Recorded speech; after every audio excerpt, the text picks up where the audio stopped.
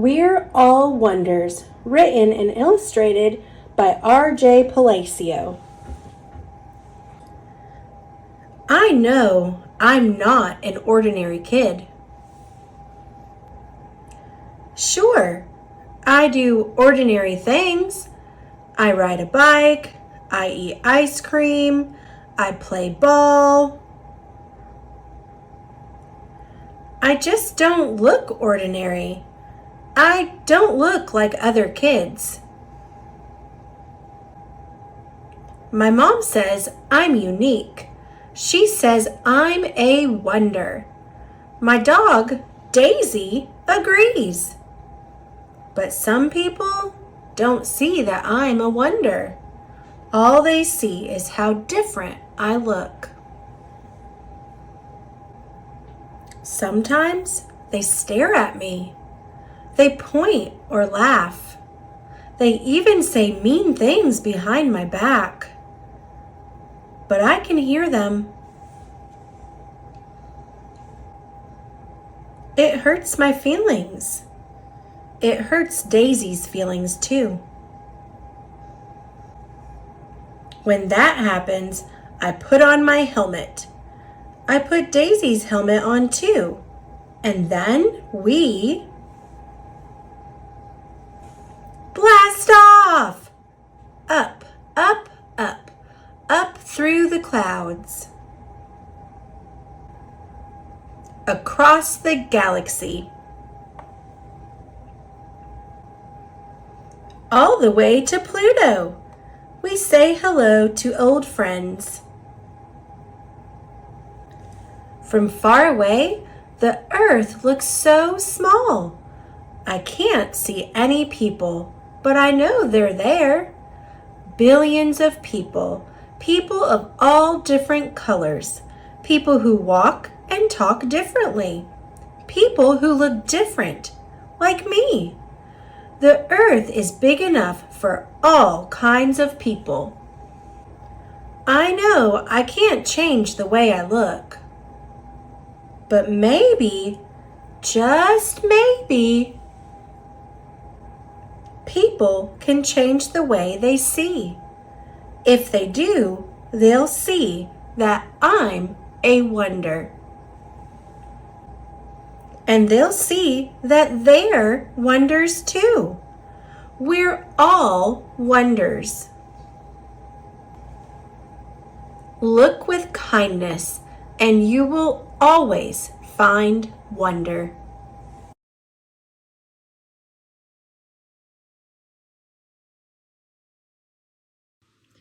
Barbie, Lost and Found.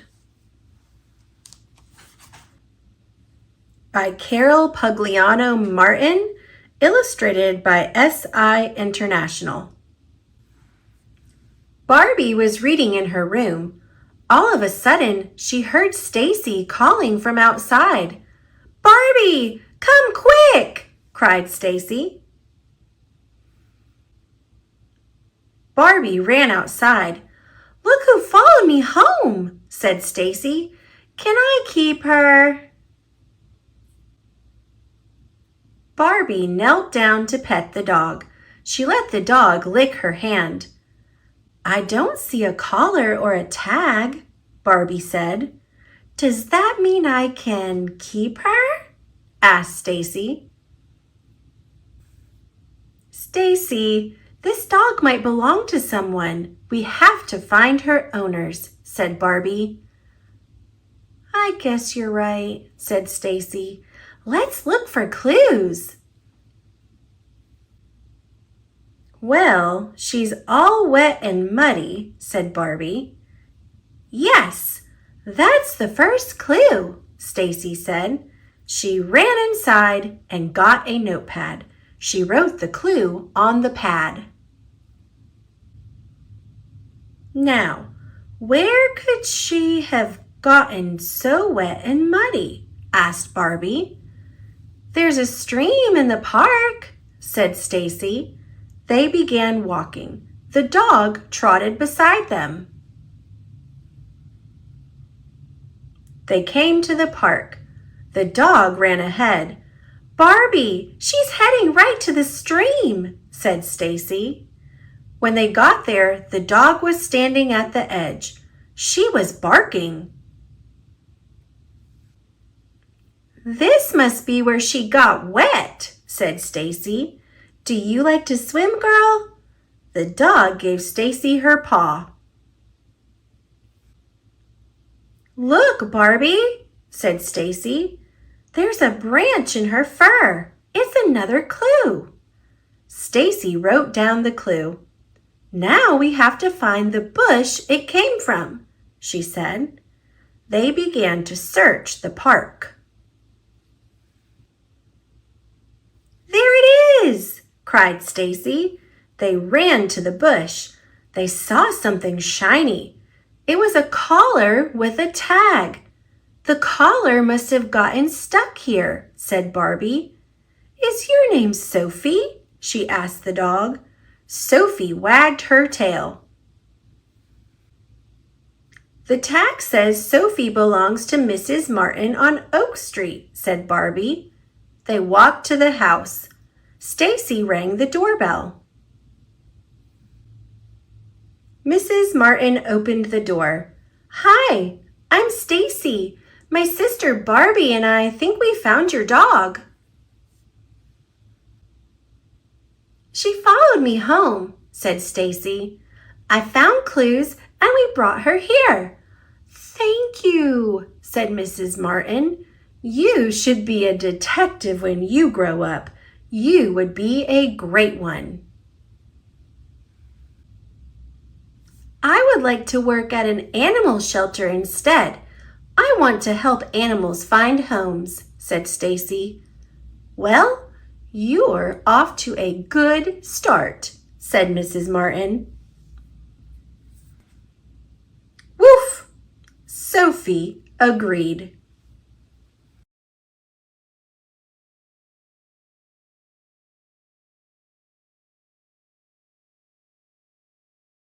Thomas and Friends. Thomas and the Jet Engine.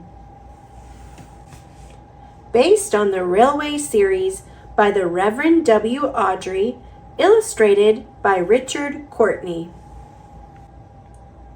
Thomas likes to go fast. Gordon thinks he is faster. Thomas must take a jet engine to the airport. A jet engine goes by pushing hot air out its back. It is like a balloon full of air. When you let it go, off it zooms. Cranky does not look. His hook bumps the switch. Click! The jet engine starts up. Vroom, vroom! The jet engine rockets Thomas up the track. Zoom, zoom! Clear the lines! Runaway train! Thomas passes Percy. Whoosh! Thomas passes Henry. Whoosh! Hi, Gordon! Vroom! Bye, Gordon! Zoom! At last, the jet engine runs out of fuel. Phew! Thomas chuffs to the airport on his own steam. Beep, beep! Back at the shed, Gordon ignores Thomas. Gordon may not be a jet engine, but he is full of hot air.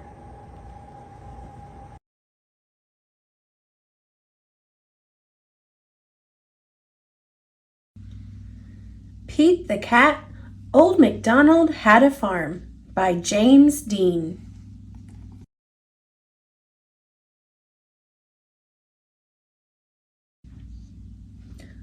Old MacDonald had a farm, E-I-E-I-O, and on that farm he had some chickens, E-I-E-I-O, with a cluck cluck here and a cluck cluck there, here a cluck, there a cluck, everywhere a cluck cluck.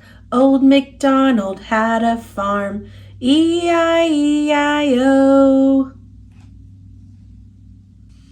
Old MacDonald had a farm, E-I-E-I-O, and on that farm he had some dogs, E-I-E-I-O, with a woof woof here and a woof woof there, here a woof, there a woof, everywhere a woof woof. Old MacDonald had a farm, E-I-E-I-O. Old MacDonald had a farm, E-I-E-I-O, and on that farm he had some cows, E-I-E-I-O, with a moo-moo here and a moo-moo there, here a moo, there a moo, everywhere a moo-moo. Old MacDonald had a farm, E-I-E-I-O. Old MacDonald had a farm, E-I-E-I-O, and on that farm he had some pigs, E-I-E-I-O, with an oink oink here and an oink oink there, here an oink, there an oink, everywhere an oink oink. Old MacDonald had a farm, E-I-E-I-O. Old MacDonald had a farm, E-I-E-I-O, and on that farm he had some horses, E-I-E-I-O, with a neigh-neigh here and a neigh-neigh there, here a neigh, there a neigh, everywhere a neigh-neigh. Old MacDonald had a farm, E-I-E-I-O. Old MacDonald had a farm, E-I-E-I-O, and on that farm he had some cats, E-I-E-I-O, with a meow meow here and a meow meow there, here a meow, there a meow, everywhere a meow meow. Old MacDonald had a farm, E-I-E-I-O.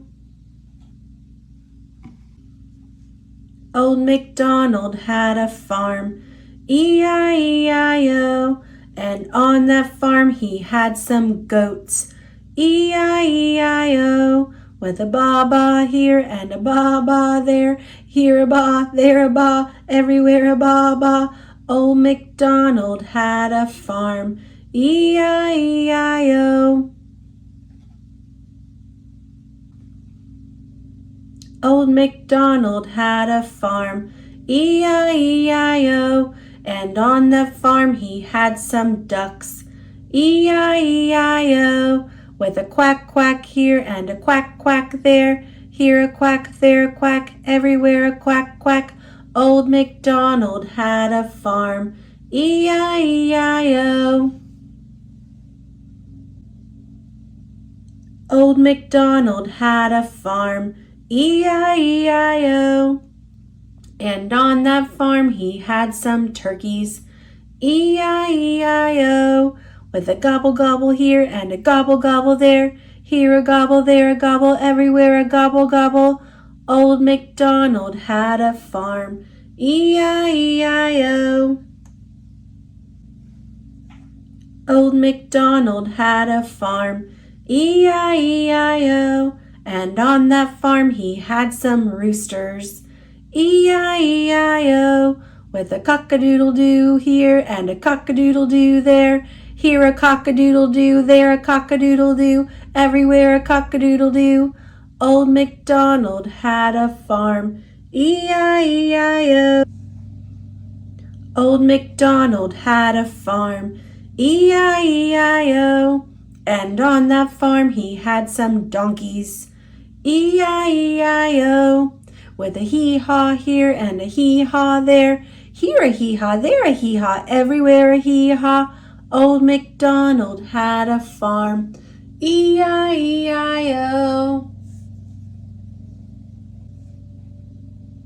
Old MacDonald had a farm, E-I-E-I-O, and on that farm he had some sheep, E-I-E-I-O, with a ma here and a ma there. Here a ma, there a ma, everywhere a ma. Old MacDonald had a farm. E-I-E-I-O. Old MacDonald had a farm. E-I-E-I-O. And on that farm he had some frogs. E-I-E-I-O. With a ribbit here and a ribbit there. Here a ribbit, there a ribbit, everywhere a ribbit. Old MacDonald had a farm. E-I-E-I-O. Old MacDonald had a farm. E-I-E-I-O. And on that farm he had some geese. E-I-E-I-O. With a honk here and a honk there. Here a honk, there a honk, everywhere a honk. Old MacDonald had a farm. E-I-E-I-O.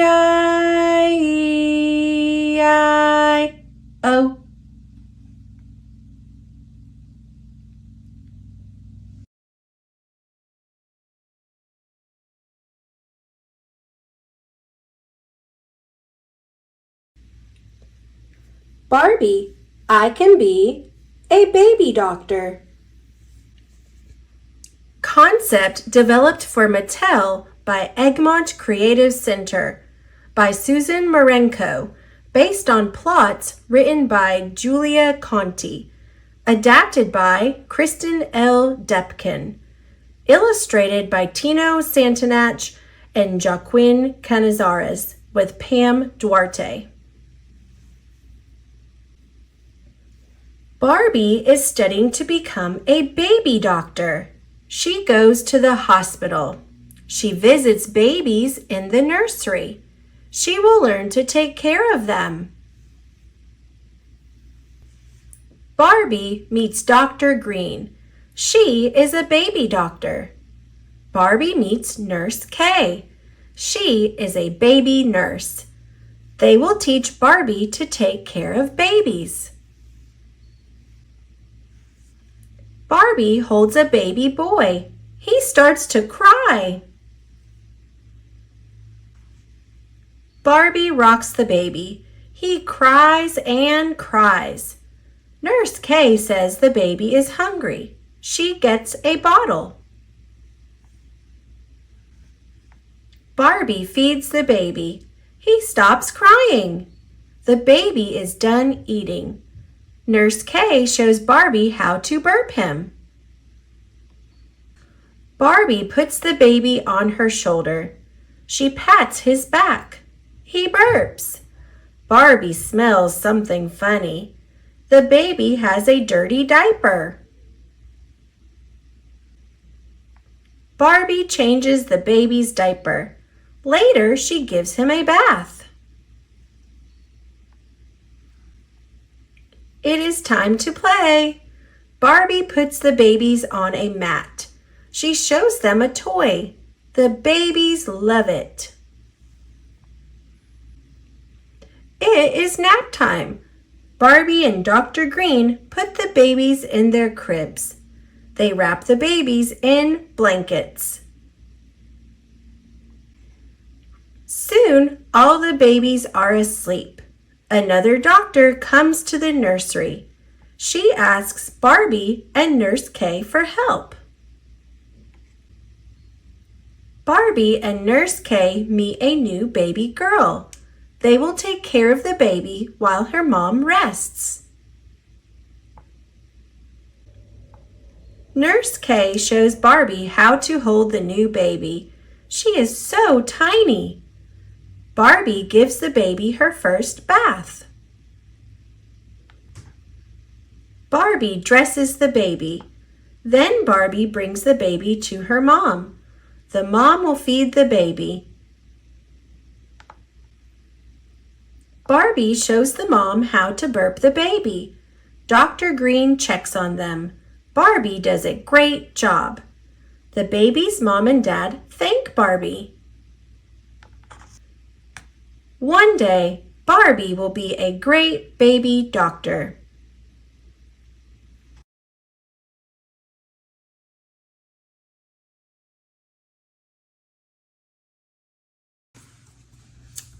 Fly Guy Meets Fly Girl by Ted Arnold.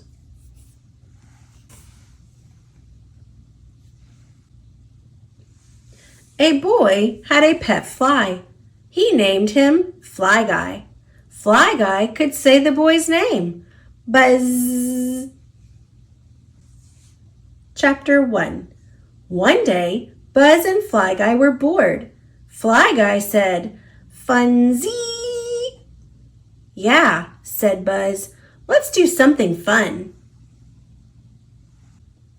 Buzz and Fly Guy went for a walk.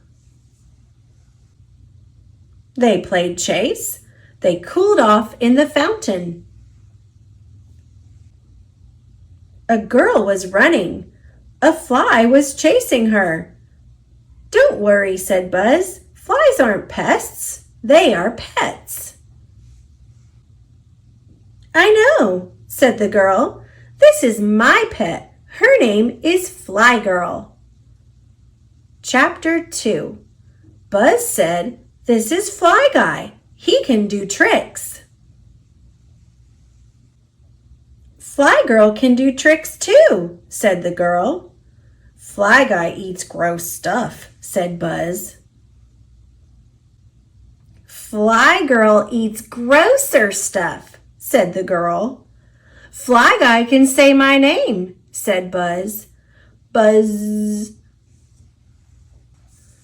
"Fly Girl can say my name too," said the girl.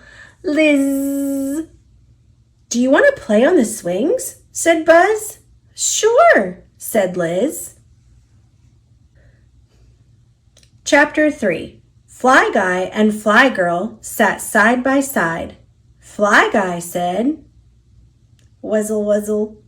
That is fly talk for "You are nice." Fly Girl said, "Wuzzle, wuzzle." That is fly talk for "You are nice too." Wuzzle, wuzzle, wuzzle, wuzza, woozy, woozy, wuzzy, wuzza, wuzza, woozy, wuzzy, wuzzy, wuzzle. Fly Guy and Fly Girl talked and talked. Wuzzle, wuzzle, wuzzle, wuzzy, wuzzy, wuzzle, wuzza, wuzzle.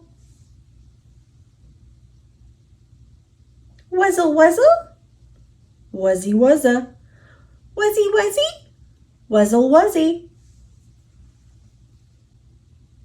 Then Fly Guy said, "Buzz," and Fly Girl said, "Liz."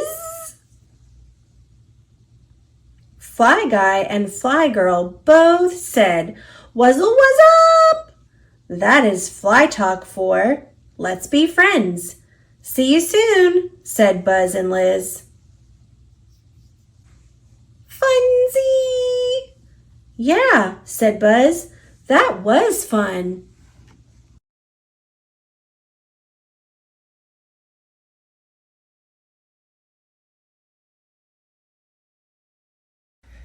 Thomas's Opposites book. Illustrated by Richard Courtney, written by Christy Webster. Thomas the Tank Engine sees opposites all over the island of Sodor. Percy is small. Belle is big. At the quarry, Thomas greets Luke and Paxton. Luke is above. Paxton is below. In the sky, Thomas sees one helicopter. Along the beach, Thomas sees many boats. Harold the helicopter is high in the air. The boats are low in the water.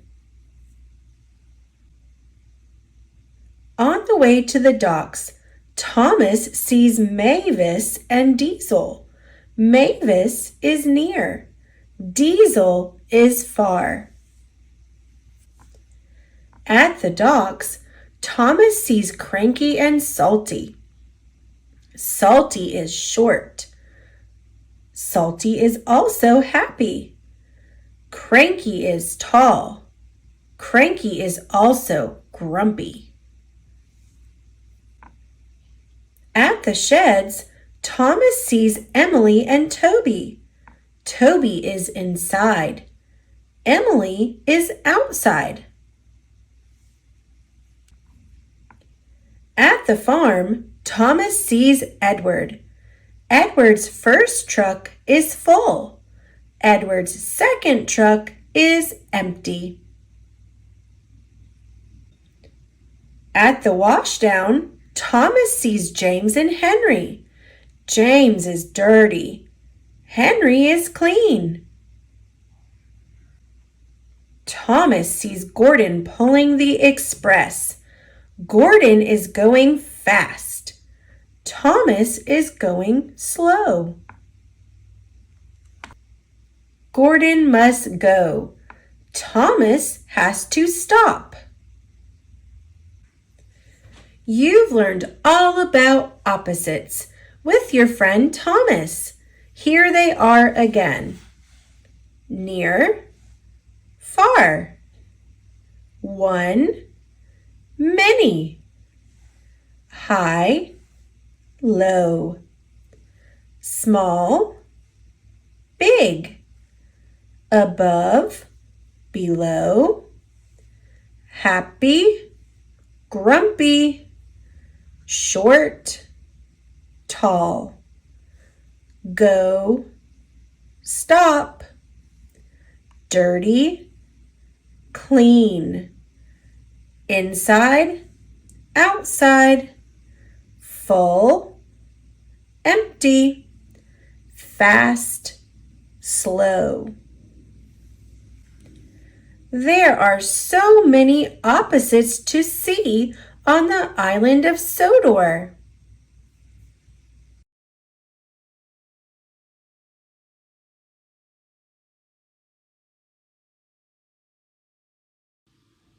I Will Take a Nap by Mo Willems.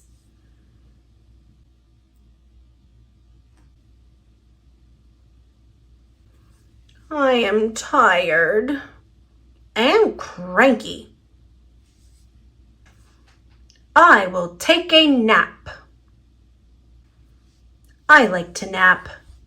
I am happier when I am rested. I hope I have good dreams. Gerald! Huh? What? Where? When? How? What are you doing? I am trying to take a nap because I am tired and cranky. Plop.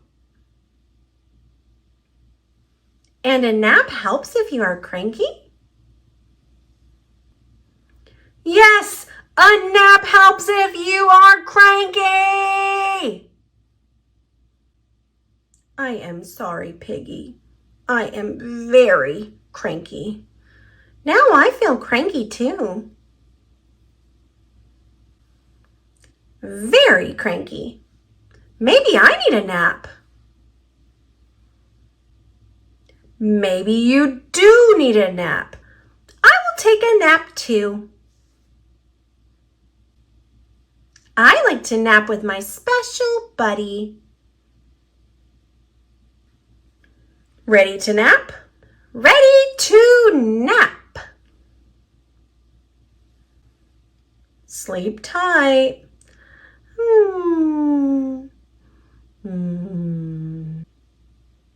Snore. Snore, snore, snore. Snore, snore, snore, snore, snore, snore, snore, snore, snore.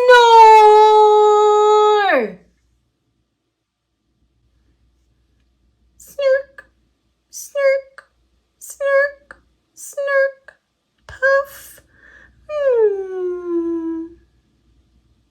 Snore.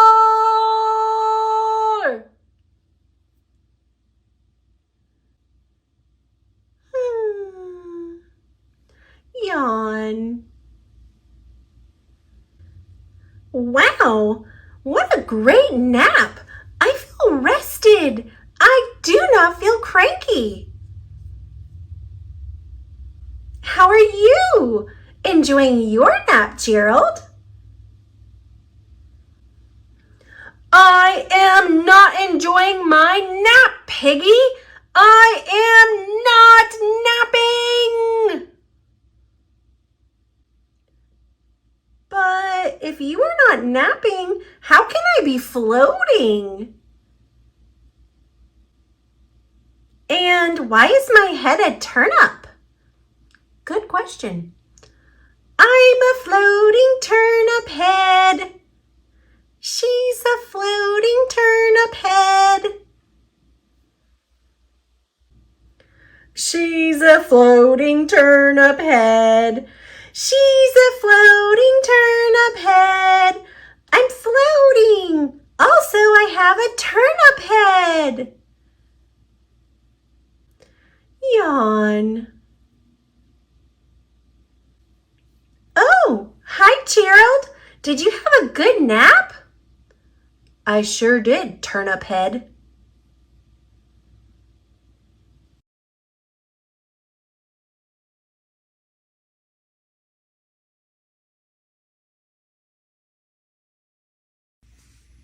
Not Very Merry Pout Pout Fish by Deborah Dyson. Pictures by Dan Hanna.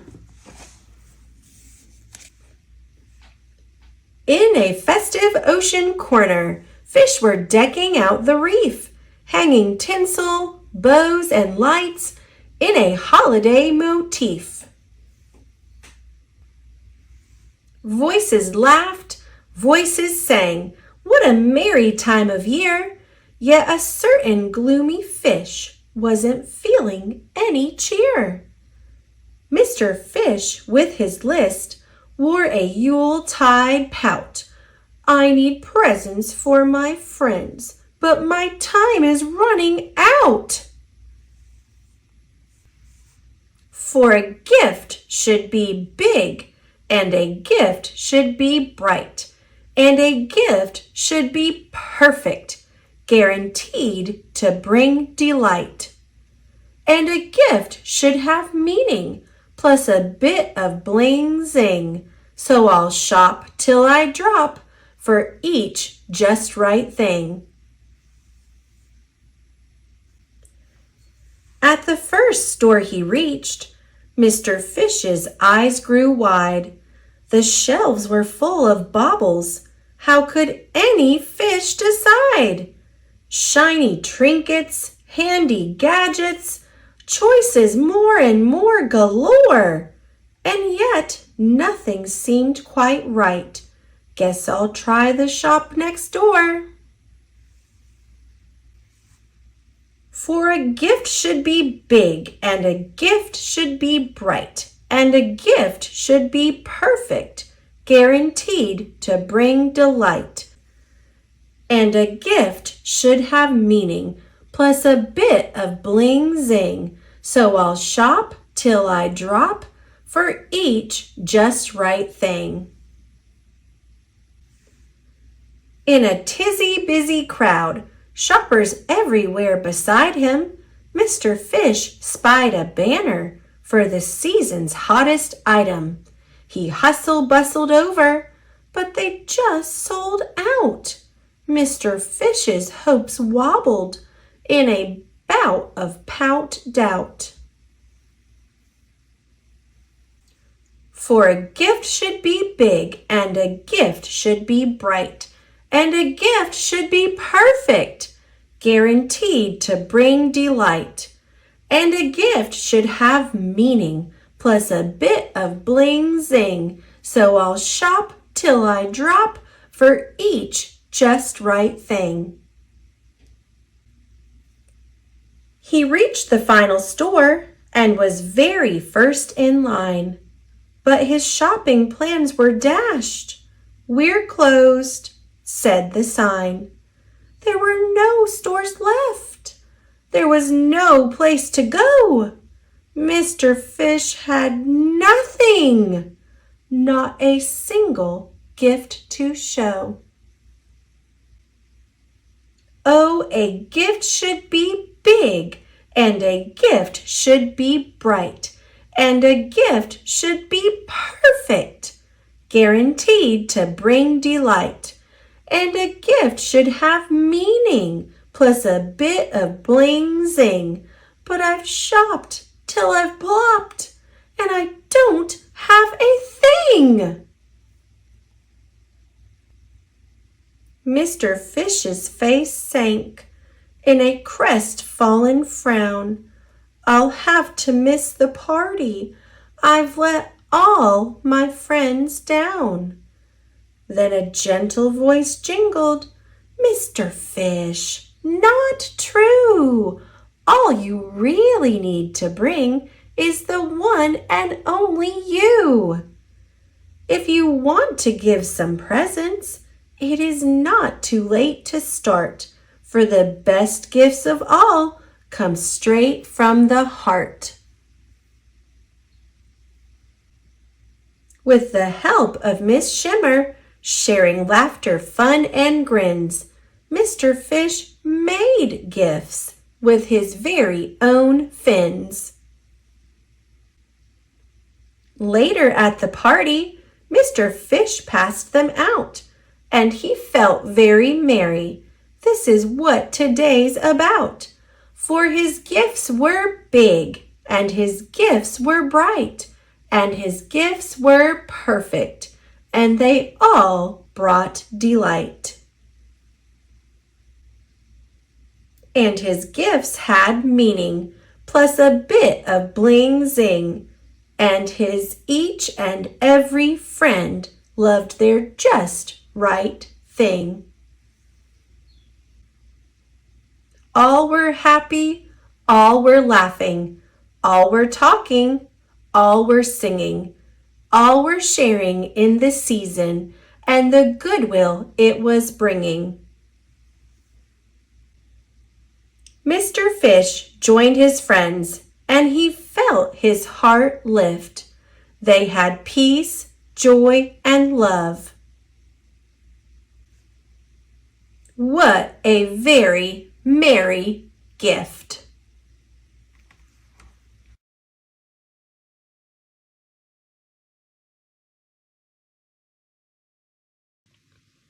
From the author of The Day the Crayons Quit, Drew DeWalt, The Legend of Rock, Paper, Scissors.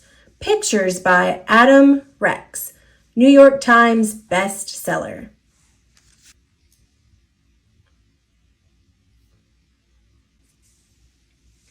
Long ago, in an ancient and distant realm called the Kingdom of Backyard, there lived a warrior named Rock. Rock was the strongest in all the land, but he was sad because no one could give him a worthy challenge.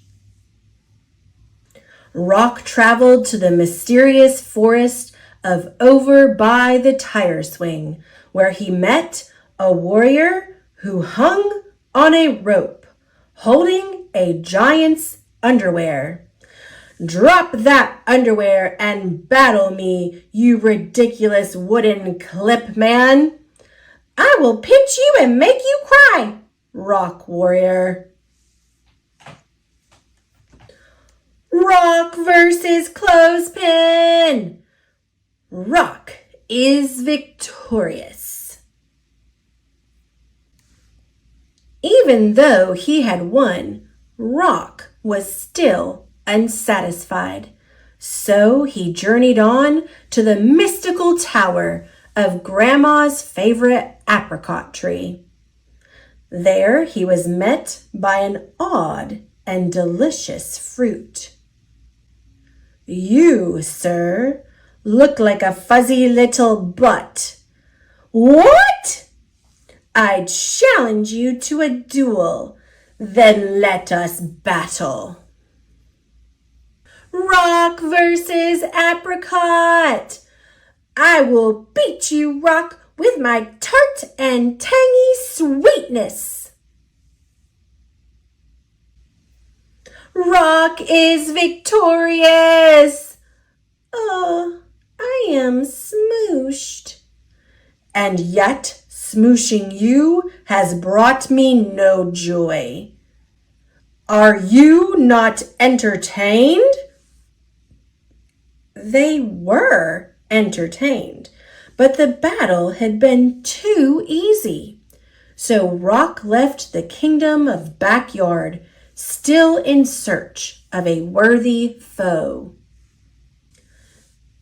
Meanwhile, in the empire of Mom's home office, on lonely and wind-swept Desk Mountain, a second great warrior sought the glory of battle, and his name was Paper. Even though he was the smartest warrior in all the land, he was also sad because no one could outwit him. He set out across Desk Mountain to find his match. There he met a large and square monster. I gobble the likes of you and spit them out every day, little Paper. Oh, then taste my fury, giant box monster. Paper versus computer printer. No, not a paper jam. Paper is victorious. Having beaten the fiercest fighter of Desk Mountain, Paper climbed down to the pit of Office Trash Bin, where he battled the most terrifying horde of creatures in all the land, the half-eaten bag of trail mix. Paper versus half-eaten bag of trail mix. Ah! Foul wizard! He's blotted out the sun! Run for your lives, ladies! Paper wins again. Can no one beat me? And so, with a heavy heart, Paper departed the empire of Mom's home office. At the same time, in the kitchen realm, in the tiny village of Junk Drawer, there lived a third great warrior. They called her Scissors, and she was the fastest blade in all the land. She, too, was unchallenged. On this day, her first opponent was a strange and sticky circle man.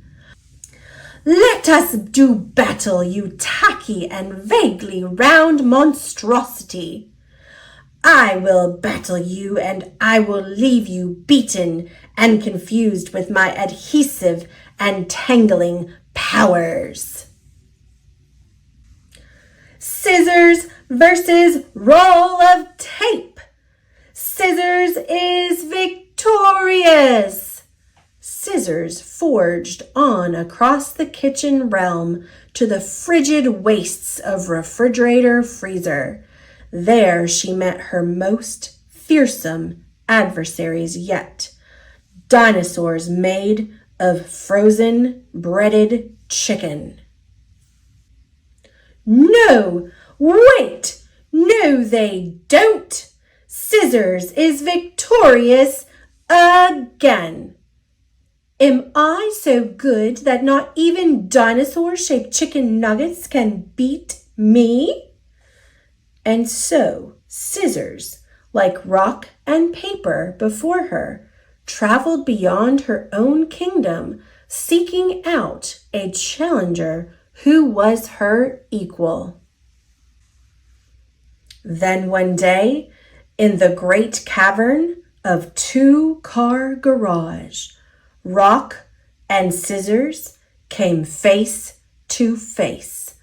I hope you're wearing your battle pants, Rock Warrior. If by battle pants you mean no pants, but I'm willing to fight you, then yes, Yes, I am wearing my battle pants, weird scissory one. Rock versus scissors! An epic and legendary battle ensued, but ultimately, Rock is victorious. You have made me so happy by beating me. I wish I felt your joy, Scissors, for I have yet to meet a warrior who can beat me. Hi there. Those are fighting words.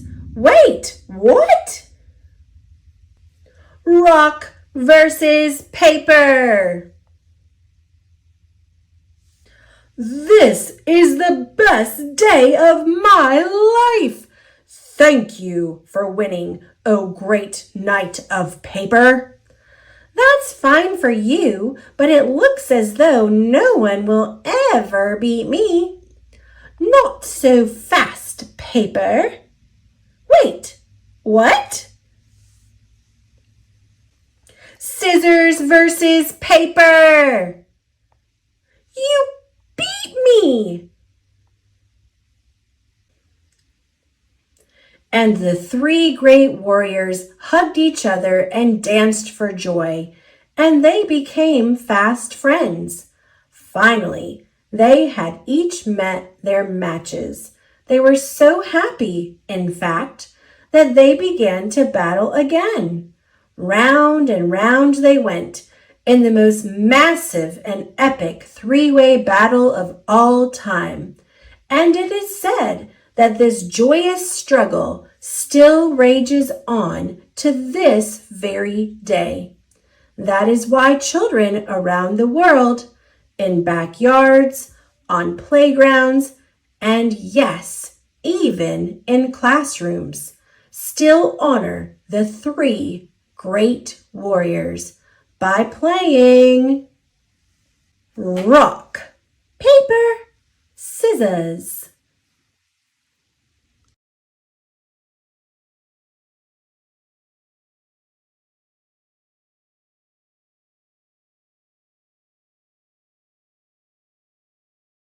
Love from the Crayons by Drew DeWalt and Oliver Jeffers. Love is red because love comes in all shapes and sizes. Love is purple because love has its own imagination. Love is brown because sometimes love stinks. Love is gray because love can be small and soft or big and strong. Love is white because sometimes love is hard to see. Love is green because love is helpful. Love is yellow and orange because love is sunny and warm. Love is blue because sometimes love is stormy. Love is pink because love can be silly. Love is peach because sometimes love can hide. Love is black because love isn't always bright and colorful. Love is every color.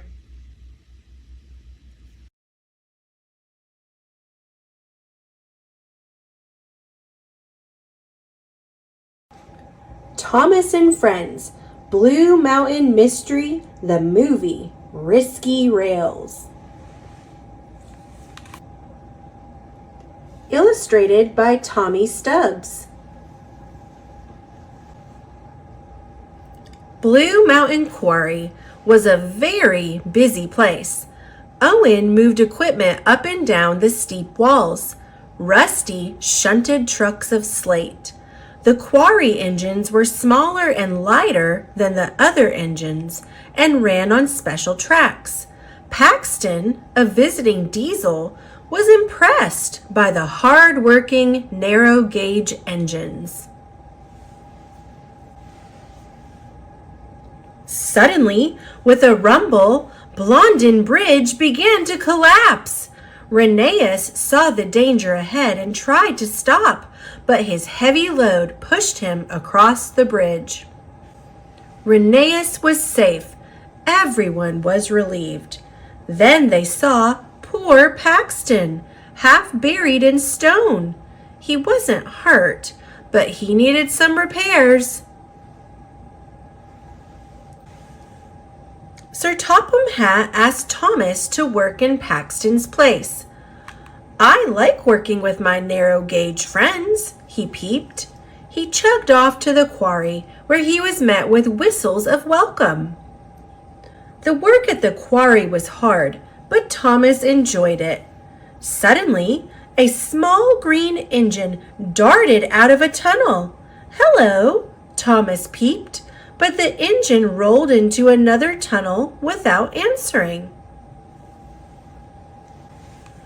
The next morning, Thomas saw the little green engine again.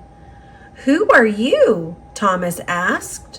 The little engine puffed off without answering.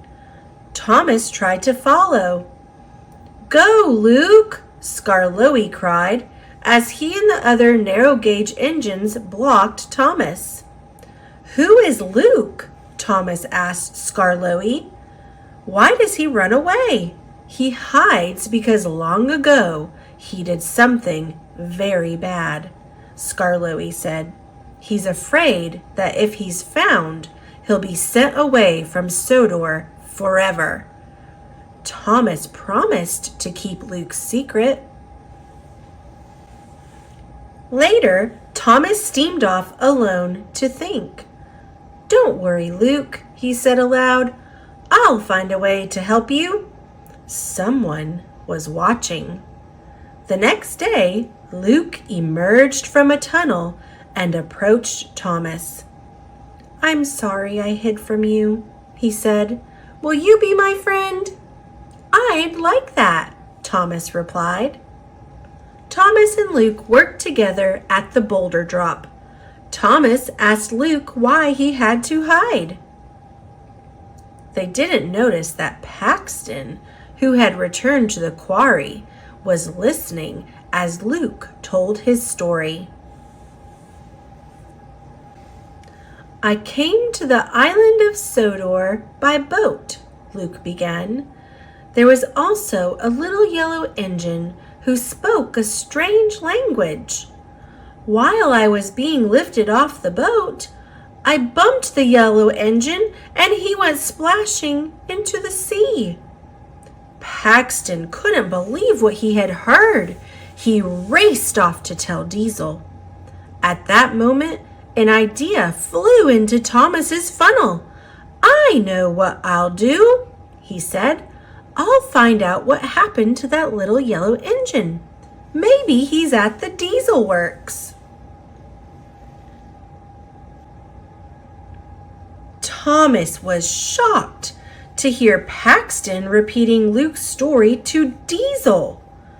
"We have to tell," said Diesel. "Luke will have to leave Sodor forever." Thomas had to find the little yellow engine. He chuffed to the steamworks to talk to Victor. "That engine was me," Victor said. Victor's story about his journey to Sodor matched Luke's. But there was one big difference. "The chains holding my wheels were broken," he said. "That's why I slid into the sea when the green engine bumped me. When Cranky fished me out, I was in a terrible state." "It was an accident?" peeped Thomas. "And you were repaired?" "Yes," said Victor. "I chose to be painted red, a new color for my bright new life." "I have to tell Luke," Thomas said. "Is Luke the little green engine?" asked Victor. Yes, said Thomas, and he needs your help. Later, Diesel and Paxton found Luke at the quarry. Luke rolled up the narrow gauge tracks where Thomas and the other engines couldn't follow. You can't hide now, shouted Diesel. Sir Topham Hatt is coming to kick you off Sodor. Even Thomas can't save you. Yes, I can, Thomas peeped as he sped into the quarry. Rocky and Owen helped Thomas climb all the way up the quarry's walls. But Thomas's wheels were too big for the narrow gauge tracks at the top. They jumped off the rails and Thomas rolled toward the edge of the cliff. Help! Thomas peeped. Just then, Luke came around the bend. Watch out, Thomas! Cried Diesel. He's going to push you off, just like he did that yellow engine. Don't worry, said Luke. I'll pull you back to Owen. And slowly but surely, he pulled Thomas back toward the platform. Luke felt strong. Luke got Thomas safely to Owen's platform, but the two engines weighed too much for Owen. The platform began to drop straight down. Cinders and ashes! Peeped Thomas. Gears whined, sparks flew, but Owen brought Thomas and Luke safely down. Just then, Sir Topham Hatt arrived with Mr. Percival, the narrow gauge controller. They were confused and angry. Then Victor steamed into the quarry. Luke, you didn't push me, he said. It was an accident. Sir Topham Hatt was upset with Diesel. You didn't find out what really happened, he said, and the real story is what matters. Well done, Thomas, said Sir Topham Hatt. Today is a happy day for Mr. Percival and his engines. Thomas has made it a happy day, sir, Luke said. He's my hero and my friend. Thomas and all his friends, new and old, whistled happily.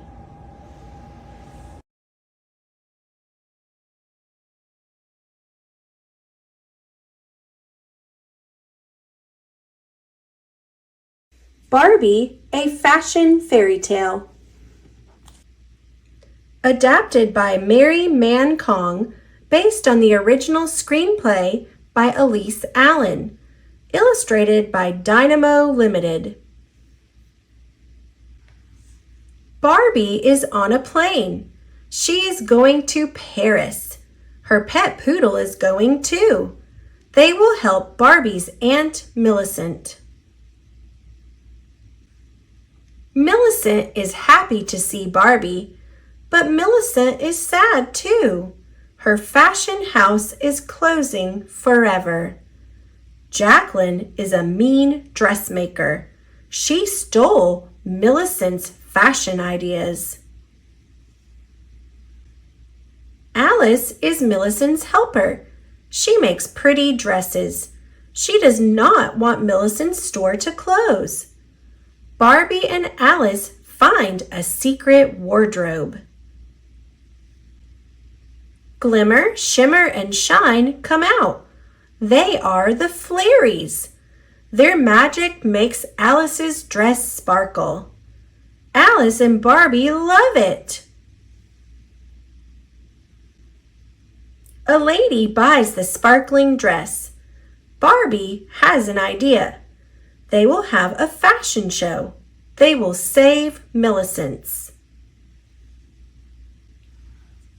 Alice and Barbie work hard. They make lovely dresses. The Fairies make the dresses extra pretty. Jacqueline wants the Fairies to make her dresses sparkle. She and her helper kidnap the fairies. But the fairies do not like Jacqueline's dresses. The magic will not last. Jacqueline plans her own fashion show anyway.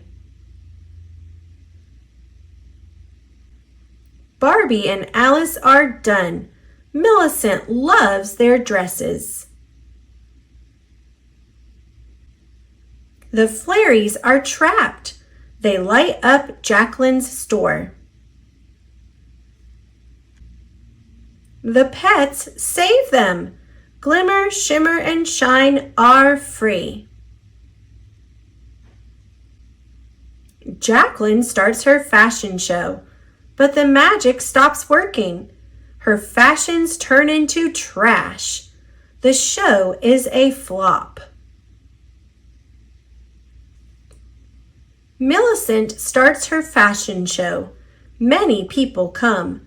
Barbie peeks at the crowd. Alice knows Barbie will be a great model. Barbie walks down the runway. The fairies make Barbie's dress glimmer, shimmer, and shine. Millicent's fashion show is a hit. Barbie and her friends thank the fairies. Together, they saved Millicent's fashion house.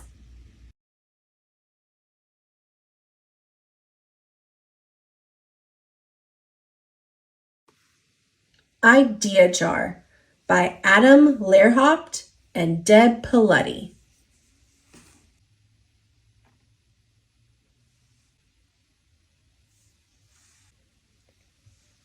This is my teacher's idea jar. We keep our story ideas in it. My teacher says a story can be about anything we want. A space robot, a horseless cowgirl, a giant dragon. There's no such thing as a bad story idea. And there are tons of ways to make a story. You can write it. Psst, put a Viking in it. Vikings are cool. Draw it. That ship should be way bigger. Talk it. Then a giant badger knocked on the door and shouted, "Who has my pink dress?" What about a Viking? Everything is better with a Viking. You can even combine ideas to make your story better. Bored, Viking. It's important to create stories for your ideas, or else your ideas get rowdy. That can be trouble. When it's part of a story, an idea is happy. Help! We need a story right now.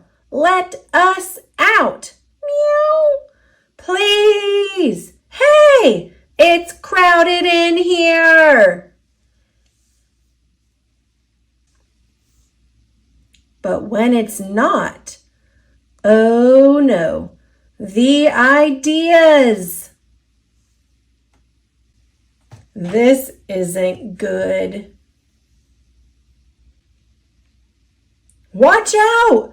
Those are lasers! Duck! Whoa! Big lizard. Hide! Oh no! Stampede! Run! These ideas need a story. Will you help? Let's start with one idea. Viking. Then weave in another. Viking space robot. That was great. Now we turn things up a notch. Viking, space robot, dragon. Excellent work. Here's the big finish. Horseless cowgirl, dragon, space robot, Viking. Wow, you were awesome. Look how happy they are. Now, everyone, back in the jar. Let's try a story with more ideas next.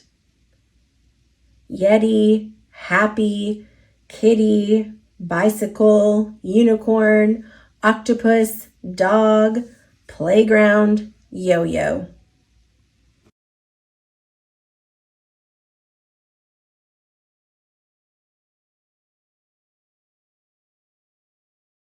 Pete the Cat, Construction Destruction by James Dean.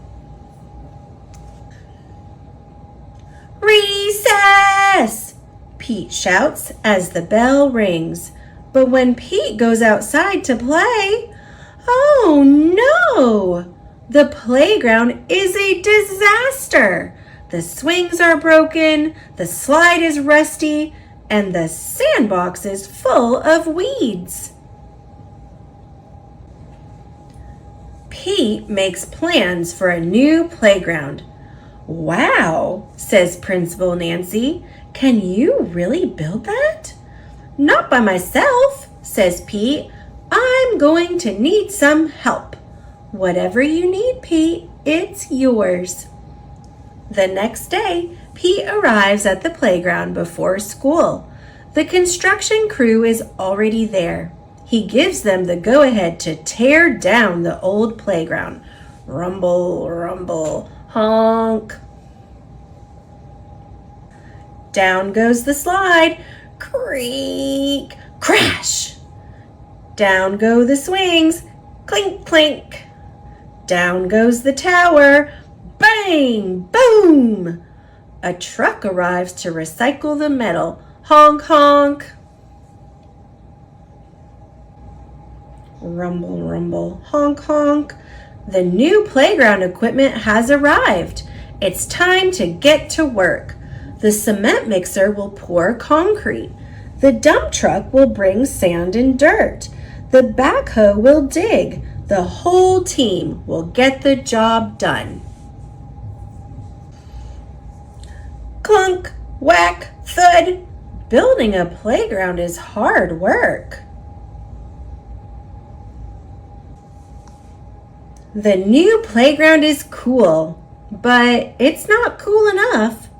What do you think? Pete asks, holding up his latest plans. It will be too hard to build, says one of the workers. And everything is almost finished, says another. But it will make this the best playground ever, Pete says. Then let's do it, the workers say. Screwdrivers twist in screws. Wrenches tighten the nuts. The workers try to make everything perfect. Hooray! The new playground is ready. Everyone is amazed until creak, creak, creak. Smash, crunch, thud. Oh no, says Principal Nancy as the new playground crashes to the ground. The pieces are all mixed up. Everyone is disappointed, except for Pete. It's not how we planned it, Pete shouts. It's even better. This playground is filled with surprises and places to explore. The school playground is the most amazing playground ever. Sometimes you've got to dare to dream big.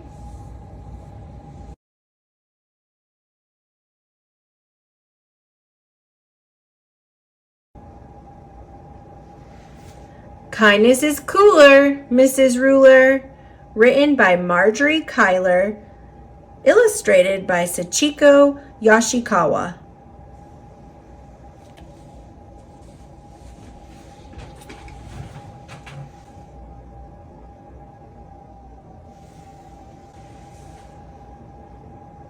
It was cold.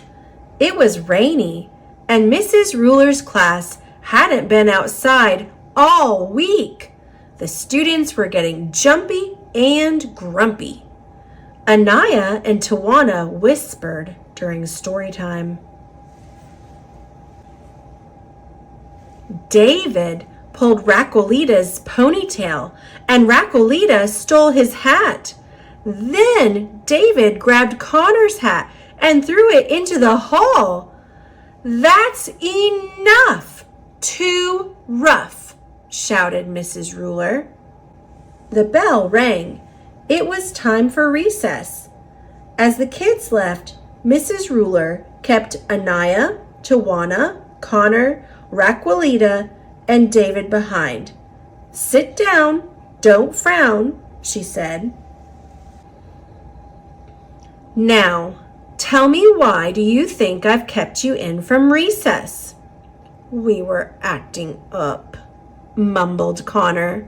That's right. You were being mean to one another, and you acted as if it's cool to be mean. But it's not. What is a cooler way to act? Raquelita spoke up. Kindness is cooler, Mrs. Ruler, she said. Bravo! A slice of nice makes a mile of smile. You 5 need to practice being kind. During the next few days, I want you to perform 5 acts of kindness for your families.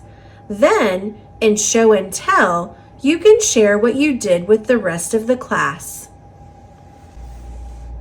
David scowled. What if I don't feel like being kind? He asked. Mrs. Ruler smiled. Good deeds fill needs. Count on me, you'll see, she said.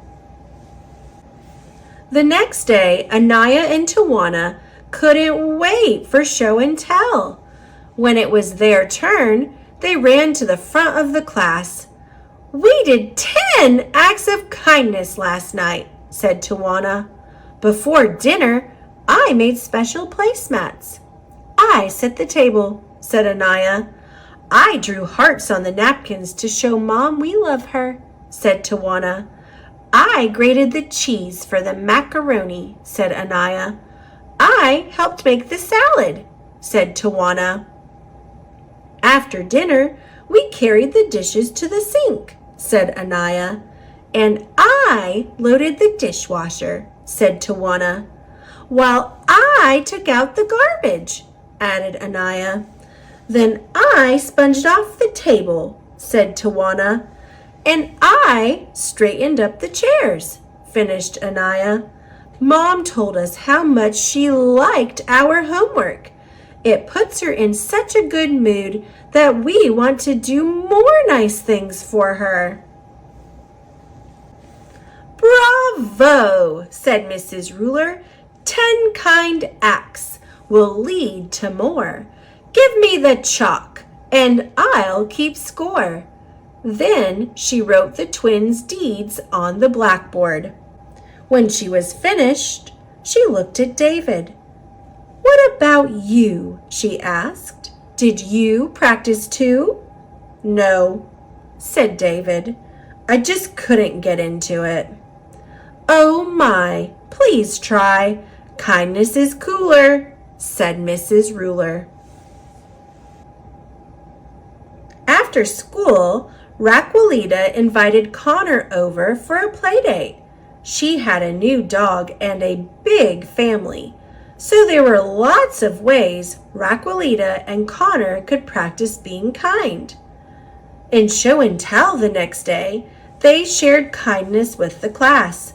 We took Puddles for a walk, said Raquelita, and we threw him a ball. I filled his water dish, said Connor, And I gave him some puppy chow, said Raquelita. Puppy chow? Wow, said Mrs. Ruler. Then we built a block tower with my little brother, said Raquelita, and gave Abuelo and Abuelita their canes before they took a walk. We also helped Raquelita's dad carry in groceries from the car, said Connor. And I gave my baby sister her bottle, said Raquelita. I count 8, and 8 is great, said Mrs. Ruler. That's not all, said Connor. When I got home, I took in the mail. I also carried the clean laundry upstairs. Bravo, said Mrs. Ruler. Altogether, you did 10. And how much do the twins' 10 acts and your 10 make? 20, shouted the class. That's right, said Mrs. Ruler. 20 is plenty. But how about you, David? What did you do? Too few for you, said David. The class laughed. I told my brother I liked his haircut, and I let him use my comb. That's all I could think of. Well, that's a good start. Keep doing your part, said Mrs. Ruler. Lauren raised her hand. I'd like to try some acts of kindness when I get home today, too, she said. Okay, hooray, said Mrs. Ruler. Let's turn this into a class project. For the rest of the week, I'd like you to bring in some acts of kindness you've done at home. I'll write your acts on paper hearts and put them on the bulletin board, and I'll also add the ones from the blackboard. More acts of kindness. Put away clothes, vacuumed living room rug, shelved books, let my big brother use my computer, told Dad I liked his shirt, got sister a Band-Aid when she skinned her knee. And more kindness. Cleaned my room, fed goldfish, emptied waste baskets, watered houseplants, put groceries away, drew pictures with my little sister, told my sister that she has nice teeth. The class really came through. We have so many, we'll need another wall, Mrs. Ruler exclaimed.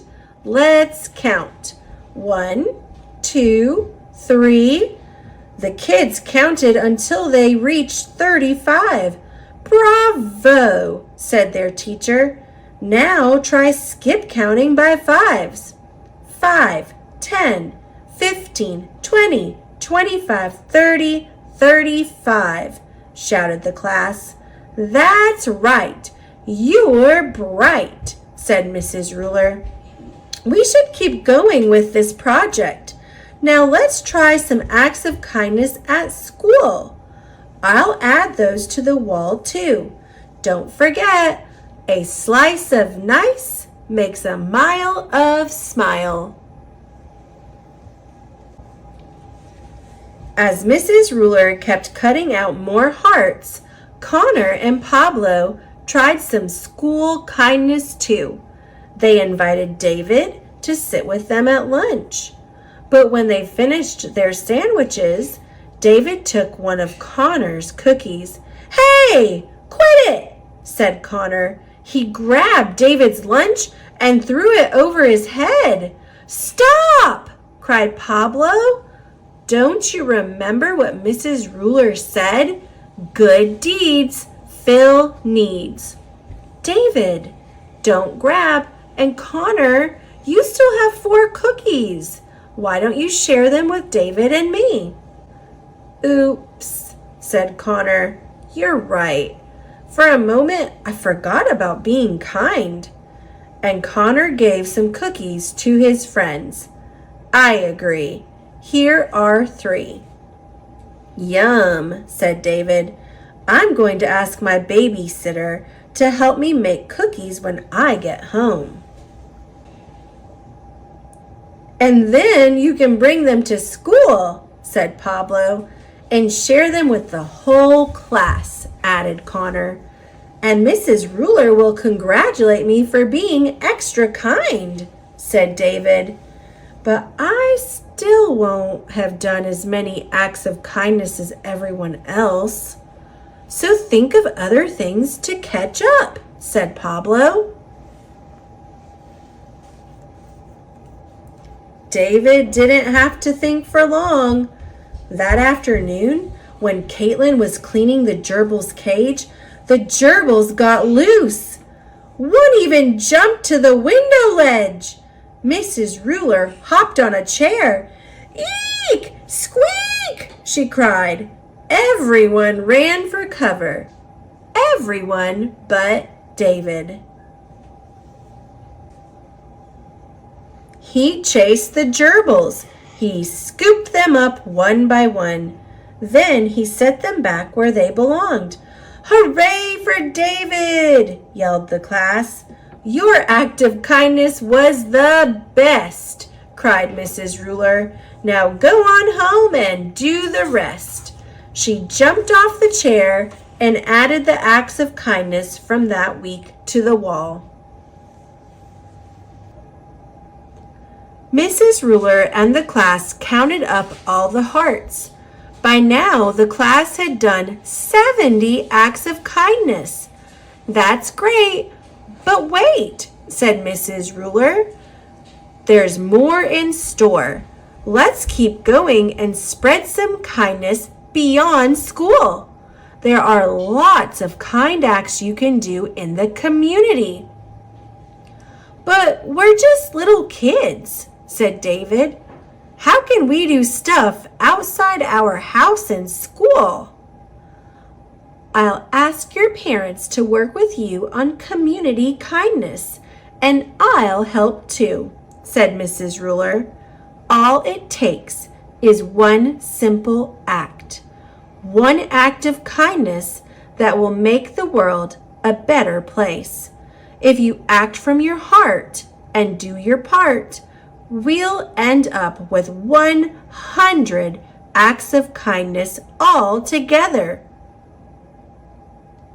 Now the class was really excited, and David was more excited than anyone. A few weeks later, the kids shared their acts of community kindness. Mrs. Ruler added more hearts to the wall. Again, the class counted 1, 2, 3, until they got to 99. Oh no, uh-oh, said Mrs. Ruler. We still need one more. Then she paused and thought for a moment. I know. Let's have a class party. We'll decorate and celebrate 100 acts of kindness, shouted the class. Okay, hooray!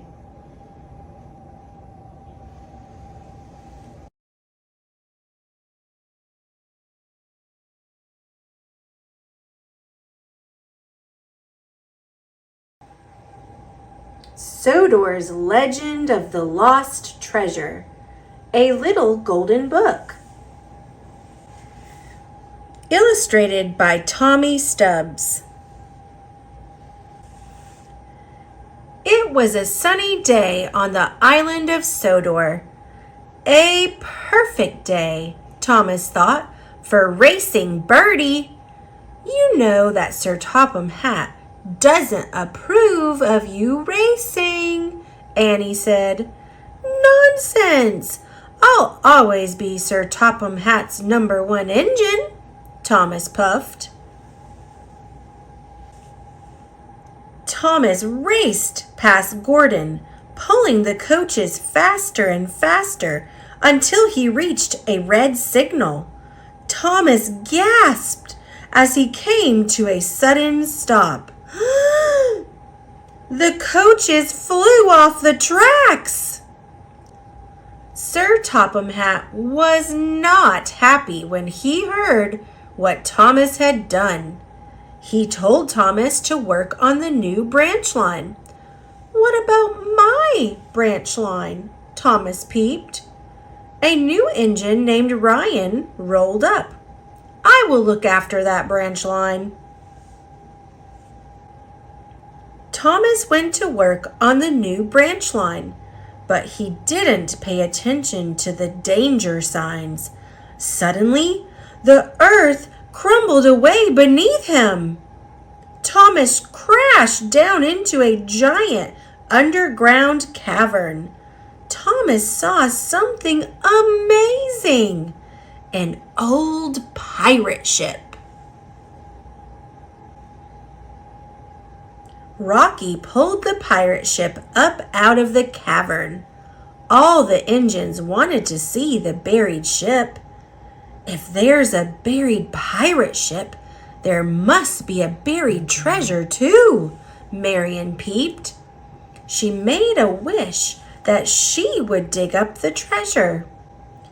Not far off, a mysterious sailor stood in his sailboat. "Stop bobbing about," he commanded. "Sorry," the boat replied. The sailor raised his telescope to watch work on the new branch line. He started to make a plan.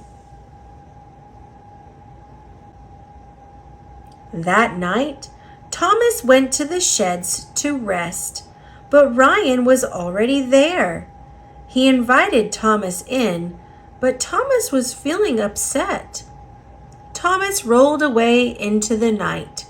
Then he saw a ghost boat glowing in the dark. Thomas followed the eerie sailboat. A ghostly figure stood on its deck. It glided up to the edge of the hole that led into the cavern. That's when Thomas realized it wasn't a ghost boat. He's got wheels! Thomas introduced himself. "My name is Sailor John," the man said. "And I'm Skiff," the boat said. "We're looking for treasure." Sailor John tied a rope around his waist, and Thomas lowered him into the cavern. "I've found it!" Sailor John exclaimed from the hole. "The treasure?" Thomas asked. "No," the sailor called back. "The map." The sun was rising as Thomas returned to the new branch line. He saw Ryan go to an old hopper to fill up with coal. Thomas knew it was bad coal, but he didn't say anything. Ryan went to fetch some dynamite. His funnel was spitting sparks because of the bad coal. The trucks with the dynamite caught on fire. Thomas pushed the flaming trucks away. They rolled into the giant cavern. The dynamite exploded with a mighty kaboom!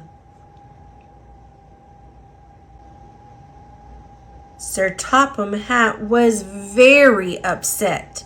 He sent Thomas to a siding for the rest of the day. In the afternoon, Marion's shovel uncovered a treasure chest. Her wish had come true. Sailor John was angry. "I haven't searched all this time for someone else to find that treasure," he growled. Skiff was confused. "You always said we would give it to a museum." Thomas returned to the new branch line. Ryan rolled up next to him. "I'm sorry you got in trouble," Ryan peeped. "I should be the one saying sorry." Thomas replied. I should have warned you about the bad coal. That night, Thomas hid behind some sheds near where the treasure was stored. While he waited, he fell asleep. Skiff and Sailor John rolled up to the platform.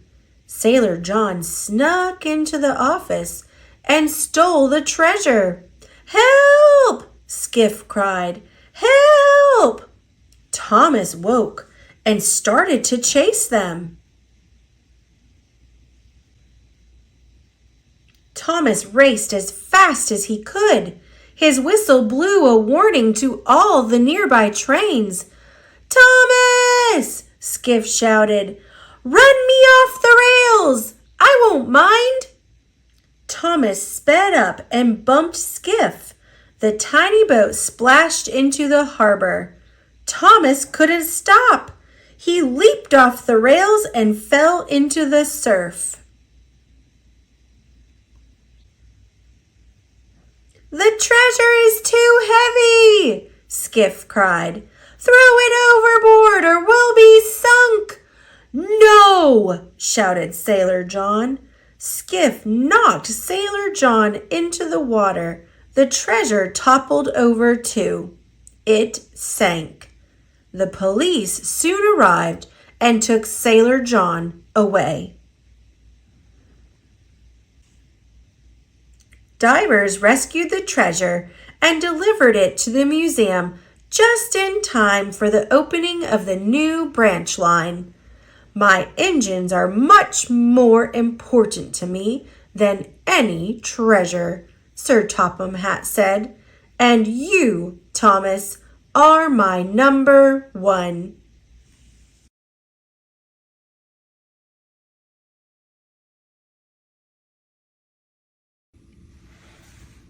Pete the Cat, Parents' Day Surprise.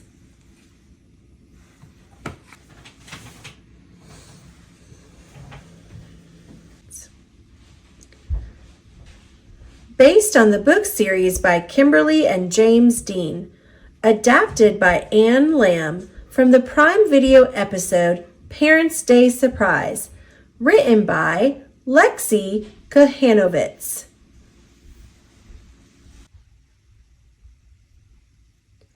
Pete and his friends are making pancakes for the Parents' Day breakfast at school.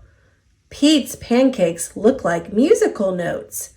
Grumpy covers his with extra syrup to attract flies. Emma makes her pancakes look like painter's palettes. Everyone is having fun, except for Gustavo. What's wrong, Gus? Pete asks. My mama was supposed to be here for the pancake breakfast, Gustavo says, but she is in the military station far away, and a storm is preventing her from coming home. Pete and his pals want to cheer Gus up, so they think of other ways for him to send love to his mama on Parents' Day. I've got a great idea, says Grumpy. Let's make your mama a video. She would love a video, says Gustavo.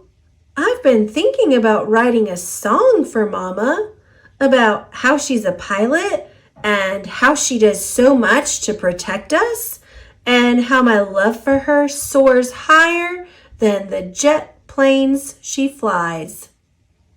Pete pulls out his guitar. How about a music video? That's a great idea, says Gustavo. Can you all help me? Of course we will, says Callie. I'm so lucky to have such amazing friends, Gus says. Grumpy can't wait to get started. I'll direct, he says. We will set the video in outer space. Everyone has a job to do. Callie collects costumes from the school theater. Sally collects props to be the planets and stars. Emma paints the background scenes. Pete practices his music while Gus writes the lyrics to the song. There's so much Gus wants to say, but it's not coming out quite right. You are the pilot of my life, Mama, and I am the co-pilot, and Poppy is the first officer? This is not what I want to say. Before Gus knows it, everyone is ready to start filming the video. Action! Grumpy shouts. Gus tries to sing and dance, but he's too nervous. The words are coming out all wrong. Cut, says Grumpy. Let's just forget the video, Gus says as he walks away. Pete finds his buddy on the playground.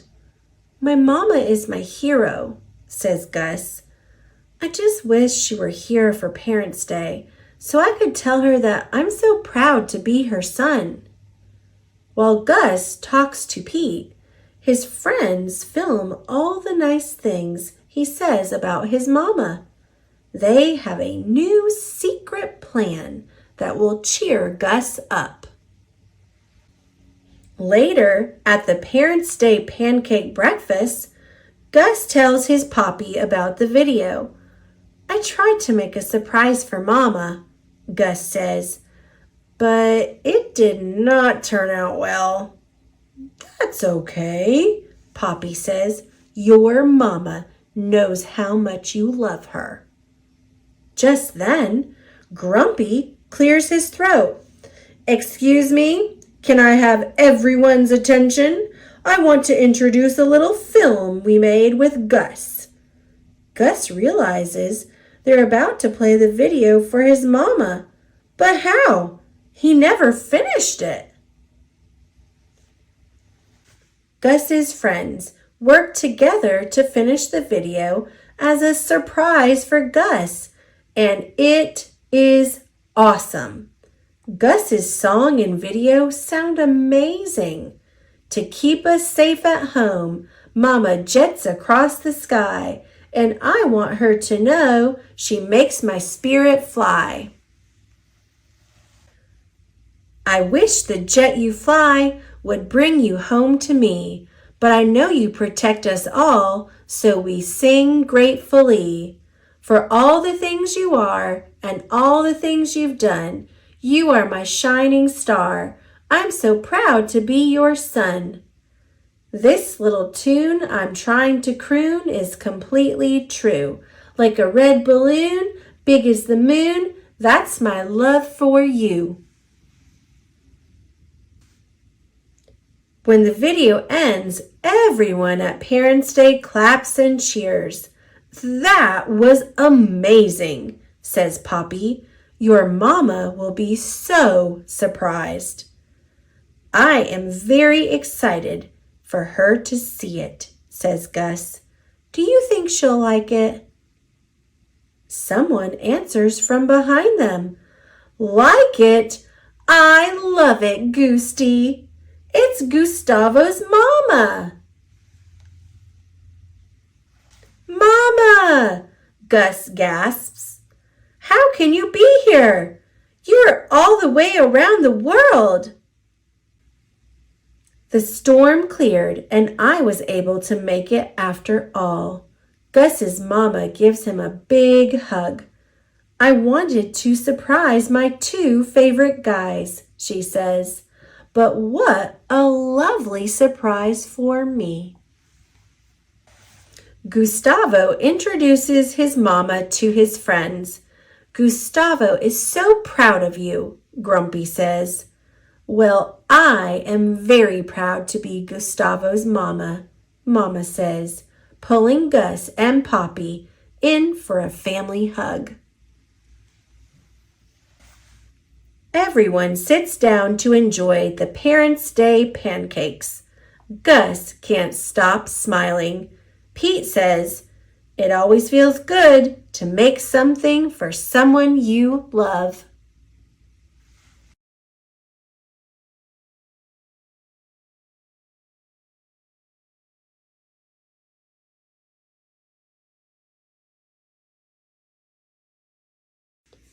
Pout Pout Fish Goes to School by Deborah Dyson. Pictures by Dan Hanna. A long time ago, when Mr. Fish was very small, he headed off to school for the first time of all. With a smooch from his parents and excited for his day, Mr. Fish rushed in. Then he lost his way. The big fish around him knew exactly where to go, finding lockers, finding classes, in a fast, smart flow. Mr. Fish, left behind, with his grin sinking thin, finally stopped at a doorway, and he shyly looked in. The class was doing writing, and most everybody knew it. So he tried to print his name, but he just couldn't do it. So he flub flub frowned, making blub blub bubbles. Then he plopped down his pencil and he counted off his troubles. Trouble 1, I'm not smart. Trouble 2, I'll never get it. Trouble 3, I don't belong. So 4, I should forget it. He floated with a frown down the long corridor. Then he sneak peeked a look through another room door. The class was drawing shapes, and most everybody knew it. So he tried to make a rhombus, but he just couldn't do it. So he flub flub frowned, making blub blub bubbles. Then he plopped down his pencil and he counted off his troubles. Trouble 1, I'm not smart. Trouble 2, I'll never get it. Trouble 3, I don't belong. So 4, I should forget it. He drifted down the hallway with a doubt face till he spied another doorway. Maybe this was his place. The class was doing math, and most everybody knew it. So he tried long division, but he just couldn't do it. So he flub flub frowned, making blub blub bubbles. Then he plopped down his pencil and he counted off his troubles. Trouble 1, I'm not smart. Trouble 2, I'll never get it. Trouble 3, I don't belong. So 4, forget it! He rushed toward the exit. That's enough, I say. School is way too tough, and I'm not going to stay. Then a soft, kind voice said, Don't you fret. You don't have to know things you haven't learned yet. Your classroom awaits. I'm your teacher, Miss Hewitt. I am here to help you learn, and I know that you can do it. You're a fish who is smart. With practice, you will get it. Young fish, you belong. Don't you ever forget it. The student and the teacher swam a splish, splash, swish to a door with a sign marked Brand New Fish. Miss Hewitt said, Good morning. I'm excited you're all here. Together we will have a spectacular year. Fact 1. You are smart. Fact 2. You can get it. Fact 3. You belong. So 4. Don't forget it.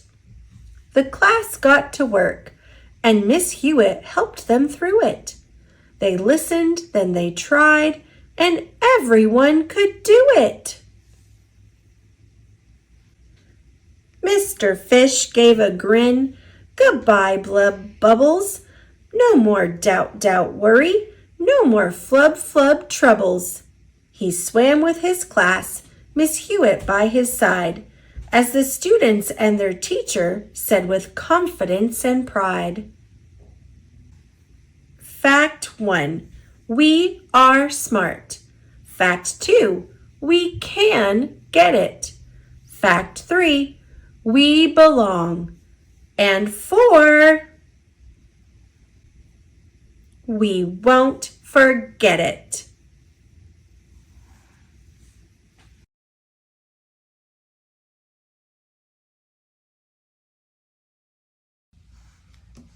Hooray for Fly Guy by Ted Arnold.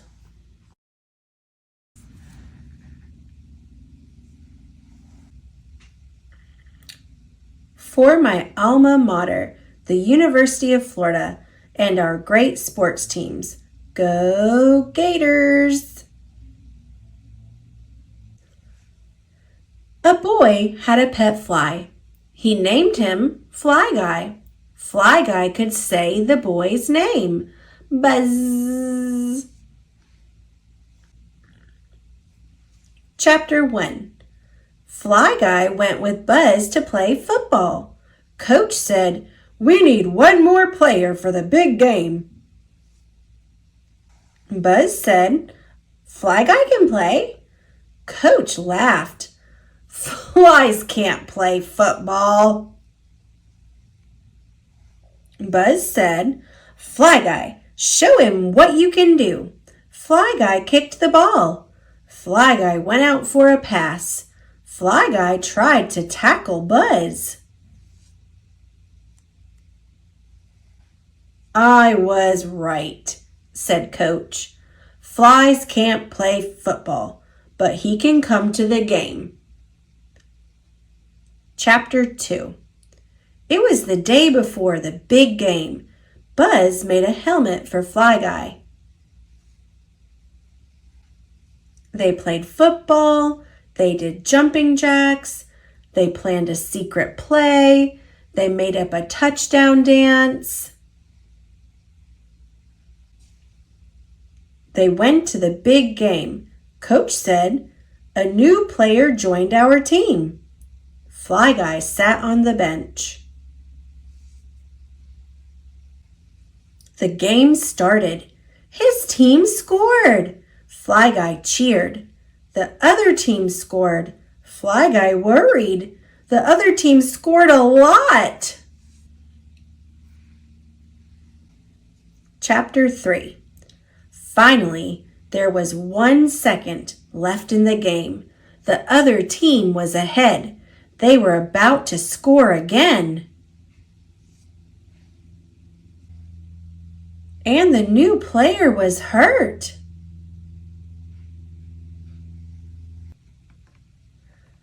Coach said, "Okay, Fly Guy, you can play now. The game is lost anyway."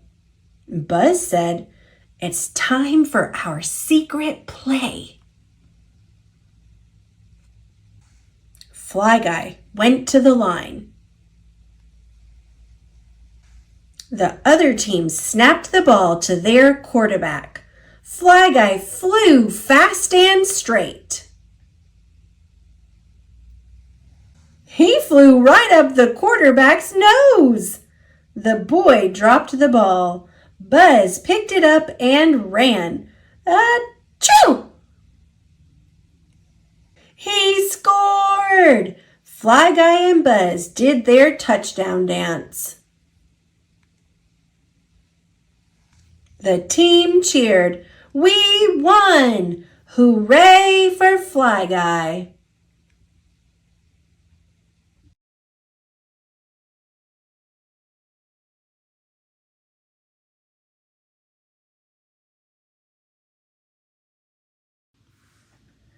I am invited to a party by Mo Willems. Gerald! Look! Look! I am invited to a party! Cool. It is cool. Will you go with me? I have never been to a party. I will go with you. I know parties. Party, party, party, party! Wait, what if it is a fancy party? We must be ready. Really? I know parties. He knows parties. Zip, zap. Zap, zip. Is this fancy? Very fancy. Party, party, party, party. Wait, what if it is a pool party? A fancy pool party? We must be ready. Zip, zap. Zap, zip. How is this? We will make a splash. Party, party, party, party. Wait! What if it is a costume party? A fancy pool costume party? We must be ready! He had better know parties. Zap, zip.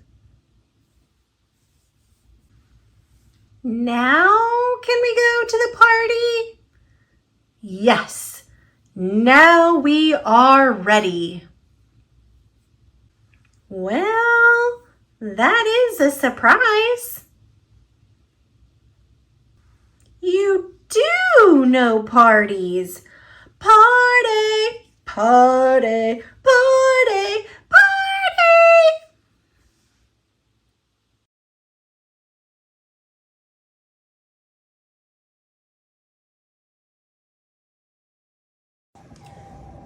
Be Kind by Pat Zietlow Miller, illustrated by Jen Hill. Tanisha spilled grape juice yesterday. All over her new dress. Everyone laughed. I almost did too, but Mom always tells me to be kind, so I tried. I don't think it worked. I said, "Purple is my favorite color." I thought Tanisha would smile, but she ran into the hall instead. When she came back, snack time was over. She put on her art smock and didn't look at anyone. I almost told Tanisha that art was my favorite class, but I didn't want her to leave again. So I painted purple splotches and added some green until I had a bunch of beautiful violets. While I painted, I thought about Tanisha. Should I have handed her my napkin? Let her borrow my sweatshirt? Spilled my juice so everyone stared at me instead? What does it mean to be kind anyway?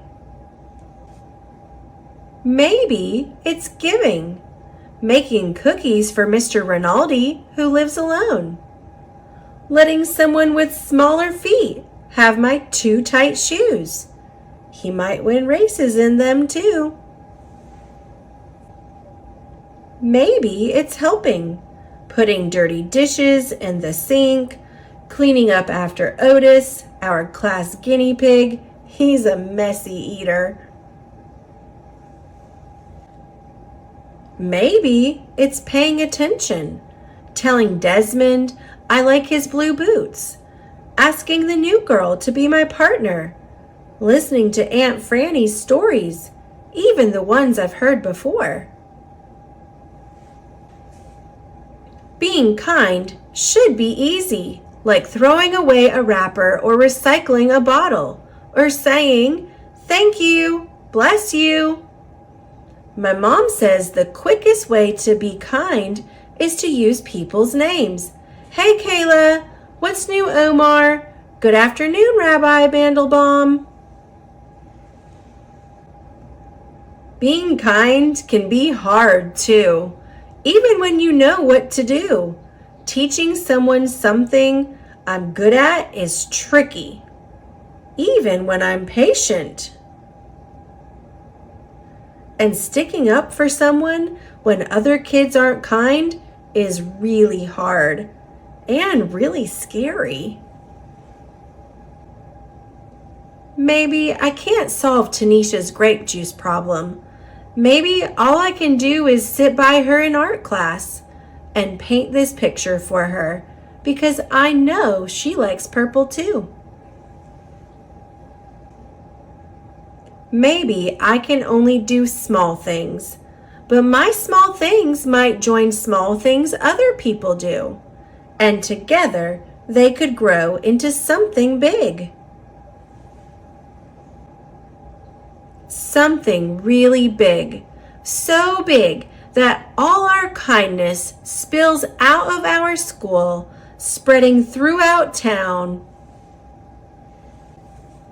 travel across the country, and go all the way around the world. Right back to Tanisha and me, so we can be kind again and again and again.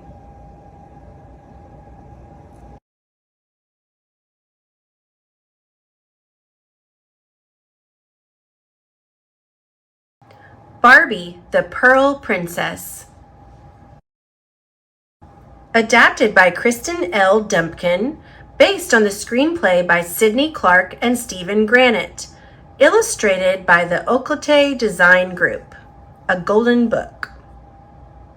In the underwater kingdom of Segundia, a beautiful mermaid princess was born with the royal gift of pearl magic.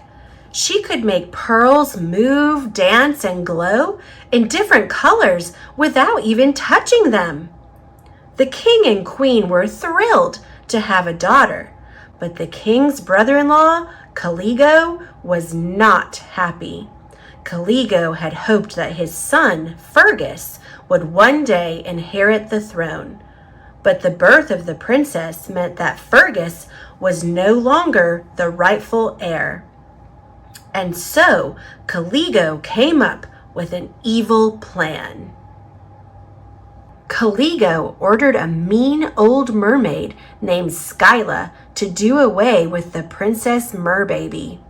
When Skyla snuck into the nursery, however, she instantly fell in love with the baby and decided to save her. She took her far away from the kingdom and the dangerous Caligo. The king and queen were heartbroken. Caligo was pleased that his plan had worked, or so he thought. Skyla named the merbaby Lumina and secretly raised her as her own. Before long, the princess grew into a beautiful young mermaid. Lumina had no idea about her past, but her pearl powers became stronger every day. She loved creating magical pearl hairstyles for her seahorse friend Kuda. The two would dress up and pretend they were royalty. "Do you think we'll ever get to see the castle?" Lumina said to Kuda one day. "Maybe someday," replied Kuda.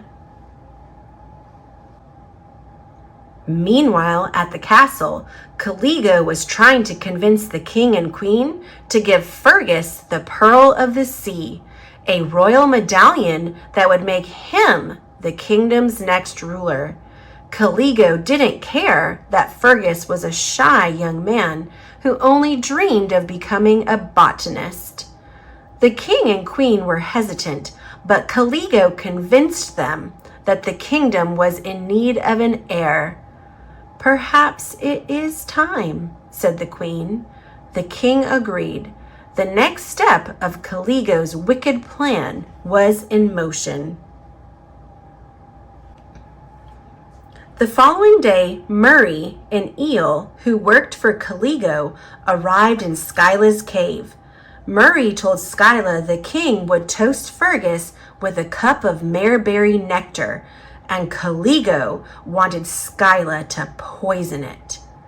"Do it, or I'll tell everyone how you did away with the princess," Murray threatened. The eel gave Skyla an invitation to the royal ball. "It's Saturday at the castle." Just then, Lumina came in. "What about the castle?" she asked eagerly. Skyla looked nervously from Lumina to Murray. "And who is this?" asked Murray. Skyla explained that Lumina was her niece, then hurried Murray out of the cave. The eel slithered away, intrigued. "Did he mean the royal castle?" asked Lumina when Murray left. "Are you going there? Can I go? Please?" "Absolutely not," replied Skyla as she packed a bag. "It's far too risky for a young girl. I'll be back in a few days." She kissed Lumina goodbye and headed out the door. A little while later, Lumina found an envelope on the table. It was the invitation to the ball. Skyla had left it behind. Lumina turned to Kuda. "Skyla can't get into the royal ball without this. It's our duty to go after her all the way to the castle if we have to. This is our big chance." Kuda protested, but Lumina was determined. Before long, they were swimming toward the castle. Lumina and Kuda were passing through a dark kelp forest when they suddenly heard a roar. A large, spiky fish jumped out at them. His name was Spike, and he was a stonefish. "You'd better move it," he warned. "Each of my poisonous spikes means a terrible, horrible end for you." Lumina had a feeling Spike was being mean because he was lonely. She believed in leaving things better than she found them, so she quickly waved her hand. Magical pearls zipped out of a pouch she kept around her waist and landed on each of the fish's sharp spikes, making them safe. "Now what am I supposed to do?" cried Spike sadly. "Just be nicer," said Lumina. "Once no one's afraid of you, I bet you'll have loads of friends." "We're heading to the city. There's lots of fish there. You could practice being friendly to them." The three friends swam off together and soon spotted magnificent buildings twinkling in the distance. "The castle!" Lumina cried. They had arrived in Segundia. Once they got closer, they could see that the kingdom was full of skyscrapers with shiny spiral tops. Merfolk swam in all directions in the bustling city. Suddenly, Lumina spotted Skyla crossing the street. Lumina reached into her bag for the invitation to the ball, but she couldn't find it. "Uh-oh," she said. "I must have lost it in the kelp." "She'll be angry we left the reef," said Kuda. "Come on." She pulled Lumina into a nearby shop before Skyla could see them. As soon as they were inside, Lumina felt a giant tentacle grab her. She looked around to discover that she was in a beauty salon. The owner, Madame Ruckus, was a dazzling octopus with a fancy hairdo, and she thought Lumina was her new stylist. "This way, sweetie," said Madame Ruckus. "I'll get you all set up." She yanked Lumina past manicure and telecure stations and brought her to a styling chair.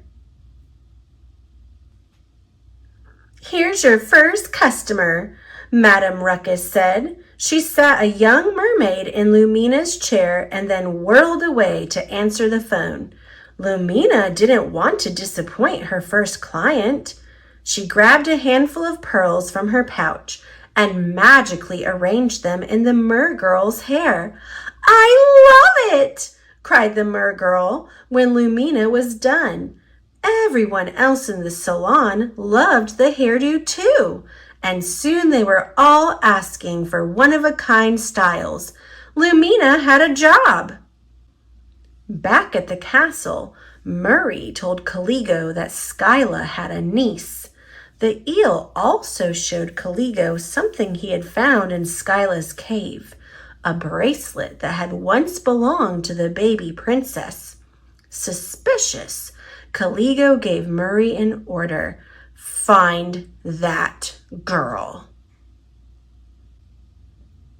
The next day at the salon, Madame Ruckus told everyone that they were invited to the royal ball. Lumina couldn't believe it.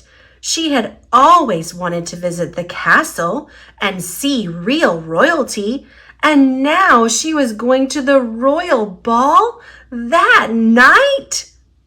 There was just one problem. "What are we going to wear?" asked the other stylists at the salon. Lumina and her friends went shopping for ball gowns, but there weren't many left. Lumina knew she could make things a little better than they found them. "I think we could do a lot with what's here," she suggested. "Add some ribbons, a few flowers, a little braid, and presto, our very own original styles." Lumina was so busy helping the others, she returned to the salon without a gown for herself. "Ladies, grab everything you can find here that's made of fabric," ordered Madame Ruckus.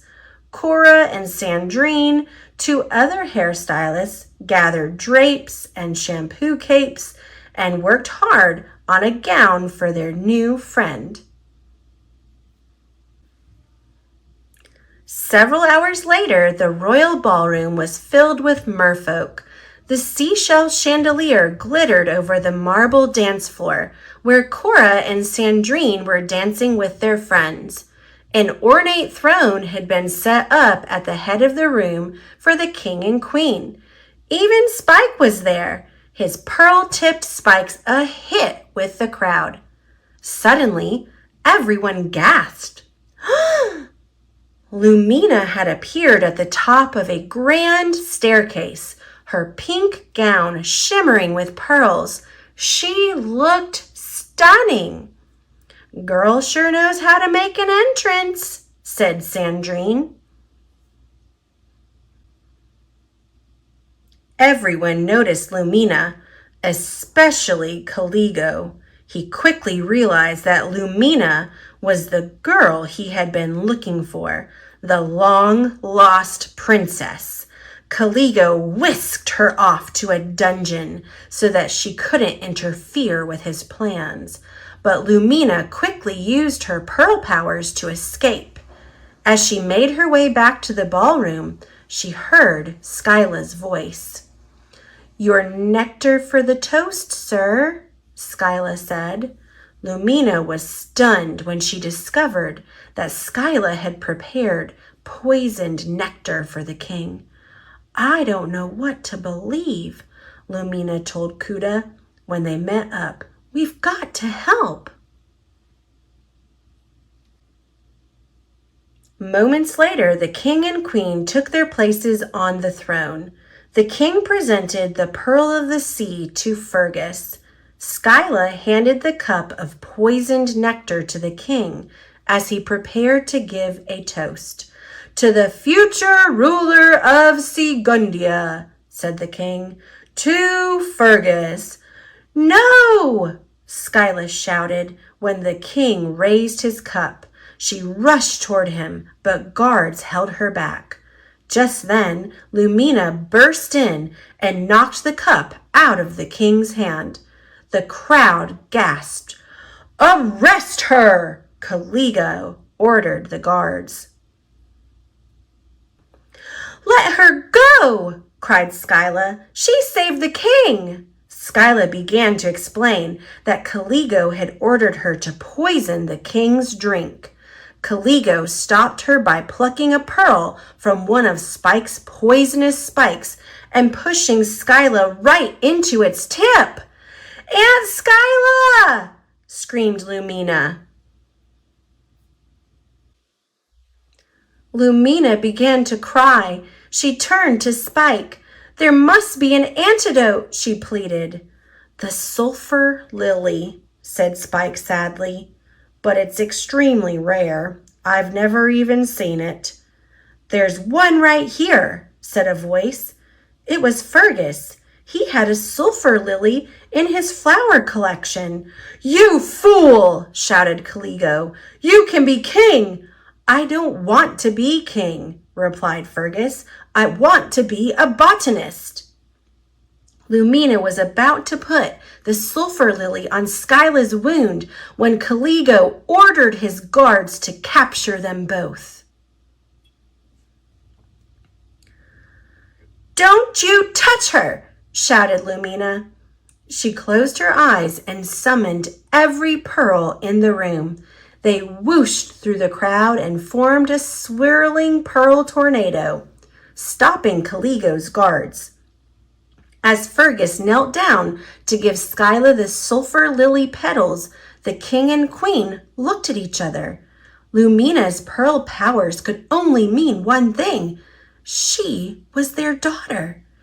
"Aunt Skyla, please stay with me," urged Lumina. Slowly, the old woman's eyes began to open. She smiled at Lumina. Then she pointed to Caligo. "It was him," said Skyla. "He's the one who ordered me to poison your majesty."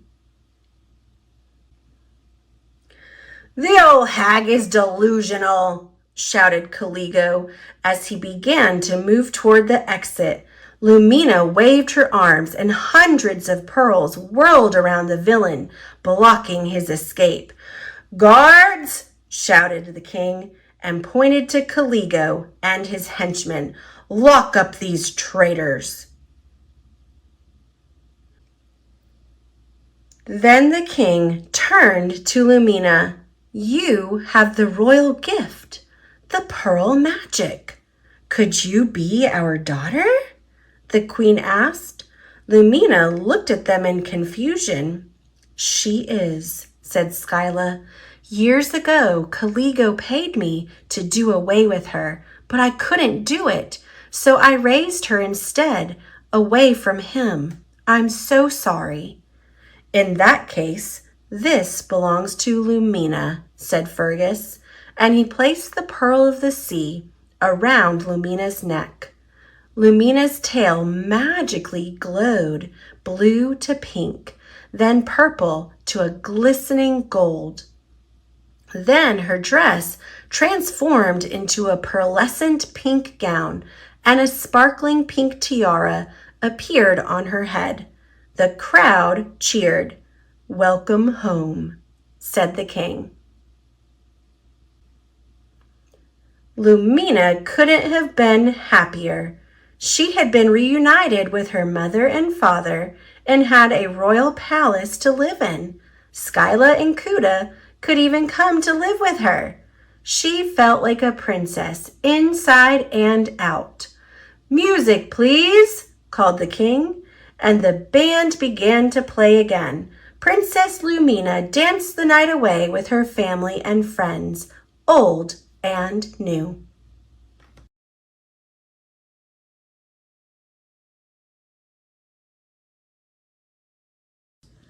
Pete the Cat, Cave Cat Pete, by James Dean. Cave Cat Pete wakes up early. The sun is shining, the birds are singing. Today is going to be a great day, Pete thinks. But then Pete's bed starts to shake. His friend Vinny the Velociraptor is coming to visit. "It's a perfect day for a picnic," says Vinny. "What a great idea," says Pete. "Who should we invite?" "Everyone," Vinny yells. "Right on," says Pete. Pete loves picnics. He heads out to invite all his friends. First, Pete finds his good friend Ethel, the Apatosaurus. To get her attention, Pete climbs all the way up to the top of the tallest tree. "Would you like to come to a picnic?" Pete asks. "I'd love to," says Ethel. "What can I bring?" "How about a really big salad?" Pete suggests. "What a great idea," says Ethel. "I'm on it." Pete wanders along the river. He sees T-Rex. T-Rex plays guitar. T-Rex is awesome. "Hey, T-Rex," Pete yells. "Want to come to a picnic?" "Sweet," says T-Rex. "Can I bring my guitar?" "Definitely," says Pete. "We can jam." "Count me in," says T-Rex. "Okay, if I bring Al the Allosaurus? He's a whiz on the drums." "The more the merrier," says Pete. Pete sees his friend Terry the pterosaur in the sky. "Hi, Pete," she calls. Pete invites Terry to the picnic too. "Would you mind giving me a lift?" Pete asks. "Sure," says Terry. "Climb aboard." Pete sees the spiked tail of his main man, Skip, the Stegosaurus. "How are you feeling today, Skip?" Pete asks. Skip has been sick with the sniffles. "Better," says Skip. "Thanks for asking." "You up for a picnic?" "I think so," says Skip. "I'd hate to miss the fun." It's almost time for the picnic. Cave Cat Pete rushes through the forest. He doesn't want to be late. Whoops! Pete trips over Trini the Triceratops. "We're playing hide and seek," she says, before Pete can ask what she was doing. "I think I hid a little too well." "How long have you been there?" asks Pete. "What's today?" asks Trini. "Well, all the dinosaurs are going to be at the picnic grounds. Want to come?" Pete asks. "What a great idea! Maybe somebody there will play hide and seek with me." It's time for the picnic. Vinny and Ethel are setting up the picnic tables. T-Rex and Al are warming up to play some tunes. Terry and Trini are playing hide and seek. Even Skip seems to be enjoying himself. It doesn't get any better than this, Pete says. T-Rex comes over then. Hey, Pete, he asks. Is there anything else to eat? I'm a carnivore. I don't eat salad. Trini comes over. Terry is cheating at hide and seek. She's flying all around and peeking. Skip comes over. I don't feel so good, he says, and he sneezes. The dinosaurs all start to argue. The picnic will be ruined if Pete doesn't do something. He leans over to Al and says, Can you give me a beat?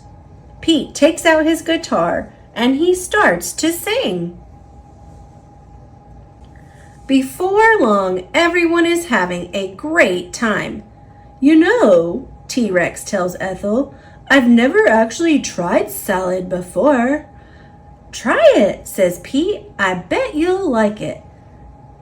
T-Rex tastes the salad. Crunch, crunch, crunch.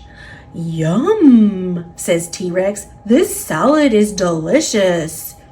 Everyone grabs a plate and digs in. Everyone decides to play hide and seek. Pete is happy that everyone is getting along. He feels lucky to have such great friends.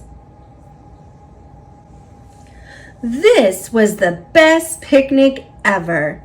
Everyone agrees. It was the best picnic because you guys are the best friends ever, Pete says, and no one can argue with that.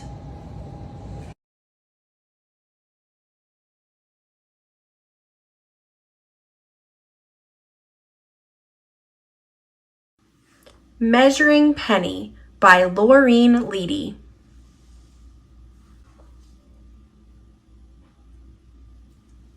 For Joyce, who will go the extra mile. My name is Lisa, and my teacher says our next big homework project is to measure something. Mr. Jason says we can measure anything, like a sofa, a television set, or a doll. Measuring homework, due next Tuesday. Number 1, choose something to measure. Number 2, measure it in as many ways as you can. Height, width, length, weight, volume, temperature, time. Record your results.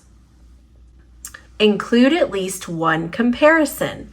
It is taller than or heavier than, etc. Remember, a measurement always has 2 parts, a number and a unit. For example, I am 6 feet tall. Which units can you use? Here are some examples. Standard units: inches, feet, yards, centimeters, meters, teaspoons, cups, gallons, pounds, minutes, etc. Non-standard units: paper clips, bricks, frogs, marbles, pencils, toes, etc. Use your imagination. How tall, how heavy, how small. Measuring helps us to understand the world. When I got home today, my dog Penny jumped all over me as usual. Wow! I could measure Penny for my homework. She is a Boston Terrier and is bigger than a pug and smaller than a Cocker Spaniel. She's about the size of a Shetland sheepdog. Penny, please stop drooling. Come on, Penny. I'll get a ruler and we'll run over to the park. Look at all the dogs out here today. Hey, get down. I can't believe how many dogs live around here. Fine, I'll measure some of you too. We're supposed to use a standard unit. So let me use inches to see how long your noses are. Stop licking my face. Shetland sheepdog, 4 inches. Penny, 1 inch. Pug, 1/2 inch. Penny's measurements. Nose, 1 inch. Unit, inch. Tail, length, equals 1 dog biscuit. Unit, dog biscuit. I'll measure your tails with a non-standard unit. Dog biscuits. Will you please hold still? Penny has the shortest tail. 1 dog biscuit. The fox terrier's tail, 4 dog biscuits. Mixed breed, 6 dog biscuits. Greyhound, 10 dog biscuits. I'll measure your ears with another non-standard unit. Cotton swabs. Don't wiggle so much. Pug, 1/2 swab. Penny, 1 swab. Basset hound, 3 swabs. Penny's ear, length equals 1 swab. Unit, cotton swab. Let's see how wide your paw prints are. I'll turn over my ruler and measure with another standard unit, centimeters. Mixed breed, 5 centimeters. Dachshund, 2.5 centimeters. Penny, 3 centimeters. Cocker Spaniel, 4 centimeters. Penny's paw print, width equals 3 centimeters. Unit, centimeter. I want to see how tall you are. Everybody sit. Dachshund, 12 inches or 1 foot. Cocker Spaniel, 24 inches or 2 feet. Greyhound, 36 inches or 3 feet. Mixed breed, 48 inches or 4 feet. And Penny, 18 inches, 1.5 feet. Penny's height, 18 inches, unit, inch. 12 inches equals 1 foot. Penny is 1.5 feet tall. 3 feet equals 1 yard. Penny is 1/2 a yard tall.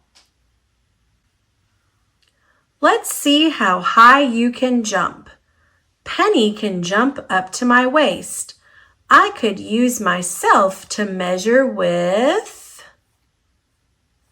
over my head. The greyhound jumped.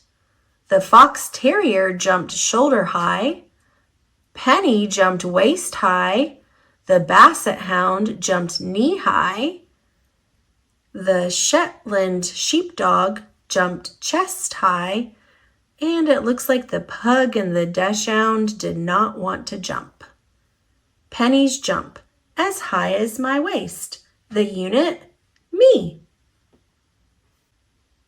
There is no scale here in the park, so I can't weigh anything.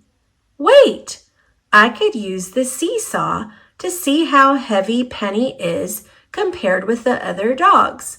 The seesaw is down on Penny's end, so she is heavier than the pug. Weight comparison. Penny is heavier than the pug, lighter than the Cocker Spaniel, same as the Shetland sheepdog. Now Penny's end is up because she is lighter than the Cocker Spaniel. The seesaw is balanced, so she weighs about the same as the Shetland sheepdog. You look thirsty, Penny. We'd better go home and get you a drink. See you later, everybody. Let's stop in the bathroom so I can weigh you. Get on the scale. You're exactly 16 pounds. Now let's go to the kitchen for your drink. Penny's weight, 16 pounds. Unit, pound. Mr. Jason says volume is the amount of space something fills, like water in a cup. So what volume of water do you want? A cup, a pint, a quart, or a gallon? Maybe a tablespoon or teaspoon? You drank a cup of water already today, and I'll give you another cup now. I suppose you're hungry too. No, you can't have the whole bag of dog food. I'll give you half a cup. Drinking water per day, 1 to 3 cups. Food per day, 1 cup dry, half cup canned. Unit, cup. Sometimes Dad and I make homemade dog biscuits. We measure the ingredients so they taste good, at least to you-know-who. I'm going to follow Penny around all day Saturday to measure how much time I spend taking care of her. I'll make a poster for this part. Penny's schedule: 6 a.m., wake up. 6 to 7, patrol house. 7 o'clock, bark to wake up everybody. 7:05, take quick walk. 7:10, eat breakfast. 7:20, beg for scraps. 8 o'clock, howl when mom goes out. 8:10, take nap. 8:45, nibble dog biscuits. 12 noon, eat lunch. 12:15, take nap. 1 o'clock, gnaw bone. 1:15, investigate weird noise in basement. 2 o'clock, snooze for a while. 2:30, bark, run in circles. 2:35, go for a long walk. 3:45, carry newspaper in. 4 o'clock, watch cartoons. Taking care of Penny, how much time does it take? Every day, feeding her, 10 minutes. Brushing her, 15 seconds. She has short hair. Walking her, 5 minutes in the morning, 30 minutes in the afternoon, 10 minutes at night. Playing with her, half hour to 1 hour. Weekly, giving her a bath, 15 minutes to 1 hour. Clipping her toenails, 5 minutes. Units, hours, minutes, and seconds. I'll measure how quickly Penny can run to different places. She can get from her bed to the kitchen in 6 seconds. Penny's times: her bed to her dish, 6 seconds. Across the backyard, 4 seconds. Around the block, 5 minutes. To the park, 7 minutes. To my bus stop, 15 seconds. Units, minutes, and seconds. Temperature is important to Penny. She doesn't like things that are too hot or too cold. Penny likes to go on longer walks when the weather is nice. In fact, you can almost tell the temperature outside just by looking at her. Penny the thermometer. 80 degrees, 60 degrees, 40 degrees, 20 degrees, 0 degrees. Unit, degrees Fahrenheit. The last thing I'm going to measure Penny with is money.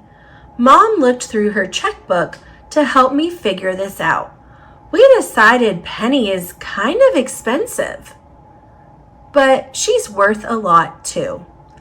Cost of having Penny: to buy puppy, $275. Food for 1 year, $400. Vet, 1 year, $120. Toys, collar, etc., $75. Units, dollars and cents. The value of having Penny: as a burglar alarm, $1,000. As an exercise machine, $500. As entertainment, $20 a day. For love, $1 million. Units, dollars and cents. I'm sure Mr. Jason will give me a good grade on this measuring project. Penny, maybe we should change your name to Million.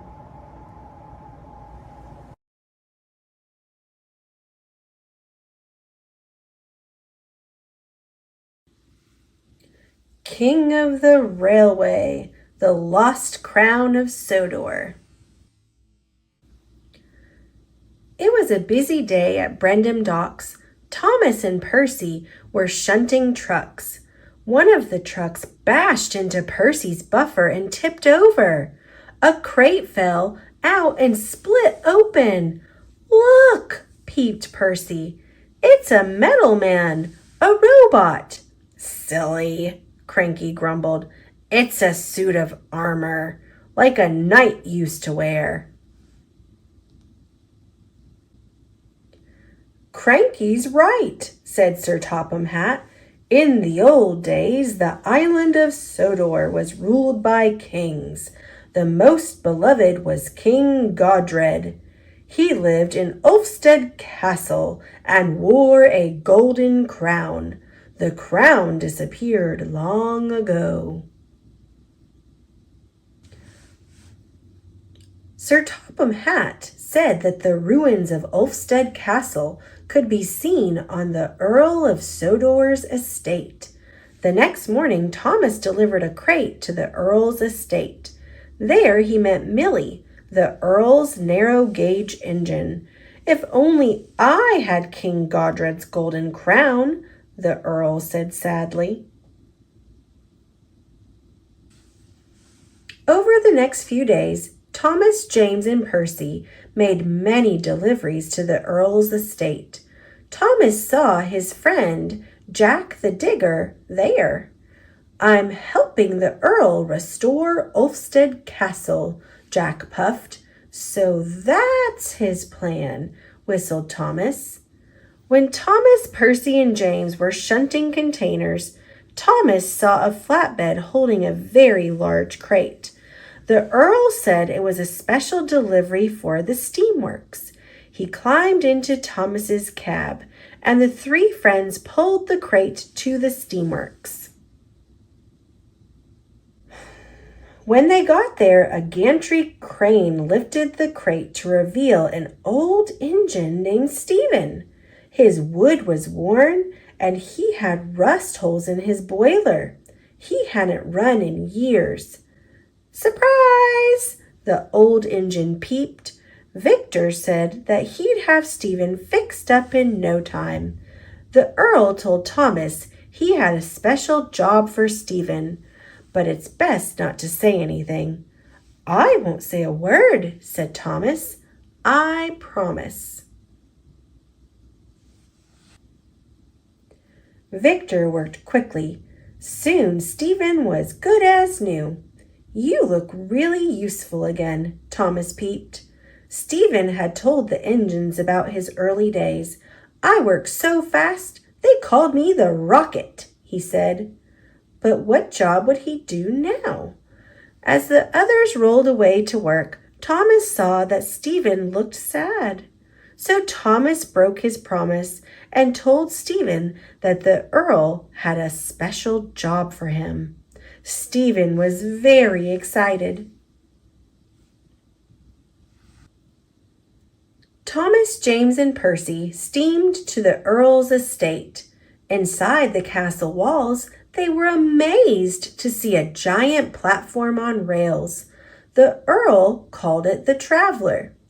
You three will move the Traveler into place for the men. You must be careful to keep the platform stable. Meanwhile, Stephen wanted to know about his special job, so he rolled off to Brendam Docks. There's no work here for an old engine like you, Cranky said.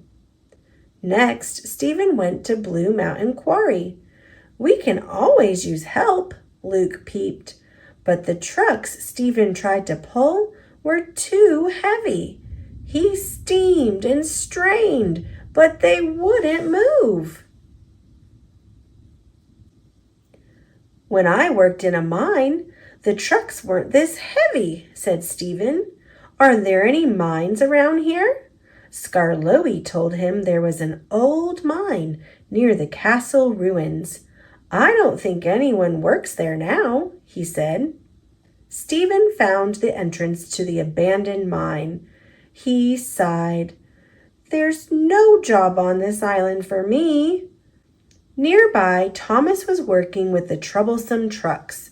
Suddenly, the truck slipped loose and roared down the hill, right towards Stephen.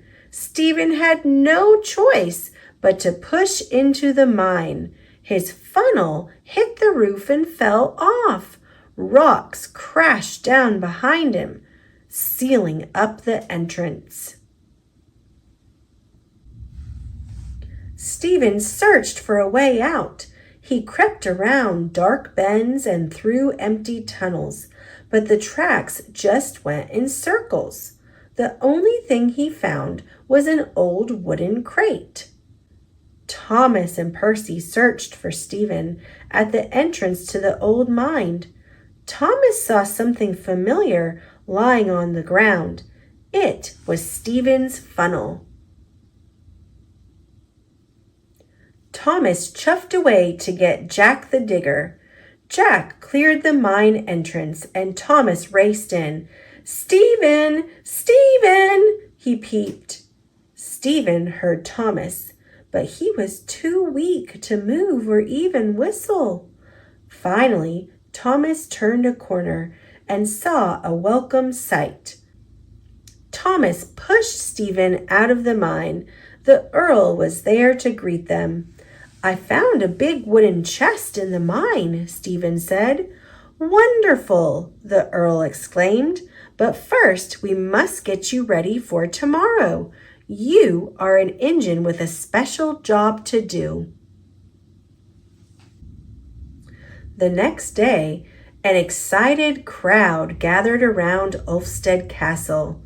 "Welcome, ladies and gentlemen, engines and coaches," said the Earl. "Let me introduce my special steam engine, Stephen. He and Millie will be happy to show you the grounds." Stephen's new funnel glittered like gold. It reminded Thomas of something. "Stephen found something I thought was lost forever," the Earl said. "King Godred's long-lost crown." Thomas realized what Stephen's funnel looked like. A crown. The engines cheered for Stephen. He wasn't the fastest or the strongest, but he was really useful. And today he was a king.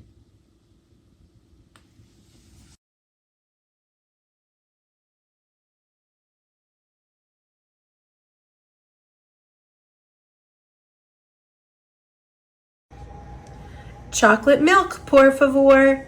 Celebrating Diversity with Empathy by Maria Dismondi, illustrated by Donna Farrell. Johnny was walking into school when he first saw the new kid.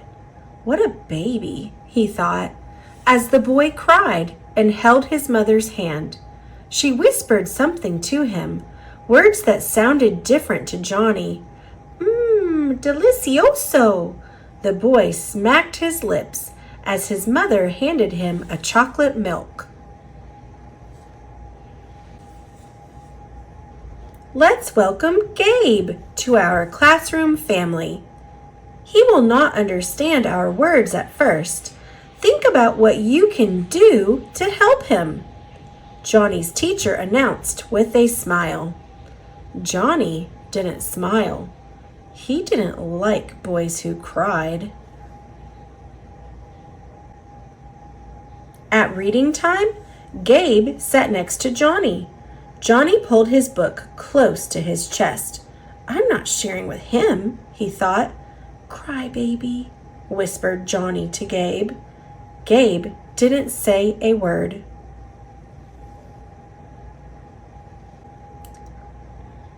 It was lunchtime. Gabe whispered to the lunch aide.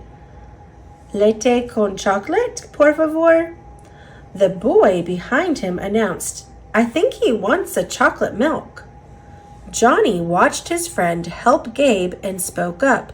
Look, he's not like us. He can't even order lunch. Johnny sat and enjoyed his lunch while Gabe sat alone, drinking his chocolate milk.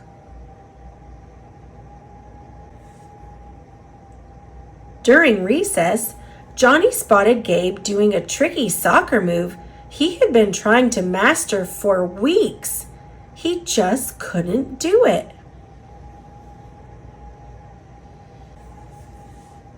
Join our team, a girl shouted to Gabe. Gabe didn't move until she motioned for him to come over. Gabe waved over to Johnny before running to the field, but Johnny ignored him. The team high-fived their new teammate. Well, look at him. He thinks he's so cool, Johnny told himself as he blinked back tears. I won't be a crybaby. Johnny's jaw dropped. Why were they being nice to Gabe? What fun was he when he couldn't even talk? All week, Johnny watched Gabe from a distance. Gabe came to school every day. He still never said anything, but was trying new things. By the end of the week, Johnny sat alone at lunch. Gabe was surrounded by boys and girls laughing and sharing with him.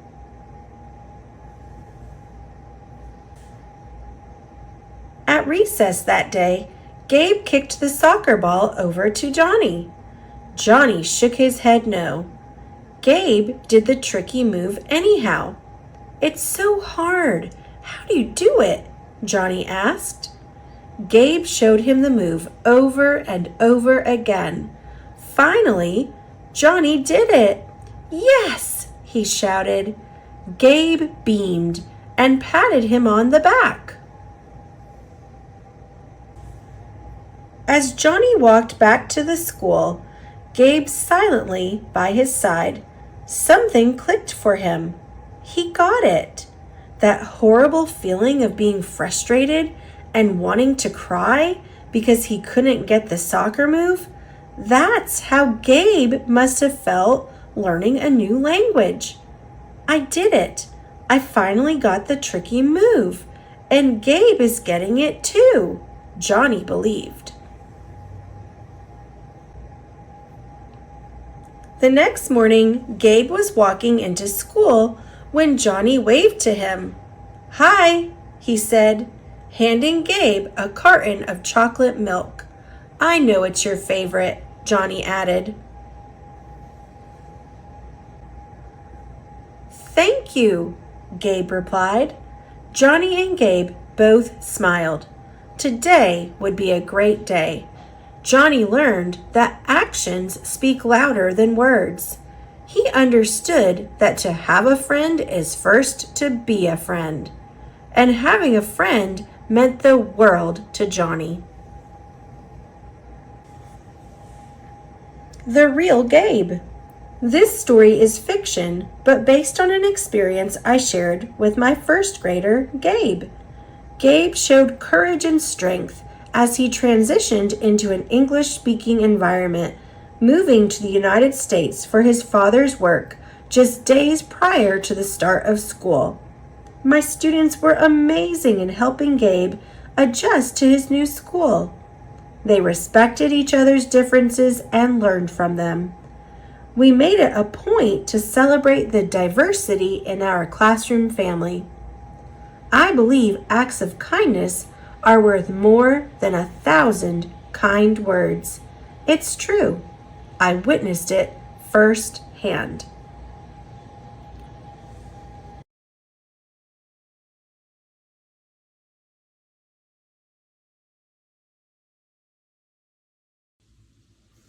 I Love My New Toy by Mo Willems. Hi, Piggy. What are you doing? Look at my new toy! I love my new toy. What does it do? I have no idea. Maybe it's a throwing toy? I love throwing toys. Here, try it. Yes! Nice throw. Thanks. Here it comes. Zoom! Break! I broke your toy. You broke my toy. My new toy! I am mad! And sad. I am mad and sad! I am sorry. You are sorry? Very sorry. I do not care. My new toy is broken. And you broke it.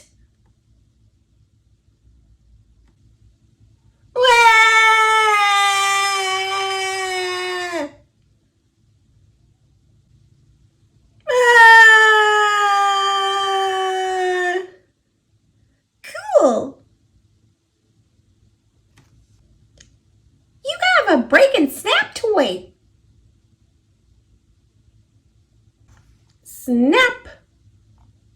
That is a fun toy. Enjoy.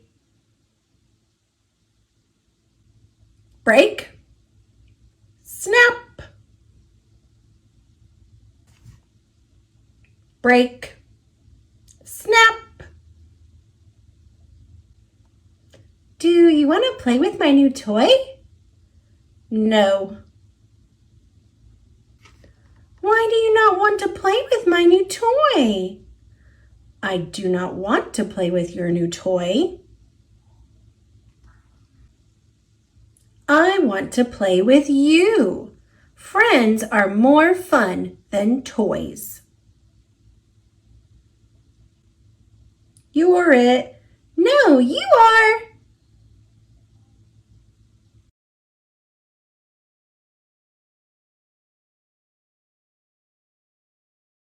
Pete the Cat, 5 Little Pumpkins by James Dean.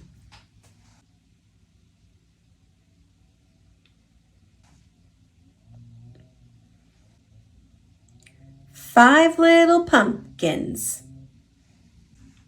Sitting on a gate, the first one said, "Oh my, it's getting late." The second one said, "There are witches in the air." The third one said, "But we don't care." The fourth one said, "Let's run and run and run." The fifth one said, "I'm ready for some fun."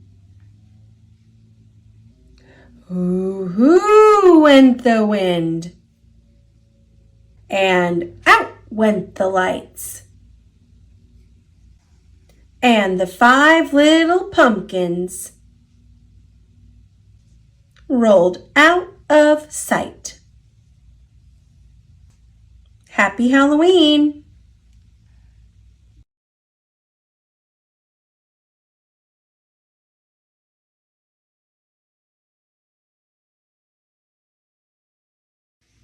Pout Pout Fish and the Bully Bully Shark by Deborah Dyson.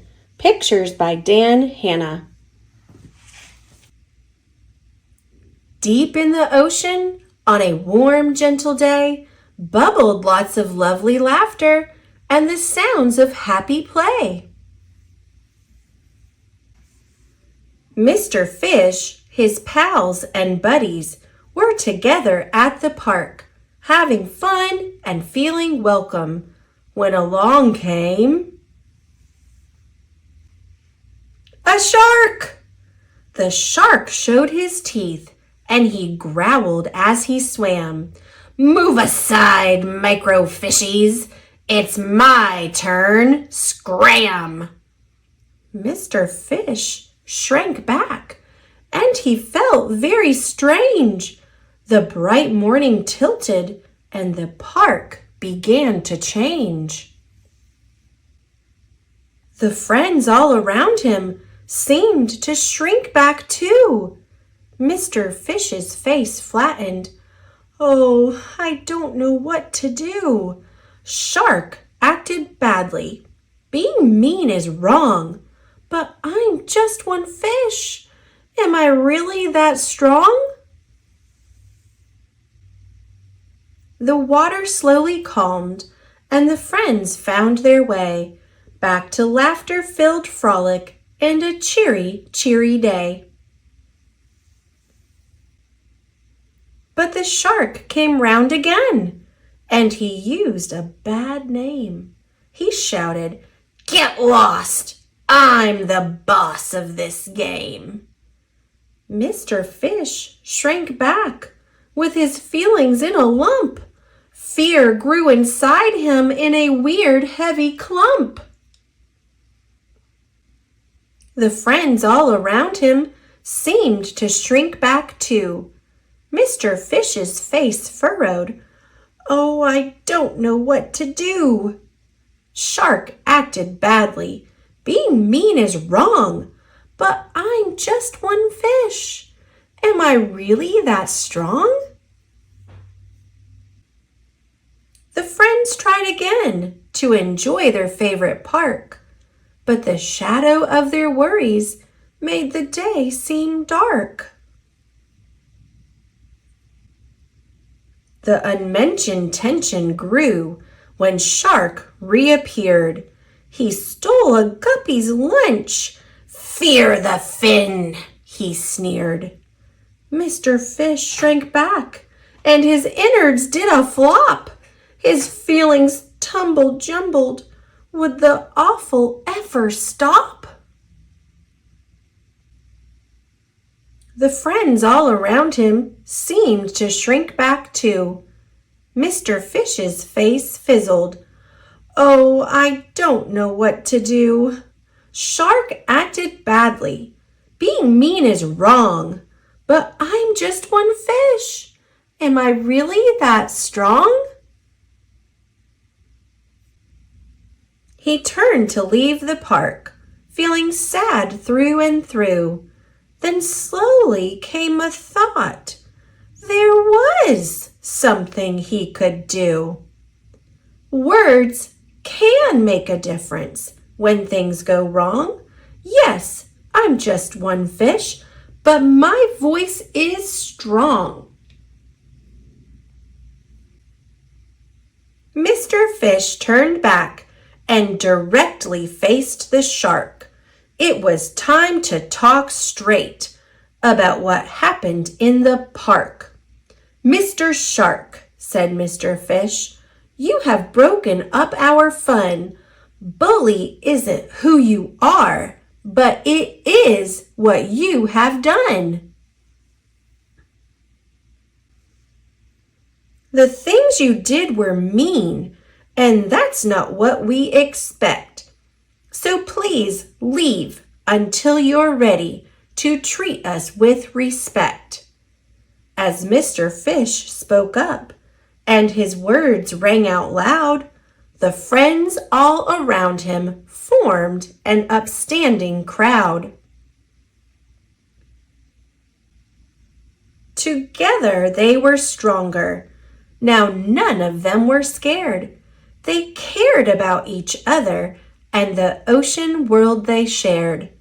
Soon Mr. Fish was laughing and his friends were having fun, taking turns and using empathy, each and every one. The park filled again with the joyful sounds of play, plus the confidence of knowing how to keep it that way. Park rules. Number 1, be kind. 2, be fair. 3, if something goes wrong, speak up. Have fun. We are kind, we are fair. We are all potential friends, so we speak up when we need to. That's how bullying ends.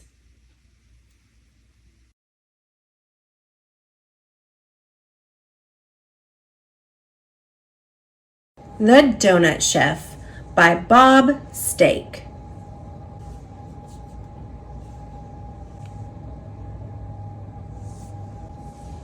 Once upon a summer's day, a donut chef was heard to say, "On this street where people stop, I'll open up my donut shop." The store was cozy, made of brick. He got it ready super quick. He washed the walls, he swept the floors, he hung a sign above the doors. He stacked his pots, he cleaned his pans, he dusted off the ceiling fans.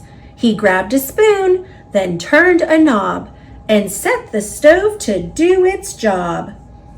That donut chef, he worked so hard by mixing flour, sugar, lard. He baked his donuts fresh at dawn, then hoped by noon they'd all be gone. At first one man walked in the store, but then a line snaked out the door. The donuts soon were all the rage, adored by folks of every age. Soon word got out of this success, and to another chef no less, who said to him, "Your shop is through when my store opens next to you." Indeed, with 2 shops on the block, both selling donuts round the clock. Well, people asked, you might have guessed, whose donuts are the very best. 2 donut shops on one small street. For customers they did compete. Each used his donut selling tricks before he closed his doors at 6. If one chef dropped his donut cost, the next would add more chocolate frost. If one would scream, "Buy 2, get 3," the other yelled, "But mine are free." They made new flavors, quite bizarre, like cherry frosted lemon bar, and peanut brickle buttermilk, and gooey cocoa mocha silk. They tried new shapes beyond just rings. Their donuts were such crazy things. Some were square and some were starry, some just like calamari. Some were airy, some were coney, some resembled macaroni. It wasn't long before the sweets looked not at all like donut treats. They'd lost their taste, they'd lost their soul, they'd even lost their donut hole. The chefs continued with their feud, cooked up more crazy frosted food. Then in walked little Debbie Sue, a teeny girl, just barely 2. She looked at all the donuts weird, the flavor strange, the toppings smeared. She looked and looked, but could not find the one that was her favorite kind. "Excuse me, mister," said the tyke, "but where's the donut that I like?" "It isn't here, it isn't there. You think it's under that eclair?" "Oh, surely," said the chef with grace, "your doughnut's in this doughnut case. We've doughnuts laced with kiwi jam and served inside an open clam. Doughnuts made with huckleberry. Don't be scared, they're kind of hairy. And doughnuts made from spiced rum pears, so popular with millionaires. We've doughnuts lighter than a wisp, doughnuts gooey, doughnuts crisp, doughnuts dressed just like a Shriner, doughnuts major, doughnuts minor. If we don't have it, you can bet it can't be found, at least not yet." The choice of doughnuts left her dazed. Said Debbie Sue, "But I want glazed." The crowd went silent, jaws hung low, a flavor choice from long ago. "No one orders doughnuts glazed." The chef was startled, then amazed. "A doughnut glazed? That's so old time, from when a doughnut cost a dime." "Hey, I like glazed," a voice chimed in. "Me too, I love 'em. Where have they been?" Then all the people sang in praise of simple doughnuts dipped in glaze. The clever chef then got a thought and turned his stove to super hot. Flour, sugar, just a cup, and in a bowl he mixed it up. He let it cook, knew what to do, and ding, the timer chimed on cue. "Your doughnut's ready, Debbie Sue."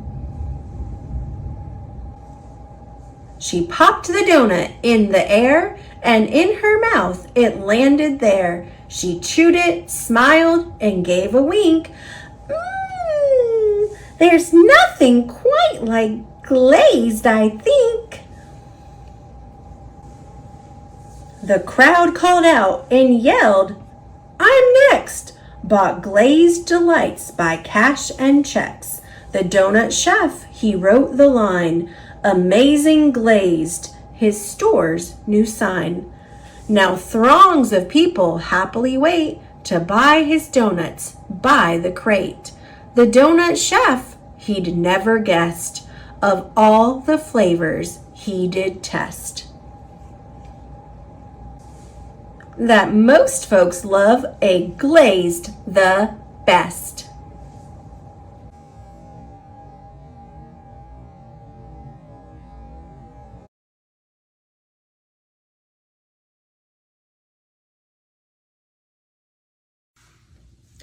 I Spy Fly Guy by Ted Arnold. A boy had a pet fly. He named him Fly Guy. Fly Guy could say the boy's name. Buzz! Chapter 1. One day, Buzz and Fly Guy went outside. "Let's play hide and seek," said Buzz. Fly Guy hid in the garbage can. He always hid in the garbage can. He liked to eat while Buzz looked for him. "I spy Fly Guy," said Buzz. "It's my turn to hide." Buzz hid in the garden shed and shut the door. Fly Guy found a way in. "Buzz!" "You are good," said Buzz. "It's your turn to hide again." Fly Guy hid in the garbage can again. Just then, the garbage man came. He dumped the garbage into the truck and drove away. Chapter 2. Buzz's dad was going to work. "Follow that truck!" cried Buzz. The truck drove and drove and drove all the way to the town dump. Buzz ran into the dump. "Fly Guy, where are you?" Fly Guy! He cried. Answer me! A zillion flies all answered. Buzz!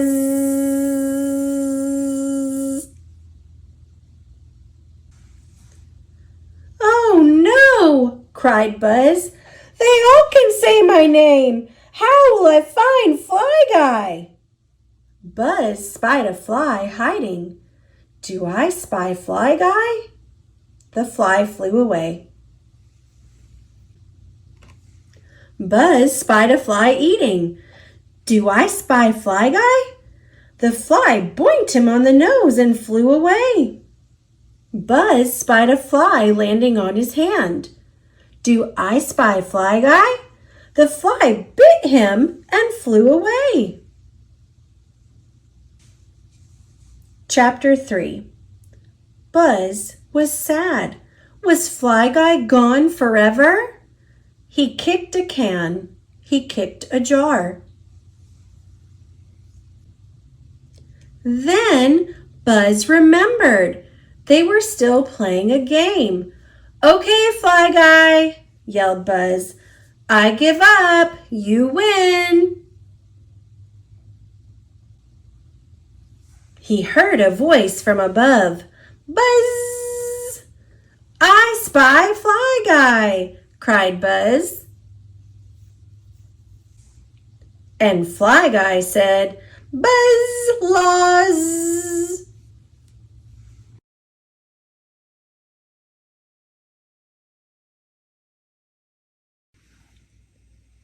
Thomas and Friends. All engines go. Thomas and Bruno. By Christy Webster. Based on the episode Shake, Rattle, and Bruno by Daniel Scher Strom. It was a sunny day on the island of Sodor. Bruno was busy with his favorite activity, memorizing the train schedule. Kana's delivering food to the fair, he said to himself. The rocks in Crumble Canyon are extra crumbly today. Thomas and his friends sped past, playing train tag. Want to play? Thomas asked Bruno. You engines are too fast, Bruno said. I'm a brake car. My job is to slow things down. Just then, Gordon rolled up in a hurry. We have an urgent delivery. Bruno remembered the train schedule. There are no deliveries scheduled right now, he pointed out. You're right, Gordon replied, but Vickerstown Lighthouse needs a replacement light before sundown. We need someone strong and fast. Diesel pulled up. No one's faster and stronger than me, he bragged. I'm on it. Gordon told Bruno to go with Diesel to keep him safe. What's the fastest route, Bruno? Diesel asked.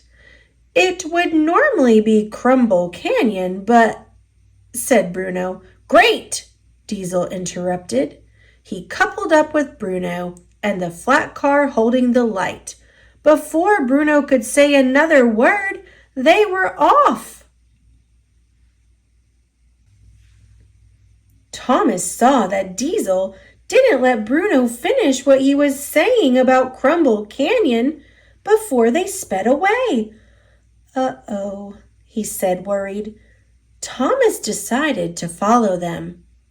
As Diesel approached the canyon, Bruno finished his warning. We shouldn't go this way, he said. There could be avalanches. I'm not scared of a few falling rocks, Diesel scoffed. I'm faster. Thomas followed Diesel and Bruno into the canyon. The rumbling sound of Diesel's fast wheels was loosening the rocks above.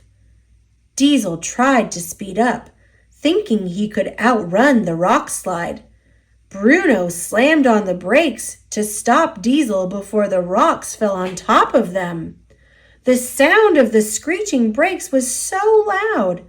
Bruno puffed on headphones from his stovepipe to muffle the sound.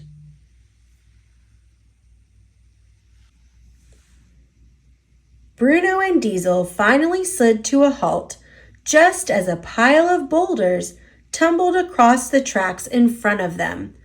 "That was close," Diesel said. "Thanks, Bruno." Bruno couldn't hear him with his headphones on. Diesel raised his voice. "Thank you," he yelled. Thomas caught up to his friends as Diesel's loud voice rang through the canyon. The sound of his yell loosened even more rocks above. Thomas slammed on his brakes as they started to fall. Thomas stopped just in time, but now an even bigger pile of boulders covered the tracks. This time, it was behind Bruno and Diesel. Luckily, they were safe, but they were trapped.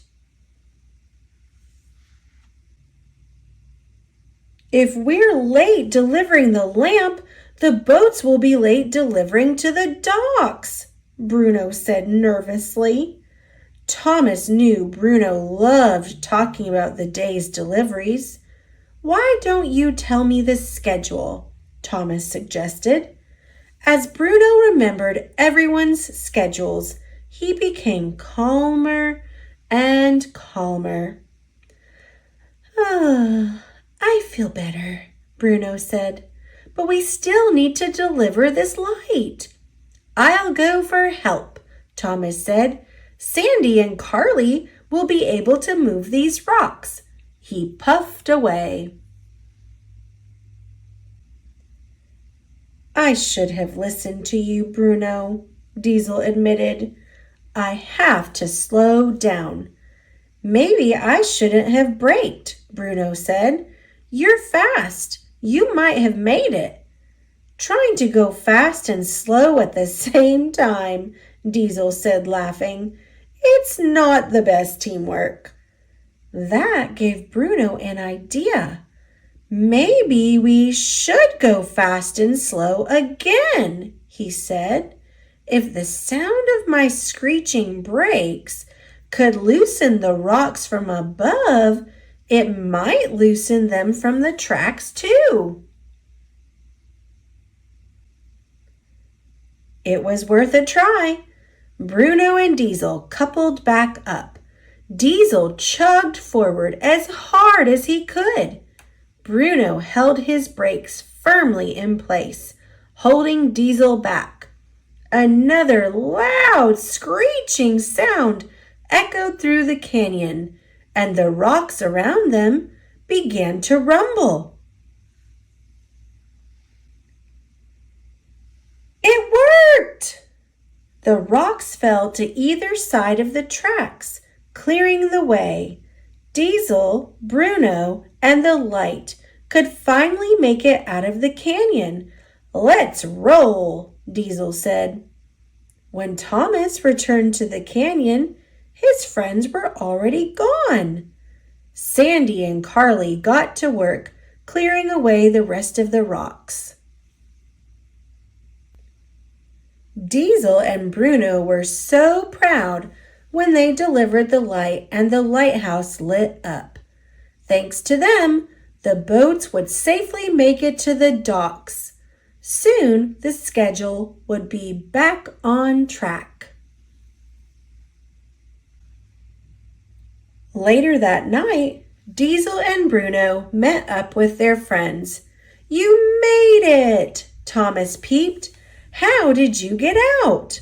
"We went fast and slow," Bruno said. "Yes," Diesel smiled. "We worked well together, and Bruno is great at his job."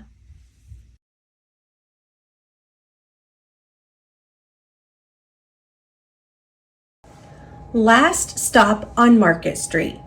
Words by Matt De La Pena. Pictures by Christian Robinson.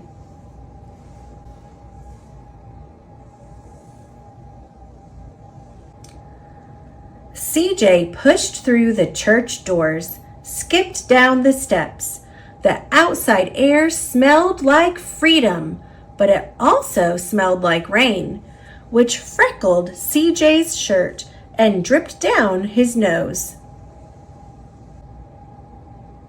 He ducked under his Nana's umbrella, saying, "How come we gotta wait for the bus and all this wet?" "Trees get thirsty too," his Nana told him. "Don't you see that big one drinking through a straw?" CJ looked for a long time, but he never saw a straw. From the bus stop, he watched water pool on flower petals, watched rain patter against the windshield of a nearby car. His friend Kobe climbed in, gave CJ a wave, and drove off with his dad. "Nana, how come we don't got a car?" "Boy, what do we need a car for? We got a bus that breathes fire, and old Mr. Dennis, who always has a trick for you." The bus creaked to a stop in front of them. It sighed and sagged, and the doors swung open. "What's that I see?" Mr. Dennis asked. He pulled a coin from behind CJ's ear, placed it in his palm. Nana laughed her deep laugh and pushed CJ along. They sat right up front. The man across the way was tuning a guitar. An old woman with curlers had butterflies in a jar. Nana gave everyone a great big smile and a good afternoon. She made sure CJ did the same. The bus lurched forward and stopped, lurched forward and stopped. Nana hummed as she knit. "How come we always gotta go here after church?" CJ said. "Miguel and Kobe never have to go nowhere." "I feel sorry for those boys," she told him. "They'll never get a chance to meet Bobo or the Sunglass Man. And I hear Trixie got herself a brand new hat." CJ stared out the window, feeling sorry for himself.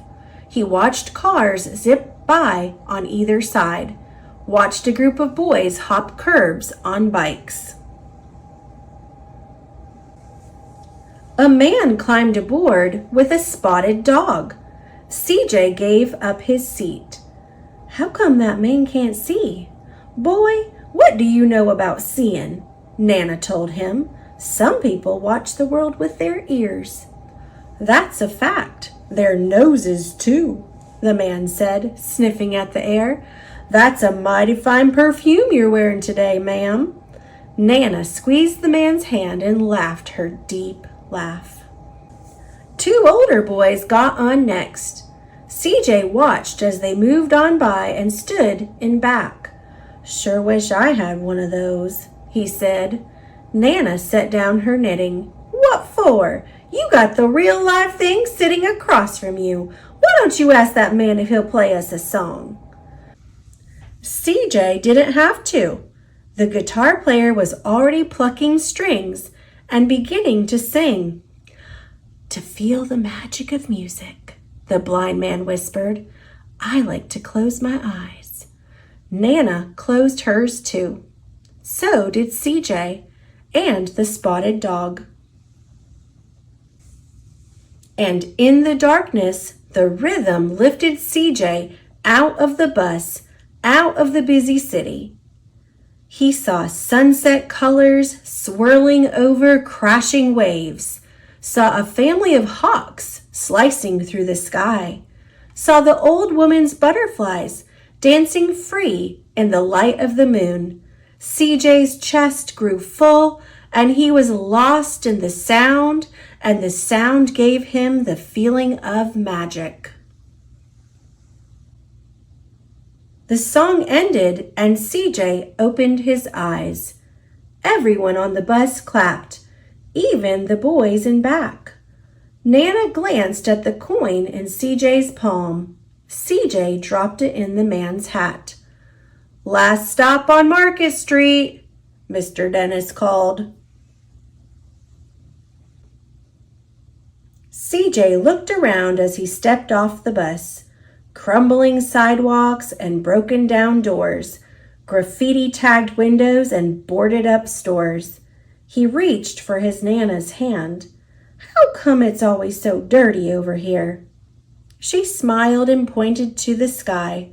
"Sometimes, when you're surrounded by dirt, CJ, you're a better witness for what's beautiful." CJ saw the perfect rainbow arcing over their soup kitchen. He wondered how his Nana always found beautiful where he never even thought to look. He looked all around them again, at the bus rounding the corner out of sight, and the broken street lamps still lit up bright, and the stray cat shadows moving across the wall. When he spotted their familiar faces in the window, he said, "I'm glad we came." He thought his Nana might laugh her deep laugh, but she didn't. She patted him on the head and told him, "Me too, CJ. Now come on."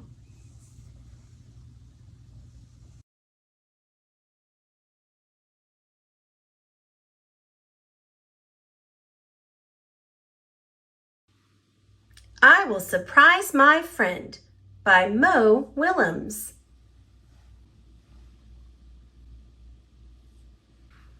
Look!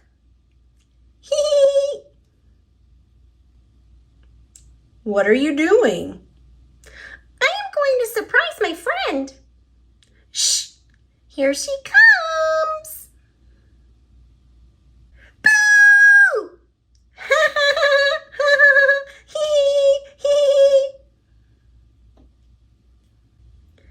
You surprised me.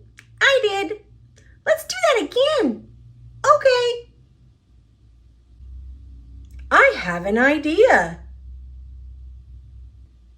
We could surprise each other. Yes! We could surprise each other by the big rock. Yay! You go this way, and I will go that way. Hee hee hee. Hee hee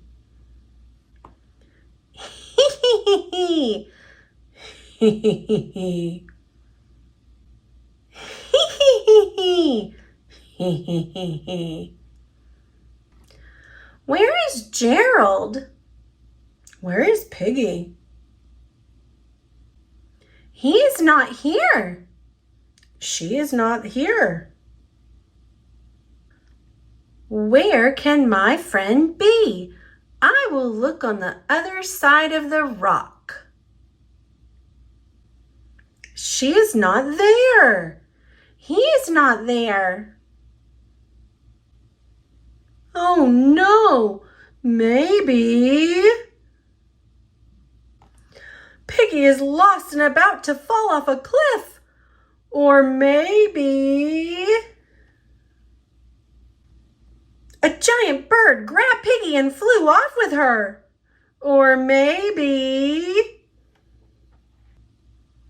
a scary, scary monster is trying to eat her right now. Poor Piggy. Maybe Gerald got hungry for lunch. Piggy must be saved. I am hungry for lunch.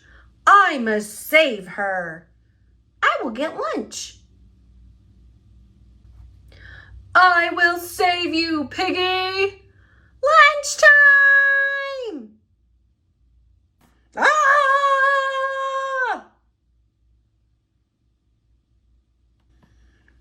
That was a surprise. A big surprise. Plop, Plunk. Next time, let's play tag. Deal.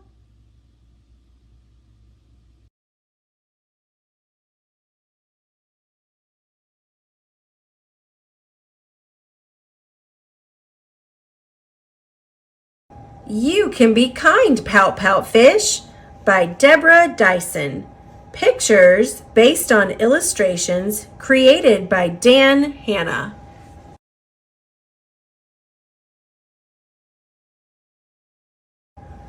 Mr. Fish was about to pout. One friend was unhappy, then two friends were, then three, then four. Soon the whole class was in a bad mood. The bad mood was big. No one had a smile. No one had a laugh. Mr. Fish sank down. Blub. I do not know what to do. He looked around. One fish cannot change this. Then he had an idea. He tried it. It worked. He tried it again in a new way. It worked. He tried it again in a new way. It worked again. He kept trying. Every time he tried, it worked. It was not hard. It was not hard to be kind. His idea spread. One friend was kind, then two friends were, then three, then four. Soon the whole class was in a good mood. I can be kind, said Mr. Fish. We all can be kind, said the class. No pout about it.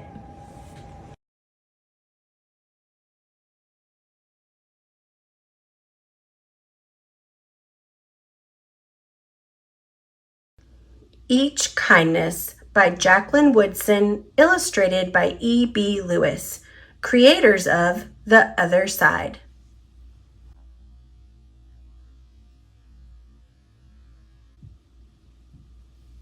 That winter, snow fell on everything, turning the world a brilliant white.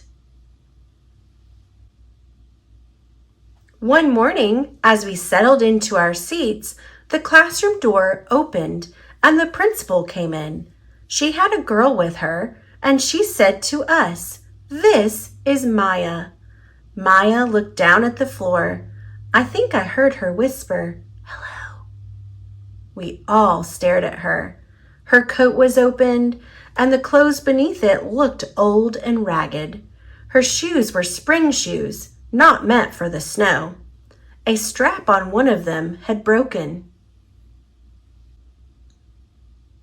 Our teacher, Ms. Albert, said, "Say good morning to our new student," but most of us were silent. The only empty seat was next to me.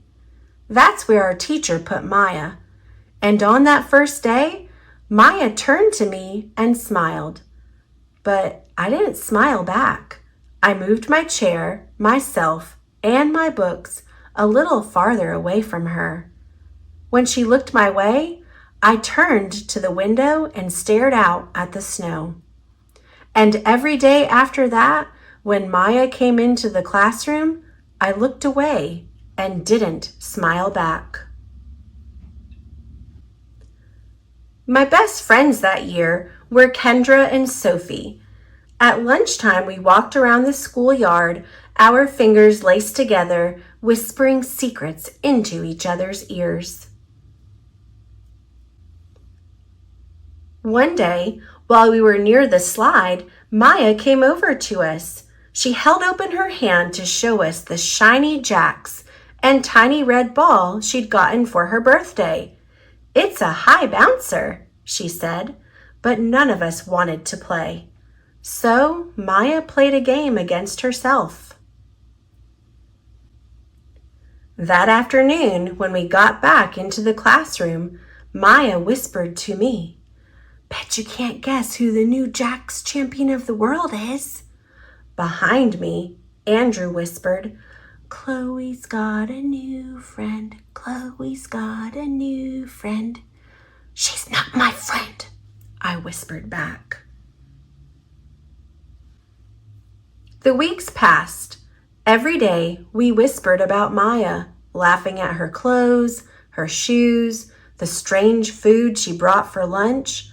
Some days Maya held out her hand to show us what she had brought to school: a deck of cards, pickup sticks, a small tattered doll.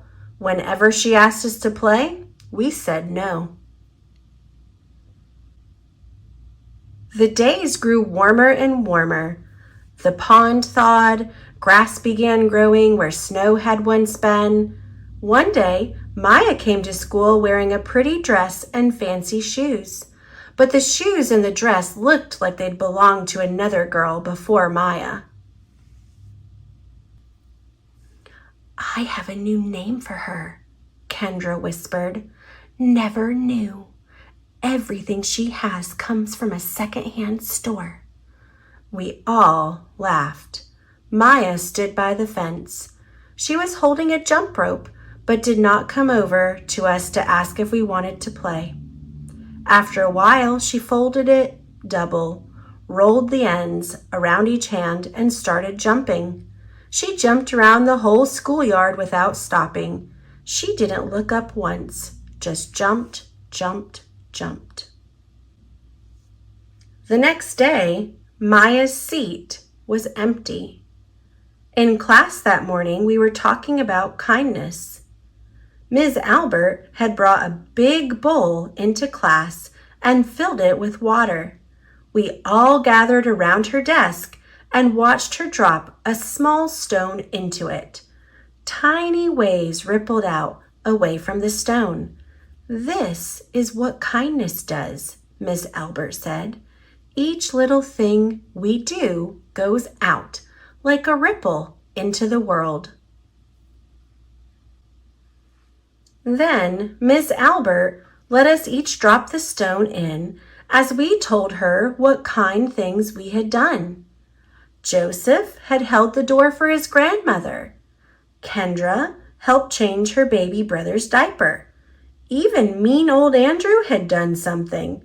"I carried teacher's books up the stairs," he said. And Ms. Albert said it was true. I stood there, holding Ms. Albert's rock in my hand, silent. "Even small things count," Ms. Albert said gently. But I couldn't think of anything and passed the stone on. Maya didn't come to school the next day or the day after that. Each morning, I walked to school slowly, hoping this would be the day Maya returned and she'd look at me and smile. I promised myself this would be the day I smiled back. "Each kindness," Miss Albert had said, "makes the whole world a little bit better." But Maya's seat remained empty. And one day, Ms. Albert announced to the class that Maya wouldn't be coming back. Her family had moved away, Ms. Albert said. Then she told us to take out our notebooks. It was time for spelling. That afternoon, I walked home alone. When I reached the pond, my throat filled with all the things I wished I would have said to Maya. Each kindness I had never shown. I threw small stones into it over and over, watching the way the water rippled out and away, like each kindness done and not done, like every girl somewhere holding a small gift out to someone and that someone turning away from it. I watched the water ripple as the sun set through the maples, and the chance of a kindness with Maya became more and more forever gone.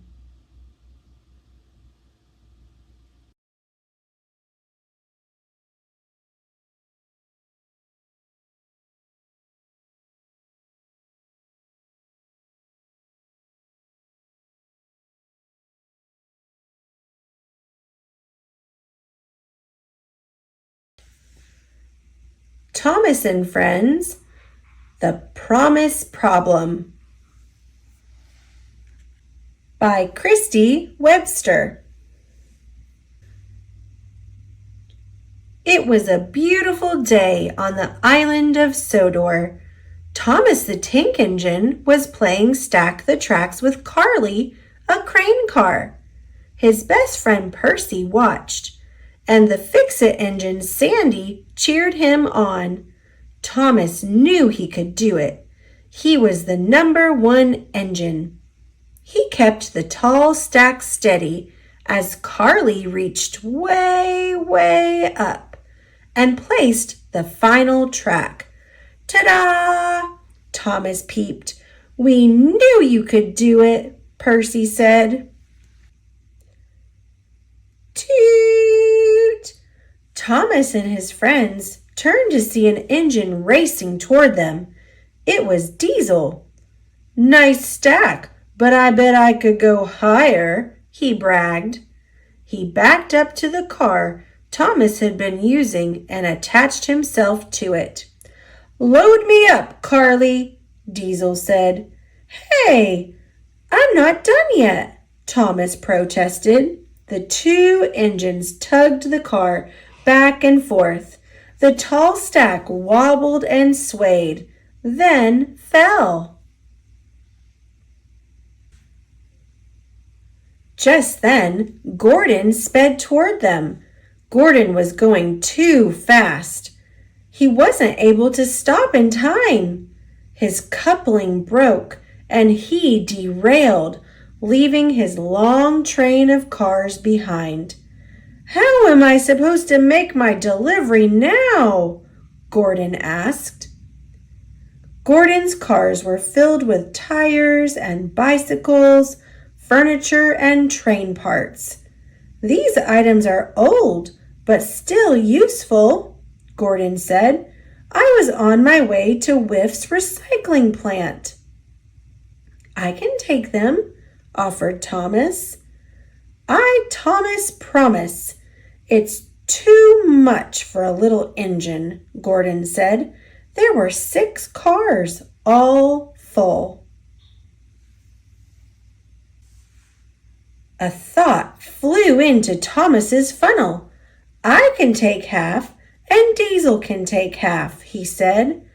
That's a smokin' idea, Diesel said, letting black smoke drift out of his vents.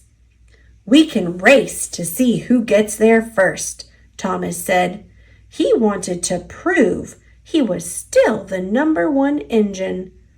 Thomas and Diesel each coupled to 3 of Gordon's cars and took off toward Whiff's. Both engines chugged along as fast as they could.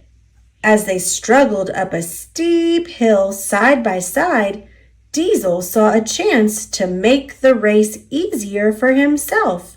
He tilted toward Thomas, causing a heavy refrigerator to fall into one of Thomas's cars.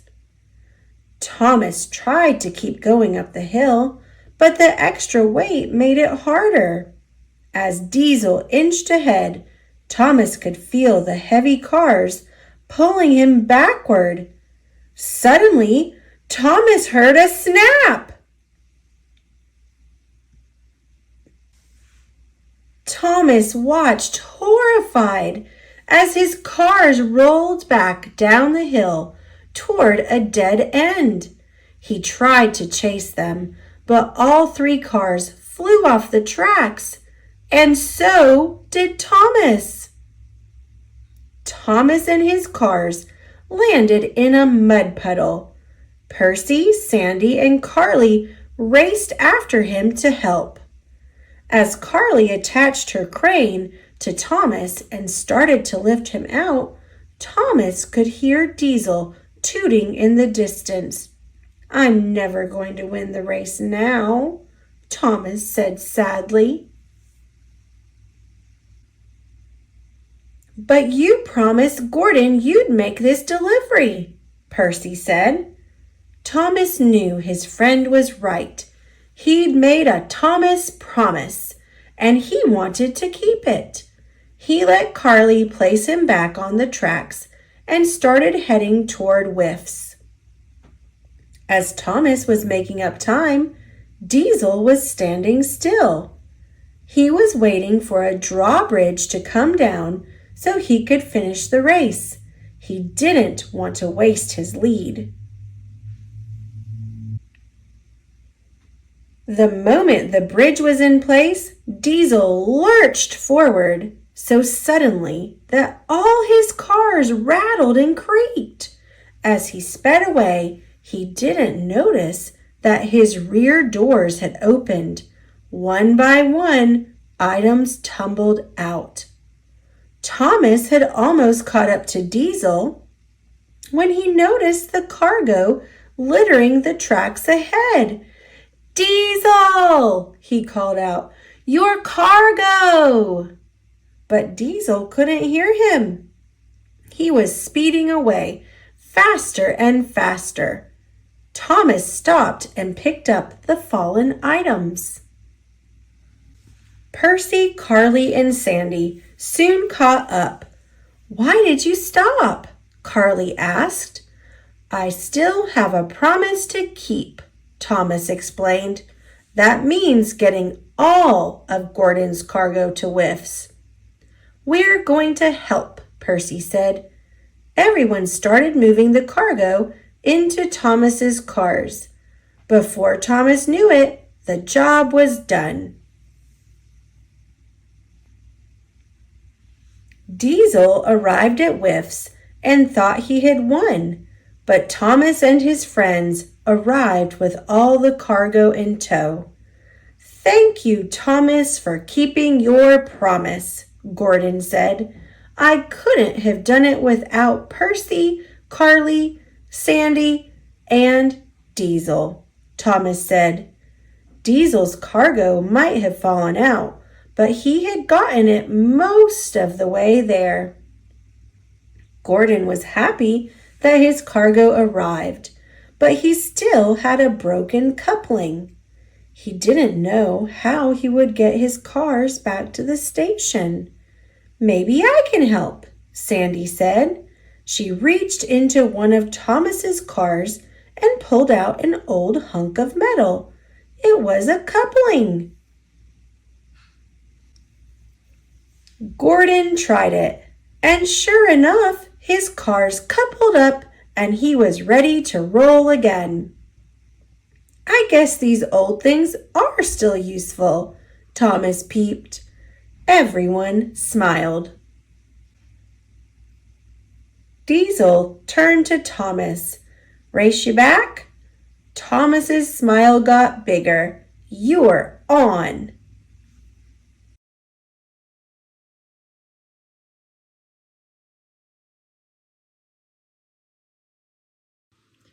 Barbie, Lost and Found by Carol Pugliano Martin, illustrated by SI International. Barbie was reading in her room. All of a sudden, she heard Stacy calling from outside. "Barbie, come quick!" cried Stacy. Barbie ran outside. "Look who followed me home," said Stacy. "Can I keep her?" Barbie knelt down to pet the dog. She let the dog lick her hand. "I don't see a collar or a tag," Barbie said. "Does that mean I can keep her?" asked Stacy. "Stacy, "This dog might belong to someone. We have to find her owners," said Barbie. "I guess you're right," said Stacy. "Let's look for clues." "Well, she's all wet and muddy," said Barbie. "Yes, that's the first clue," Stacy said. She ran inside and got a notepad. She wrote the clue on the pad.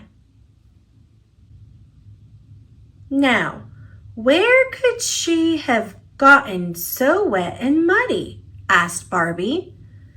"There's a stream in the park," said Stacy. They began walking. The dog trotted beside them. They came to the park. The dog ran ahead. "Barbie, she's heading right to the stream," said Stacy. When they got there, the dog was standing at the edge. She was barking. "This must be where she got wet," said Stacy. "Do you like to swim, girl?" The dog gave Stacy her paw. "Look, Barbie," said Stacy. "There's a branch in her fur. It's another clue." Stacy wrote down the clue. "Now we have to find the bush it came from," she said. They began to search the park. "There it is!" cried Stacy. They ran to the bush. They saw something shiny. It was a collar with a tag.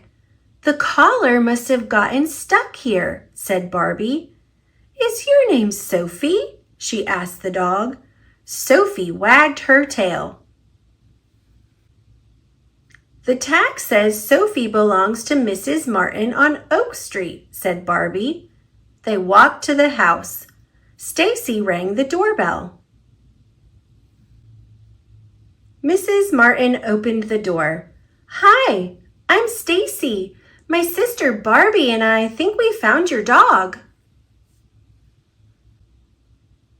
"She followed me home," said Stacy.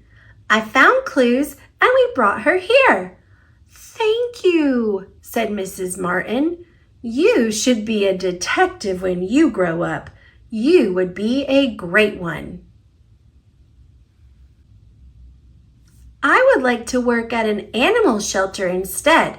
I want to help animals find homes," said Stacy. "Well, you're off to a good start," said Mrs. Martin. Woof! Sophie agreed.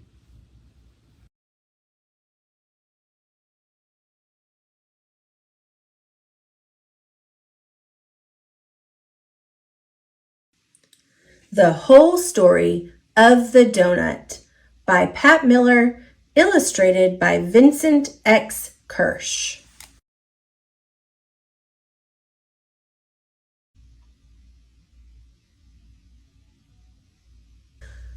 Few remember the master mariner, Hansen Crockett Gregory, though he was bold and brave and bright.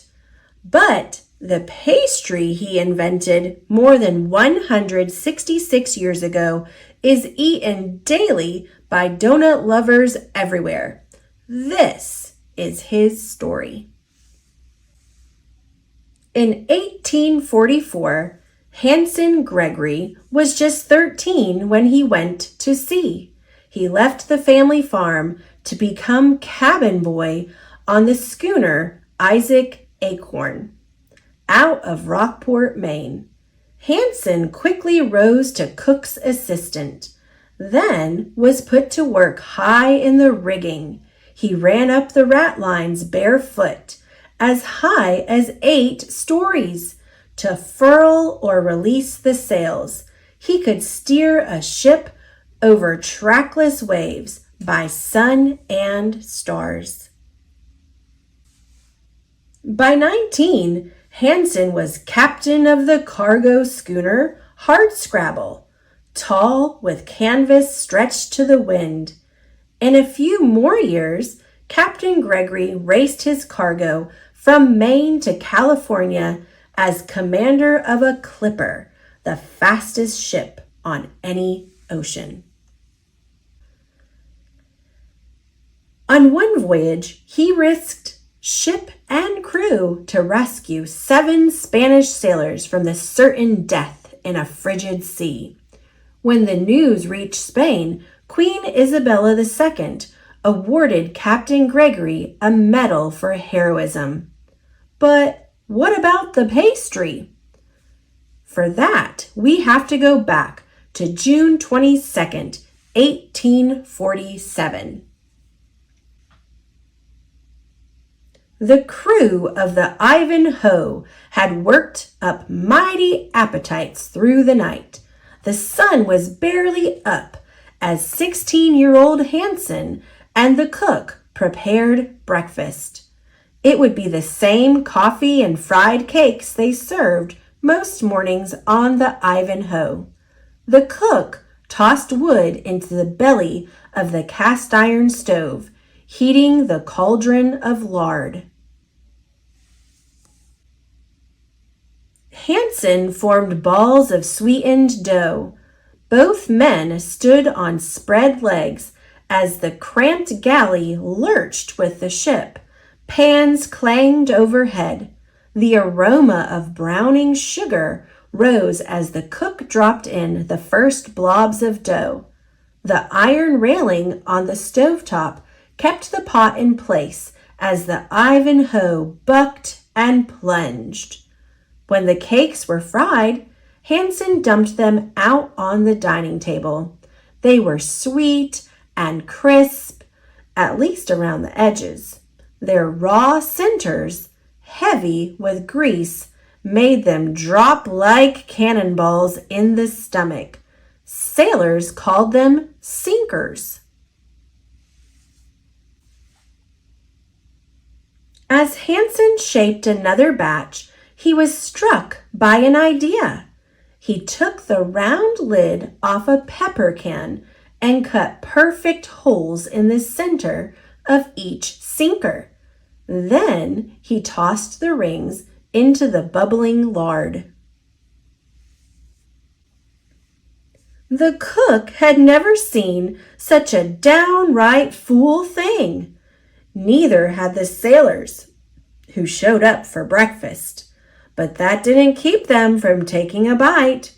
The cakes were brown and sweet and fully cooked. Sighs of delight rose above the noisy sea. A new breakfast tradition was born.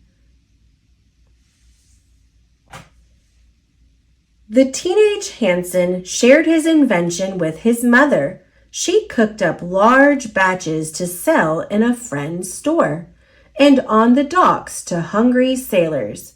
Ship's cooks now served holy cakes. That's how Hansen's invention spread around the world and down the years and right into your stomach. But sailors like their stories bold. Not satisfied with the pastry's humble origin, they spun legends worthy of such a delicious treat. One told how Captain Gregory wrestled the wheel as the sea became a monster. The first mate brought sinkers to keep up the captain's strength. Just as the captain grabbed one, the waves crashed over his head. Captain Gregory speared that sinker on the wheel's spoke. He invented the donut while he saved the ship. Another legend tells how wild waves grabbed 5 sailors and pulled them overboard right after breakfast. With bellies full of oily pastries, they sank like stones. Captain Gregory shouted, "Never again!" He used a wooden belaying pin to punch holes in every cake so they resembled the ship's life rings. No sailor has since been drowned by his breakfast. Interviewed in 1916 for the Patriot Ledger, Captain Gregory seemed amused at all the fuss over his invention 69 years before. He laughed as he teased the reporter that he had invented the first hole ever seen by mortal eyes. When the reporter asked if he was pleased with his invention, Captain Gregory replied, "Well, sir, those doughnuts were the finest I ever tasted. No more indigestion, no more sinkers, just well done fried through doughnuts." At 89, Captain Gregory died at the Sailors' Snug Harbor, a home for sailors near Quincy, Massachusetts. He was buried overlooking the sea, where stormy weather can be spotted as readily as it once was from the quarterdeck of the Hardscrabble. Whether you prefer chocolate or sprinkled, glazed or filled, raise your next tasty donut to the Master Mariner from Maine. Author's note: Captain Gregory retired from the quarterdeck in 1868 at the age of 36, forced from his beloved schooner by faster steam-powered ships. He became a mining engineer in the lime mines of Rockland, Maine. Captain Gregory and wife, Mary Ann Merrifield, had 5 daughters. Since 1938, the first Friday in June has been designated National Donut Day to honor Helen Purviance and the women from the Salvation Army who made donuts near the battlefields during World War I. In 1941, Henry Ellis challenged Captain Gregory's claim, saying the donut hole was created by his grandmother. Gregory was defended by his cousin's son, Fred E. Crockett. The Great Donut Debate, held at the Astoria Hotel in New York City, was judged by the author Clifton Fadiman and the gossip columnist Elsa Maxwell, among others. They agreed with Captain Gregory's claim. Ellis later admitted it was a publicity stunt on his part. Hanson Crockett Gregory was honored in 1948 by the American Bakers Association as the inventor of the hole in the donut.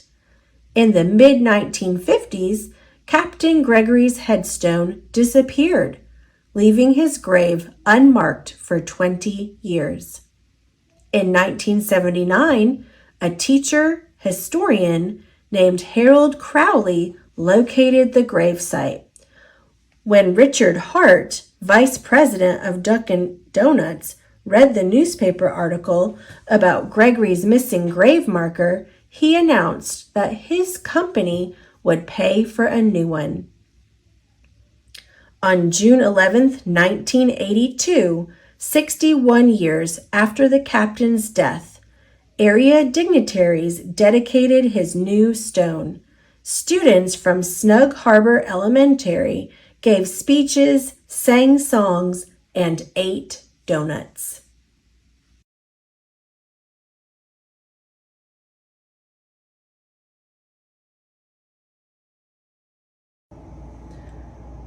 Thomas and Friends, 5-minute stories, the Sleepy Time Collection. Story 1, Busy Engines. It was a special day on Sodor. The railway inspector was coming to inspect Sir Topham Hatt's railway. "Thomas, you should be shunting coal trucks when the inspector arrives," said Sir Topham Hatt. "He wants to see busy engines. It's very important." Thomas went to find some of his engine friends. He wanted to ask them to help shunt trucks. he puffed to Marin Station. Percy was there, waiting for the mail. "Hello, Percy," peeped Thomas. "Will you come and shunt coal trucks with me? The inspector is arriving soon, and he wants to see busy engines." Percy was supposed to deliver the mail, but he did want to help Thomas too. Percy was uncoupled, and away he whooshed. And where did the inspector go first? To Marin Station. When the inspector arrived to check on things, Percy wasn't there. The inspector was not very pleased.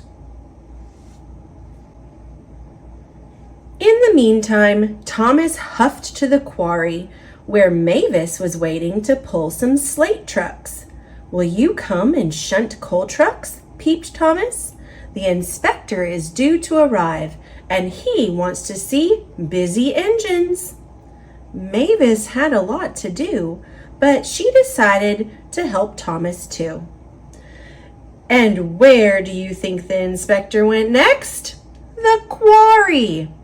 When he arrived at the quarry, Mavis wasn't there.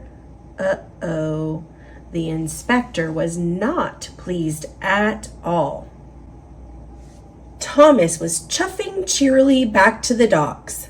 Percy and Mavis had already shunted a long line of coal trucks. They knew that the inspector would be so pleased. Then Thomas heard Gordon's whistle go peep as he delivered the inspector to the docks. "We must look busy," Thomas said urgently. So Percy shoved and Mavis shunted, and the coal trucks biffed and bashed together. And then, oh no, coal dust flew down Gordon's funnel. It made him sputter and splutter and cough. The dust flew back out of his funnel and landed everywhere. Sir Topham Hatt was very cross. "What's going on?" he shouted. "Thomas, what have you been up to?" The inspector is not pleased at all. Poor Thomas. He felt terrible. Thomas knew he had to make things right. He heaved and hauled Gordon to the steamworks for repair. Soon Gordon's funnel was fixed and his firebox was roaring away again. Thomas steamed back to the docks. He was ready to be a very busy engine. He shunted and shoved until all the trucks were in the right places. He was so busy that he didn't notice that Sir Topham Hatt and the inspector were watching him. "You've been a very busy engine," the inspector said to Thomas. "Next time, Thomas," said Sir Topham Hatt, "remember that you can be a busy engine all by yourself, and a really useful one too." "Oh, I will, sir," Thomas replied. "I certainly will." And he beamed from buffer to buffer. Story 2. The Lost Puff. One day, Sir Topham Hatt told the engines that there was some damaged track at Knapford Bend. All the engines on the railway listened carefully, except Paxton and Thomas, who were laughing at the antics of a duck that was waddling toward the sheds. "May I remind you two, in particular, not to be silly," Sir Topham Hatt said sternly. "You must pay attention. I don't want any accidents." A little while later, Paxton arrived at the broken track. As he rolled over it, it rattled his radiator, making him laugh. "That was fun," he said, grinning. When Thomas arrived at the bend, Paxton got him to try it too. "Woohoo!" Thomas said with a giggle as he bounced along. Get up some speed and go over it really fast, Paxton suggested. So Thomas raced backward around the corner and, oops, bashed right into Toby, who was filling up at the water tower. Water splashed all over, and all over Thomas. It put out his firebox. "Oh, no!" Paxton cried. "Sir Topham Hatt told me not to be silly, but I was, and now there's been an accident." Paxton rolled away quickly and quietly to deliver his trucks to the shunting yards. When Toby arrived at the shunting yards, Paxton heard him tell Stafford that Thomas had lost his puff. That sounded serious. Paxton decided that he would go and look for Thomas's lost puff. He would find it. He raced along, looking all around, but he didn't really know what to look for. Then he saw a puff of steam and raced after it. But it turned out to be just Gordon pulling the express. Next, Paxton spotted a fluffy white cloud in the sky. "That must be Thomas's missing puff," he said, as he hurried toward it. Paxton followed the cloud all the way to Ulfsted Castle, where he met Stephen. "Hello, Paxton," Stephen said. "What are you doing here?" "Thomas has lost his puff, and I thought that might be it," Paxton told him, looking up at the cloud. "Up there? That's just a cloud," Stephen replied. Paxton felt rather silly. He sped away as fast as his wheels could carry him.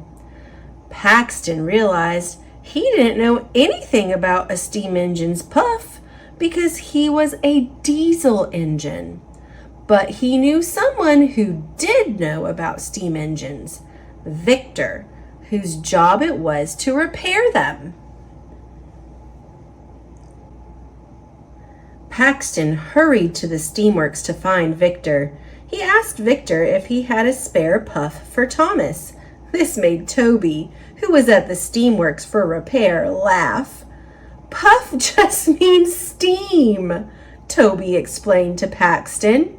"When Thomas bumped into me, his firebox got wet. Steamies can't make puffs when their fire goes out." Once again, Paxton felt silly, but he cheered up again when he realized that Thomas would be fine just as soon as his firebox dried out. As Paxton sped back to the water tower, he heard a cheerful peep, and there was Thomas puffing around the corner. "You're okay," Paxton said happily. "Yes, I found my lost puff," Thomas joked. "At least I learned something today," Paxton said, smiling. "That puff just means steam?" asked Thomas. "Yes," Paxton said, still smiling, "but also that when Sir Topham Hatt tells me not to be silly, I shouldn't be silly." And Thomas wholeheartedly agreed. Story 3. Thomas and Scruff. Thomas's friend Whiff worked at the waste dump on the island of Sodor, biffing and bashing trucks full of trash. Keeping Sodor clean and tidy was a lot of work. It was a very important job. One day, Thomas went to tell Whiff some good news. "I'm fetching a helper for you," he peeped. Whiff was very excited to hear this. Thomas steamed to the docks to meet Scruff the Scruncher. "Hello, Thomas," Scruff chuffed. "I can't wait to scrunch some trash." Thomas liked Scruff. He thought he was very nice, but he also thought Scruff looked very dirty. An idea flew into Thomas's funnel. He asked Scruff to wait right there for a special surprise.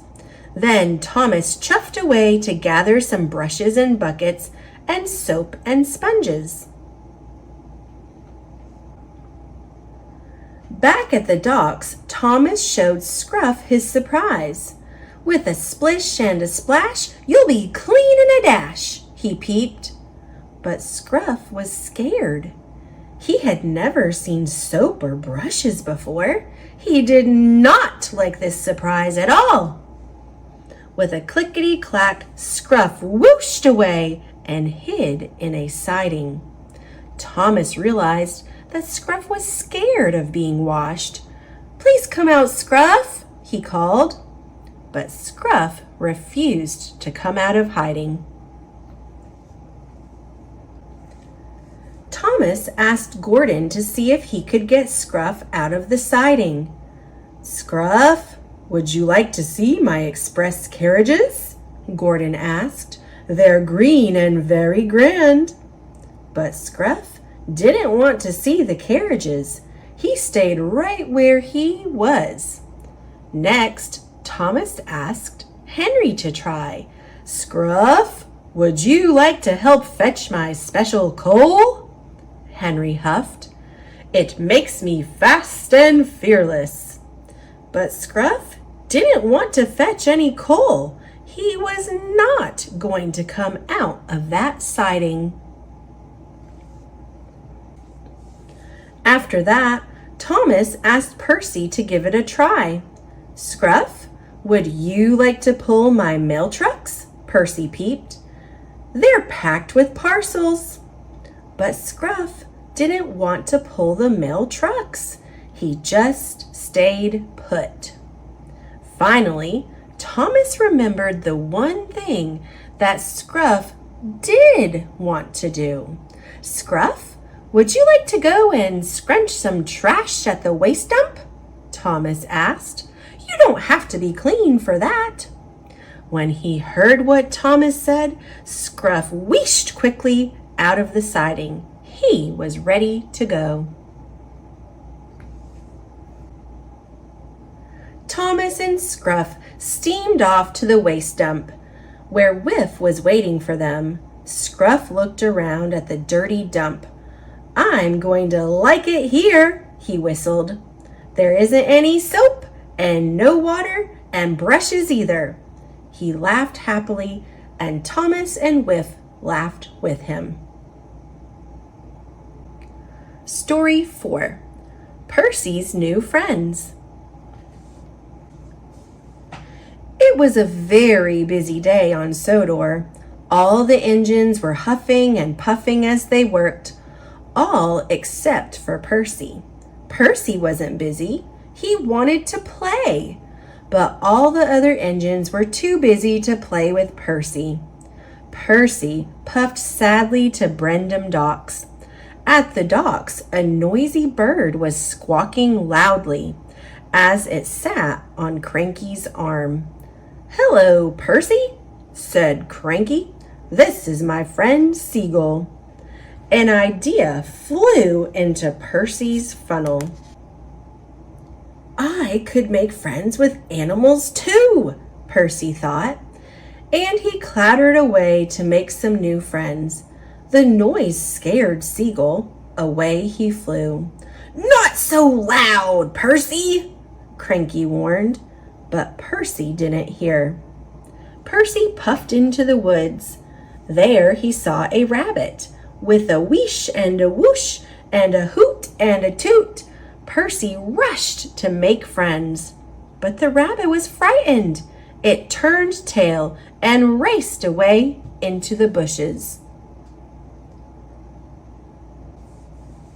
Farther down the track, Percy saw some squirrels. With a wheesh and a whoosh and a hoot and a toot, Percy rushed to make friends.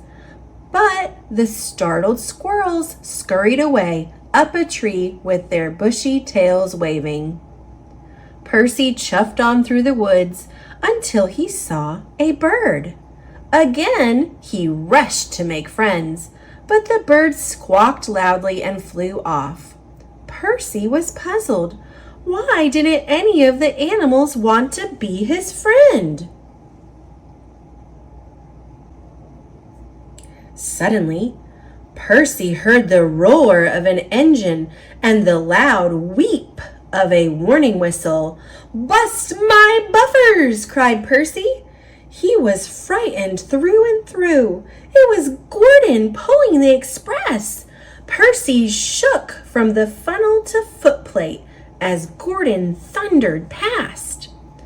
Thomas happened to be nearby and saw what had happened. "Are you okay?" he asked Percy. "I was scared," Percy said. "Gordon is big and I'm only a little engine."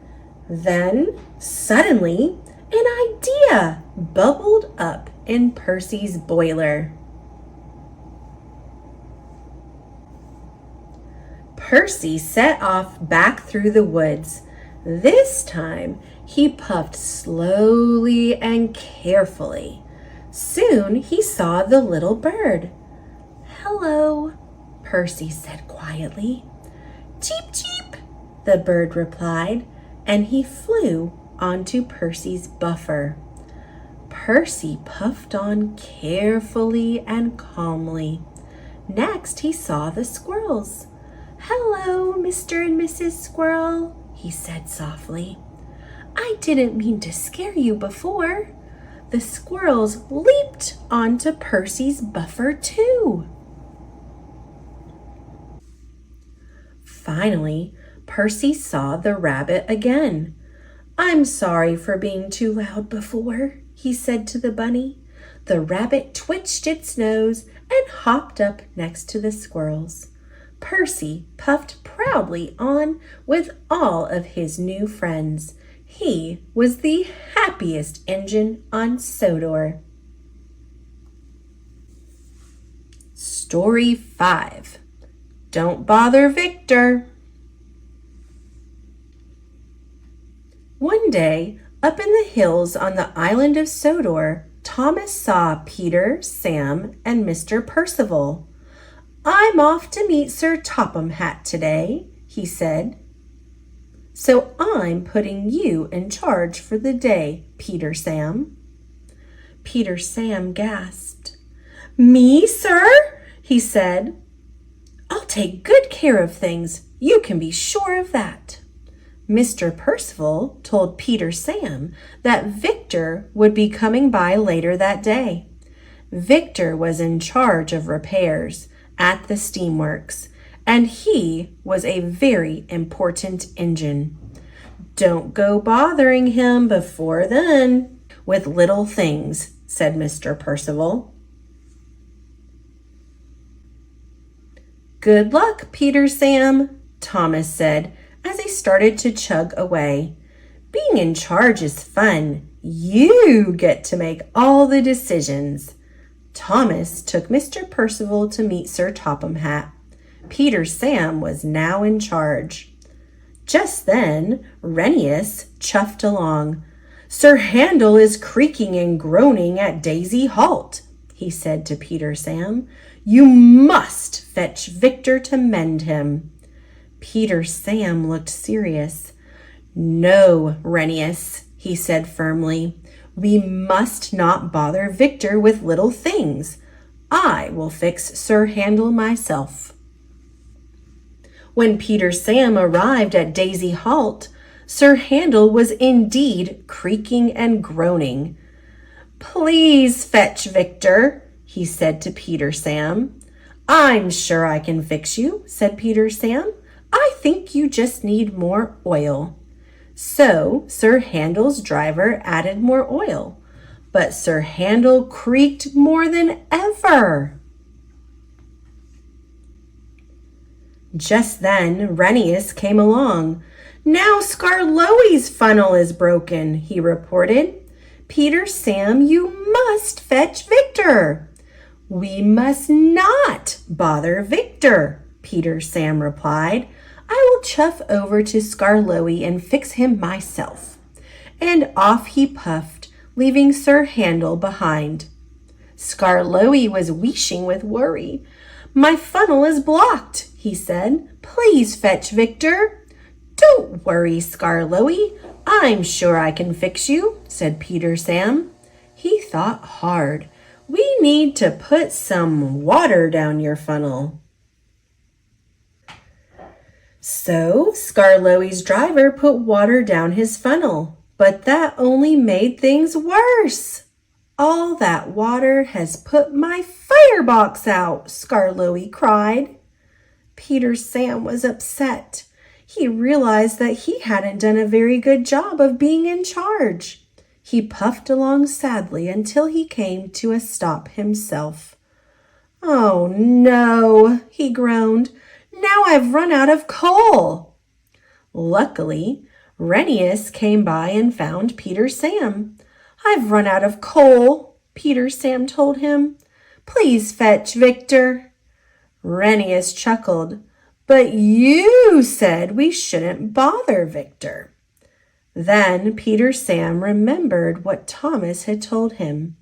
When you are in charge, you get to make all the decisions. Peter Sam said out loud, "Renius, I've decided we can bother Victor." Victor managed to fix all the broken engines. "Why didn't you come and get me earlier?" he asked. "Mr. Percival said not to bother you," Peter Sam told him. "I don't mind," said Victor. "It's my job to fix really useful engines." Later that day, Thomas brought Mr. Percival back to the hills. "How was your day in charge, Peter Sam?" he asked. "No bother at all," Peter Sam replied. "Don't you agree, Victor?" "I do indeed," Victor answered. "It was no bother at all." Thomas and Friends, Story 6, on Misty Island. One day, Thomas and Edward were given a very special job. They were told to bring Joby wood from Misty Island back to Sodor. "You'll need our help," Bash and Dash told Thomas. "The log loaders can be very naughty. We're used to working with them." "That's right," Ferdinand added. But Thomas had been to Misty Island before, and he thought he knew all about it. He didn't need any help. When Thomas and Edward got to Misty Island, Thomas showed Edward around and then led the way to the Shake Shake Bridge. The logging station was just on the other side. As the two engines crossed the bridge, it wibbled and wobbled under their wheels. Edward was scared. He stopped halfway across and refused to budge another inch. "Don't worry, Edward," Thomas said. "I'll fetch the logs, then we can take them right back to Sodor." At the logging station, Old Wheezy, the naughty log loader, picked up some Joby logs. But instead of putting them onto Thomas's truck, he whirled around and hurled them up into the air. The logs flew everywhere. "Blistering boilers!" cried Edward as the logs flew toward him. They bounced off his cab and made the Shake Shake Bridge shake even more. Edward was more scared than ever. As Old Wheezy was throwing around another batch of logs, Bash, Dash, and Ferdinand puffed in. "It looks like you need our help now," Bash and Dash said. "That's right," said Ferdinand. But Thomas still thought he didn't need any help, so the other engines rolled away again. Thomas chuffed over to Hee-Haw, the other log loader, but Hee-Haw was feeling too sick to work. Just then, James arrived with Sir Topham Hatt. Hee-haw wheeshed and wheezed and coughed black smoke all over them. "Thomas!" Sir Topham Hatt boomed crossly. "Logs are flying everywhere. Edward won't move, and you are late with your delivery." Thomas felt terrible. "I'm sorry, sir," he peeped. "I thought I didn't need help here, but I was wrong. Now I'll make things right." Thomas went to find Bash, Dash, and Ferdinand. "I can't do this alone after all," he puffed. "I need your help." "Do as we say, and we'll show you the way," chuffed Bash and Dash together. "That's right," said Ferdinand, as he usually did. Together the engines steamed back to the logging station. First, the 3 locomotives pushed Edward across the Shake-Shake Bridge. Next, they oiled Hee-Haw's joints to make him feel better. Then they gathered up the logs that Old Wheezy had thrown into the air. Soon all the trucks were piled high with Joby wood. When the 5 engines returned to Sodor with the wood, Sir Topham Hatt was very pleased. "You are really useful engines," he told them. "We make a great team," whistled Bash and Dash. "That's right," Ferdinand, Thomas, and Edward peeped all together. Thomas and Friends, Story 7, James to the Rescue. One lovely morning, James pulled into Sodor's Search and Rescue Center. He was smiling widely and looked very pleased. "Sir Topham Hatt has asked me to be the rescue engine today," he puffed proudly to Rocky. Just then, Toby trundled up the track. "Hello, James," he tooted. "Sir Topham Hatt has sent me to help you." But James most certainly didn't want any help. At that very moment, Rocky received an urgent message from Gordon's driver. Gordon was in trouble. James immediately puffed away down the track to rescue his friend. "Wait for me!" Toby tooted. "Remember, Gordon's a big engine. You're going to need some help." But James most certainly didn't want any help. "I'm the rescue engine," he puffed proudly. "I can do this myself." James buffered up behind the big blue engine. He shoved and he shunted. And then there was trouble. The track creaked, it cracked, and then it crumbled. Gordon groaned as the track gave way. "I think now is really time to get Rocky," Toby told James. But James still didn't want any help. "I'm the rescue engine and I have a plan," he peeped.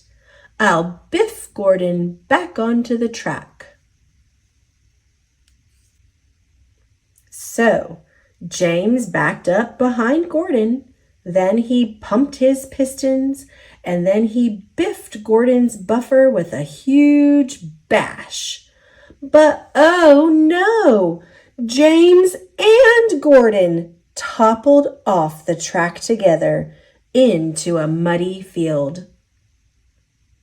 "I guess I'm not a very good rescue engine after all," James said sadly, "and now I really do need help." "Happy to help, James," Toby peeped proudly. He rushed back to the rescue center to fetch Rocky. Rocky came and lifted Gordon and James out of the mud and back onto the track. "Toby, Will you please shunt me to the rescue center? James asked. Happy to help, James, Toby peeped proudly again. Back at the rescue center, Sir Topham Hatt was waiting for James and Toby. Thank you for sending Toby to help me, sir, James said. You'll be glad to know that he's the best rescue tram on Sodor. And Toby was glad to hear it. He beamed from buffer to buffer. Thomas and Friends, Story 8. Edward the Hero. One day, Edward pulled into Knapford Station where he saw Thomas. Thomas was very excited. Sir Topham Hatt has an important job for you, Thomas peeped. He wants you to work with Harold as the rescue engine. You will be Edward the Hero.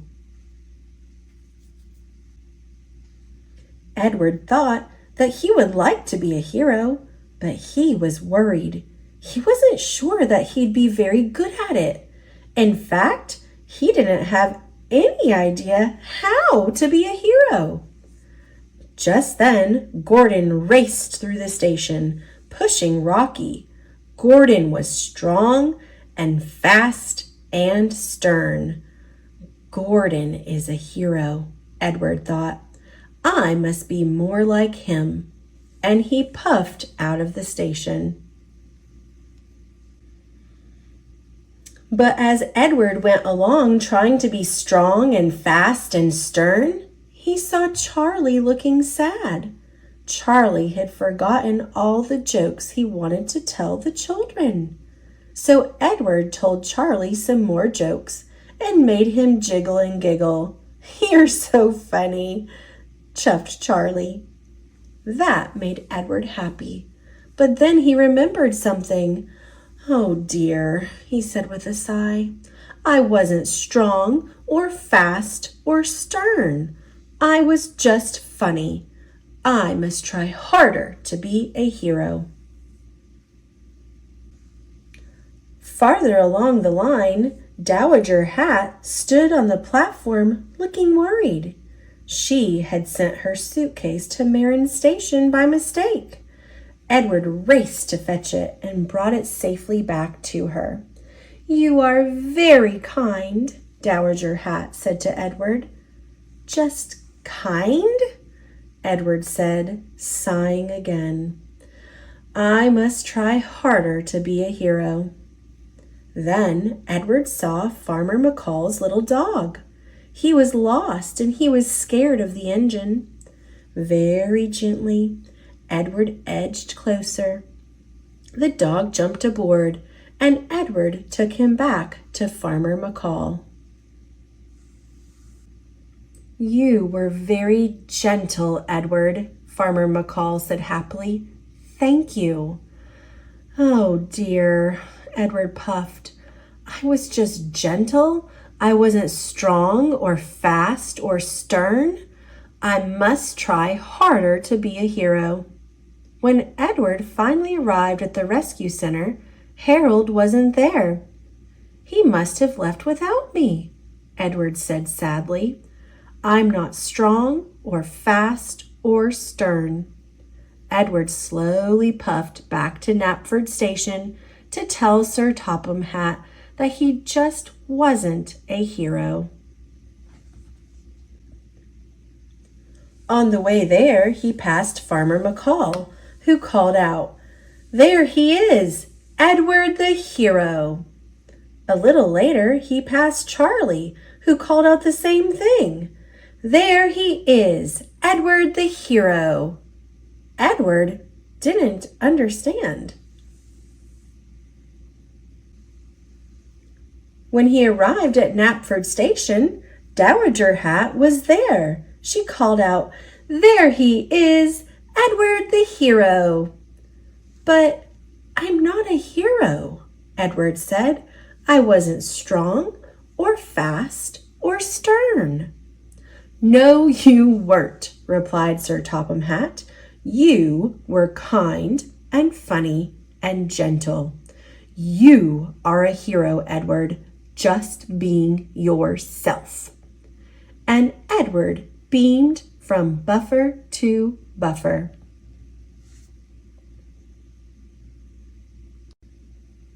Thomas and Friends, Story 9, Belle's New Friend. Everyone on Sodor liked the new engine Belle. She was a big blue engine with a big bell. Belle could fight fires with a whoosh of water.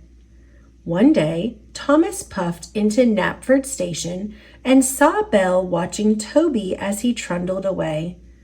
"Who's that, Thomas?" Belle asked. "He has a bell, too. I'm sure we could be good friends."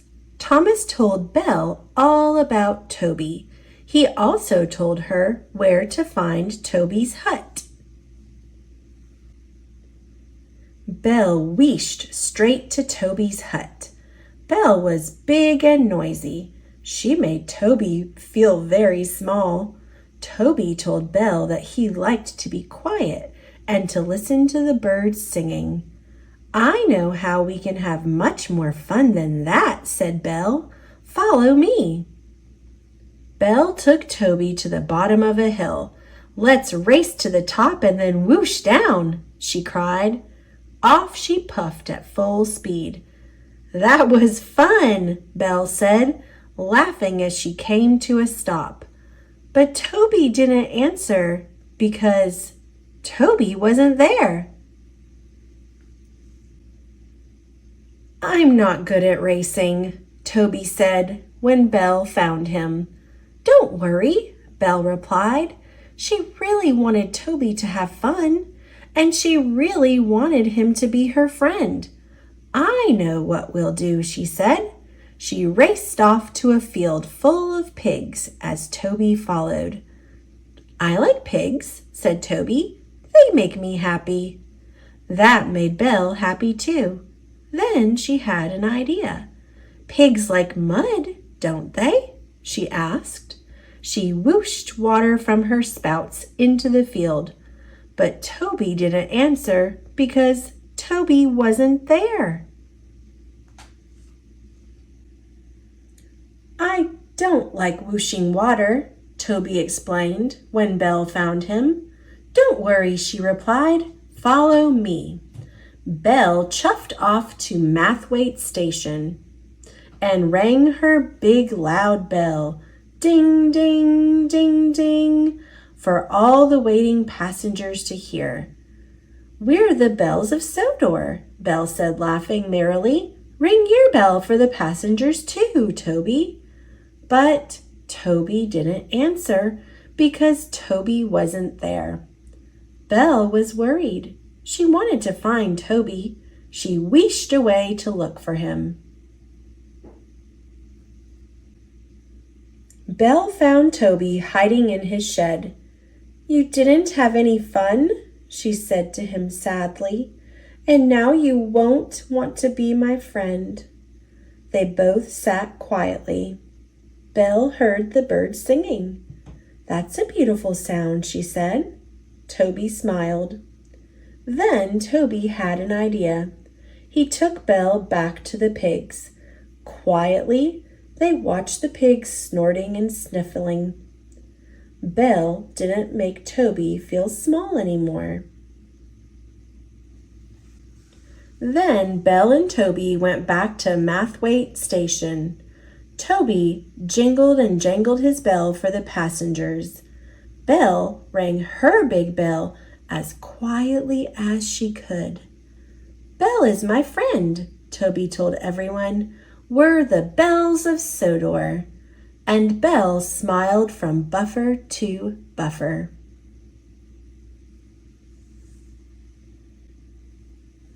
Thomas and Friends, Story 10, Gordon Runs Dry. One morning on the island of Sodor, Gordon's coaches were late. "I shouldn't be kept waiting," he moaned. "The express is the most important train on the island." Thomas thought local trains were important too, but Gordon didn't agree. At last, Gordon was coupled to the express and he rushed off to the main line. Farther along the track, Paxton was pulling stone trucks.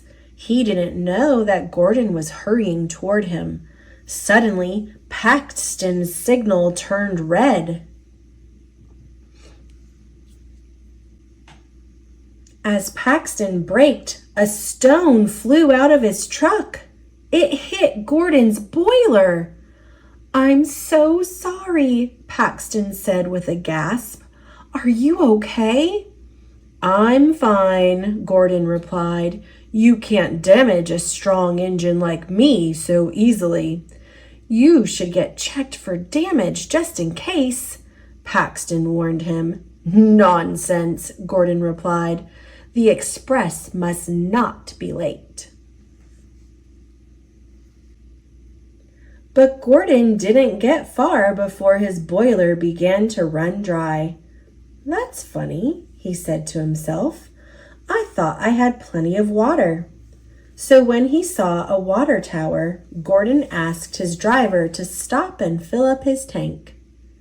But Gordon didn't get much farther than that before his boiler felt hot and dry again.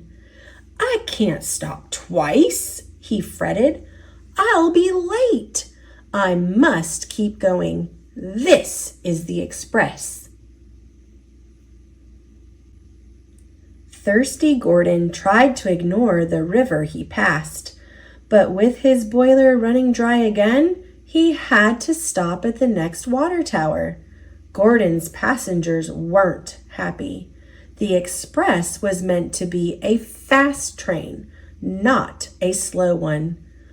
"I'll be fast now," Gordon promised as he hurried to Wellsworth Station. But as soon as he was back on the main line, his boiler felt dry again. Poor Gordon left a wet trail behind him as he went slower and slower and finally came to a stop. Thomas followed the wet trail along the tracks and found Gordon. "I've run out of steam," Gordon said sadly. "You must have a leak," Thomas said. Gordon wondered how that could have happened. It was when Paxton arrived that Gordon remembered the accident. "I should have been checked after that stone hit me," Gordon said to him. Then Thomas saw the hole in Gordon's boiler. "Don't worry, Gordon," he said. "I'll take your passengers, and Paxton can push you to the steamworks to be fixed." He smiled at Gordon. Later that day, Gordon pulled into Knapford Station, blowing steam from his mended boiler. The other engines teased him, but Gordon had learned his lesson. In the future, he would always make sure to take care of his boiler. Thomas and Friends, Story 11, Noisy Stafford. Lots of engines on the island of Sodor are noisy steam engines like Thomas and Percy. But Stafford is quiet because he is a battery-powered electric engine. One day, Stafford saw some children waving from a bridge as Thomas and Percy tooted and peeped below them. But when Stafford gently hummed past, the children wondered why he was so quiet. A little later, Stafford met Thomas and Percy on the main line. "I know I'm an electric engine," Stafford said to them, "but I want to chuff and puff loudly like a steam engine." "We'll teach you," Thomas said with a smile. "Chuff, chuff, chuff. Puff, puff, puff," Stafford said, copying Thomas and Percy. "Well done, Stafford," said Percy. "You sound just like a steamy." Stafford beamed happily as he raced away. At Brendam Docks, Stafford heard Henry wheeshing loudly. "Oh," said Stafford, "that's another steamy sound I'm going to make." And he also copied Gordon, who honked his horn and blew his whistle. Woo, woo! The next time Stafford passed the children on the bridge, he made all the steamy noises. Puff, puff, puff, chuff, chuff, chuff, wheesh, woo, woo! The children cheered with delight. When Stafford went to the yard to charge his battery, Sir Topham Hatt was there. He had an urgent job for Stafford. "You're needed at Farmer McCall's farm," Sir Topham Hatt said. "You're just the engine for the job." But when Stafford arrived at the farm, making his steamy sounds, he scared the farmer's sheep. "I asked for you because you're a quiet engine," Farmer McCall said to Stafford, "but your steamy noises have made my sheep run away." Stafford heard the sheep baaing farther along the track. Quietly, he took Farmer McCall to find them. Stafford hummed softly as the farmer loaded the sheep into his truck, and he watched happily as they trotted out of his truck into their new field. "The sheep really like you because you're nice and quiet, Stafford," said Farmer McCall. Stafford realized that sometimes it was good to be a quiet engine. Later, when Stafford hummed into the yard, Thomas and Percy asked him what had happened to his steamy sounds. "I'm not making them anymore," Stafford replied. "I'm not Steamy Stafford. I'm Quiet Stafford, the electric engine." And off he went, hardly making a sound. Story 12. Kevin Meets Cranky.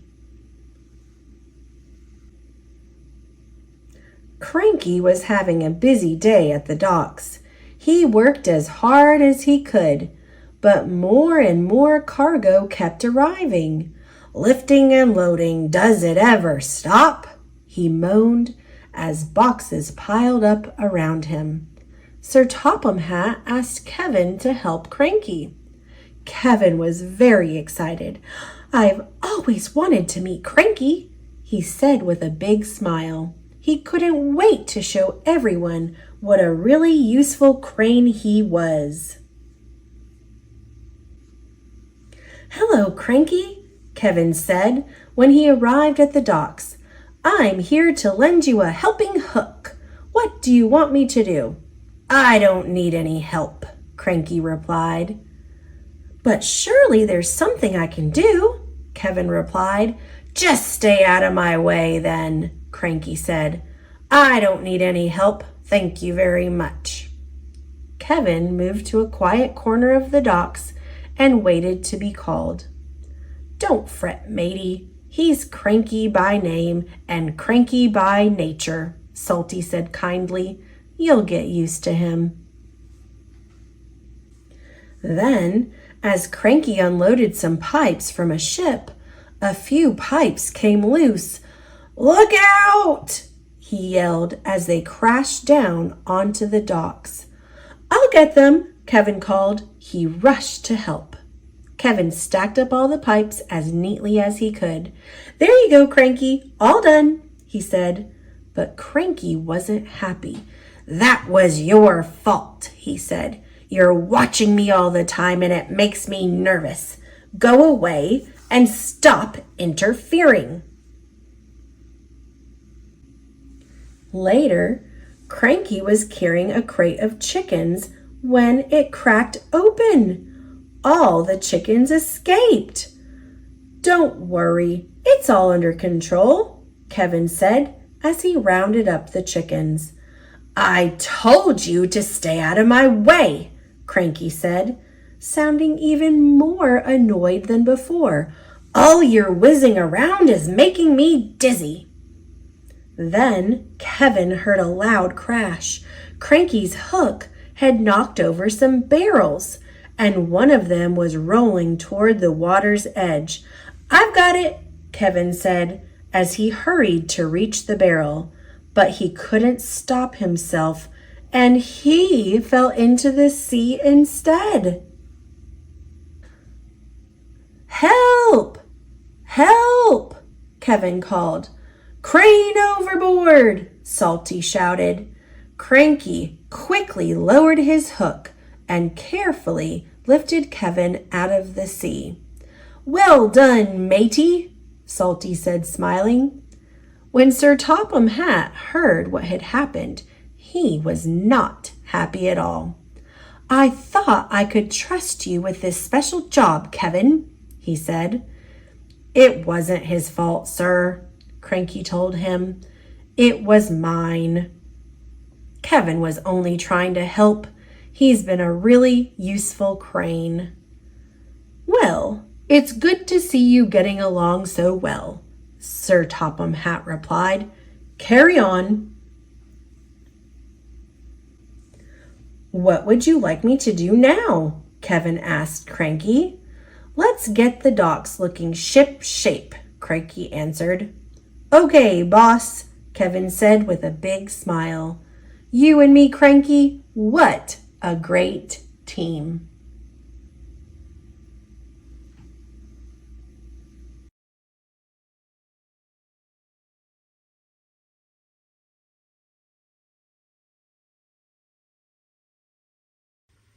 Mr. Seahorse by Eric Carle. Mr. and Mrs. Seahorse drifted gently through the sea. Mrs. Seahorse began to wiggle and twist, this way and that. "It's time for me to lay my eggs," she said. "Can I help?" asked Mr. Seahorse. "Oh, yes, thank you," said Mrs. Seahorse, and she laid her eggs into a pouch on Mr. Seahorse's belly. "I'll take good care of our eggs," said Mr. Seahorse. "I promise." As Mr. Seahorse drifted gently through the sea, he passed right by a group of trumpet fish hidden in a patch of reeds. Can you see the trumpet fish? But before long, Mr. Seahorse met another fish. "How are you, Mr. Stickleback?" asked Mr. Seahorse. "Delighted," replied Mr. Stickleback. "I just built a nest and right away Mrs. Stickleback laid her eggs into it. Now I am taking good care of them until they hatch." "Keep up the good work," said Mr. Seahorse, and swam on his way. As Mr. Seahorse drifted gently through the sea, he passed right by a lionfish hidden behind a coral reef. Can you see the lionfish? But before long, Mr. Seahorse met another fish. "How are you, Mr. Tilapia?" asked Mr. Seahorse. Mr. Tilapia couldn't answer. His mouth was full of eggs. I know," said Mr. Seahorse. "Mrs. Tilapia laid her eggs. Now you are taking good care of them until they hatch." Mr. Tilapia nodded his head. "You must be very happy," said Mr. Seahorse, and swam on his way. As Mr. Seahorse drifted gently through the sea, he passed right by several leaf fish hidden among the seaweed. Can you find the leaf fish? But before long, Mr. Seahorse met another fish. "How are you, Mr. Curtis?" asked Mr. Seahorse. "Perfectly fine," replied Mr. Curtis. "Mrs. Curtis laid her eggs, and I have stuck them on my head. Now I am taking good care of them until they hatch." "You are doing a good job," said Mr. Seahorse, and swam on his way. As Mr. Seahorse drifted gently through the sea, he passed right by a stonefish hidden behind a rock. Can you find the stonefish? But before long, Mr. Seahorse met another fish. "How are you, Mr. Pipe?" asked Mr. Seahorse. "Couldn't be better," replied Mr. Pipe. "Mrs. Pipe laid her eggs along my belly. Now I am taking good care of them until they hatch." "You should feel proud of yourself," said Mr. Seahorse, and swam on his way. But before long, Mr. Seahorse met another fish. "How are you, Mr. Bullhead?" asked Mr. Seahorse. "Tip-top," replied Mr. Bullhead. Mrs. Bullhead laid her eggs, and the eggs hatched. Now I'm babysitting. "You are doing a fine job," said Mr. Seahorse, and swam on his way. The time had come for the seahorse babies to be born. Mr. Seahorse wiggled and twisted this way and that. At last, the babies tumbled from Mr. Seahorse's pouch and swam away. One baby turned around and tried to come back into the pouch. "Oh no," said Mr. Seahorse. "I do love you, but now you are ready to be on your own."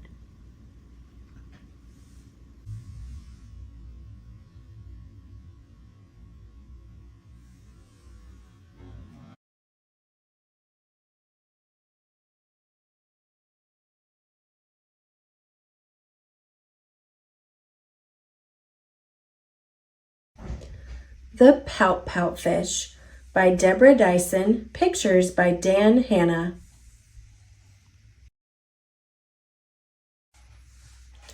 Deep in the water, where the fish hang out, lives a glum, gloomy swimmer with an ever-present pout. "I'm a pout-pout fish with a pout-pout face, so I spread the dreary wearies all over the place. Blub, blub, blub." Along comes a clam with a wide winning grin and a pearl of advice for her pal to take in. "Hey, Mr. Fish, with your crosstown frown, don't you think it's time to turn it upside down?" says the nice fish to his friend. "Nice thought, Ms. Clam. I hear what you're saying, but it's just the way I am. I'm a pout-pout fish with a pout-pout face, so I spread the dreary wearies all over the place. Blub, blub, blub." Along comes a jellyfish. He floats through the ocean, his tentacles all trailing in a gentle locomotion. "Hey, Mr. Fish, with your daily scaly scowl, I wish you would greet us with a grimace and a growl," says the fish to his friend. "Mr. Jelly, I agree. I'd like to be more friendly, but it isn't up to me. I'm a pout-pout fish with a pout-pout face, so I spread the dreary wearies all over the place. Blub, blub, blub." Along comes a squid, quite a slender, squiggly sight, She is squirmy, she is squelchy, she is slightly impolite. Hey, Mr. Fish, you kaleidoscope of mope, how about a smile, a little joy, a little hope? Says the fish to his friend. Mrs. Squid, I would try, but I haven't any choice. Take a look, and you'll see why. I'm a pout-pout fish with a pout-pout face, so I spread the dreary wearies all over the place. Blub, blub, blub. Along comes an octopus with 8 great arms, covered on the underside with tiny sucker charms.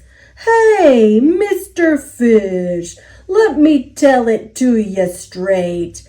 Your hokey bulky sulking is an unattractive trait, says the fish to his friend. Mr. 8, my chum, with a mouth like mine, I am destined to be glum. I'm a pout-pout fish with a pout-pout face, so I spread the dreary wearies all over the place. Blub, blub, blub.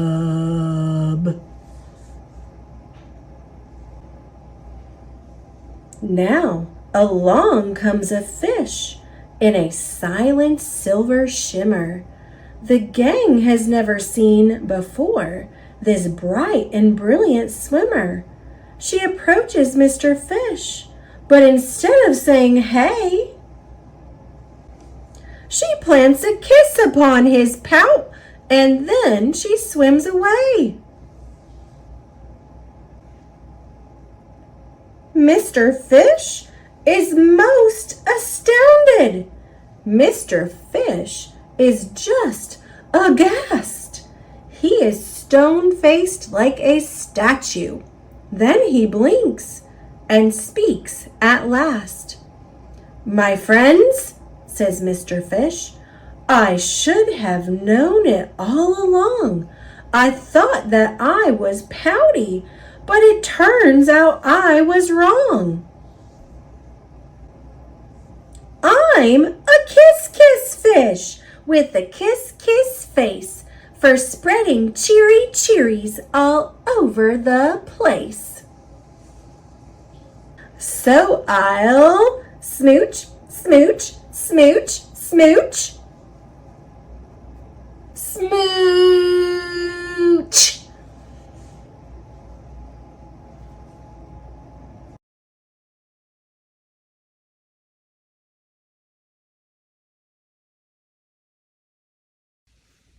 Thomas and Friends, Flynn Saves the Day.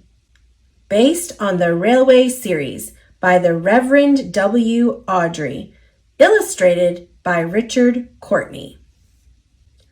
Percy rolls down the track. Uh-oh, Percy smells smoke. Oh no, Percy sees a fire. Thomas is in trouble. Who will save him? Clickety-clack, clickety-clack. Percy finds Flynn. Flynn is a fire engine. Flynn is fast. Flynn is fearless. Flynn will save Thomas. Chuff, chuff, clang, clang. The engines hurry to help. Smoke swirls. Flames flash. The engines work together. Percy clears the track. Thomas is free. Flynn fights the fire. Whoosh goes the water. The flames flicker. They fizz. They fade. The fire is out. Thomas is safe. Good job, Flynn. Thank you, Percy.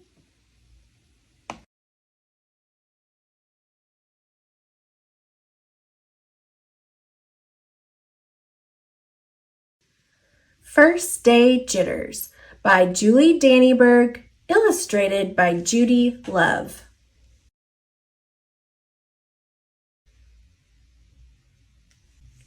Sarah, dear, time to get out of bed, Mr. Hartwell said, poking his head through the bedroom doorway. You don't want to miss the first day at your new school, do you? I'm not going, said Sarah, and pulled the covers over her head. Of course you're going, honey, said Mr. Hartwell, as he walked over to the window and snapped up the shade. No, I'm not. I don't want to start over again. I hate my new school, Sarah said. She tunneled down to the end of her bed. How can you hate your new school, sweetheart? Mr. Hartwell chuckled. You've never been there before. Don't worry. You liked your other school. You'll like this one. Besides, just think of all the new friends you'll meet. That's just it. I don't know anybody, and it will be hard, and I just hate it. That's all. What will everyone think if you aren't there? We told them you were coming. They will think that I am lucky, and they will wish that they were at home in bed like me. Mr. Hartwell sighed. Sarah Jane Hartwell, I'm not playing this silly game 1 second longer. I'll see you downstairs in 5 minutes. Sarah tumbled out of bed. She stumbled into the bathroom. She fumbled into her clothes. My head hurts, she moaned as she trudged into the kitchen. Mr. Hartwell handed Sarah a piece of toast and her lunchbox. They walked to the car. Sarah's hands were cold and clammy. They drove down the street. She couldn't breathe. And then they were there. I feel sick, said Sarah weakly. Nonsense, said Mr. Hartwell. You'll love your new school once you get started. Oh, look, there's your principal, Mrs. Burton. Sarah slumped down in her seat. Oh, Sarah, Mrs. Burton gushed, peeking into the car. There you are. Come on, I'll show you where to go. She led Sarah into the building and walked quickly through the crowded halls. Don't worry, everyone is nervous the first day, she said over her shoulder as Sarah rushed to keep up. When they got to the classroom, most of the children were already in their seats. The class looked up as Mrs. Burton cleared her throat. Class, class, attention please, said Mrs. Burton. When the class was quiet, she led Sarah to the front of the room and said, Class, I would like you to meet your new teacher, Mrs. Sarah Jane Hartwell.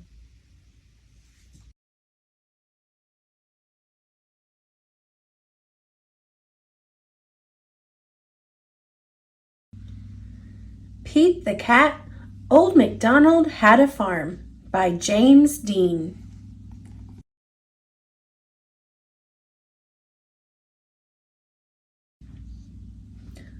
Old MacDonald had a farm, E-I-E-I-O, and on that farm he had some chickens, E-I-E-I-O, with a cluck cluck here and a cluck cluck there, here a cluck, there a cluck, everywhere a cluck cluck. Old MacDonald had a farm, E-I-E-I-O. Old MacDonald had a farm, E-I-E-I-O, and on that farm he had some dogs, E-I-E-I-O, with a woof woof here and a woof woof there, here a woof, there a woof, everywhere a woof woof. Old MacDonald had a farm, E-I-E-I-O. Old MacDonald had a farm, E-I-E-I-O, and on that farm he had some cows, E-I-E-I-O, with a moo-moo here and a moo-moo there, here a moo, there a moo, everywhere a moo-moo. Old MacDonald had a farm, E-I-E-I-O. Old MacDonald had a farm, E-I-E-I-O, and on that farm he had some pigs, E-I-E-I-O, with an oink oink here and an oink oink there, here an oink, there an oink, everywhere an oink oink. Old MacDonald had a farm, E-I-E-I-O. Old MacDonald had a farm, E-I-E-I-O, and on that farm he had some horses, E-I-E-I-O, with a neigh-neigh here and a neigh-neigh there, here a neigh, there a neigh, everywhere a neigh-neigh. Old MacDonald had a farm, E-I-E-I-O. Old MacDonald had a farm, E-I-E-I-O, and on that farm he had some cats, E-I-E-I-O, with a meow meow here and a meow meow there, here a meow, there a meow, everywhere a meow meow. Old MacDonald had a farm, E-I-E-I-O.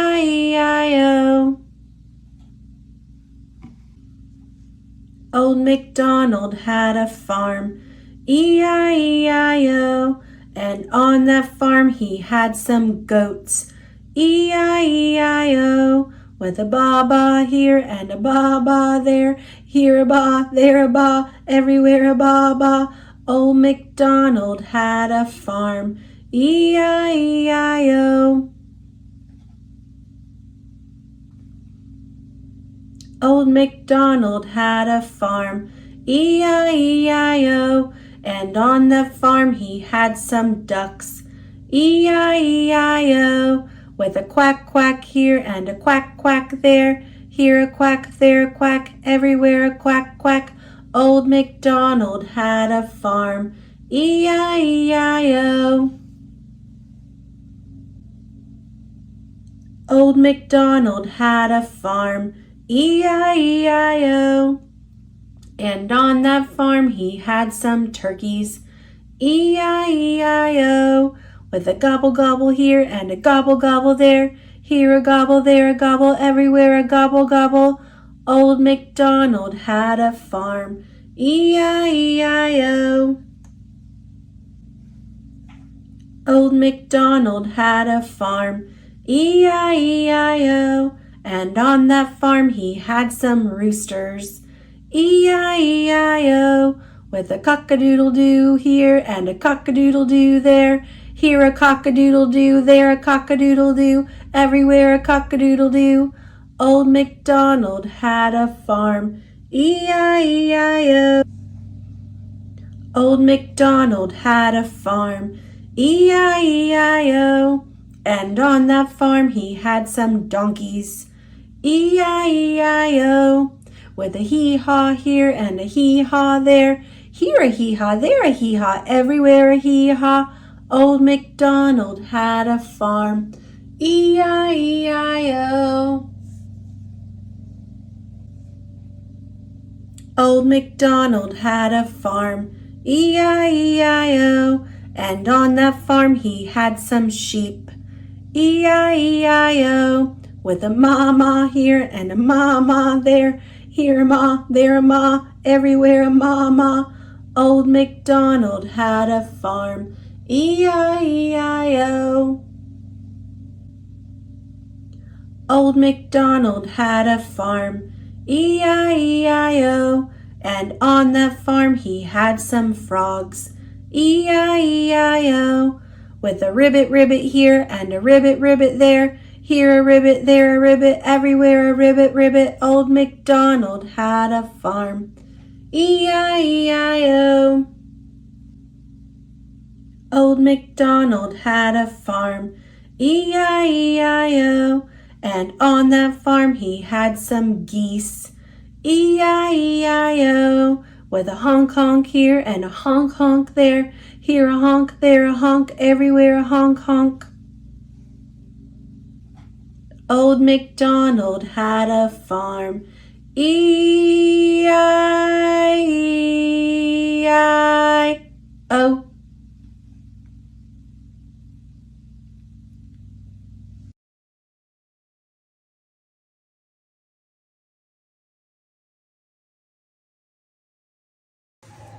Barbie Learning to Save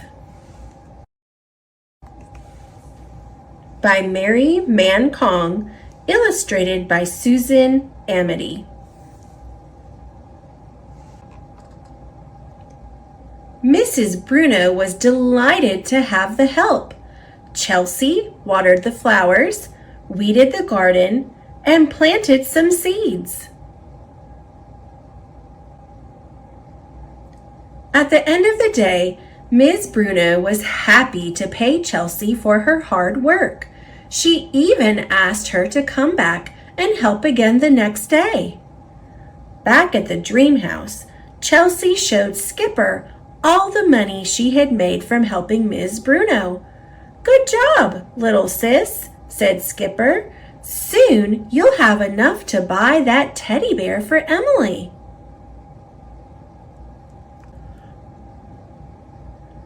Later, as Skipper and Chelsea took a walk, the girls heard a familiar sound.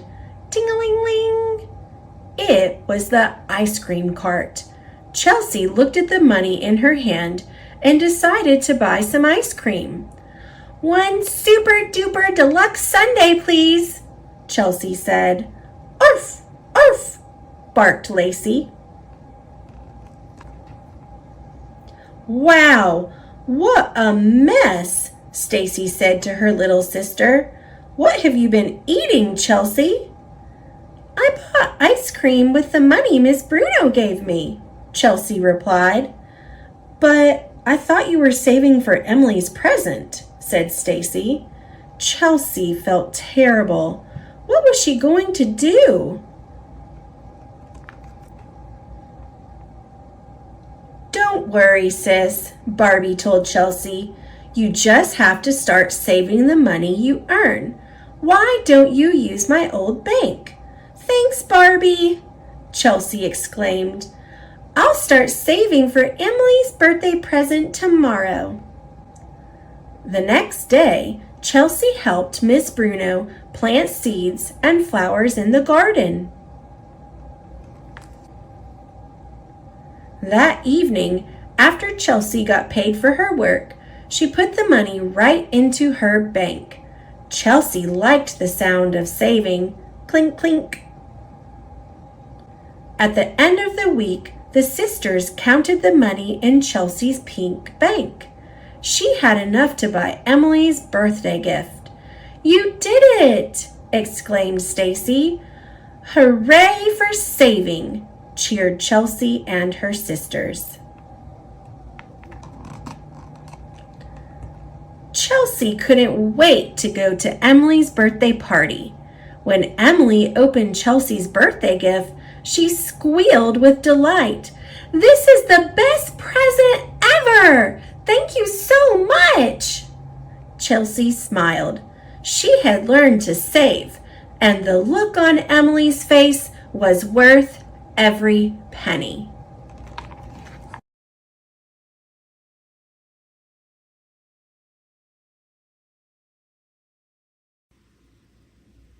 How to Catch a Dinosaur, from the New York Times best-selling author and illustrator Adam Wallace and Andy Elkerton. Tomorrow's the big science fair. I've never won before, but this year I know I cannot lose because I'm catching a dinosaur. The crocs and sharks we know today were here when the dinosaurs ruled. It makes no sense. All dinos are gone. On this point, I cannot be fooled. We head straight to our local park to pick up some kind of trail. Wait! What's that thing over there? Yes, I think it's a dinosaur tail. The dino is more bird than reptile. We learned in science class that's true. And this one left something behind. I've got our first dinosaur clue. Snap. Birdseed. Looks like we've got a plant eater. The Venus flytrap had no chance. She danced right by our volcano and knew the exit at first glance. Chomp! This clever girl runs fast as the wind and dodged our trap in a hurry. But we've got more in store for her, so this is no time to worry. Dinosaurs swim for free. Was she watching when I tested each trap with my action figures and toy bricks? It's like she knows how each trap works. Can it be she's onto my tricks? Well, that didn't go according to plan. She slipped right past our noses. And if that isn't bad enough, I ruined Mom's prize-winning roses. We made a prehistoric playground, and with lots of friends to play, our dino won't be able to resist. This time, she won't get away. Tall enough to stop a giant, our trap had pulleys, ropes, and decks. But this dino smashed it all to pieces. She should be called T-Rex.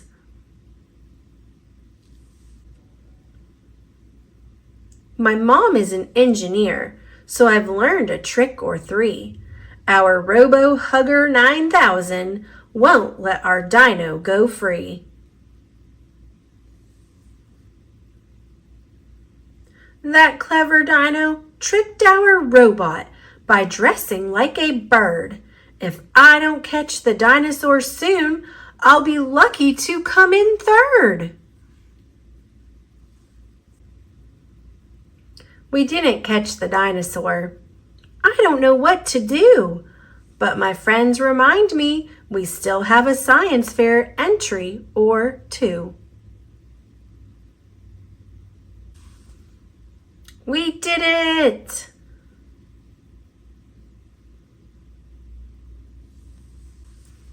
Better luck next time.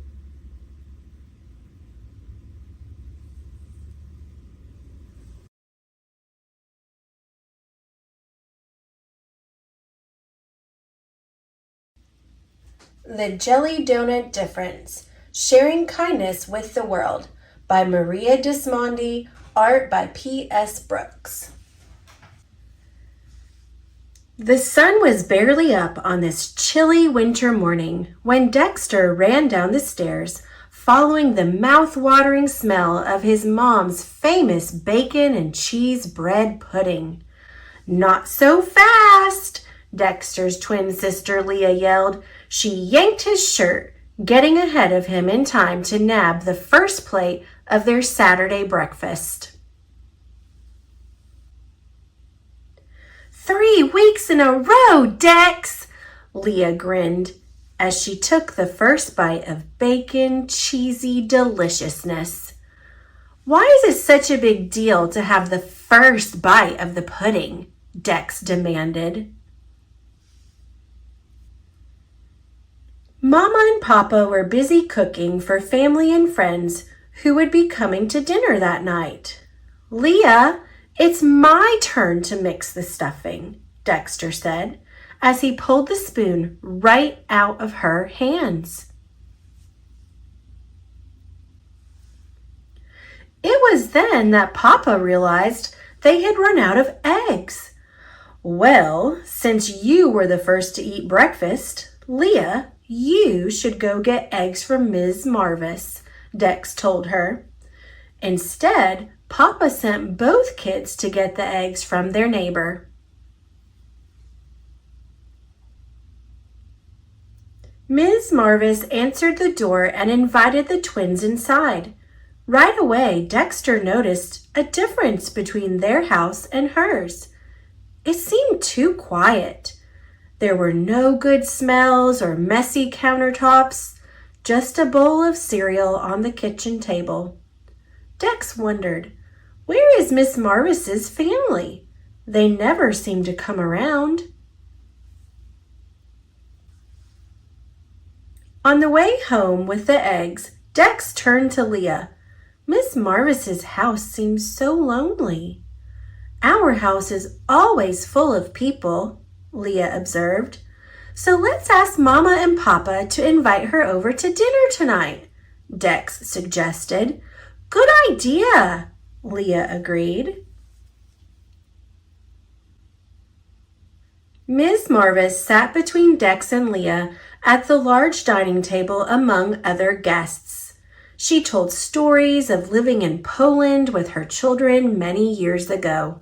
She shared a Polish tradition of making and eating jelly donuts filled with sweet and savory fillings called pączki.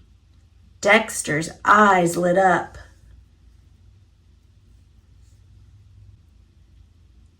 Ms. Marvis told them, traditionally, we made pączki during the winter months to use up all the lard, sugar, eggs, and fruit in the house before fasting for a holiday. At the meal's end, Miss Marvis thanked them all. What a special treat to be here with you tonight. I love remembering when my children were young and the traditions we shared, Miss Marvis said as she brushed away a tear.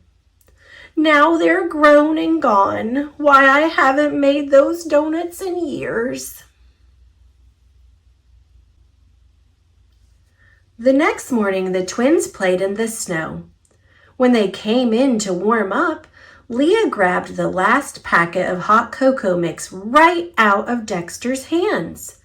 Dex was about to yank back the mix when Papa interrupted.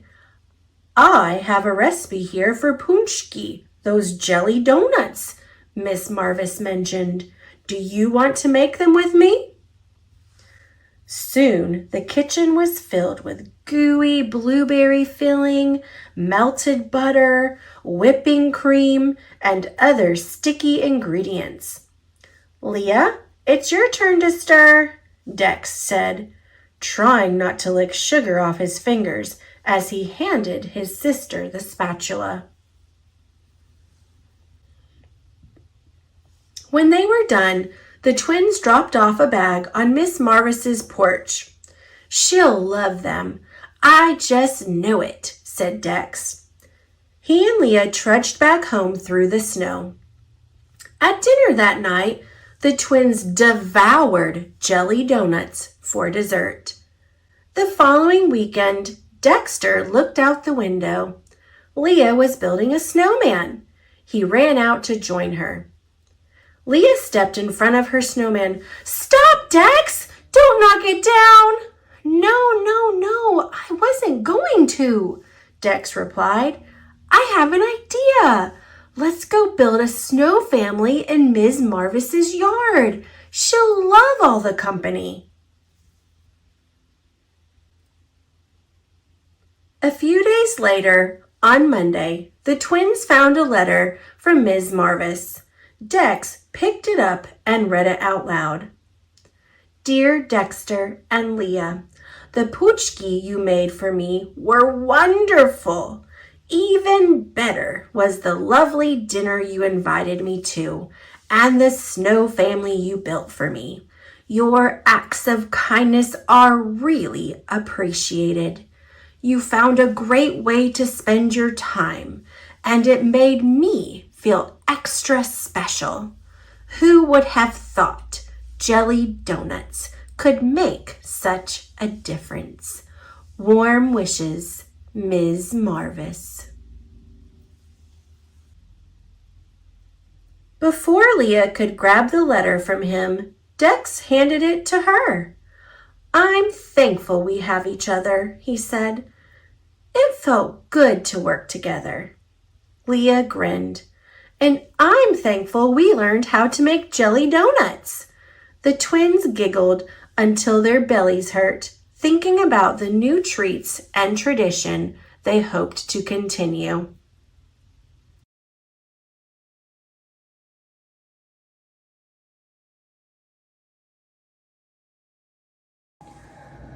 Barbie, A Perfect Christmas. Adapted by Christy Webster, based on the screenplay by Elise Allen, illustrated by Das Group Incorporated.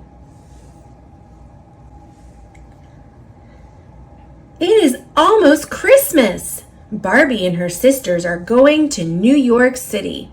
They pack their bags. The sisters are on the plane. It starts snowing. The plane must land in a small town. Barbie takes her sisters to an inn. The owner loves Christmas. The inn has a Christmas tree and presents.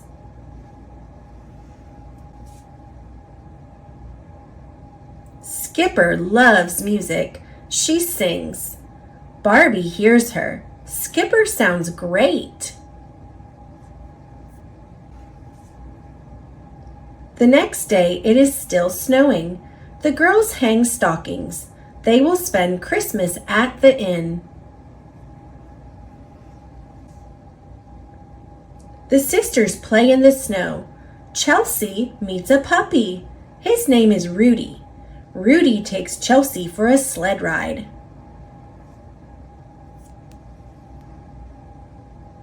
The girls find a barn. They see reindeer. Chelsea is excited. She runs in. The barn is full of presents. Chelsea thinks it is Santa's barn.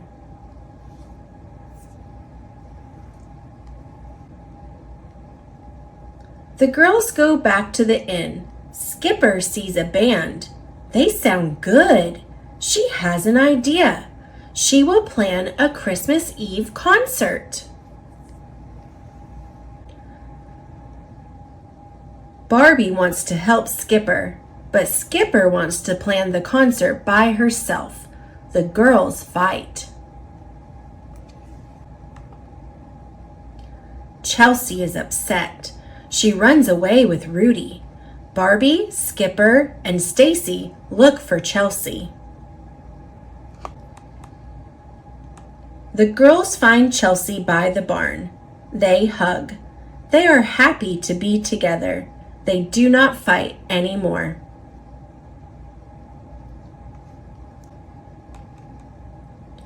The sisters go inside the barn. The presents are gone. Now there is a stage with pretty lights. Chelsea says Santa put them up. Skipper can have her concert. The sisters work together.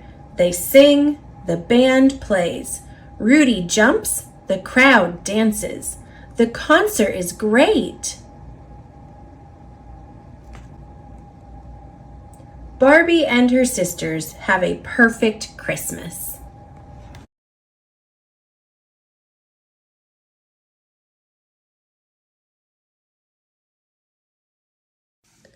Fly Guy and the Aliens by Ted Arnold.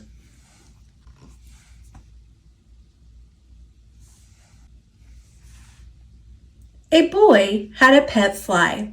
He named him Fly Guy. Fly Guy could say the boy's name. Buzz. Chapter 1. One day, Buzz said, "Hey, Fly Guy, I'm making a movie. Funzy." "It will be about aliens," said Buzz. "Aliens?"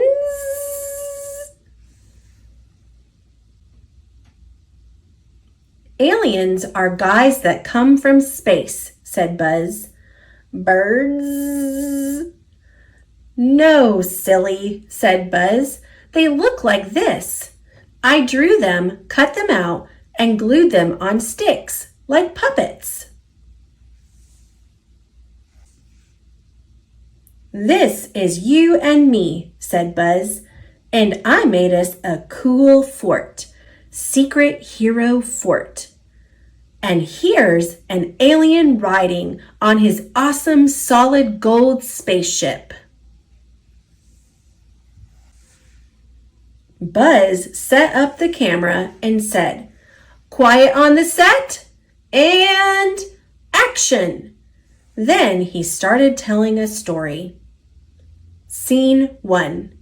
"One day, in the future," said Buzz, "Fly Guy and Buzz Boy were flying around. They were guarding the Secret Hero Fort. An alien spaceship snuck up behind Fly Guy and Buzz Boy. The aliens turned on their ray beam. The ray beam pulled the heroes into the spaceship. Inside the spaceship, all the aliens jumped on top of Buzz Boy. They tied him up. The aliens were so busy, they didn't see Fly Guy escape. Scene 2. Fly Guy flew back to the Secret Hero Fort to get help. Their pal, Dragon Dude, came out and shot fireballs at the spaceship. The solid gold spaceship was fireproof. Boink, boink. But the fireballs made the aliens mad. They crushed the Secret Hero Fort. Crash! Fly Guy was trapped inside the Secret Hero Fort. Oops!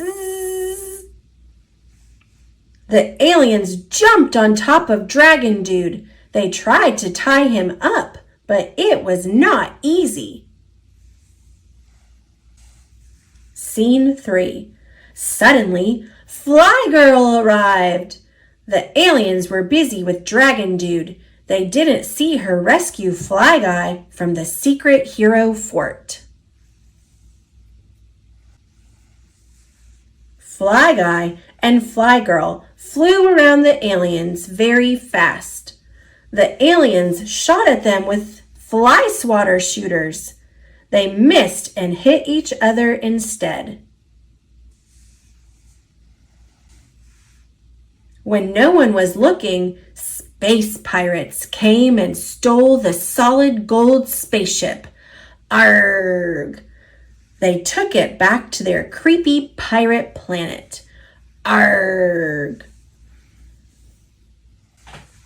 Without a ship, the aliens were stuck on Earth.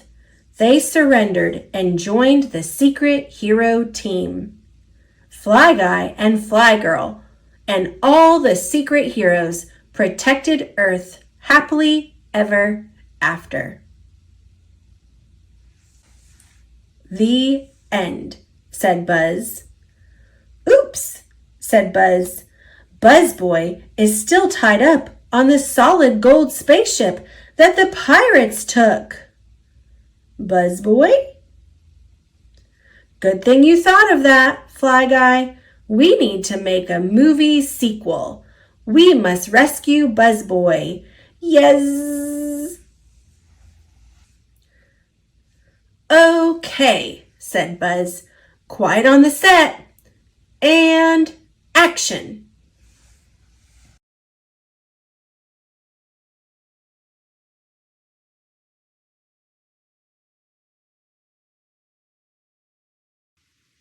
A letter from your teacher on the first day of school. Written by Shannon Olson. Illustrated by Sandy Sonke. Dear student, this is a little welcome note I want to share with you. Believe all that I'm about to say because every word is true. There are a few important things I'd like for you to know. All throughout the school year, our relationship will grow. I cannot wait to get to know you and all the things that make you, you. Do you play sports or like to draw?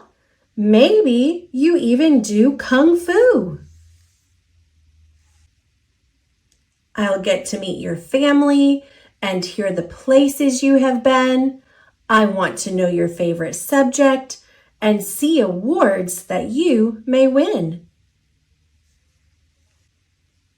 I promise every morning to greet you with a smile.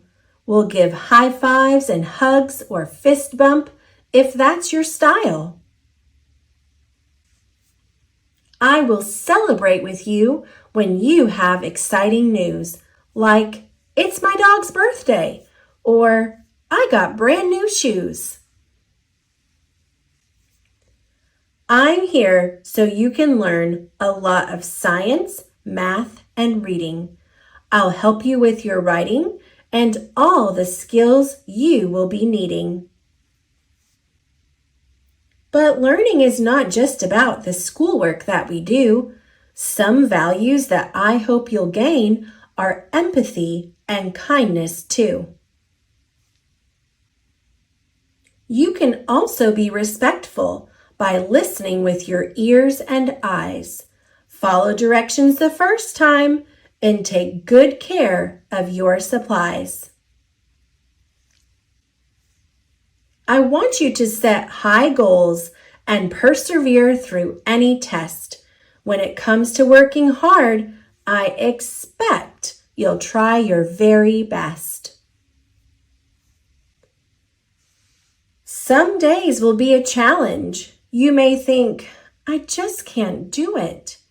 Even when you cannot yet, I am here to help you through it. Hooray! I'm going to try to make you laugh and put a smile on your face. We will make learning lots of fun. This is our happy place. I'm excited that you're here. Day by day, I hope you'll see I love being your teacher, and you mean so much to me.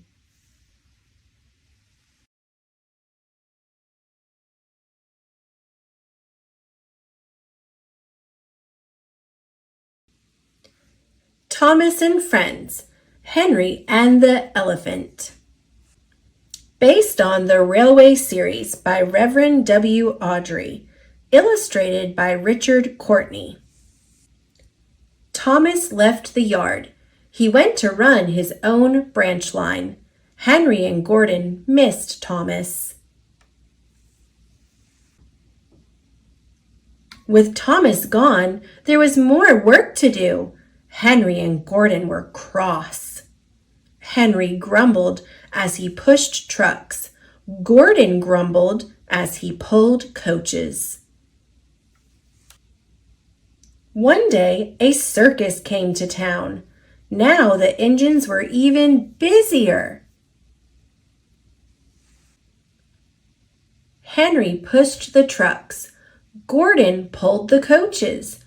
They did not grumble. Henry and Gordon liked the circus. The next day, Henry took workmen to a blocked tunnel.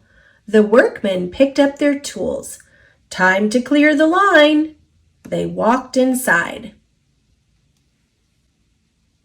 Something big was in the tunnel. It would not move. It grunted. It was alive. They ran outside. The foreman had a plan. Henry could push trucks into the tunnel. Whoosh, said Henry. Henry did not like tunnels. He was scared. Henry pushed the trucks.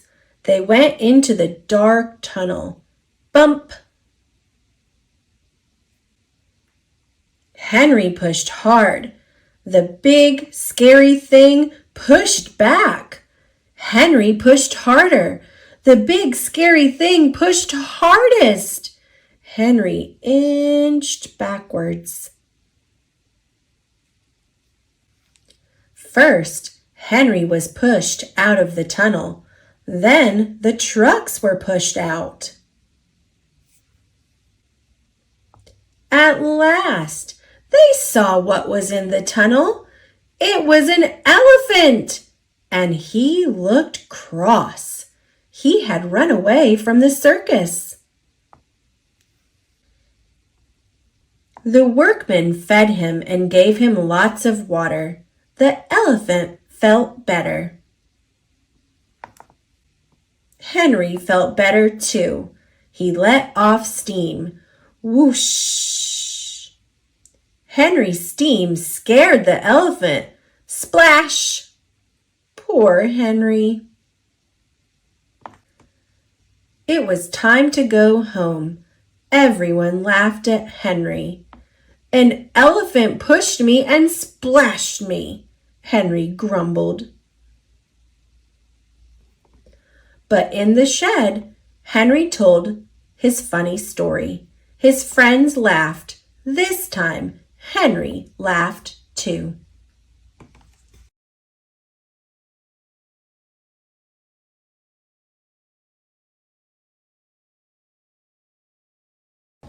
Barbie, You Can Be a Soccer Player by Kristen L. Depkin, illustrated by Dynamo Limited, based on the story by Devra Newberger Spurgeon. Barbie gets ready for a big soccer game. Stacy helps Barbie find her shin guards. She wishes Barbie a good game. Barbie meets her team on the field. They stretch, they warm up. Coach brings a soccer star named Lucy to the game. She will help the coach. The game starts. Raquel kicks the ball. Barbie runs toward the goal. Barbie is open, but Raquel does not pass to her. The team takes a break. Coach tells them to work together. Raquel does not listen. The game starts again. The ball goes out of bounds. Barbie will make a corner kick. Barbie kicks the ball. She runs back onto the field. Lucy cheers for her. Raquel gets the ball. She kicks it past two players. She scores a goal.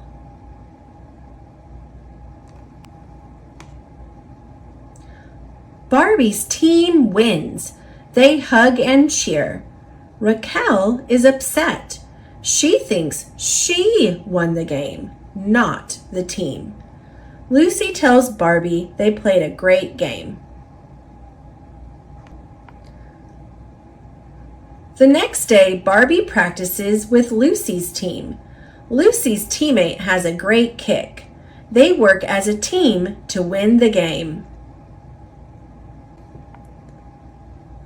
Later, Lucy tells Barbie and her team to work together. The girls listen, except Raquel. She does not think she needs help. The girls start a game. Raquel will not pass. A player steals the ball from her. The ball goes out of bounds.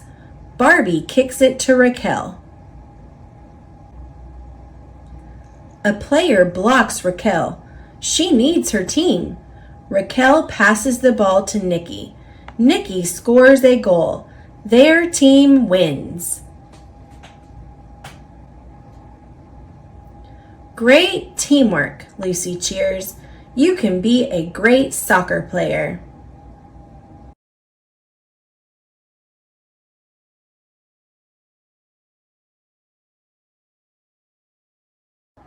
Spaghetti in a hot dog bun. Having the courage to be who you are. By Maria Dismondy. Illustrated by Kim Shaw. The delicious smell of breakfast filled the air as Lucy's grandpa handed her a plate. Lucy smeared ketchup on her toast. She turned to her grandpa and said, "Papa Gino, Harriet said she's never heard of ketchup on toast. Her family uses butter and jelly." It's okay. Not everyone likes the same thing, Lucy. It doesn't mean one person is right or wrong. We're all different. What a boring world it would be if we were all exactly alike. Do you remember what's really important? Papa Gino asked. Yes, Papa. Even if we are different from others on the outside, we all have a heart with feelings on the inside. That's my girl. Remember, when you treat others with love and kindness, you are doing the right thing, Papa Gino replied. On the school bus, Lucy and her friend Harriet pulled out some paper and crayons. Sitting across from them was Ralph. As usual, Ralph sat alone, staring out the window. He looked over at them and rolled his eyes. In the classroom, Lucy sat down near the teacher. Ralph carelessly hurried over and tripped on Lucy's foot. Before long, he was glaring at her. Ralph whispered, "Woof! I can't see the book with this poodle in front of me." Lucy could hear him giggling behind her. Oh no, why did it have to be me? She wondered.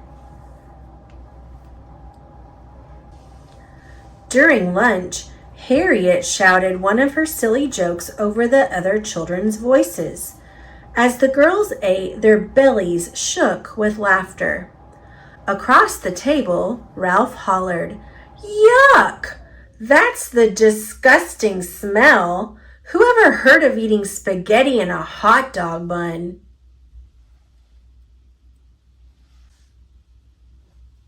Tony and the other children at the table turned away from Ralph, shaking their heads. Ralph continued, "Poor little Lucy with her hair so poofy." Tears filled Lucy's eyes, and she began to cry. On the way home, Lucy thought about what had happened. Maybe Ralph is mean to me because he thinks being different is bad. I wish he would stop teasing me.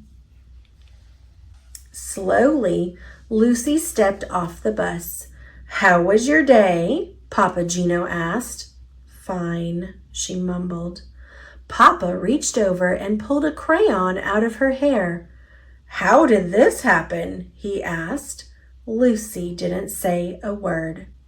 That night, as Papa Gino tucked Lucy into bed, he asked, "Is everything all right at school?" Lucy rolled over.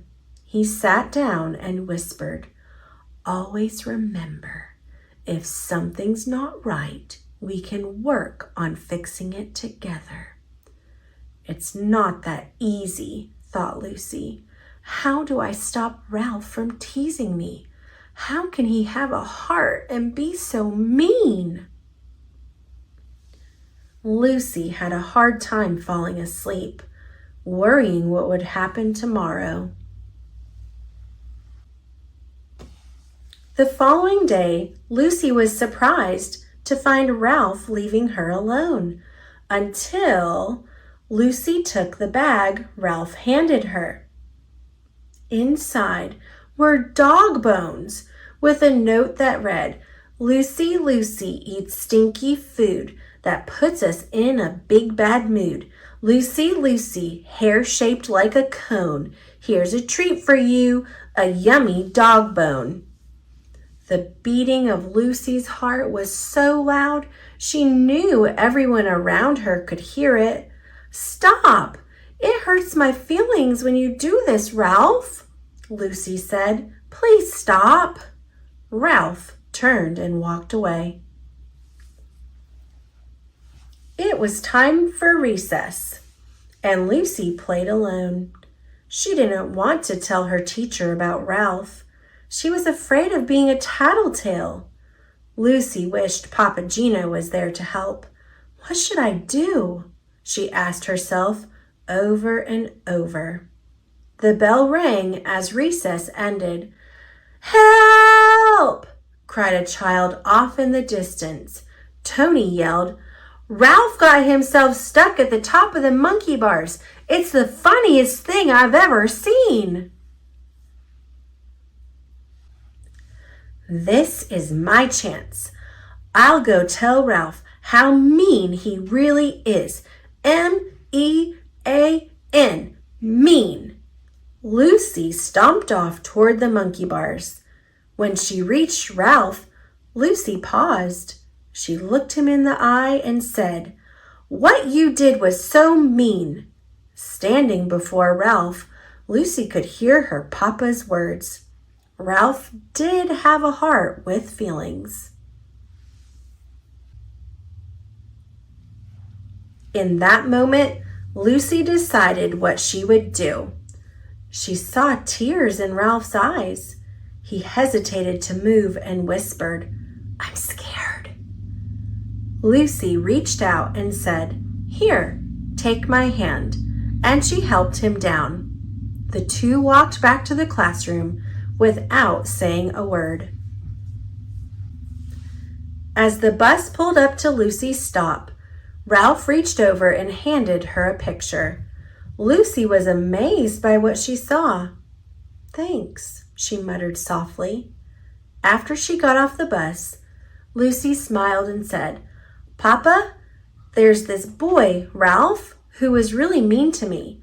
Today he was in trouble and I helped him." Papa Gino hugged Lucy and replied, "That took a lot of courage. It wasn't the easiest thing to do. You chose to treat others the way you want to be treated. I'm so proud of you, Lucy." As they walked home, she asked him what was for dinner. When Papa Gino said spaghetti, Lucy knew immediately what she would have for lunch the next day. Her favorite sandwich, spaghetti in a hot dog bun.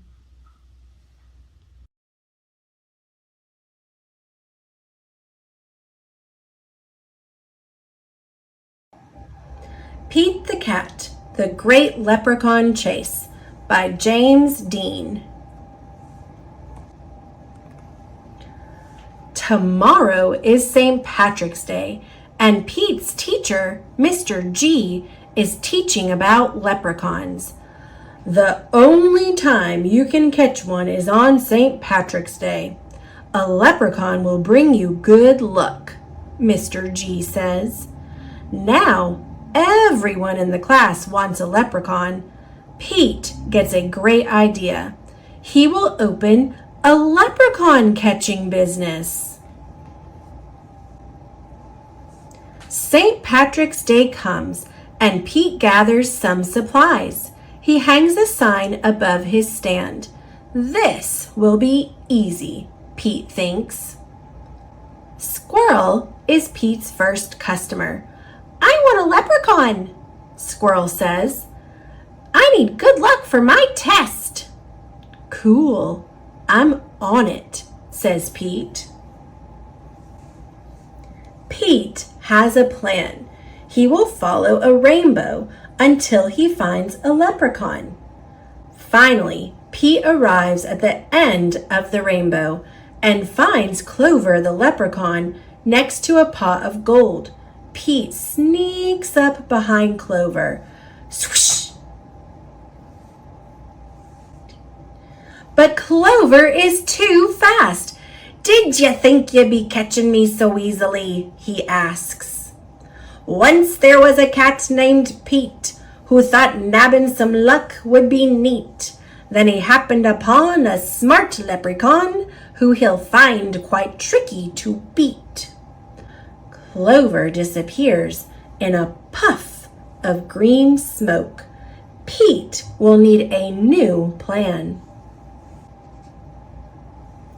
That afternoon, Gus visits Pete's lucky leprechaun catchers. I want a leprechaun, Gus says. I need good luck for my band recital. Pete says, I'll see what I can do. Pete plans to lure Clover out with his music. He plays a jaunty song on his guitar. Before long, Clover dances over to Pete. Just a little closer, Pete thinks. Suddenly, Clover starts spinning around Pete. Round and round, Clover goes faster and faster. Oh no! Clover wraps up Pete with a rope. Pete has finally met his match, a crafty leprechaun he just can't catch. He'll never win, he better give in or find something else to snatch. That evening, Callie visits Pete's lucky leprechaun catchers. I want a leprechaun, Callie says. I need good luck for my tennis match. Says Pete. St. Patrick's Day is almost over. There isn't much time left to catch a leprechaun. But Pete won't give up yet. Pete sets a trap for Clover. Before long, Clover tiptoes up to the trap and sniffs the air. I love candy, he whispers, peering under the box. Pete waits very quietly. Crash! Pete rushes over and checks underneath the trap, but it is empty. Clover skips away. Pete has tried many a plot, but still I haven't been caught. And isn't it dandy, I even got candy, while Pete ends up with squat. Pete has an idea.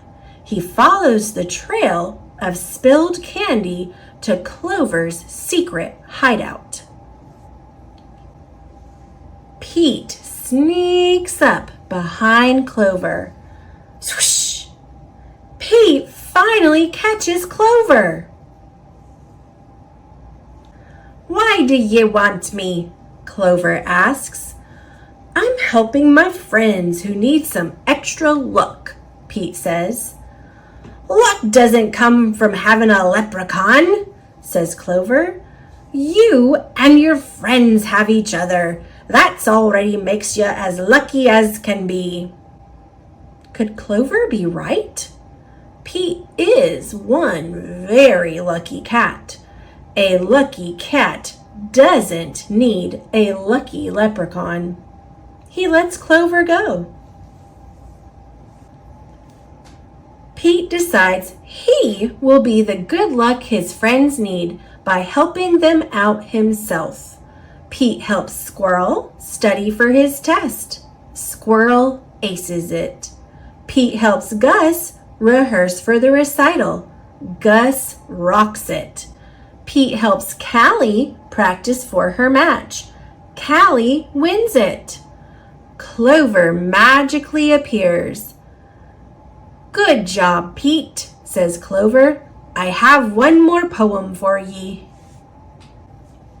While Clover played hide and seek, Pete learned something unique. The luck that you make beats luck that you take any old day of the week. Happy St. Patrick's Day!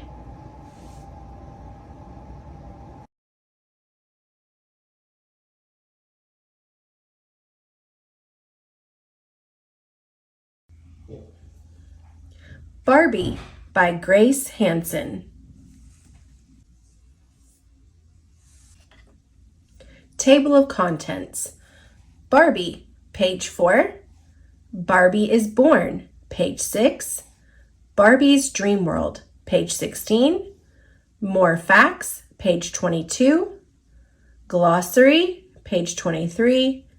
Index, page 24. Abdo Kids Code, page 24. Barbie. Barbie stepped into the world in black high-heel sandals on March 9th, 1959. She also wore a striped swimsuit and cat-eye sunglasses. Barbie was very fashionable for the time, but she would go on to be so much more. Barbie is Born. Ruth Handler, her husband Elliot, and Harold Matson started Mattel Creations in 1945. They sold many popular toys, but Barbie would be one of their biggest hits. Ruth often saw her daughter Barbara and her friends play with dolls. They used their imaginations, but they soon tired of their dolls that looked too young. Ruth thought a grown-up doll might be more fun. Mattel introduced Barbara Millicent Roberts, Barbie for short, in 1959. Girls were excited about the glamorous doll. The company sold 350,000 Barbie dolls in the first year. The first Barbie was meant to look like a 1950s movie star, but Ruth knew that girls would want Barbie to change just as the world did. First Lady Jackie Kennedy was a fashion icon in the early 1960s. Barbie's new wardrobe matched that. Barbie would keep representing the most popular fashions through the decades, but Ruth wanted Barbie to be an important role model for girls too, so Barbie took on many jobs. Barbie's Dream World. Barbie has been a teacher, veterinarian, and surgeon. She was a flight attendant and airline pilot. Barbie went from businesswoman to rock star. She mastered many sports and was even an Olympian. Mattel also creates Barbies that look like well-known people. The Inspiring Women series debuted in 2018. Katherine Johnson, NASA mathematician and physicist. Sally Ride, astronaut. Rosa Parks, civil rights activist. Frida Kahlo, Inspiring Women series, artist. Since 1959, more than 1 billion Barbies have sold worldwide. Each day, kids everywhere are inspired by Barbie. There's no telling what she will do next. More facts. According to the official Barbie website, Barbie is from the fictional town of Willows, Wisconsin. For the first 12 years of Barbie, the doll never smiled. In 1971, Malibu Barbie was introduced. She had a much happier look on her face. Barbie has had more than 40 pets. She has cared for 21 dogs, 6 cats, a parrot, and lots of farm animals. Glossary. Debuted. Launched or appeared in public for the first time. fashionable, influenced by dressing according to what is currently in style. Fictional, not existing in real life. Glamorous, full of fascination, allure, or excitement. Icon, a person who people recognize as a symbol of something. The person is often admired and respected. Imagination, the act or power of the mind to form a thought, picture, or image of something. Inspire, to influence or guide. Wardrobe, a collection of clothes or costumes.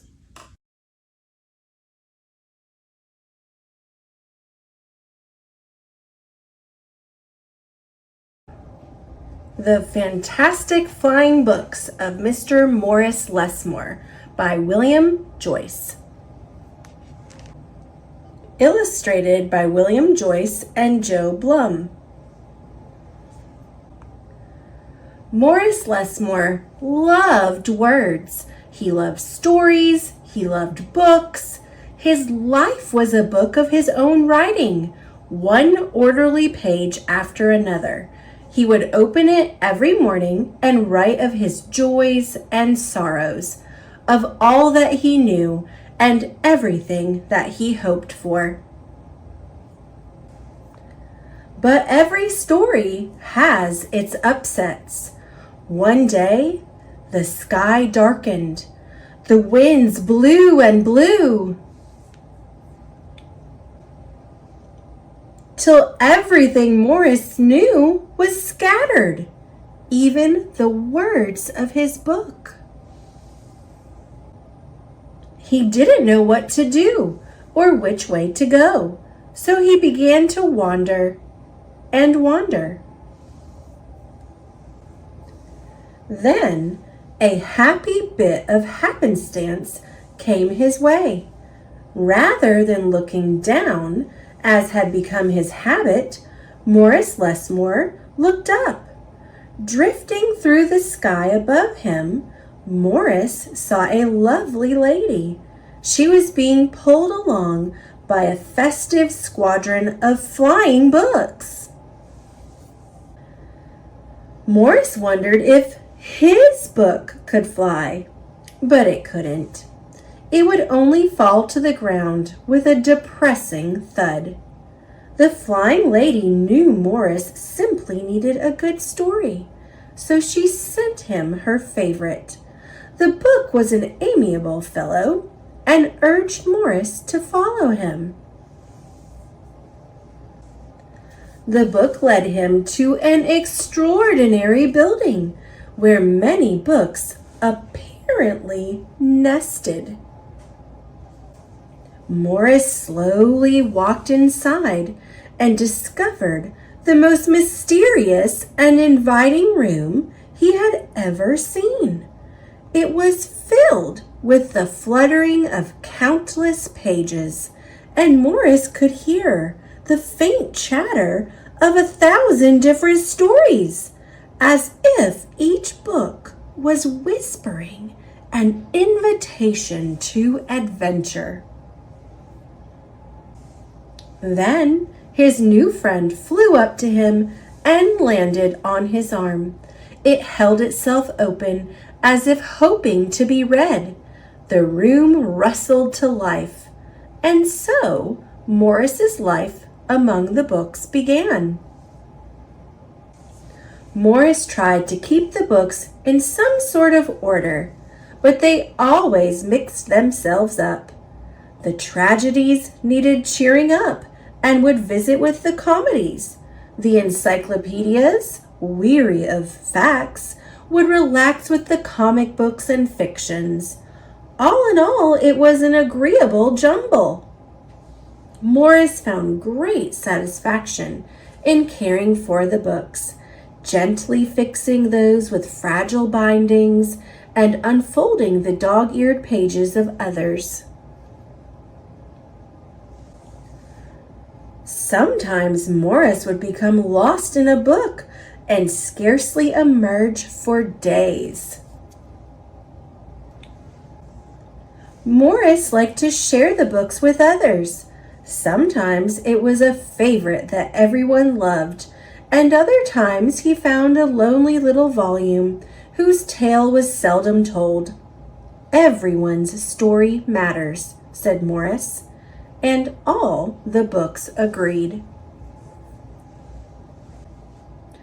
At night, after all the stories that needed telling had been told, and everyone had settled down to their proper places on the shelves, the great big dictionary would get in the last word. It was then that Morris Lesmore would once again write in his own book. He wrote of his joys and sorrows, of all that he knew and everything that he hoped for. The days passed. So did the months. And then years and years.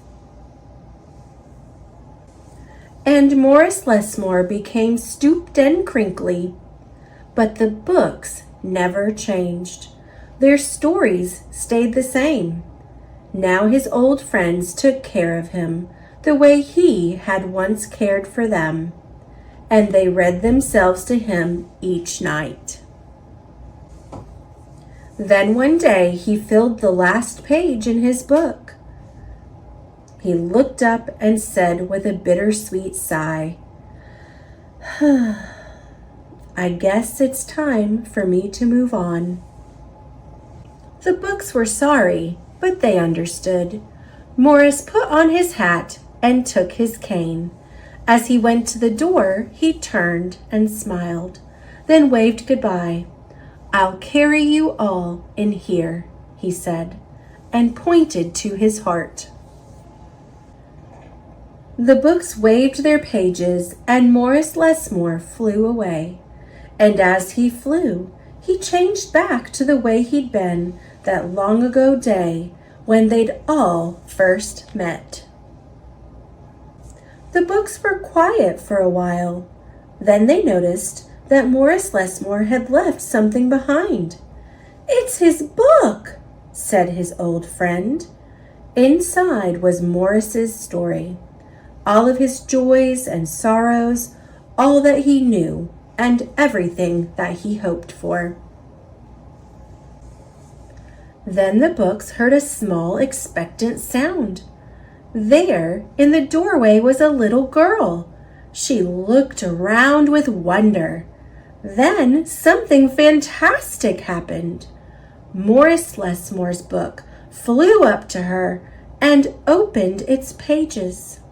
The girl began to read, and so our story ends as it began. With the opening of a book.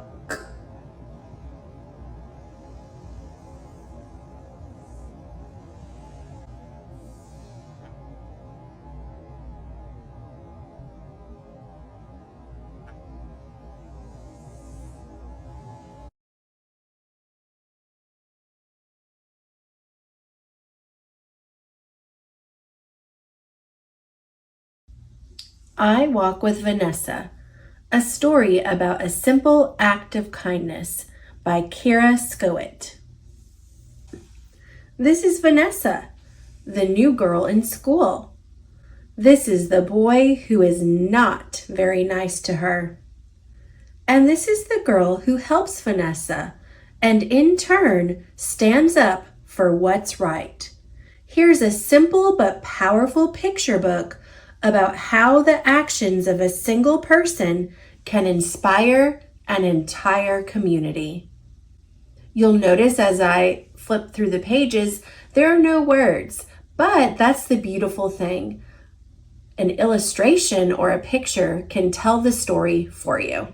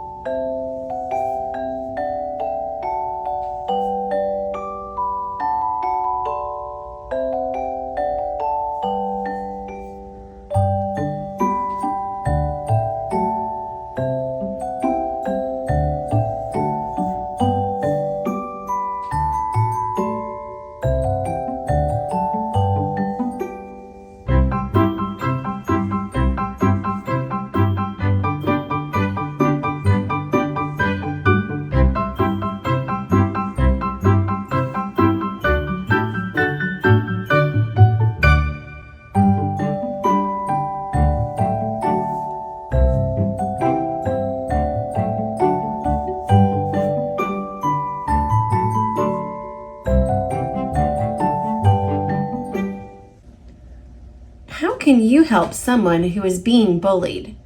When you see someone being hurt or bullied, there is often something you can do. No matter how small it may seem to you, it makes a big difference to the person who is being hurt. Here are some suggestions. Be extra friendly to that person. Include them in your play and games. Let them know you will not join in when other kids are being mean or bullying. The girl in this book noticed what happened to the girl who was being bullied. Then she thought about how she might feel and what she should do. When you see mean behavior or bullying, ask yourself, how would I feel if that happened to me? It is important to always be safe when you respond to bullying behavior. If someone is being hurt or bullied, you can tell a trusted grown-up. Letting someone know help is needed is not tattling. Tattling is getting someone in trouble, and telling is getting someone out of trouble. As in the story, actions can be contagious. Kindness multiplies. One small act of kindness can inspire more kind acts. So talk to others about how your ideas for showing kindness and invite them to join you.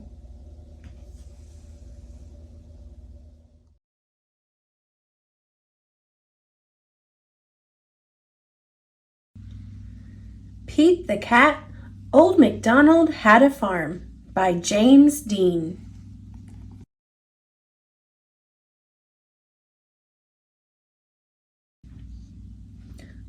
Old MacDonald had a farm, E-I-E-I-O, and on that farm he had some chickens, E-I-E-I-O, with a cluck-cluck here and a cluck-cluck there, here a cluck, there a cluck, everywhere a cluck-cluck. Old MacDonald had a farm, E-I-E-I-O.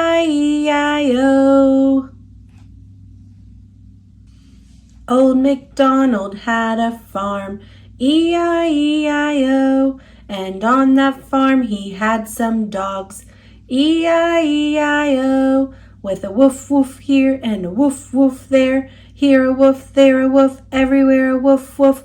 Old MacDonald had a farm, E-I-E-I-O. Old MacDonald had a farm, E-I-E-I-O, and on that farm he had some cows, E-I-E-I-O, with a moo-moo here and a moo-moo there, here a moo, there a moo, everywhere a moo-moo. Old MacDonald had a farm, E-I-E-I-O.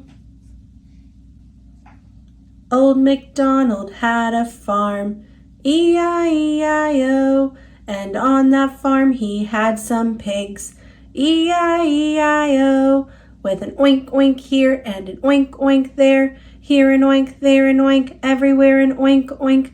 Old MacDonald had a farm, E-I-E-I-O. Old MacDonald had a farm, E-I-E-I-O, and on that farm he had some horses, E-I-E-I-O, with a neigh-neigh here and a neigh-neigh there, here a neigh, there a neigh, everywhere a neigh-neigh. Old MacDonald had a farm, E-I-E-I-O. Old MacDonald had a farm, E-I-E-I-O, and on that farm he had some cats, E-I-E-I-O, with a meow meow here and a meow meow there, here a meow, there a meow, everywhere a meow meow. Old MacDonald had a farm, E-I-E-I-O. Old MacDonald had a farm, E-I-E-I-O, and on that farm he had some goats, E-I-E-I-O, with a ba-ba here and a ba-ba there, here a ba, there a ba, everywhere a ba-ba. Old MacDonald had a farm, E-I-E-I-O. Old MacDonald had a farm, E-I-E-I-O. And on the farm he had some ducks. E-I-E-I-O. With a quack quack here and a quack quack there. Here a quack, there a quack, everywhere a quack quack. Old MacDonald had a farm. E-I-E-I-O. Old MacDonald had a farm. E-I-E-I-O. And on that farm he had some turkeys. E-I-E-I-O. With a gobble gobble here and a gobble gobble there. Here a gobble, there a gobble, everywhere a gobble gobble. Old MacDonald had a farm. E-I-E-I-O. Old MacDonald had a farm. E-I-E-I-O. And on that farm he had some roosters. E-I-E-I-O. With a cock-a-doodle-doo here and a cock-a-doodle-doo there. Here a cock-a-doodle-doo, there a cock-a-doodle-doo, everywhere a cock-a-doodle-doo. Old MacDonald had a farm. E-I-E-I-O. Old MacDonald had a farm. E-I-E-I-O. And on that farm he had some donkeys. E-I-E-I-O. With a hee-haw here and a hee-haw there. Here a hee-haw, there a hee-haw, everywhere a hee-haw. Old MacDonald had a farm. E-I-E-I-O.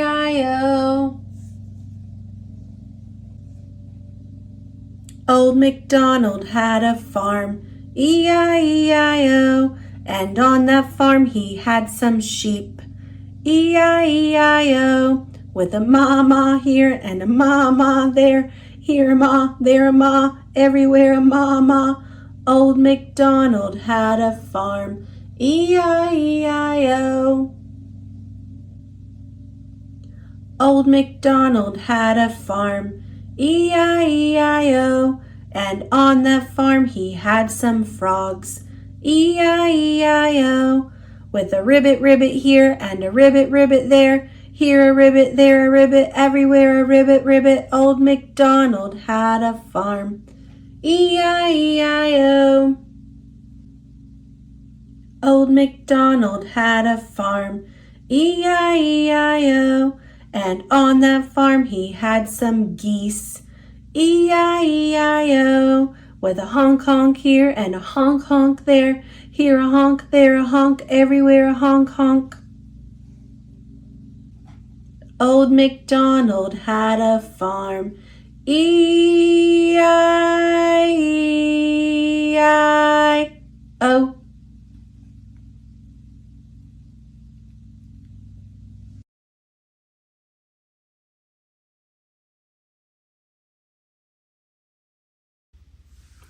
A Day in the Life. Sea Animals. Octopus. By Louise Spilsbury. Contents. What is an octopus? Page 4. What do octopuses look like? Page 6. What do octopuses do at night? Page 8. How does an octopus move? Page 10. What does an octopus eat? Page 12. How do octopuses hunt? Page 14. What do octopuses do all day? Page 16. What are octopus babies like? Page 18. What hunts octopuses? Page 20. Octopus body map. Page 22. Glossary. Page 23. Find out more. Page 24. Index. Page 24. Some words are shown in bold, like this. You can find them in the glossary on page 23. What is an octopus? An octopus is an animal that lives in the ocean. Octopuses live in oceans all over the world. There are different types of octopus. Some octopuses are tiny and some are very big. Pacific giant octopus.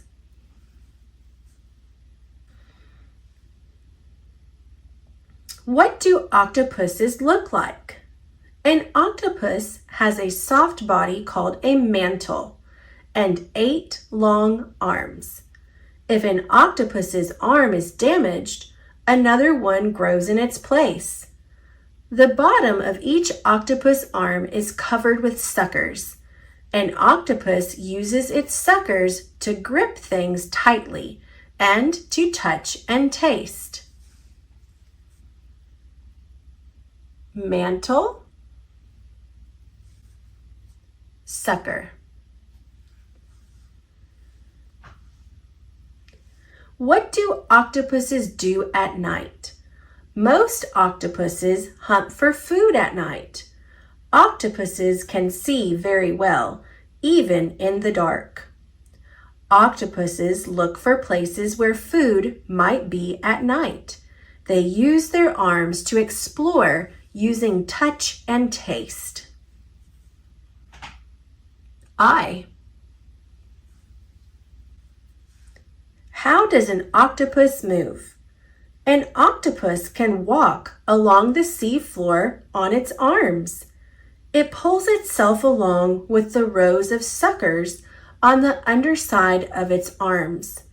To swim, an octopus sucks water into its body. Then it shoots the water out again to move quickly through the sea. What does an octopus eat? Octopuses eat crabs, sea snails, fish, turtles, and even other octopuses. The giant octopus may eat small sharks. An octopus has a hard, sharp beak inside its mouth. This beak can bite into thick shells and break food into small pieces. Crab. Beak.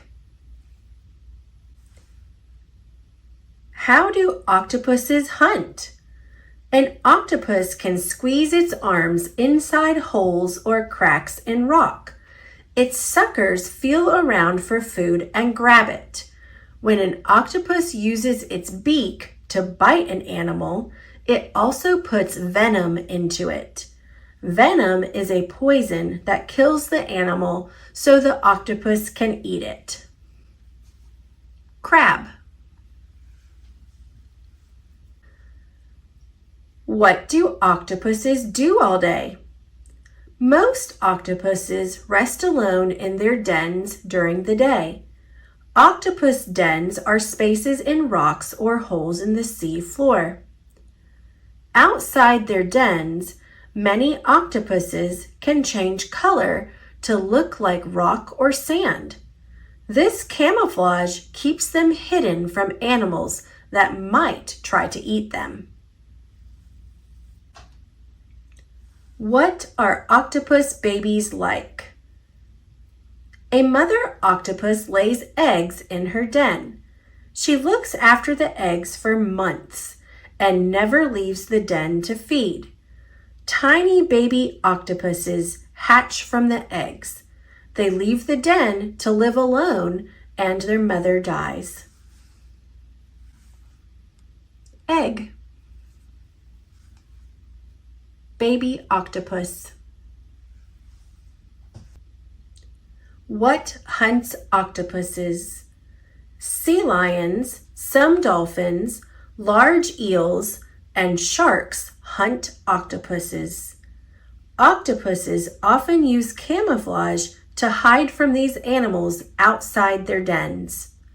When an animal attacks an octopus, the octopus squirts black ink from its body. This black cloud hides the octopus and it can swim away quickly. Octopus. Ink. Octopus body map.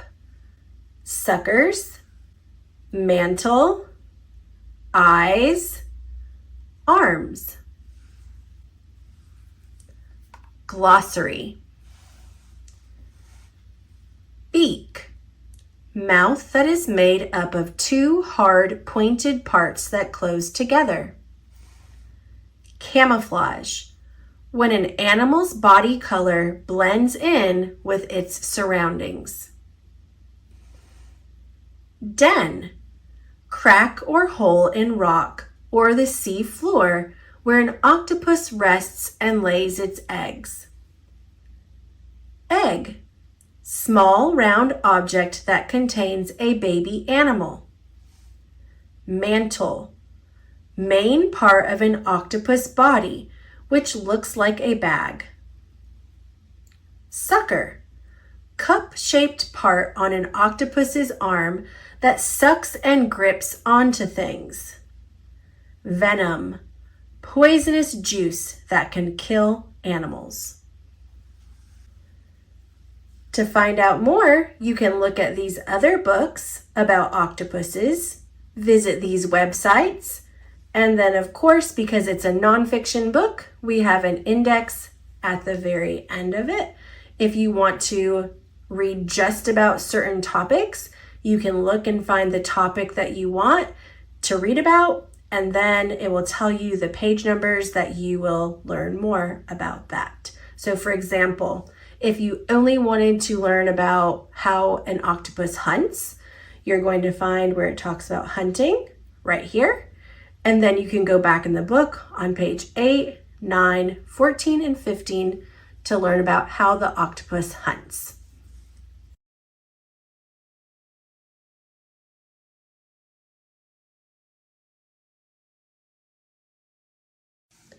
Fly Guy and the Aliens by Ted Arnold.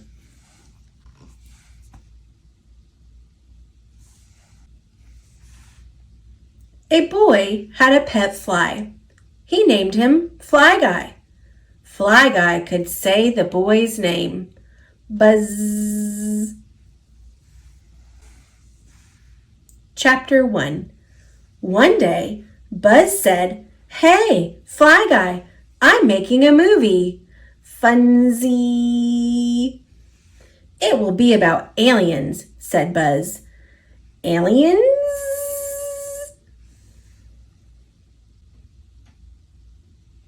"Aliens are guys that come from space," said Buzz.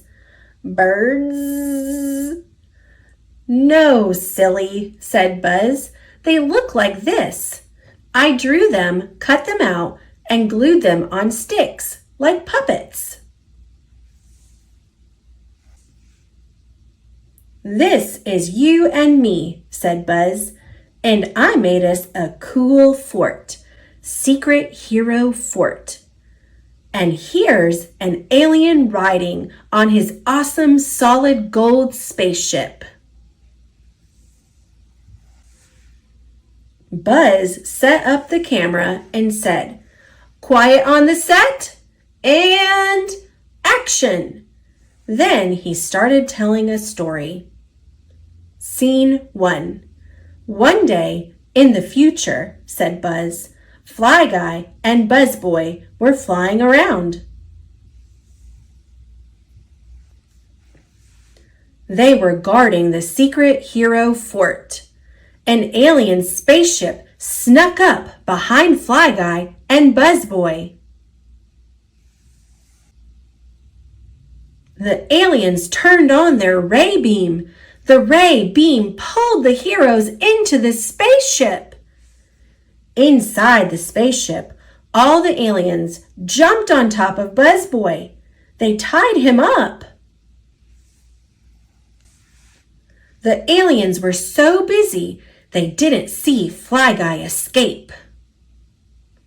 Scene 2. Fly Guy flew back to the secret hero fort to get help. Their pal, Dragon Dude, came out and shot fireballs at the spaceship. The solid gold spaceship was fireproof. Boink, boink. But the fireballs made the aliens mad. They crushed the secret hero fort. Crash! Fly Guy was trapped inside the secret hero fort. Oops!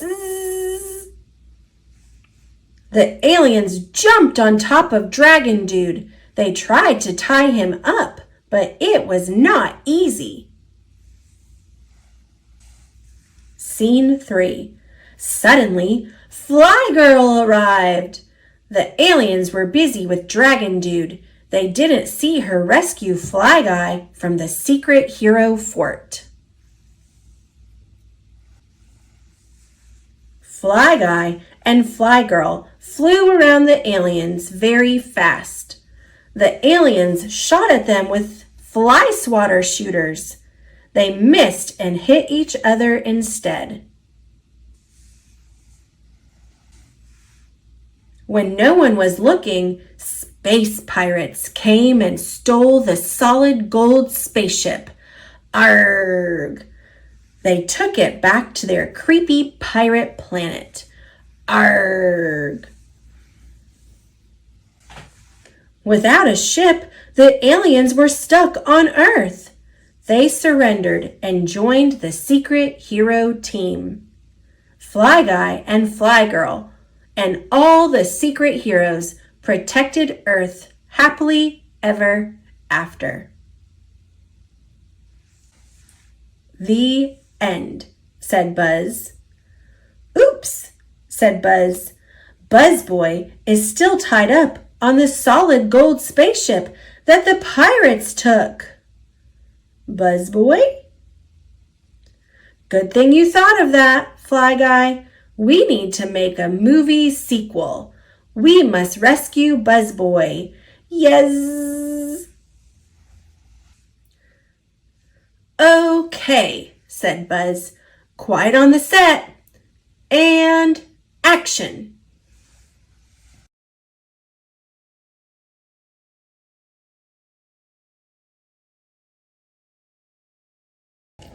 Barbie Big City, Big Dreams by Christy Webster, based on the teleplay by Christopher Kennan and Kate Splain, illustrated by Fernando Guel.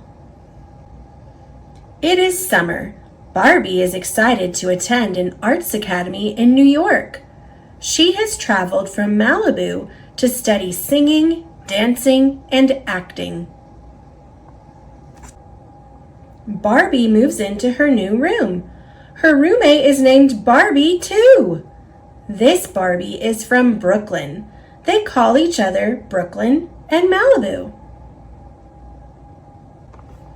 They go to class together. The dean tells them one student will sing a spotlight solo. In dance class, the two Barbies dance. Brooklyn is very good. Malibu learns to stage fight. She learns music. She is nervous. Malibu does not do well. Pop star Emmy is attending their school too. She wants to make friends. She wants to sing better. Her father just wants her to sing the spotlight solo. Everyone is at practice. Malibu stumbles. She bumps into Brooklyn. Brooklyn falls. Malibu feels bad, but Brooklyn will be better soon. The dean thinks Malibu pushed Brooklyn. She tells Malibu to leave. Brooklyn finds a video. She shows it to the dean. Malibu did not push Brooklyn. Emmy's dad was afraid Brooklyn would get the solo. He lied to get Emmy the spotlight solo. Brooklyn goes to find Malibu. Brooklyn tells Malibu she can come back. Malibu can't wait. The friends are happy to be back together. Malibu works hard. She enjoys herself. She gets better in her classes. At the end of the summer, the dean chooses the soloist. It is Barbie. Both Barbies. They sing and dance together. Everything is better with friends.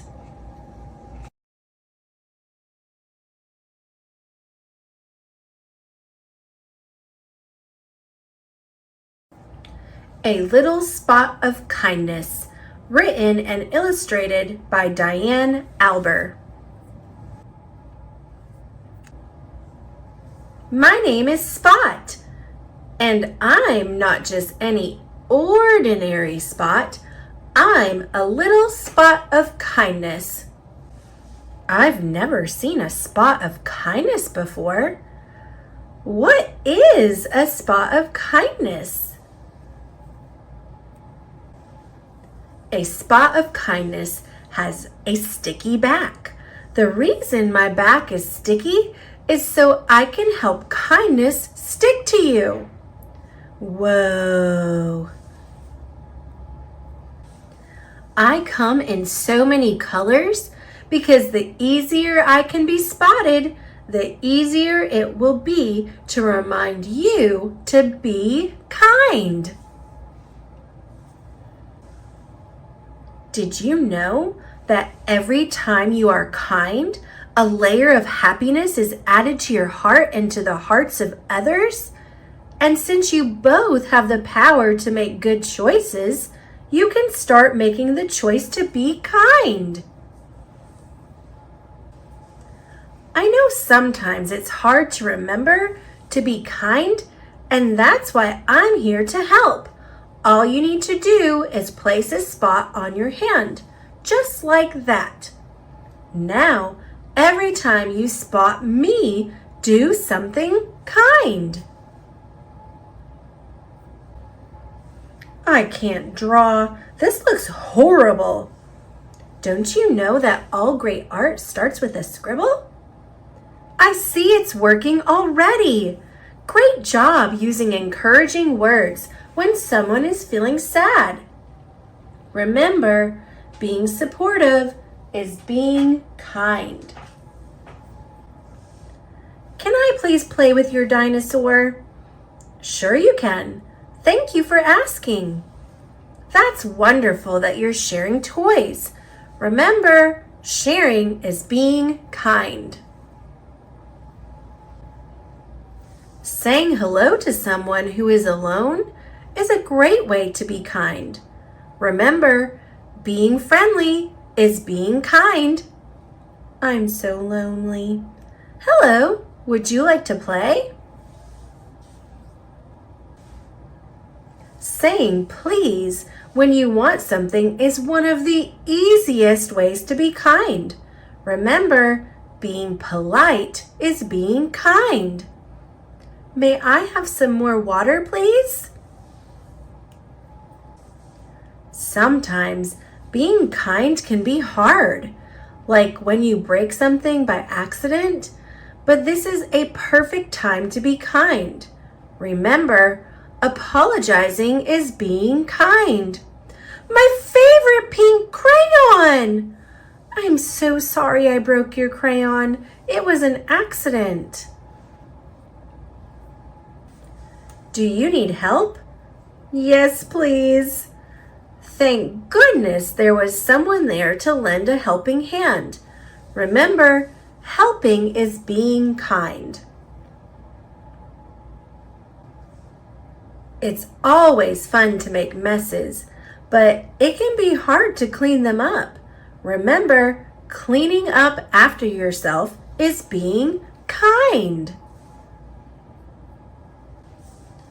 Waiting in line can be difficult, but not getting upset is a great way to be kind. Remember, being patient is being kind. Now, grab a little spot of kindness so you, too, can remember to be kind. Mark a spot on every day you were kind. Can you be kind all week? How did you show your kindness? Spot stickers and faces are available in the Spots activity booklet available on www.dianealber.com.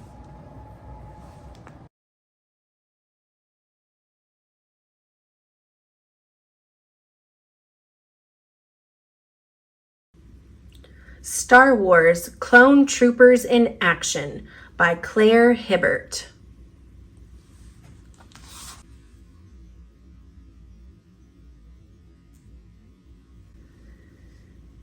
What a huge army! These soldiers are clone troopers. Every soldier is the same.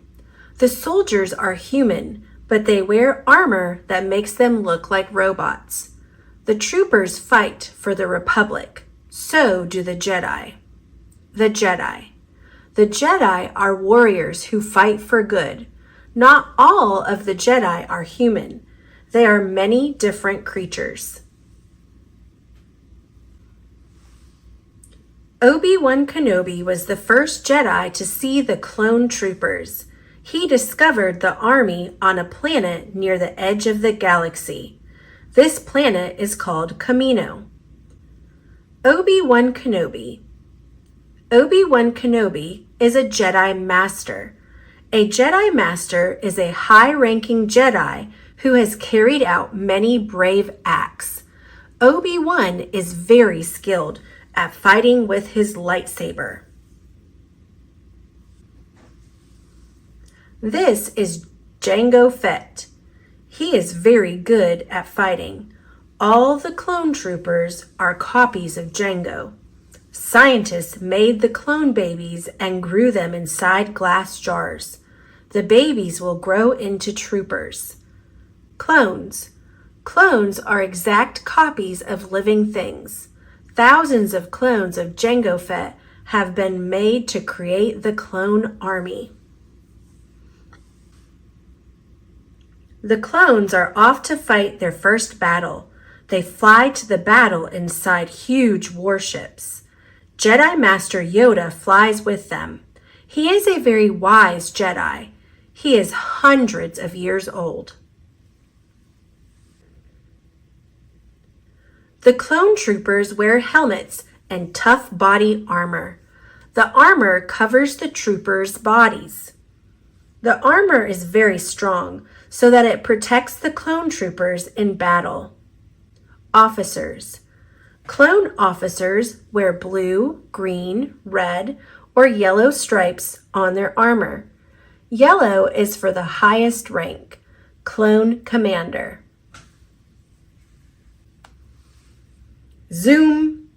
These clone troopers are driving speeder bikes.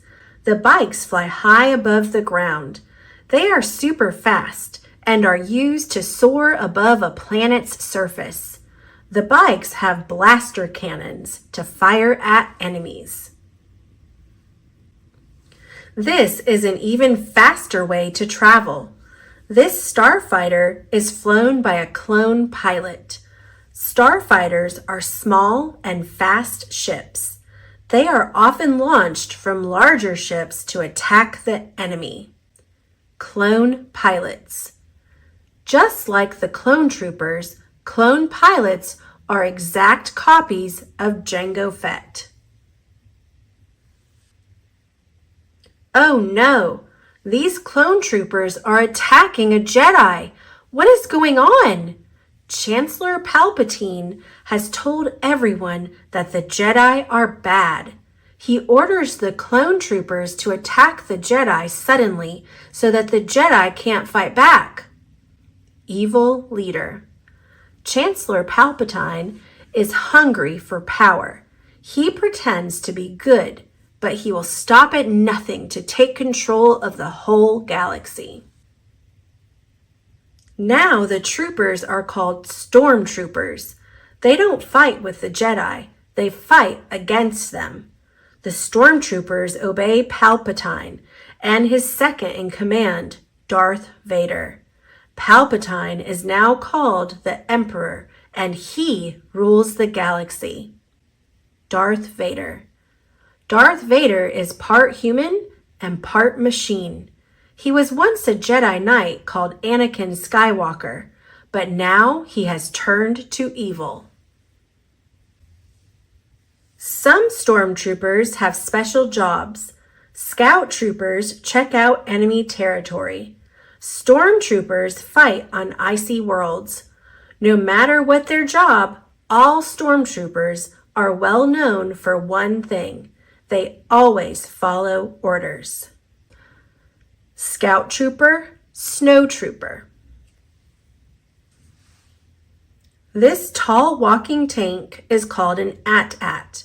It carries stormtroopers into battle.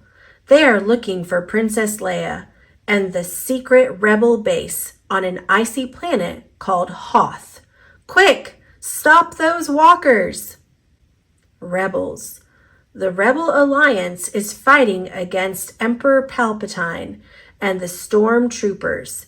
Princess Leia is one of the rebel commanders. Stormtroopers are strong, but they are no match for Chewbacca. Get them, Chewie! Wait, these aren't stormtroopers. Luke and his friends Han Solo are wearing stormtrooper armor as a disguise. These stormtroopers are on a very large spaceship called the Death Star. They are guarding the Death Star from any rebel attacks. Death Star. The Death Star is shaped like an enormous ball.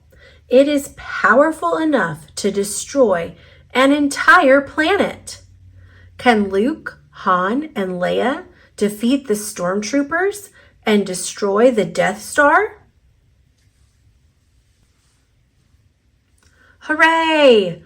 Luke and his friends, Han, Chewie, and Leia, have helped the rebels destroy the Death Star. But what will happen to the stormtroopers? Will they rise again to fight the valiant rebels? Quiz. Number 1. Are clone troopers robots? Answer. No, they are humans. Number 2. Who was cloned to make the troopers? Answer. Jango Fett, a bounty hunter. Number 3. Where were the first clone troopers from? Answer. The planet Kamino. Number 4. What rank is this yellow clone trooper?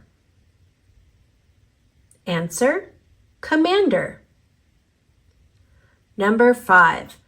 Who is this rebel commander? Answer. Princess Leia. Number 6. Who gives orders to the stormtroopers? Answer. Darth Vader and Palpatine.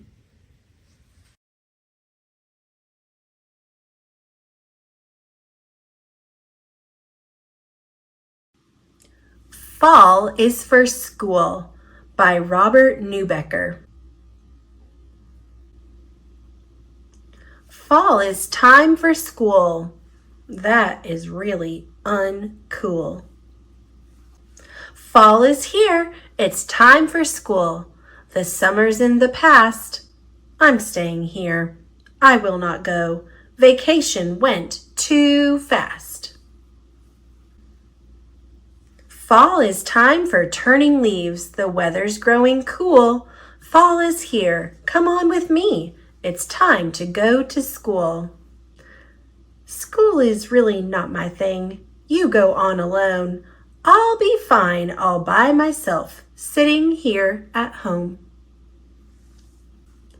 Let's go and meet your teacher. You're going to look so nice. Tuck in your shirt and tie your shoes. You must take my advice.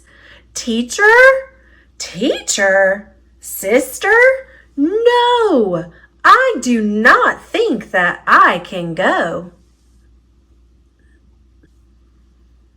In school, we'll learn of Romans who really were no dummies, and the pyramids in Egypt all filled up with mummies. Dinosaurs and carnivores, mighty Tyrannosaurus, giant tigers, woolly mammoths really were enormous. I am going to play all day. It doesn't matter what you say. Recess is for playing games. We'll run and jump and climb. Let's go right now and join the fun. You really must not whine. Whine. Do your numbers. 1, 2, 3. Add, subtract, and multiply. A million, trillion, my oh my. Count the stars up in the sky. I do not like arithmetic. It hurts my eyes. It makes me sick. I will not go. I do not care. I have heard enough. To tell the truth, I'm not like you. School is just too tough. Rocket ships that fly to Mars, music, sports, and art. These are all the things you love. I think you're very smart. We will learn to read and write, the stories we will tell. And if you want to do it right, you have to learn to spell. Fall is time for parties, for spooky Halloween. We'll dress up just like zombies and paint our faces green. In science, we will never stop until we ace the pumpkin drop. Pumpkin drop? Pumpkin drop. We pad them up and drop them. It's really engineering. If your pumpkin doesn't smash, the teacher will be cheering. Is that something I can do? And everyone is going? Staying home day after day was getting kind of boring. Fall is time for school. We'll learn and we'll be clever. A great big world will open up and change our lives forever. Maybe school will be all right. I might just reconsider. Maybe you are not so dumb for my baby sister. Fall is time for school. School is full of awesome. The world is mighty cool. It's an amazing universe. Fall is time for school.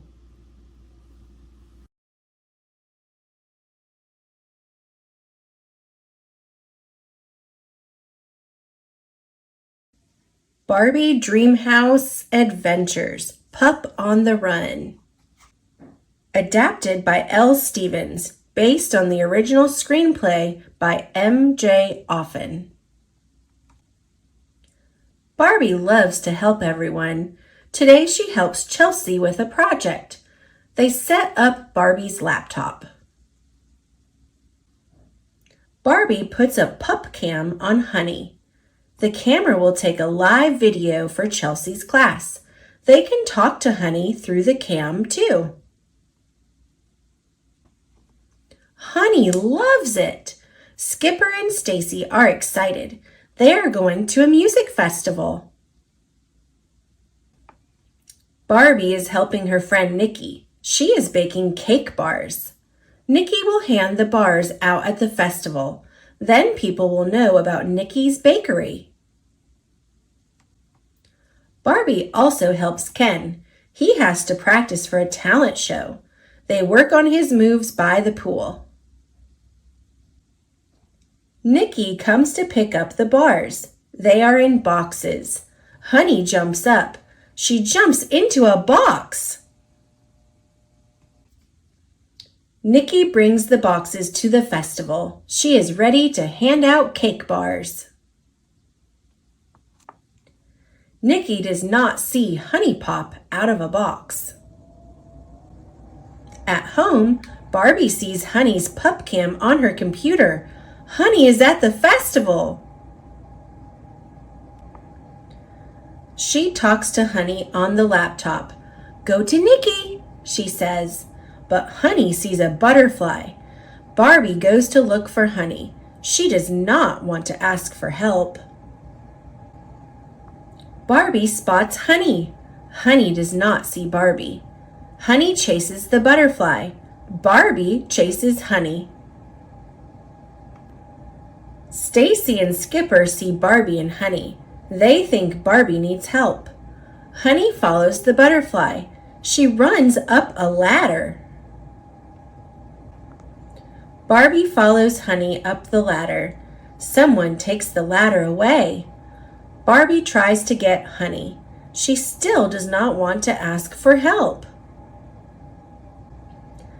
Barbie gets Honey, but they are stuck upside down. Stacy, Skipper, and Nikki find them. Now Barbie asks for help. Back at home, the girls watched Chelsea's project. Honey made a great video. Barbie helped everyone today. They helped her, too.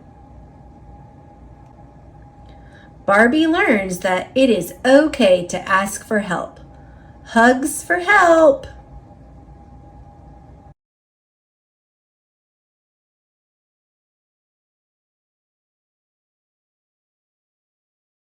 Pete the Cat, Big Easter Adventure by Kimberly and James Dean. Pete was so excited. Easter was here. He couldn't wait for his basket of goodies. Jelly beans were his favorite. Uh-oh. His basket was empty, except for a note. Pete, please help. Find the eggs. Paint the eggs. Hide the eggs. Thanks, the Easter Bunny. P.S. Wear these. Pete put on the bunny ears and thought, a cat with ears like a bunny? Now that's funny. Happy Easter, chickens! Do you have any eggs today? Pete asked. I am helping the Easter Bunny. Sure, Pete. We have a lot of eggs, the chickens said. We are happy to help, but don't you need a bunny nose and a fluffy bunny tail? The chickens were right. A bunny nose and tail would be neat. Then Pete's costume would be complete. Pete put on the nose and tail like a bunny's. A cat dressed up like a bunny? Now that's funny. Now Pete was ready. It was getting late, and he still had a lot of eggs to decorate. What colors would Pete use? Hop, hop, hop. Off to the tool shed for paint and brushes. Pete couldn't wait to paint the eggs. Some eggs had one color, some eggs had two, some eggs were red, and some eggs were blue. When the egg painting was done, Pete had a basket full of bright, colorful, amazing eggs. Now, hiding them would be lots of fun. But where, oh where, would Pete hide the eggs? Around the neighborhood for all his friends to find. Pete hid eggs in flower pots. He hid them in the water spout. And when he was done hiding the eggs, Pete the cat was all worn out. Helping others out is what Easter is all about, Pete said. Pete's job was done. He was hiding the last one when the Easter Bunny arrived. Great job, Pete. You were a big help, said the Easter Bunny. The Easter Bunny gave Pete an award for a job well done. Helping others can be lots of fun. Happy Easter, everybody!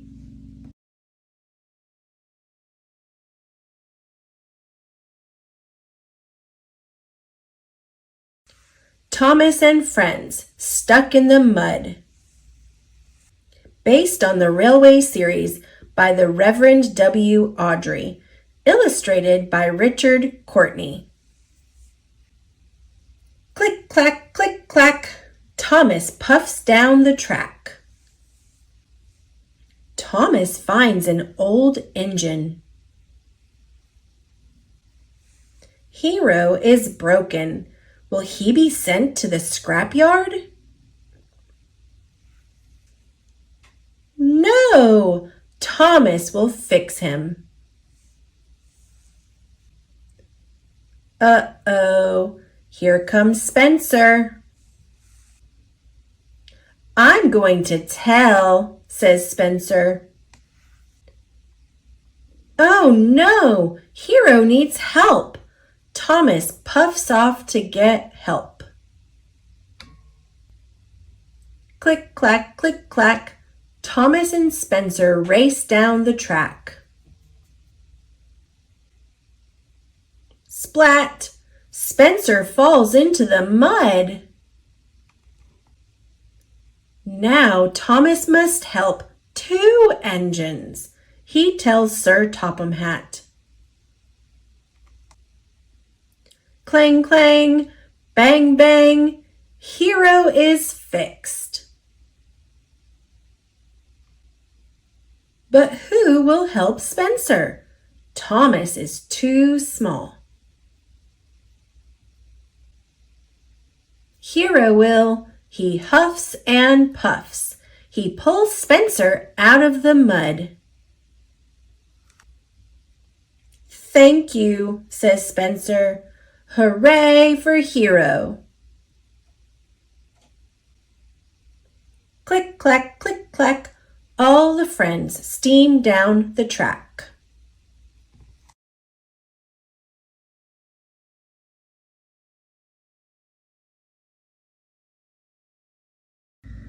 Pete the Cat, Twinkle, Twinkle, Little Star by James Dean. Twinkle, twinkle, little star, how I wonder what you are. Up above the world so high, like a diamond in the sky. When the blazing sun is gone, when he nothing shines upon, then you show your little light, twinkle, twinkle all the night. Then the traveler in the dark thanks you for your tiny spark.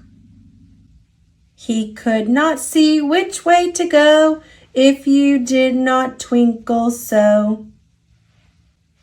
In the dark blue sky you keep, and often through my curtains peep.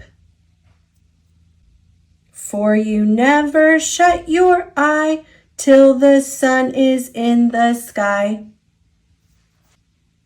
As your bright and tiny spark lights the traveler in the dark. Though I know not what you are, twinkle, twinkle, little star, how I wonder what you are. Up above the world so high, like a diamond in the sky. Twinkle, twinkle, little star, how I wonder what you are. How I wonder what you are.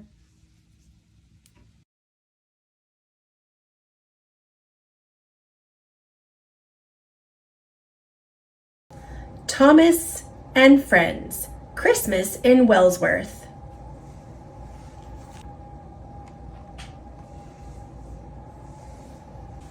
Based on the Railway series by the Reverend W. Awdry. Illustrated by Richard Courtney. It was 2 days before Christmas. Everywhere Thomas looked, Wellsworth was bustling with preparations. Toby brought shoppers into town. James pulled freight cars full of decorations, and Henry had just delivered a large Christmas tree to the town square. The following night, Wellsworth would have a wonderful Christmas Eve festival. Everyone would gather to watch the lighting of the tree. They'd sing carols and ring bells. Thomas couldn't wait. If only it would snow, he thought. Then everything would be perfect. I'm afraid we won't have a white Christmas this year, Thomas peeped as he looked up at the blue sky. That's okay with me, said Henry. I have so much to do. I don't need a snowstorm now. Thomas loved the snow, even if he had to wear his heavy snowplow. Snow would make the Christmas Eve festival so pretty. Just then, Sir Topham Hatt called to Thomas. I have a message from Lady Hatt, he said. She wants to come to the festival, but my car is in the garage for maintenance. I need you to run over to Kelsthorpe to pick her up. Please take Annie and Clarabelle so you can bring my grandchildren as well. Yes, sir, peeped Thomas. Of all the jobs on Sodor, pulling a trainload of children was his favorite. Thomas was soon speeding across Sodor. Everywhere he looked, people were smiling and waving. In Marin, children prepared for a Christmas pageant with real sheep. And as night fell, the festive lights of Rolf's castle shined brightly. The town looked like a magic palace. Thomas arrived in Kelsthorpe. He had made good time and was eager to make the return trip the next day. When Thomas awoke the next morning, the weather had changed.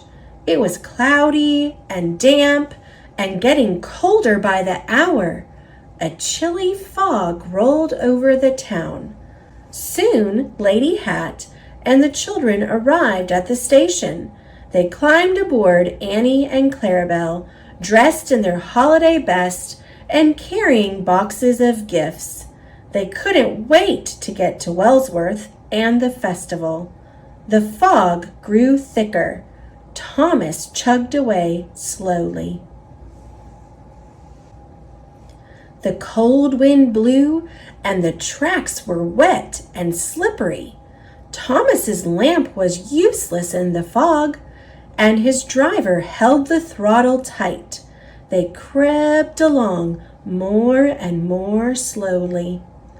This isn't very merry weather at all, Thomas peeped. As he rolled past Rolf's castle, Thomas couldn't see the town through the thick fog. He wanted to get to Wellsworth as soon as possible. Thomas knew they had to be careful and go slowly. He hoped they would pass through this bad weather soon. But the bad weather didn't lift, and as it grew later and later, darkness soon added to Thomas's problems. As he climbed toward Kildane, Thomas knew he wouldn't be in Wellsworth in time for the festival. He would miss the tree lighting, and worst of all, he was sure he had ruined Christmas for Sir Topham Hatt and his family. Meanwhile, the people of Wellsworth gathered around the tree in the town square. They lit the festive lights and sang carols, but Sir Topham Hatt was not with them. Sir Topham Hatt waited nervously at the Wellsworth station. There were reports of fog and frost all over the countryside. He checked his watch and worried. I hope everyone is okay, he whispered to himself. Finally, as Thomas chugged over the hills outside Wellsworth, the fog lifted. He could see candles flickering in the windows of homes he passed. The streets of Wellsworth were empty, and even the sight of the great glowing Christmas tree at the center of town didn't cheer Thomas. When they reached the station, Sir Topham Hatt hugged his wife and helped carry the sleeping children off Annie and Clarabelle. "And now we must get these children to bed," said Lady Hatt, "or Santa Claus will never arrive." Thomas chugged back to the yard, feeling very low indeed. The next morning, the yard was blanketed with beautiful snow. All the engines wished each other happy Christmas. "I'm sorry I missed the festival," Thomas peeped to James. "And worst of all, I think I ruined Sir Topham Hatt's holiday." Thomas didn't know that Sir Topham Hatt was standing nearby. "Ruined?" said Sir Topham Hatt. "You brought my family to me safe and sound. That's the best gift of all. Taking your time in that terrible weather was the right thing to do. Thomas, I'm glad you're such a really careful engine." Thomas was delighted. "I am so grateful for my railway," Sir Topham Hatt announced. "I'm giving each of you a hopper full of the best coal to thank you for a wonderful year." All the engines tooted happily. "And Thomas, at the request of my wife, Annie and Clarabelle will be getting new seat cushions." "It's a wonderful Christmas after all," peeped Thomas. And the snow did make everything perfect. James said tomorrow would be perfect. "Tomorrow? What's tomorrow?" Thomas asked. James laughed. "Have you forgotten Boxing Day, slow coach?" "Hooray! I had forgotten," Thomas peeped. "More rides for children." Every year, on the day after Christmas, all the engines on Sir Topham Hatt's railway roll out to the hospitals all over the island. Free rides and new toys and clothing are given to every child. Boxing Day was beautiful. Thomas, James, and Henry were decorated and loaded with nice things for the children of Sodor. Then they chugged across the countryside. Everywhere the engines went, they were met with cheering. All the children loved their presents and taking rides around the towns to see the lights and decorations. Thomas couldn't have been happier. "James," he called, "what's nicer than a white Christmas?" "What?" asked James. "A white Boxing Day," laughed Thomas.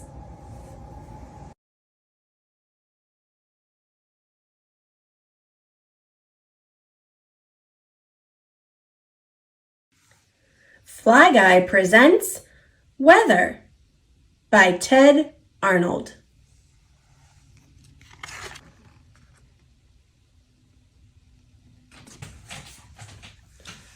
A boy had a pet fly named Fly Guy. Fly Guy could say the boy's name. Buzz. Buzz and Fly Guy were visiting a weather station. "Whoa," Buzz said to Fly Guy. "It's windy. Let's get in out of the cold." They headed for the door. Weather is all around us, and it changes all the time. It affects what people wear and do each day. When it is sunny, people wear sunglasses. I wear sunscreen when I'm playing outside, too. When it is cold, people bundle up in warm coats. When it rains, people carry umbrellas. They may even wear rain boots. Earth's weather is controlled by the sun. Changes in weather are caused by changes in Earth's atmosphere. Atmosphere. Atmosphere surrounds Earth and is made up of air and water. Our weather starts in outer space. When air moves, it is called the wind. A breeze is a slow-moving wind. Wind that moves quickly is called a gale. A very strong gale can damage trees and homes. 3/4 of Earth's surface is covered in water. Water moves between the ground and the air. It has 3 forms: liquid, solid, and gas. 3/4 of Earth's surface is covered in water. Water moves between the ground and the air. It has 3 forms: liquid, solid, and gas. Liquid, solid, ice, gas. When the sun warms water on Earth, the water turns from a liquid to a gas. Then it rises into the air, forming clouds. As the air gets cooler, the water changes from a gas back to a liquid or a solid. It can fall to Earth as rain, hail, or snow. This is called the water cycle. Raindrops are not shaped like teardrops. They look more like hamburger buns. Raindrops. Water cycle. Precipitation, evaporation, sun, clouds. Clouds form when water rises up into the air. There are different types of clouds. Cirrus clouds are wispy and thin and made up of ice. Cirrus clouds. Cumulus clouds are fluffy and made up of water. Cumulus clouds. These clouds look like cotton candy. Stratus clouds are thick and flat. Fog is a stratus cloud on the ground. Stratus clouds. Cumulonimbus clouds are tall and gray and made up of ice and water. They are also called thunderclouds. They can cause heavy rains, lightning, or even tornadoes. Cumulonimbus clouds. Precipitation is rain, hail, or snow. When water droplets fall back to Earth as liquid, they are called rain. The colors of the rainbow are always in the same order: red, orange, yellow, green, blue, violet. If it rains too much, the ground may not be able to absorb the extra water. Water can pool in puddles. When puddles become large and cover a lot of land, this is called flooding. Flooded streets. If it doesn't rain enough, the ground becomes dry. When it doesn't rain for an unusually long period of time, it is called a drought. Drought. Sometimes winds can make ice go up and down inside a storm cloud. Layers of ice stick to one another, forming balls. These ice balls are called hail. Hail can be smaller than a pea or larger than a grapefruit. If it is cold enough, snow crystals can grow inside a cloud and form snowflakes. Every snowflake is different. When it is very windy and snowy, this is called a blizzard. During a blizzard, winds can blow as fast as 45 miles per hour. One blizzard dropped about 50 inches of snow in only 36 hours. New York blizzard of 1888. Lightning is a giant electric spark. Electricity is created when water droplets freeze alongside rain and wind inside a storm cloud. The electricity builds up until it flashes outside of the cloud as lightning. Lightning is hotter than the surface of the sun. When it strikes, the air gets so hot that it makes sound waves vibrate. This creates a boom of thunder. Lightning is dangerous. Stay indoors if you see lightning. If you are outdoors, crouch down and stay away from tall objects. Tree struck by lightning. Remember, when thunder roars, head indoors. Hurricanes are the strongest storms on Earth. They bring heavy rain, high winds, rough waves, and floods to coastlines. This storm has a different name depending on where it forms. In the Atlantic Ocean, it is called a hurricane. In the Indian and South Pacific Oceans, it is called a tropical cyclone. And in the North Pacific Ocean, it is called a typhoon. A hurricane forms when a group of thunderstorms spins over warm oceans. As this group of storms becomes stronger, winds rush to its center. This causes the entire group to spin, forming one massive storm. Typhoon Parma. From space, a hurricane looks like a giant pinwheel. A funnel cloud can form when a powerful thunderstorm meets winds that change direction as they move up into the sky.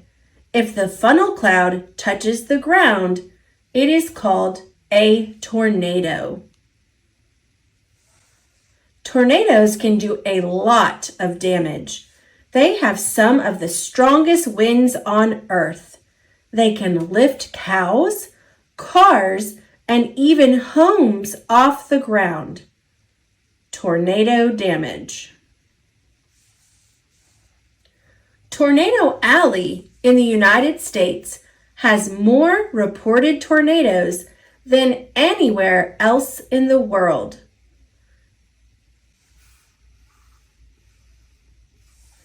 People use underground shelters during tornadoes. If you hear a tornado siren, seek shelter right away. Most tornadoes last for just 10 minutes. Underground shelter. Weather can get weird. Tornadoes that form over water are called waterspouts. A waterspout does not suck up water, but it can suck up frogs or other small animals. Animals can stay trapped in a cloud until they fall from the sky like rain. Frogs. A dust storm can happen when powerful winds blow across dry land. Clouds of dust and sand fill the air. Dust storm. A black blizzard is another name for a dust storm. Meteorologists, meteorologists, are scientists who study changes in weather. They use many tools. Weather balloons and radar systems collect information about the atmosphere. Radar, radar image, weather balloon. A wind vane shows which way the wind blows. Wind vane. Some meteorologists tell people what the weather might be like in the future. This is called a forecast. Forecast. Other meteorologists follow storms so they can better understand them. Some people call them storm chasers. Yikes. Meteorologist, storm chasers. The climate, is what the weather conditions are usually like in an area. There are 4 main climates: temperate, tropical, desert, and polar. In a temperate climate, winters are cold and summers are warm. Winter, summer. A tropical climate is warm and humid almost all the time. Humidity, is a measurement of how full of water the air is. When the humidity is very high, fog and clouds can form. A desert climate is dry all year. It almost never rains. A polar climate is cold. There are summer days when it never gets dark and winter days when it is always dark. Antarctica is both a polar climate and a desert climate. A climatologist, is a scientist who studies Earth's climates. Earth's climates are changing. Climate change can make the weather change too. Global warming is melting glaciers, which adds more water to Earth's oceans. More water in the atmosphere may mean more big storms in some places and fewer in others. Climatologists, melting glacier, flash flood, forest fire. Buzz and Fly Guy's tips to help Earth. Number 1, use less energy. Turn off lights when you don't need them. 2, don't waste water. Take shorter showers. 3, recycle. 4, plant trees. Please help keep Earth healthy. Recycling, planting a tree. On Arbor Day, Buzz and Fly Guy planted a tree. Then it started to rain. "This is perfect weather for our little tree," said Buzz. "Yes." Buzz and Fly Guy could not wait for their next field trip.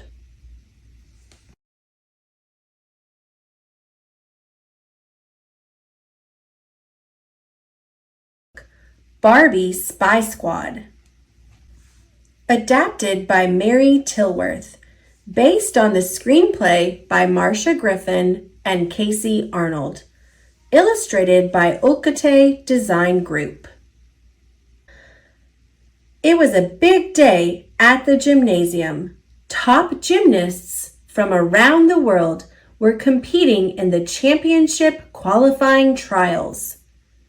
The onlookers cheered as a lone gymnast swooped through the air, executing a perfect backflip, round-off, triple twist combination.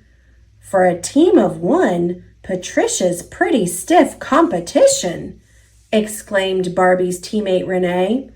Her margin for error is infinitesimal, moaned their other teammate Teresa.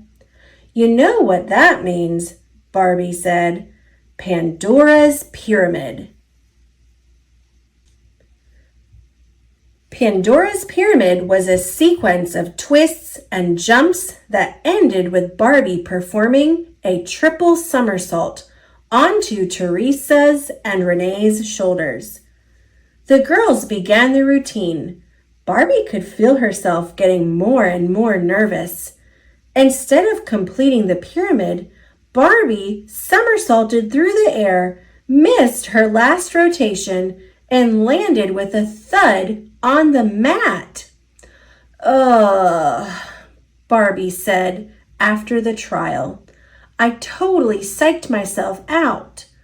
Don't be so hard on yourself, Teresa told her. We still qualified for the championship finals. Just then, Renee's phone beeped. Auntie Zoe just invited us to a picnic to celebrate getting into the finals. The girls followed Auntie Zoe's directions. As they sat down for their picnic, a sign behind them suddenly slid open, revealing a secret entrance. Let's go check it out, said Barbie. Inside, they discovered a secret headquarters filled with blinking screens and high-tech equipment. Welcome to I3, the International Intelligence and Innovation Agency, called a familiar voice. It was Auntie Zoe. She was the head of I3 and had decided to recruit the girls as secret agents. Renee gasped. I can't believe you're head of an international intelligence agency. Her sweater-knitting, cat-loving aunt was way cooler than she had imagined. I've been watching you girls compete since you were little. I've never seen such raw talent, Aunt Zoe explained, and I need you for a special mission. A jewel thief has stolen 6 of 9 gems that can be used to power a dangerous electromagnetic pulse weapon, or EMP for short. This is our chance to do something really awesome and make a difference. We're in, declared Barbie. Auntie Zoe introduced the girls to a gruff man in a black suit. This is Agent Dunbar. He will be your training specialist. Agent Dunbar led the girls to a lab where a young man was tinkering with robot pieces. This is Laszlo, our resident inventor, Agent Dunbar said. He's behind every gadget, weapon, and disguise used by our agency. Did you make this arm on a 3D printer with glass fiber and nylon composite? Teresa asked Laszlo. Yeah. How'd you know that? Laszlo responded. I've been toying with some robot designs of my own, Teresa said. A robotic dog trotted up to Barbie with a purring robotic kitten close behind.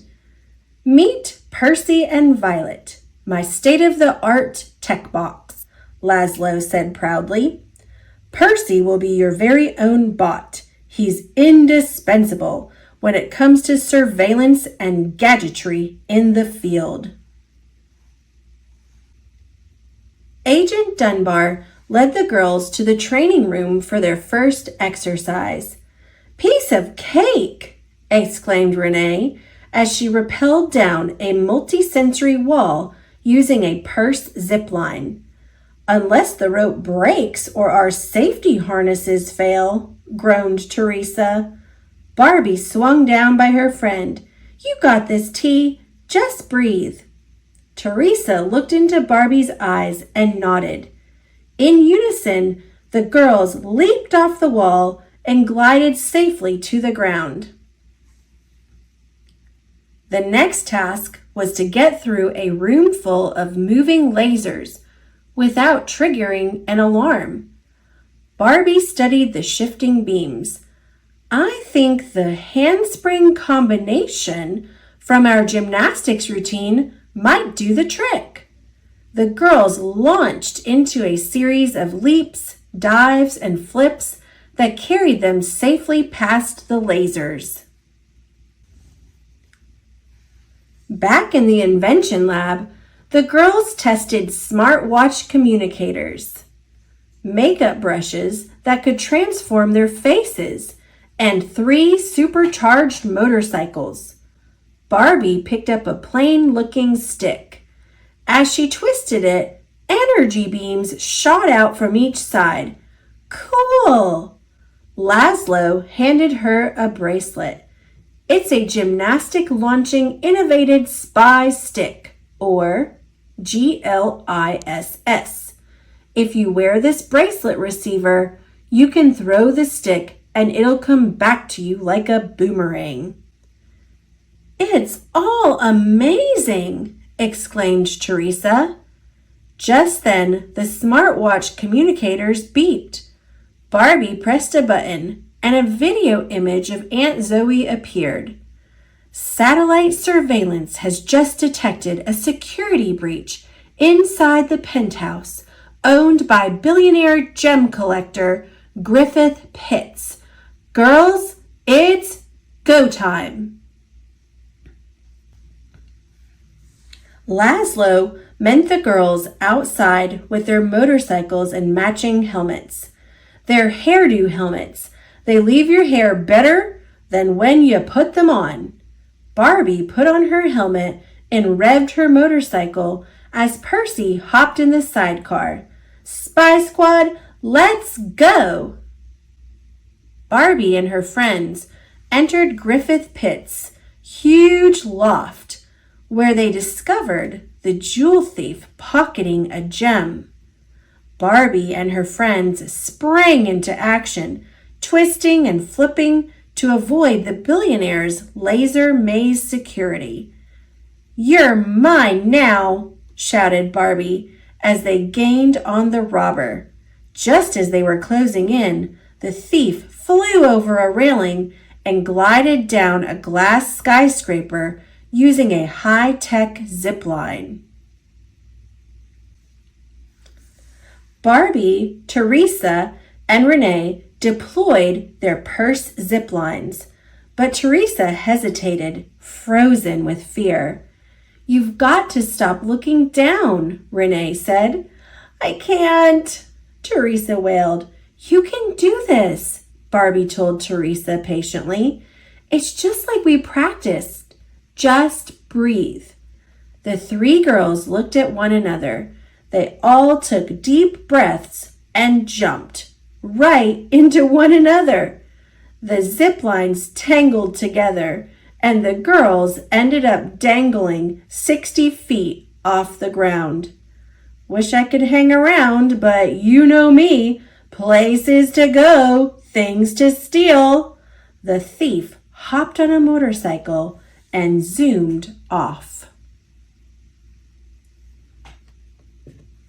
The girls untangled themselves and returned to headquarters, where Aunt Zoe was waiting for them. "Let's just chalk this up to rookie jitters, shall we?" she said. "Tomorrow night, the National Museum is holding an invitation-only gala for its exhibition of ancient gemstones." Teresa set her smartwatch for the gala. the spy squad would be ready. The next day, Barbie practiced using the GLISS. As she whirled and leaped, Aunt Zoe came in to watch. Barbie launched herself so high she could have easily completed the Pandora's Pyramid move. "Wish I had this at trials," she laughed. Aunt Zoe smiled. "Have you ever tried visualizing? I call this technique see it, then be it. Picture yourself doing something, and then you can do it." "I'll try," promised Barbie. That night, while sleek black limousines rolled up to the main entrance of the National Museum, 3 motorcycles darted into a service alley. Barbie and her friends had decided to infiltrate the invitation-only gala disguised as chefs. As they snuck into the kitchen, Percy scurried through a side entrance to gather information. Soon, the girls heard Percy's voice on their smartwatches. "I'm in position. You're clear." Once inside the museum ballroom, Barbie and her friends had to blend in with the gala guests. In a shower of sparkles, their chef disguises transformed into beautiful ball gowns. Only their outfits included jewelry-set communicators, tech glasses, and bracelet scanners. "We have a breach," Percy growled over their communicators. "Northwest corner." Barbie nodded. "Copy that. We're on our way." The girls hurried up a grand staircase to the northwest corner of the museum, but when they arrived, there was no one in sight. Renee tapped on her tech glasses. "The security system has been hacked." Teresa checked her bracelet scanner. "Percy's frequency has been scrambled." Barbie groaned. This was just a trick to draw us away from the gems. The girls rushed through the gem exhibit. As they searched the room, a figure stepped out of the shadows. It was the jewel thief, holding a gem. "This ends now," shouted Barbie, as she and her friends transformed their ball gowns into spy suits and took off after the thief. "I don't know why you try to keep up with me," sneered the thief before performing a daring mid-air twist.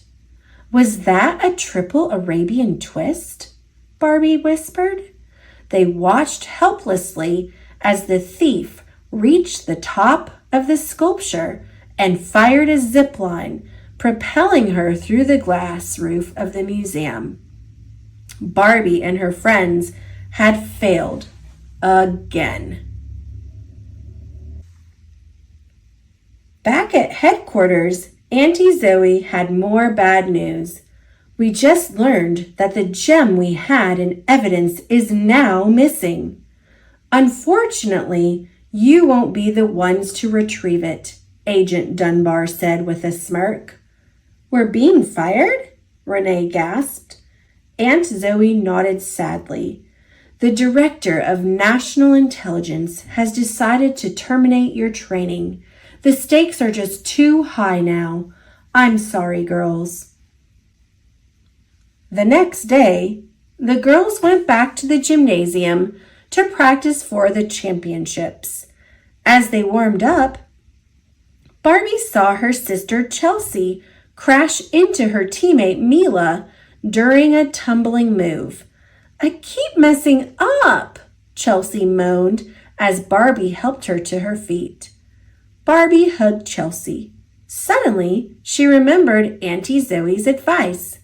"The next time you get nervous about a move, visualize it exactly how you want it, then do it. See it, then be it." Chelsea took a deep breath and concentrated. She tried the tumbling move again and landed beautifully. As Barbie congratulated her sister, Patricia walked onto the mat and executed a daring tumbling combination. Was that a triple Arabian twist? Barbie gasped. Patricia nodded smugly. I don't know why you try to keep up with me. Suddenly, Patricia's words and her moves all made sense to Barbie. You're the jewel thief, she exclaimed. So you found me, Patricia said with a smirk.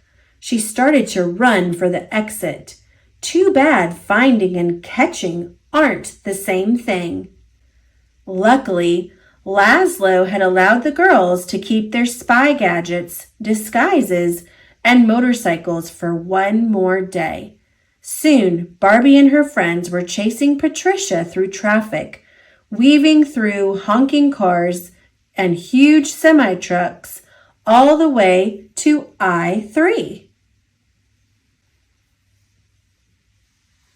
Inside the secret agency headquarters, the girls discovered a shocking surprise. Agent Dunbar had stolen plans from I-3 to create the EMP weapon, and Patricia had been helping him steal the gems to power it. Patricia, it's not too late, Barbie told the talented gymnast. You could be part of our team. We actually care about you. Silence, thundered Dunbar. Before they could act, Barbie and her friends were captured by robots. They overlooked me for your precious Auntie Zoe, Agent Dunbar smiled. That's why I'm going to use the EMP weapon to cripple the agency, and I'll blame it on your aunt, he cackled evilly. Who needs to run an agency when you can run the world? Dunbar offered Patricia the last gem to place in the EMP weapon. Would you like to do the honors? Patricia slowly backed away. No thanks.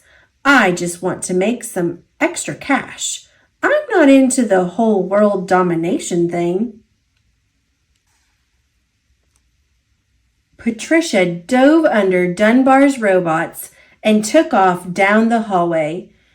You watch the girls, Dunbar called to his robots as he headed toward the weapon room with the final gem. Barbie kicked the robot, restraining Teresa.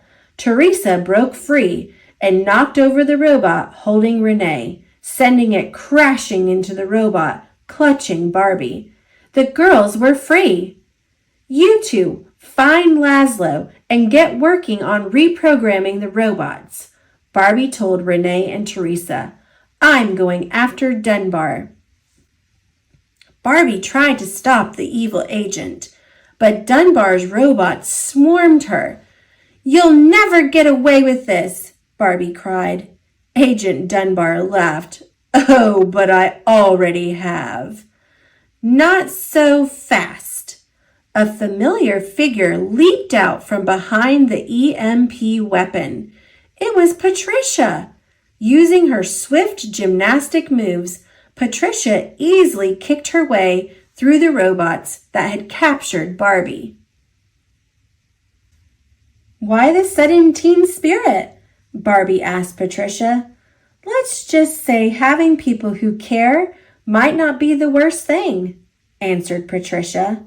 Side by side, the two girls destroyed Dunbar's robots as they got closer and closer to the evil agent. Just as Teresa and Renee reprogrammed the last robot, Barbie took down Dunbar with a mighty kick. The reprogrammed robots quickly captured Dunbar, but the EMP weapon was still active. We have to contain the EMP weapon before it emits a pulse, shouted Teresa.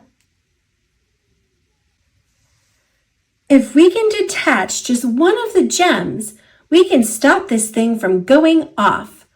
Barbie closed her eyes and concentrated, visualizing what she and her teammates would need to do.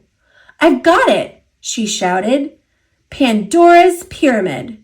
See it, then be it. Barbie repeated Auntie Zoe's advice. She took a deep breath. Barbie flipped and twisted, landing perfectly. As her friends held her up, Barbie used the GLISS and pried up the gem until it went flying. The weapon was deactivated, and the world was saved. Guess I underestimated you, Patricia confessed to the girls as Agent Dunbar was dragged away. Renee smiled. You underestimated a lot. Are you going to tell me that perspective is one of those things that friends are good for? Patricia asked. Barbie hugged her new friend. Seems that way, doesn't it? Auntie Zoe congratulated Barbie and her friends.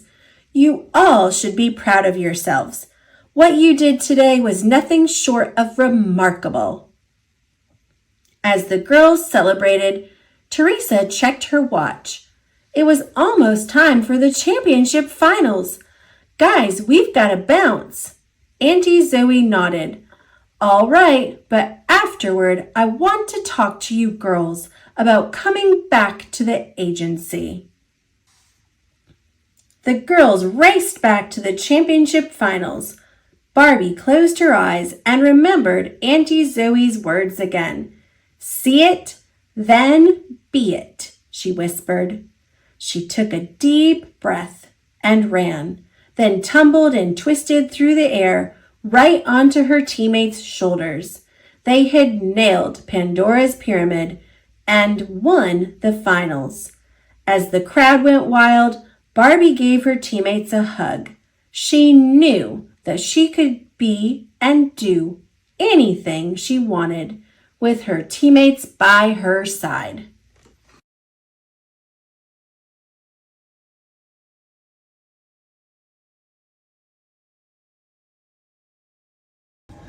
Barbie, You Can Be a Doctor by L. Stevens, illustrated by Dynamo Limited. Barbie wants to be a doctor. She visits a local doctor's office. She meets a nurse named Mira. Barbie is going to help.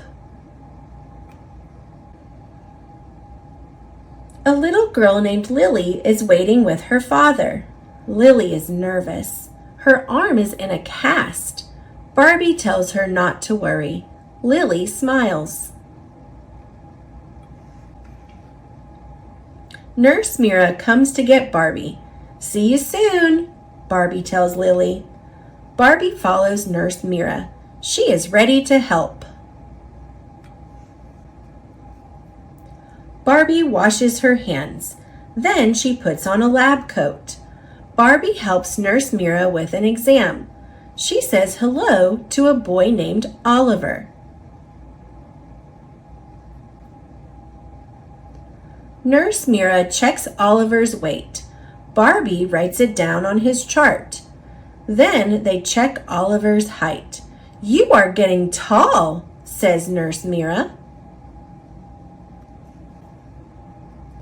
Next, Nurse Mira checks Oliver's blood pressure. She puts a cuff on Oliver's arm. She listens. It is good. Barbie writes it on his chart. Just then, Dr. Vargas comes in. She is ready to see Oliver. Dr. Vargas starts Oliver's exam.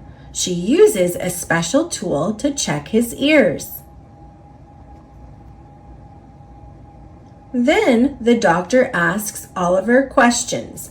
They talk about exercise and eating healthy.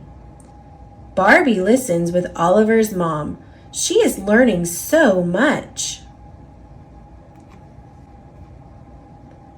Barbie follows Dr. Vargas to another exam. They check the chart on the door. Lily is the next patient.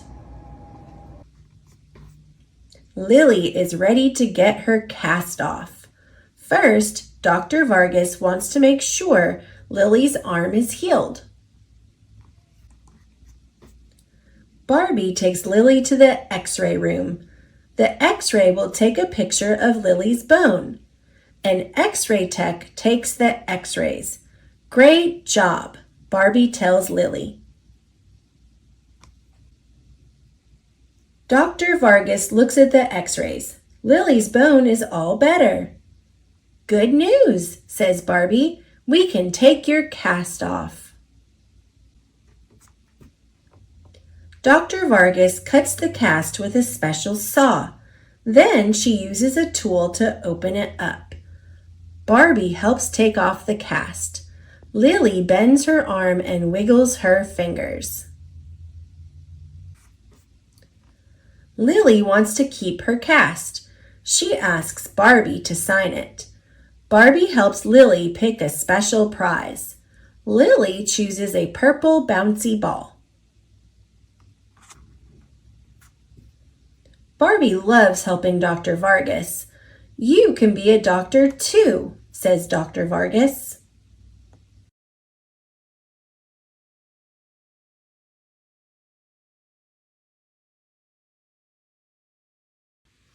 Thomas's Milkshake Muddle. 3 Thomas and Friends stories. Photographs by Terry Pallone and Terry Permain. Thomas's Milkshake Muddle. Once a year, the children of Sodar are all invited to a special summer party. There was to be ice cream and cake for everyone.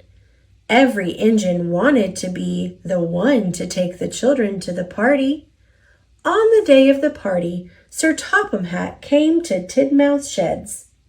Thomas hoped that he would be taking the children, but Sir Topham Hatt chose Emily. He had other jobs for Thomas. Thomas, first you are to go to the dairy to collect milk to make ice cream. Then you must go to the farm on the other side of the island to collect butter for cakes, all in time for the children's party. Thomas set off proudly. When Thomas arrived at the dairy, the manager told him he was to take the milk churns to the ice cream factory. You have to go very slowly, he told Thomas. So Thomas steamed carefully away. When stopped at a signal, he met Emily. "Hello, slow coach," she whistled. "I'm not being a slow coach," huffed Thomas. "I'm being reliable." "If you weren't a slow coach," Emily sniffed, "Sir Topham Hatt would have given you my job. I'm fast and reliable. That's why I'm taking the children." Emily looked very pleased with herself. This made Thomas cross. "I can be as fast as you," he huffed. "I'll race you to the next signal."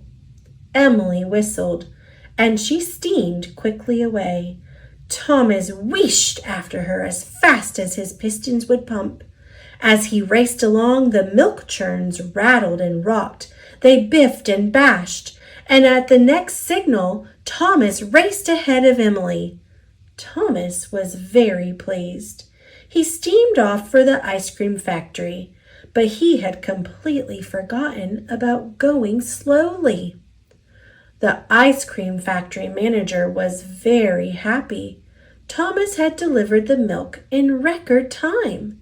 Now the factory could make ice cream for the party. But when the manager looked into one of the churns, he was very surprised. "This milk is almost butter," he exclaimed. The factory manager asked Thomas if the churns had rattled around. Thomas looked worried. If you shake milk for long enough, it turns to butter, he told Thomas. Thomas was very upset. The factory manager was cross. You must go back to the dairy and get more milk. And remember to go slowly this time, he said sternly. Thomas steamed back to the dairy as fast as he could. When Thomas arrived back at the dairy, Sir Topham Hatt was there. He was very cross. Thomas, it is nearly time for the party, and you still have not collected the butter from the other side of the island. The children will have no cakes for the party. Thomas felt terrible. Thomas trundled slowly and carefully back to the ice cream factory. He didn't feel reliable. He had let everyone down.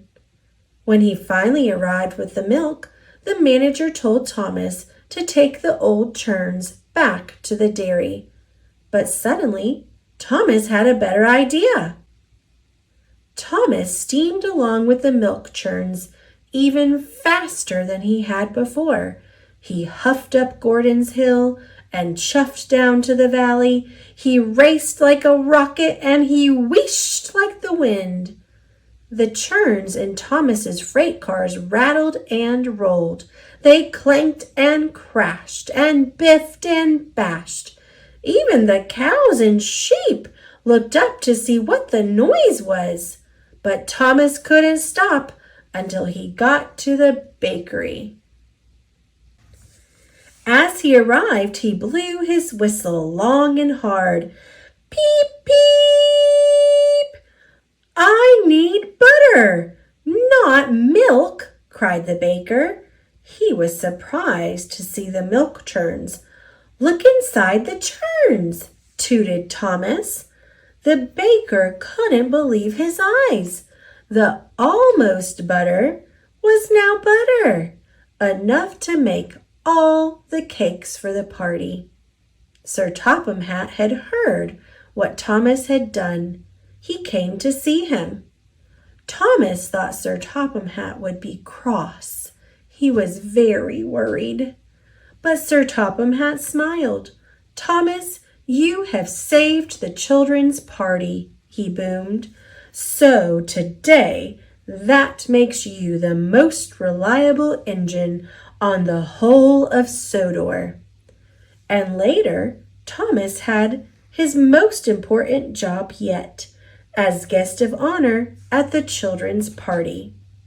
There was lots of ice cream and plenty of cakes. Everyone had a wonderful time.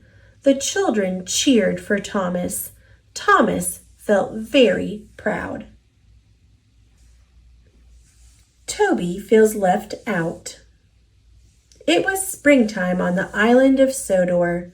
All the engines were working hard in the sunshine. One morning, Sir Topham Hatt arrived at Tidmouth's sheds. He had some exciting news. The new Sodor Museum opens soon, he announced. Lots of very important people will be coming to the island for the grand opening.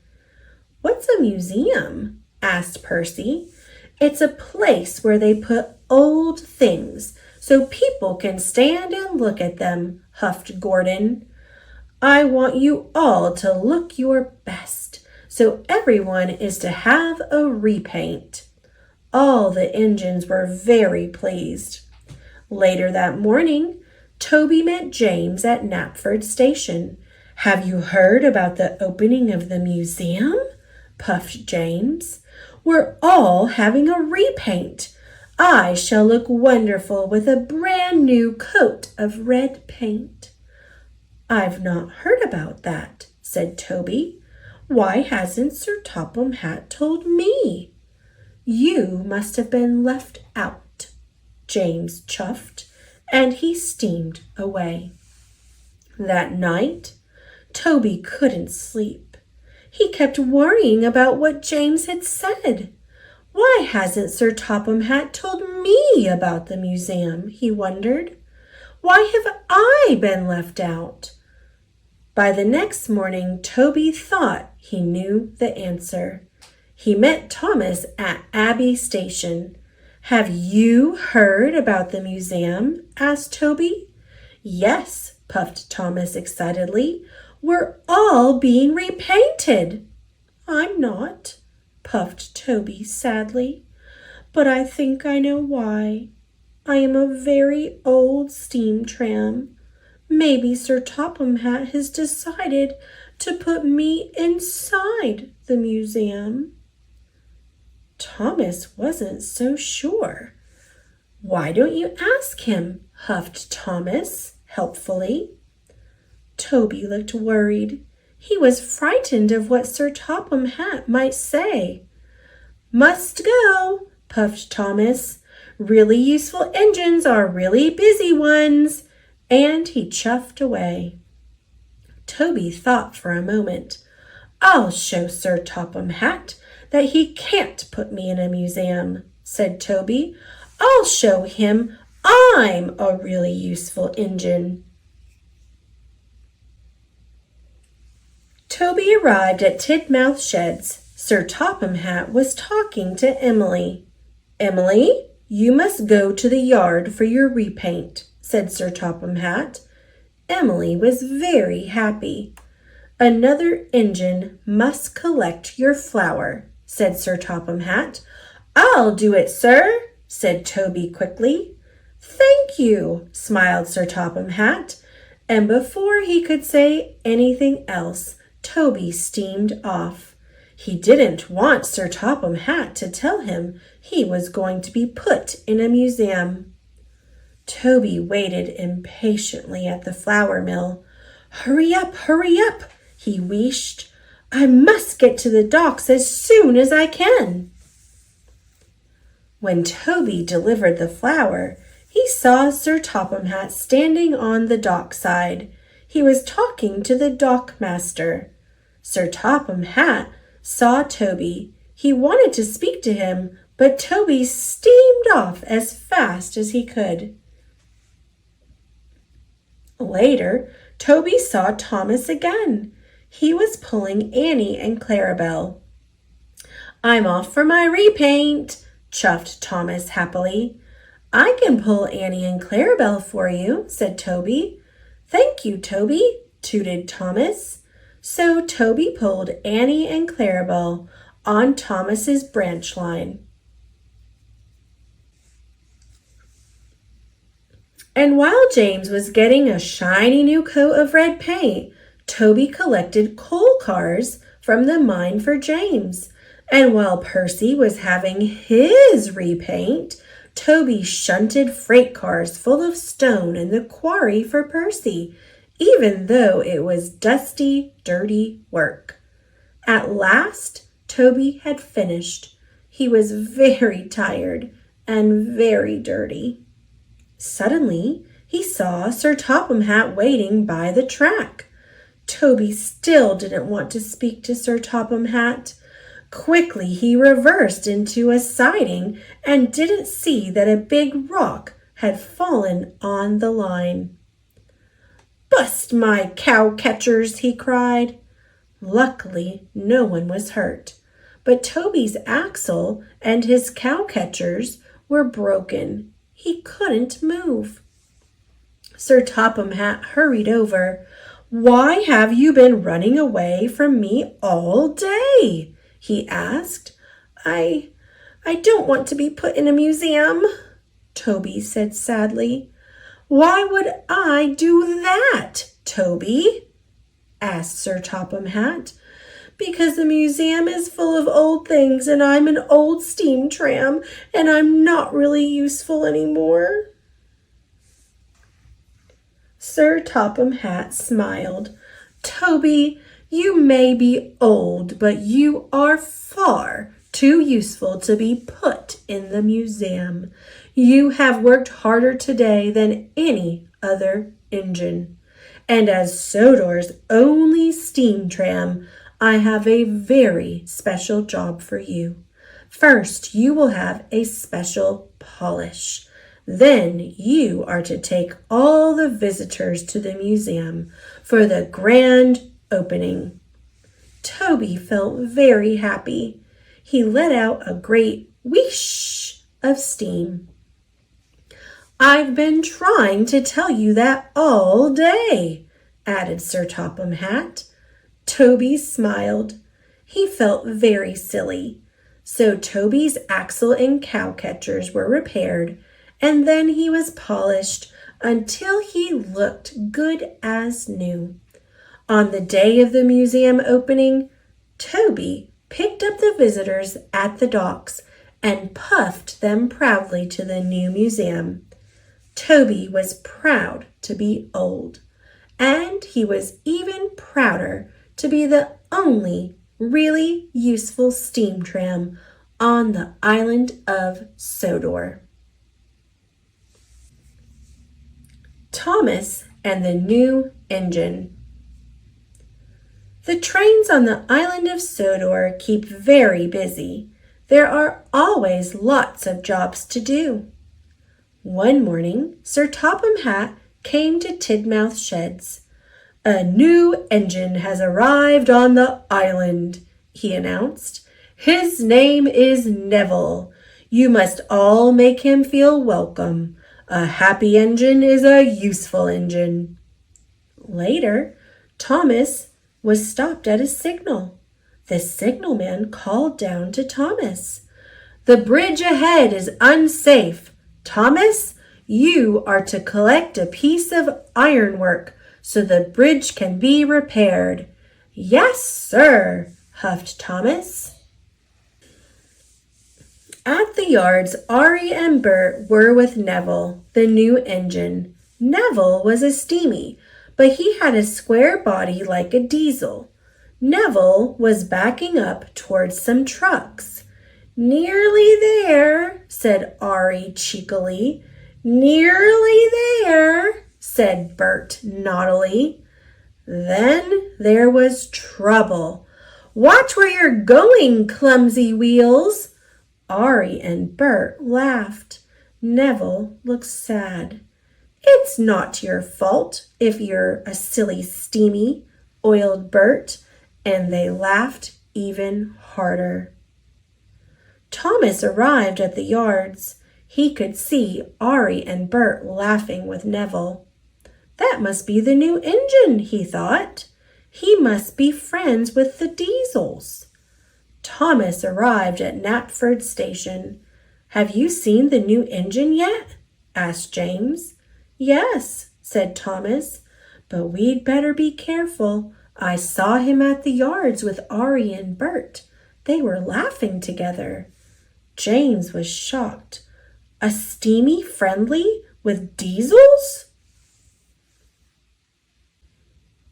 As Thomas left, Edward pulled in. "Have you heard about the new engine?" snorted James.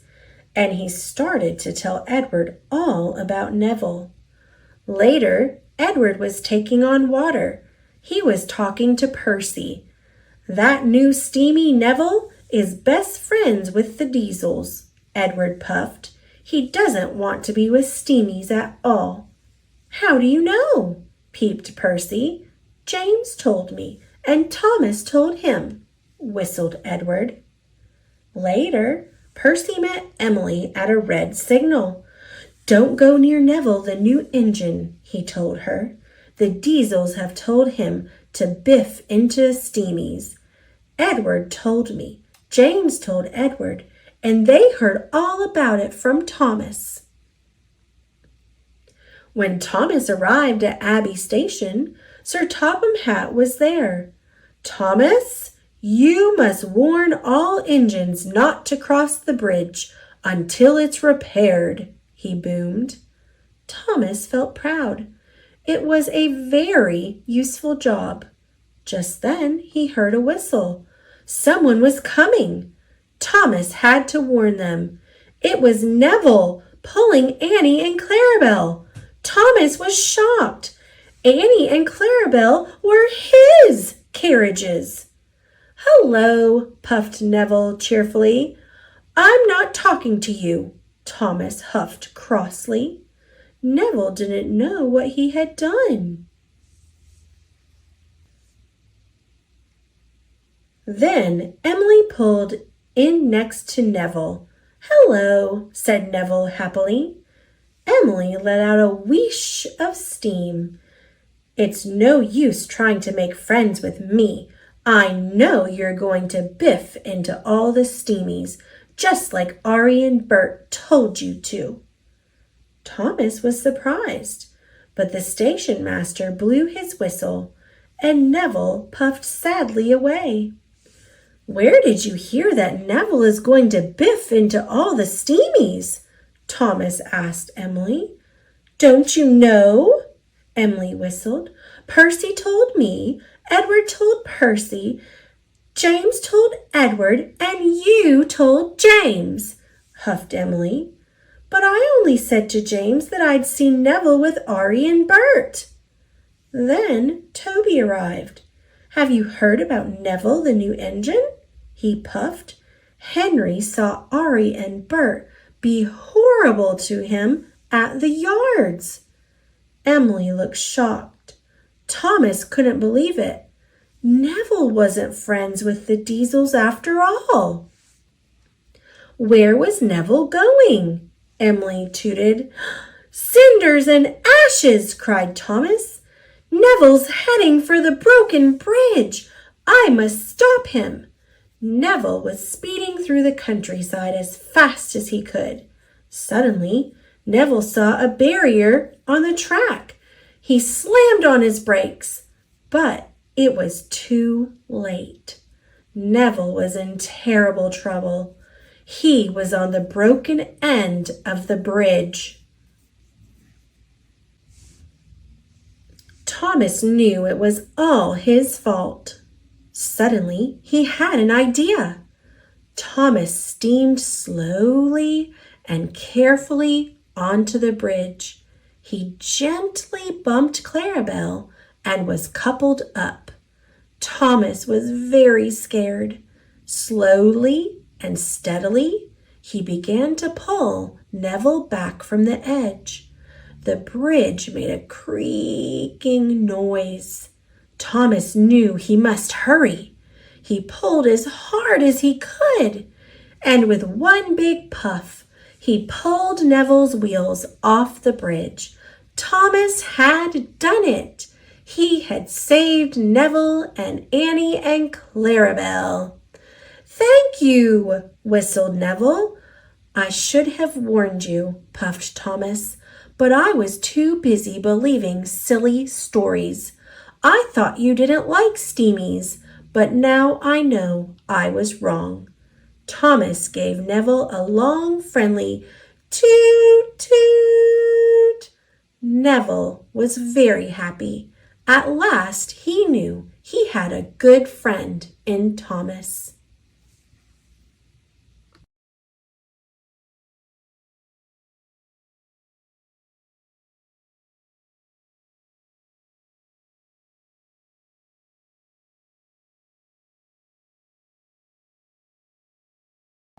Barbie, the Pearl Princess. Adapted by Kristen L. Dumpkin, based on the screenplay by Sidney Clark and Stephen Granite, illustrated by the Oclate Design Group, a golden book. In the underwater kingdom of Segundia, a beautiful mermaid princess was born with the royal gift of pearl magic. She could make pearls move, dance, and glow in different colors without even touching them.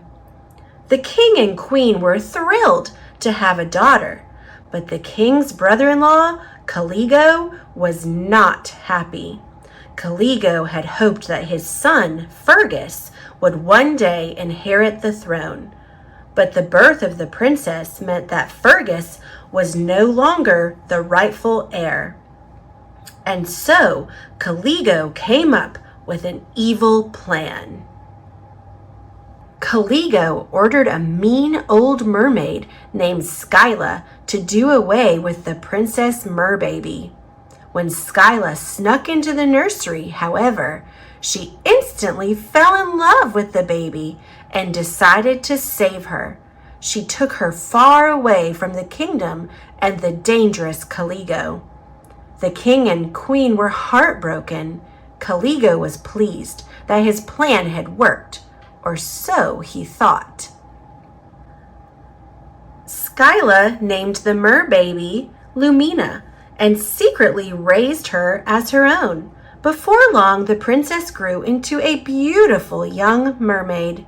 Lumina had no idea about her past, but her pearl powers became stronger every day. She loved creating magical pearl hairstyles for her seahorse friend Kuda. The two would dress up and pretend they were royalty. "Do you think we'll ever get to see the castle?" Lumina said to Kuda one day. "Maybe someday," replied Kuda. Meanwhile, at the castle, Caligo was trying to convince the king and queen to give Fergus the Pearl of the Sea, a royal medallion that would make him the kingdom's next ruler. Caligo didn't care that Fergus was a shy young man who only dreamed of becoming a botanist. The king and queen were hesitant, but Caligo convinced them that the kingdom was in need of an heir. "Perhaps it is time," said the queen. The king agreed.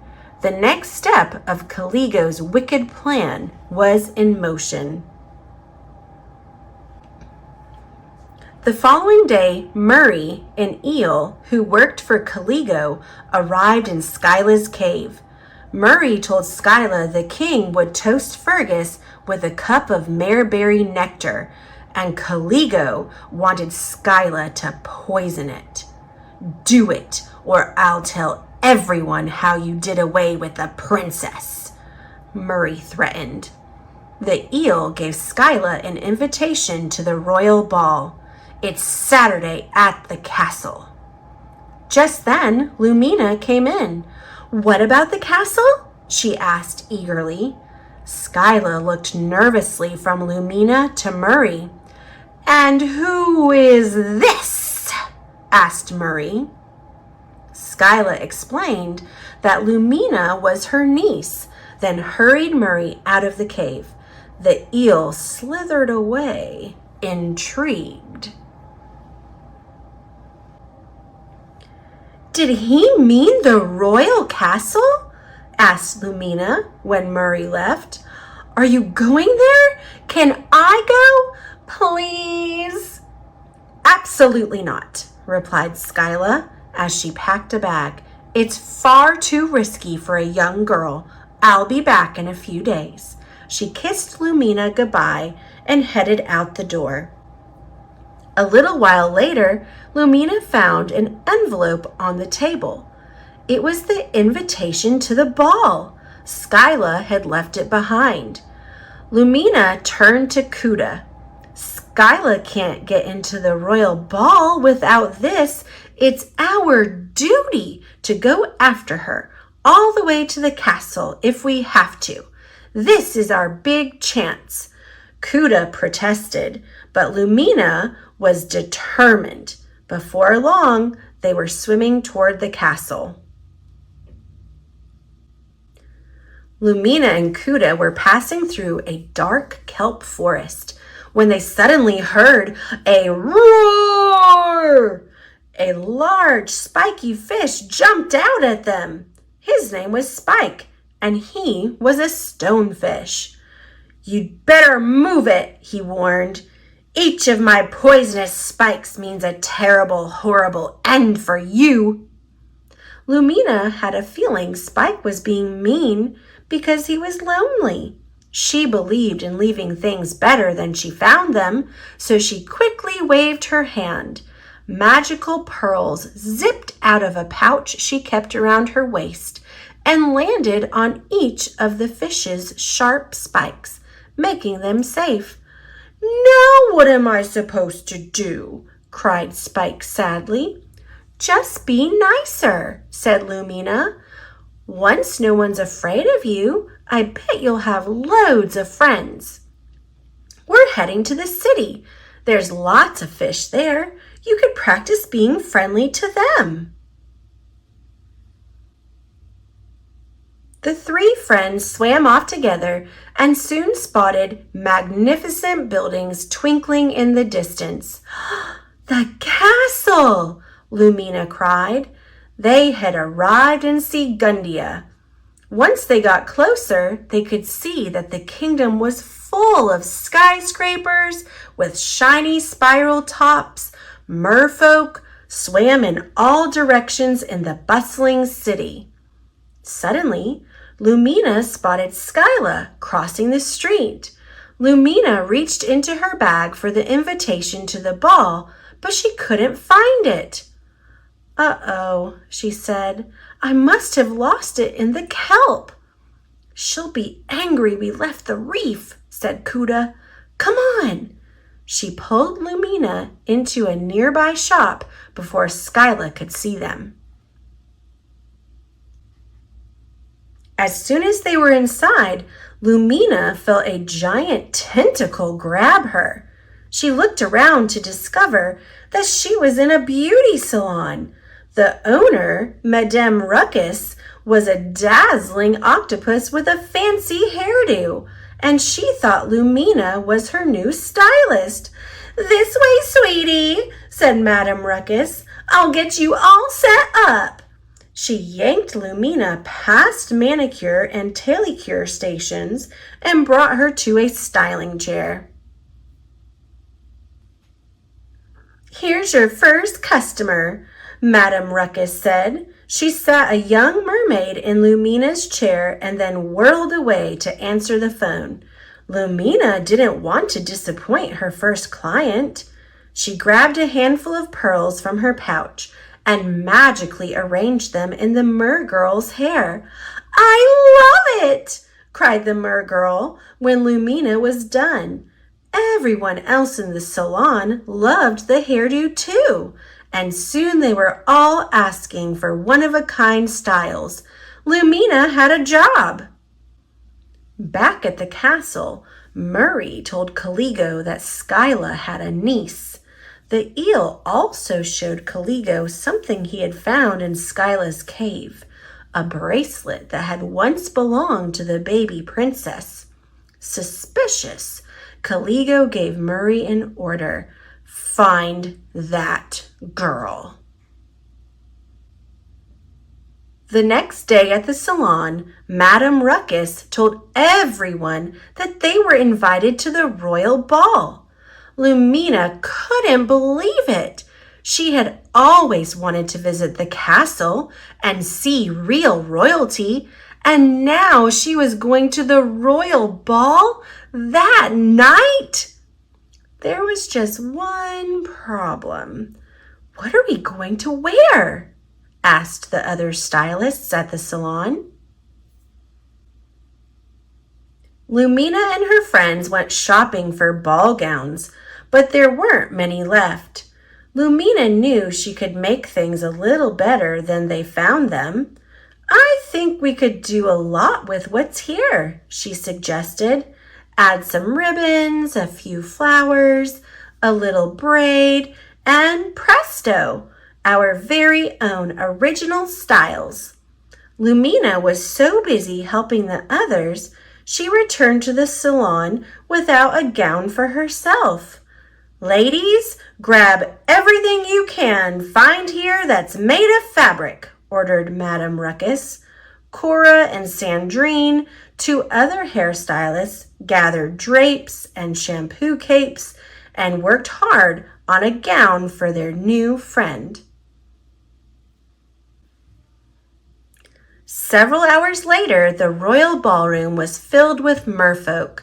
The seashell chandelier glittered over the marble dance floor, where Cora and Sandrine were dancing with their friends. An ornate throne had been set up at the head of the room for the king and queen. Even Spike was there, his pearl-tipped spikes a hit with the crowd. Suddenly, everyone gasped. Lumina had appeared at the top of a grand staircase. her pink gown shimmering with pearls. She looked stunning. "Girl sure knows how to make an entrance," said Sandrine. Everyone noticed Lumina, especially Caligo. He quickly realized that Lumina was the girl he had been looking for, the long-lost princess. Caligo whisked her off to a dungeon so that she couldn't interfere with his plans. But Lumina quickly used her pearl powers to escape. As she made her way back to the ballroom, she heard Skyla's voice. "Your nectar for the toast, sir," Skyla said. Lumina was stunned when she discovered that Skyla had prepared poisoned nectar for the king. "I don't know what to believe," Lumina told Kuda when they met up. "We've got to help." Moments later, the king and queen took their places on the throne. The king presented the Pearl of the Sea to Fergus.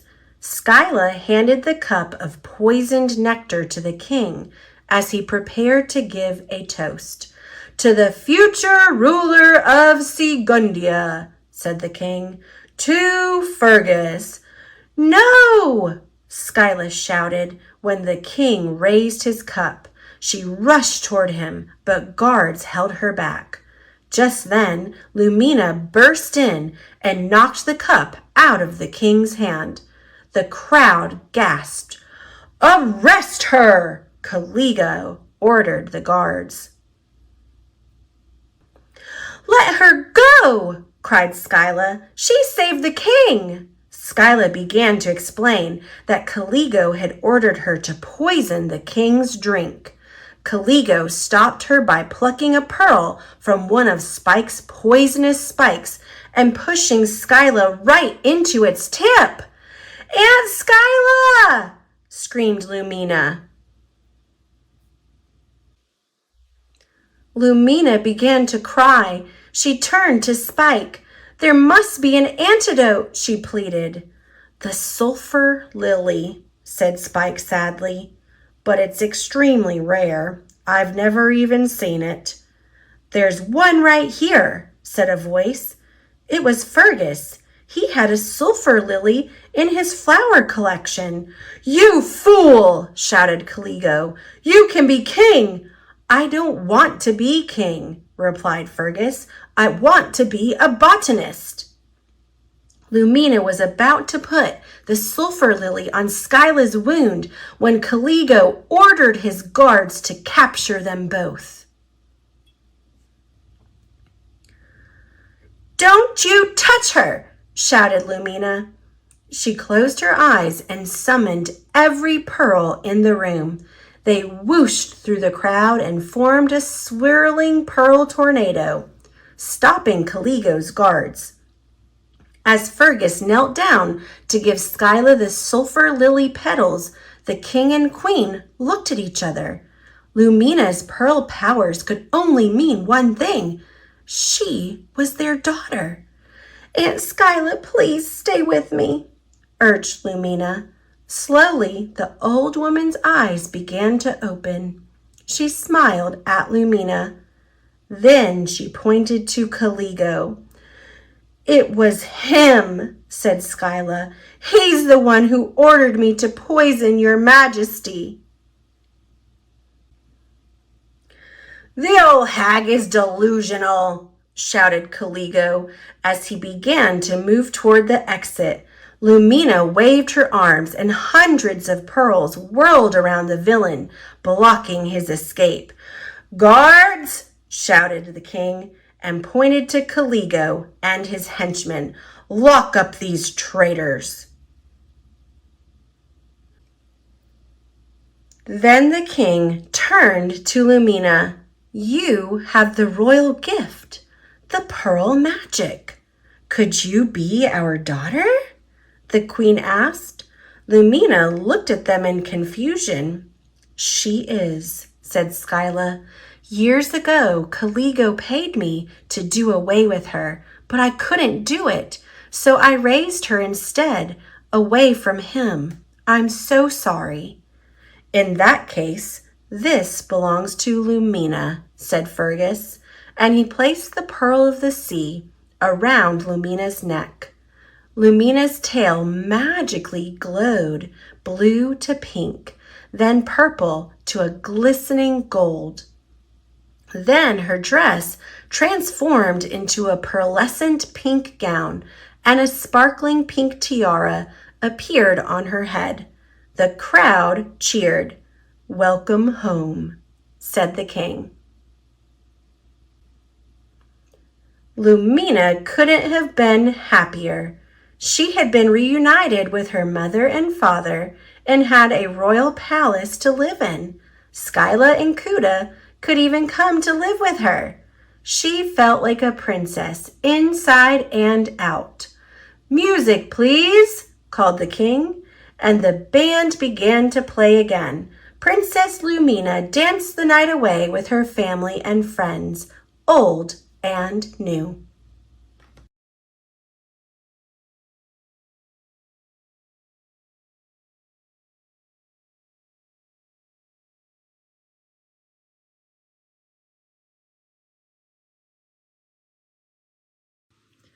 Barbie, Lost and Found,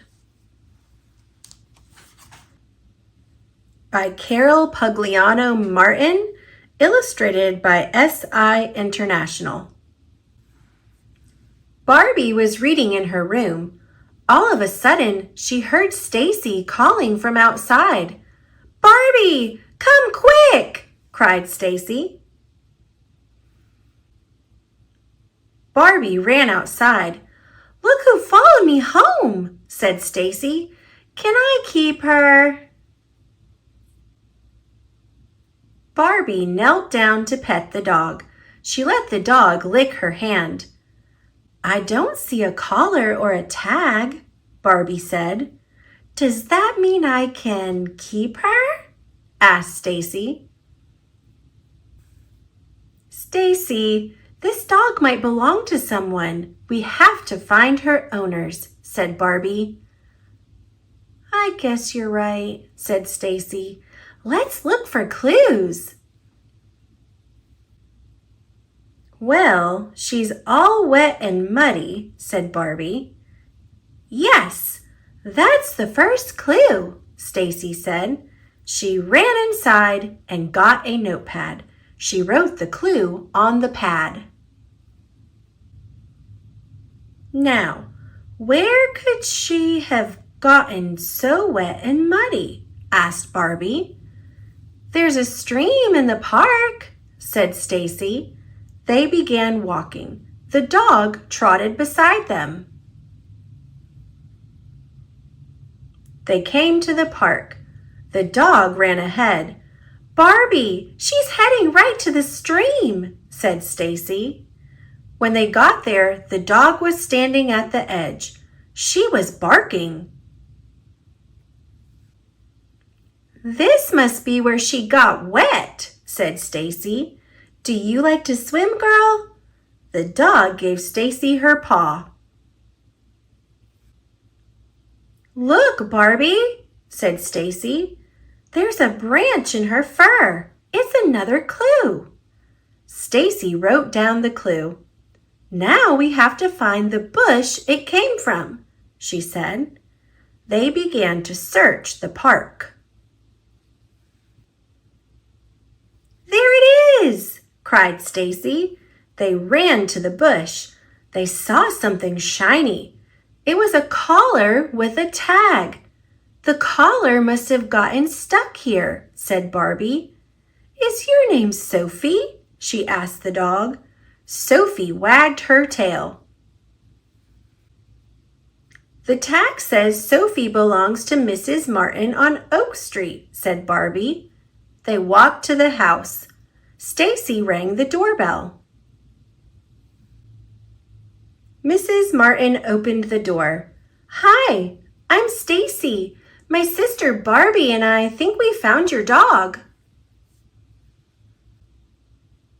"She followed me home," said Stacy.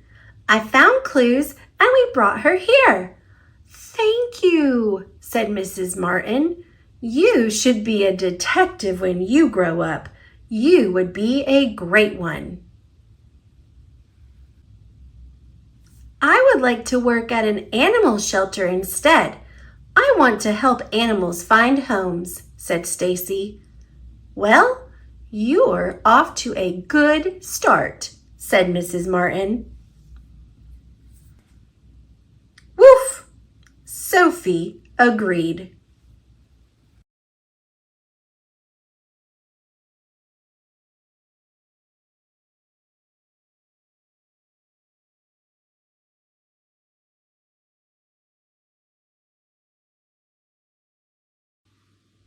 I Will Surprise My Friend by Mo Willems.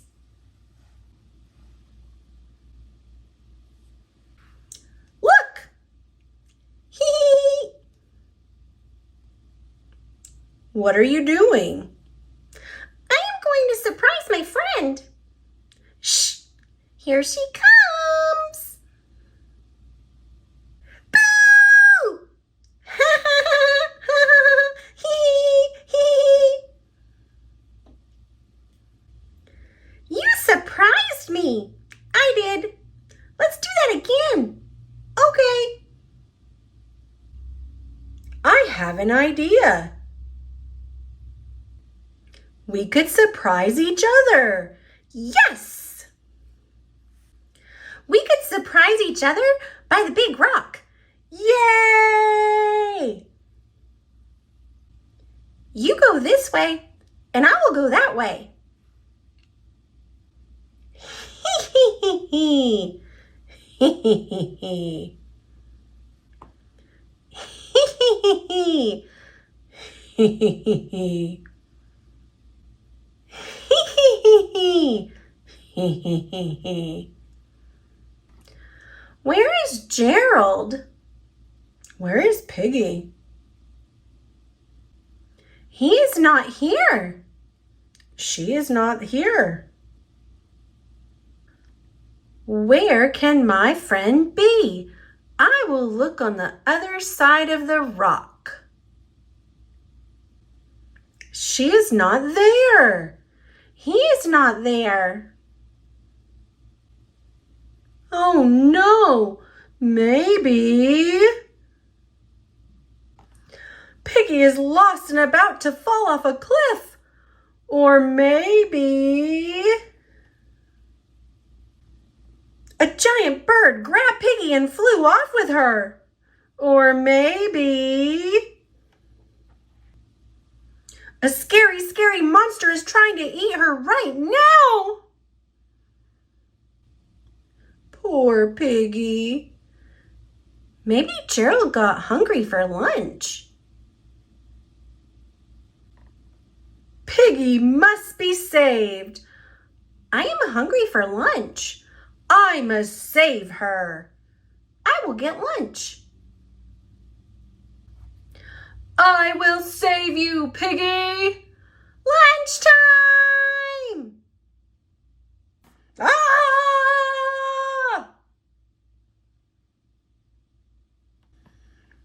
That was a surprise. A big surprise. Plop, plunk. Next time, let's play tag. Deal?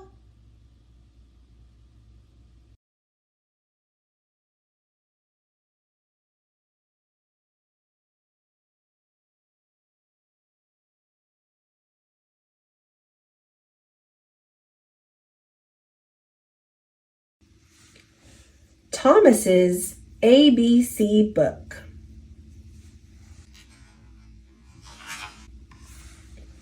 A is for all aboard.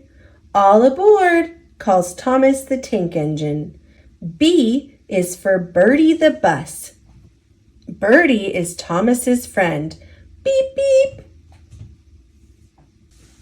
C is for coaches. Annie and Clarabelle are Thomas's coaches. D is for Diesel. Doesn't Diesel look grumpy today? E is for Edward. Edward, a kind engine, helps everyone. F is for freight cars. Trick trock, say the silly freight cars. G is for Gordon. Gordon is a big, strong engine. Boop, boop. H is for Henry. Here comes Henry under the bridge. I is for important. Trains do important work. J is for James. James is going on an exciting journey. K is for kind. L is for little. Kind little Edward is careful with freight cars. Whoosh! M is for men. The men who drive the engine stand inside the cab. N is for new. Here's Henry with a new coat of paint. O is for old-fashioned. Toby the tram engine is old-fashioned but very helpful. P is for Percy. Percy is the little green engine. Beep, beep. Q is for quick. James, the red engine, comes to a quick stop. R is for rest. Thomas and Percy rest in the railway station. S is for Sir Topham Hatt. Sir Topham Hatt runs the railroad. T is for tracks. Terence tells Thomas about his tracks. U is for up. Up on the bridge, Thomas chugs along happily. V is for valley. Thomas climbs out of the valley up the steep hill. W is for whoosh. X is for express. Whoosh! Gordon, the big engine, pulls the express.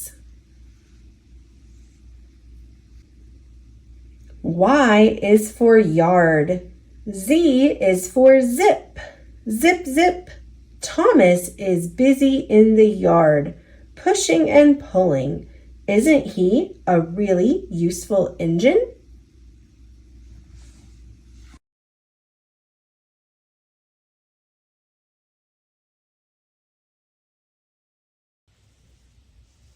Thomas's color book. The engines of Sodor love color, and the island of Sodor is a very colorful place. Lucky engines!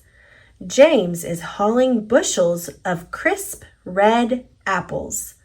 Jack says hello to Flynn, the fire engine. Marion greets Bill and Ben. Bill is carrying orange pumpkins. Molly is pushing a load of bright yellow sunflowers. Kevin can lend a hand if she needs repairs.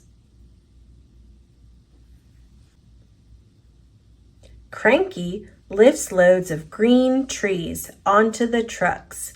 Percy, Henry, and Emily carry them away. "What is that on your truck, Edward?" asks Thomas. Edward is carrying a flock of beautiful blue peacocks. Look at those feathers. Charlie and Ryan are very busy. They are delivering big baskets of purple grapes.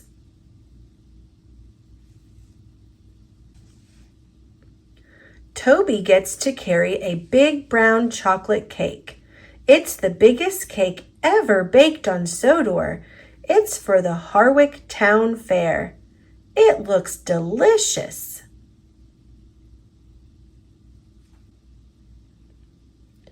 Hiro is pushing some beautiful black stallions to the horse show. Their coats are so shiny. Mavis is taking a load of big black boulders to the dinosaur park. They'll be part of an exhibit about volcanoes. Harold and Jeremy can zip around fluffy white clouds as they fly through the air. A flock of white seagulls follows their lead.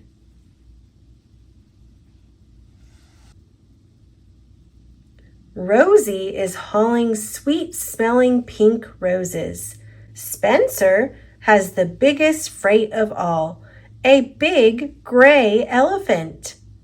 Where do you think it's going? If you guessed the animal park, you're right.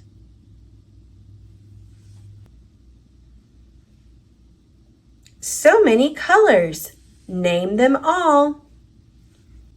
Red, orange, yellow, green, blue, purple, brown, black, pink, white, and gray. What a colorful day it has been on the island of Sodor. Now look around your neighborhood for colorful things.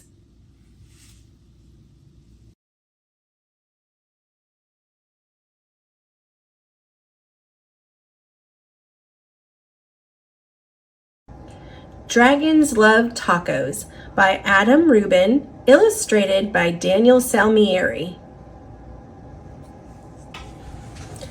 To my loving sister Bruce, smart, beautiful, and full of laughter, A.R. For Aaron, a wonderful friend, thank you for everything, D.S. Taco Cave. Hey kid, did you know that dragons love tacos? They love beef tacos and chicken tacos. They love really big, gigantic tacos and tiny little baby tacos as well. Why do dragons love tacos? Maybe it's the smell from the sizzling pan. Maybe it's the crunch of the crispy tortillas. Maybe it's a secret.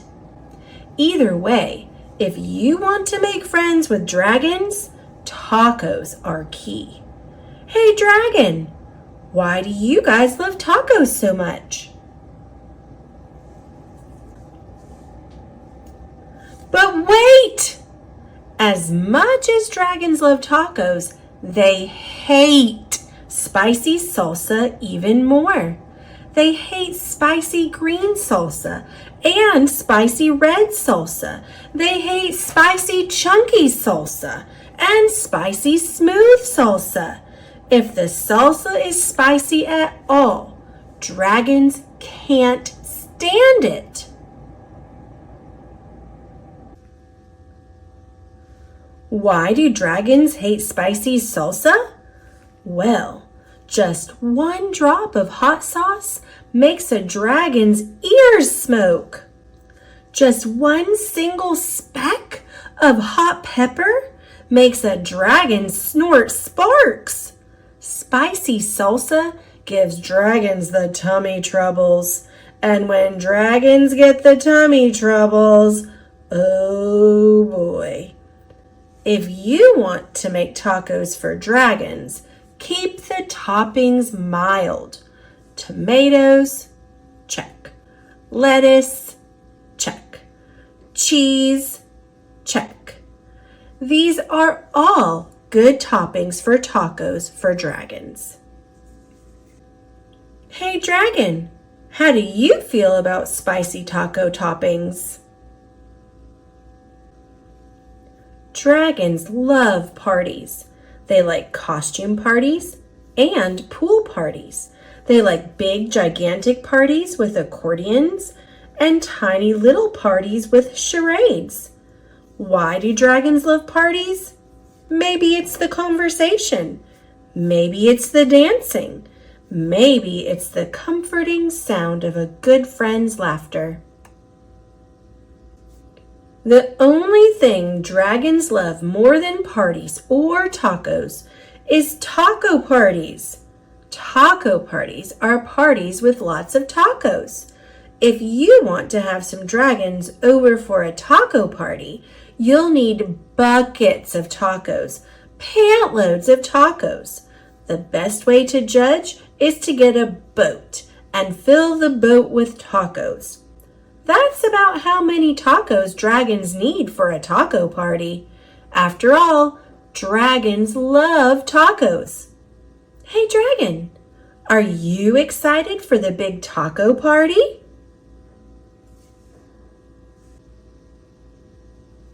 Just remember, dragons hate spicy salsa.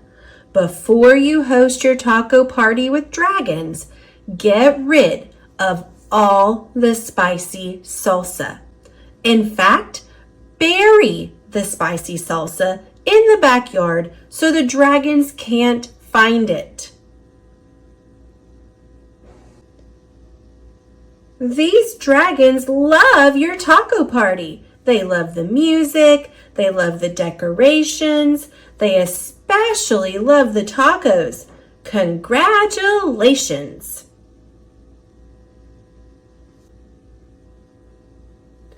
It's a good thing you got rid of all that spicy... Wait a second. What are those little green things in this salsa? You didn't read the fine print? Now with spicy jalapeno peppers.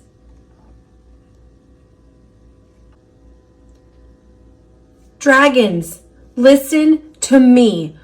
Do not eat those tacos.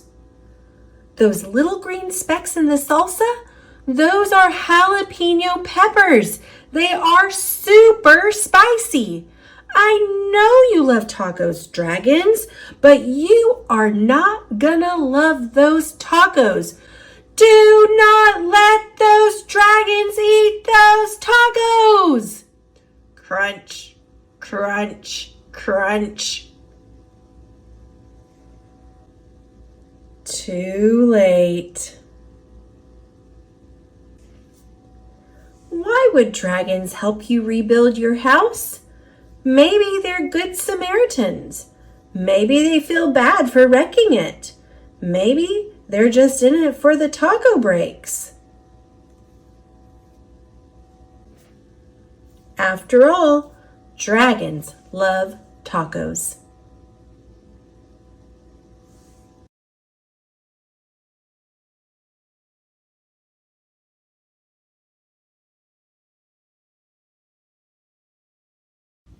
Charlie and the New Baby by Reed Drummond, illustrated by Diane DeGroat.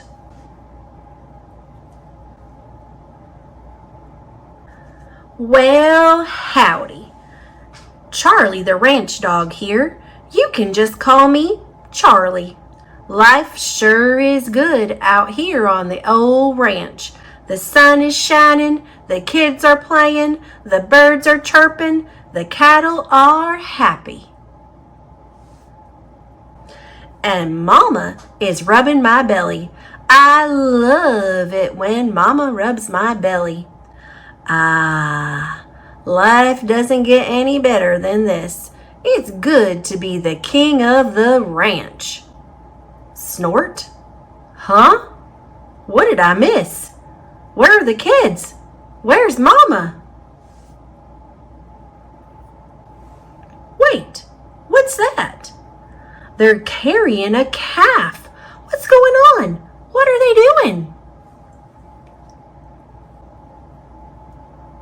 Wait, they're taking the calf in the house?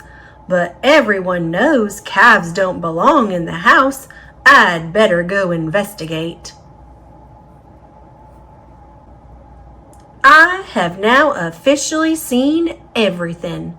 Well, this calf does look brand new. She must be a brand new baby. Maybe she's lonely. Maybe she has lost her mama. Maybe she needs a little tender loving care. Mama said the kids are perfect for that job. They give me tender loving care all the time.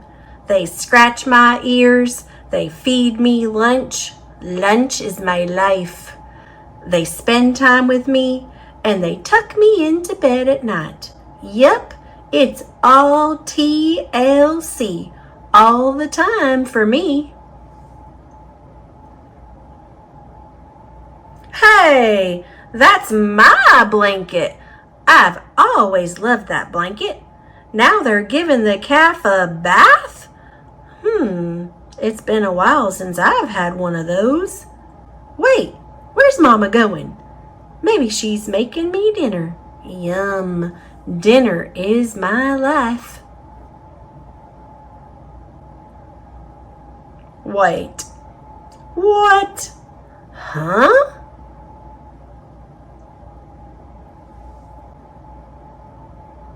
Hark! Do you hear that sound? That's the sound of my stomach growling. I haven't eaten in a long, long time, at least an hour. I'm so hungry I could faint.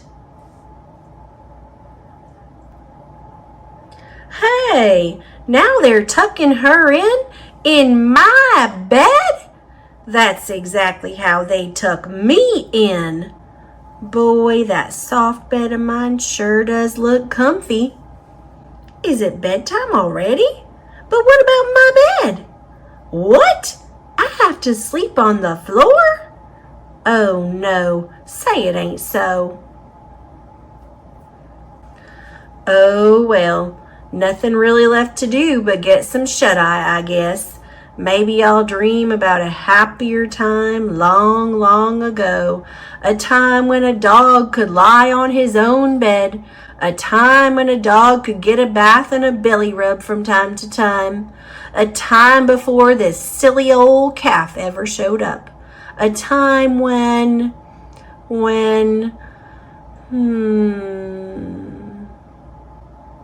Snort? Huh?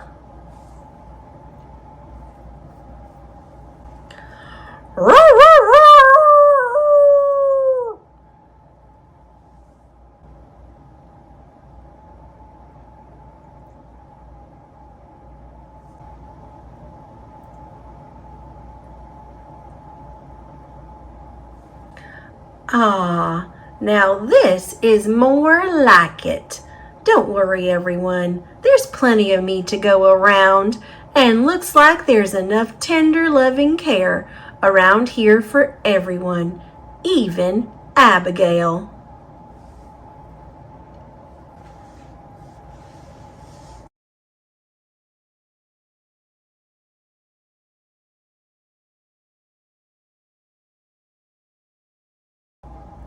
Lego Pirates, Brickbeard's Treasure by Hannah Dolan.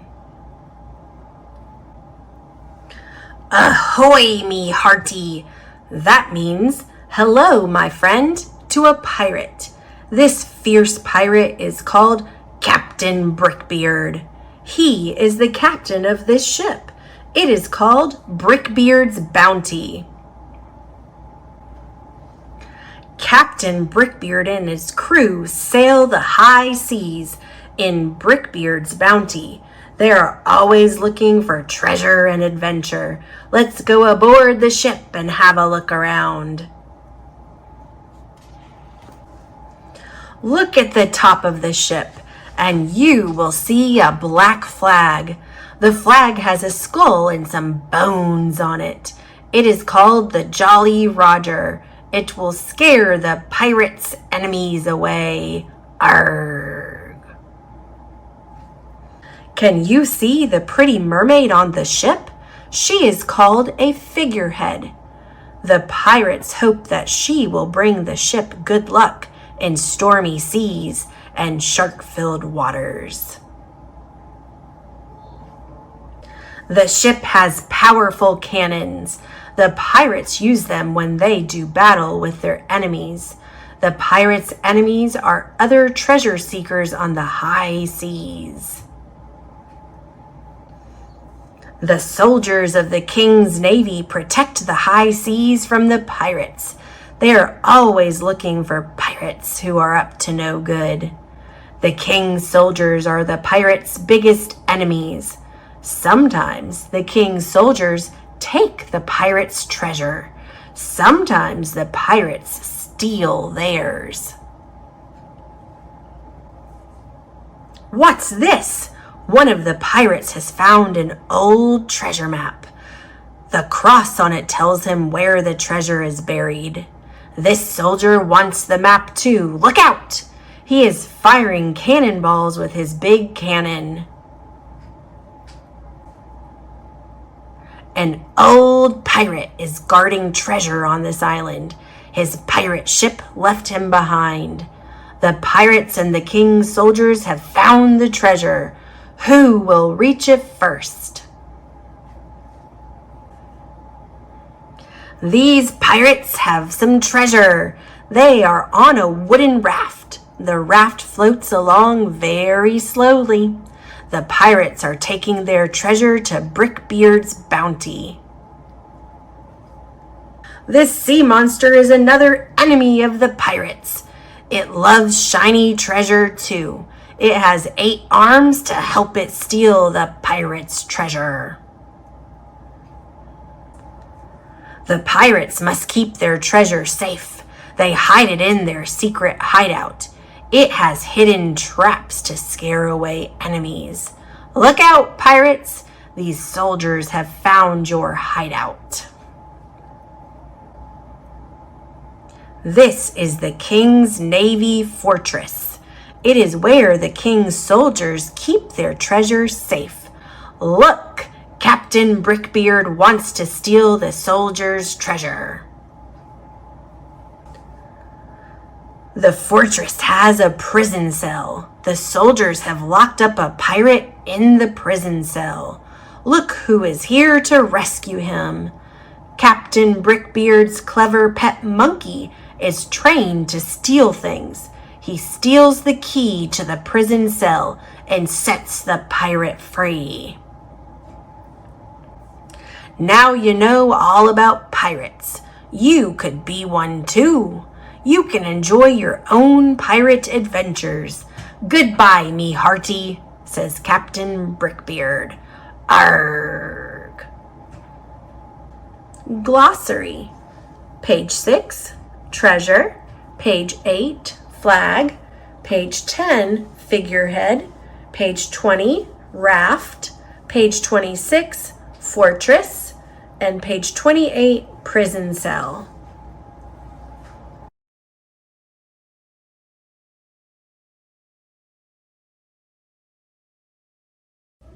The Goose Egg by Liz Wong.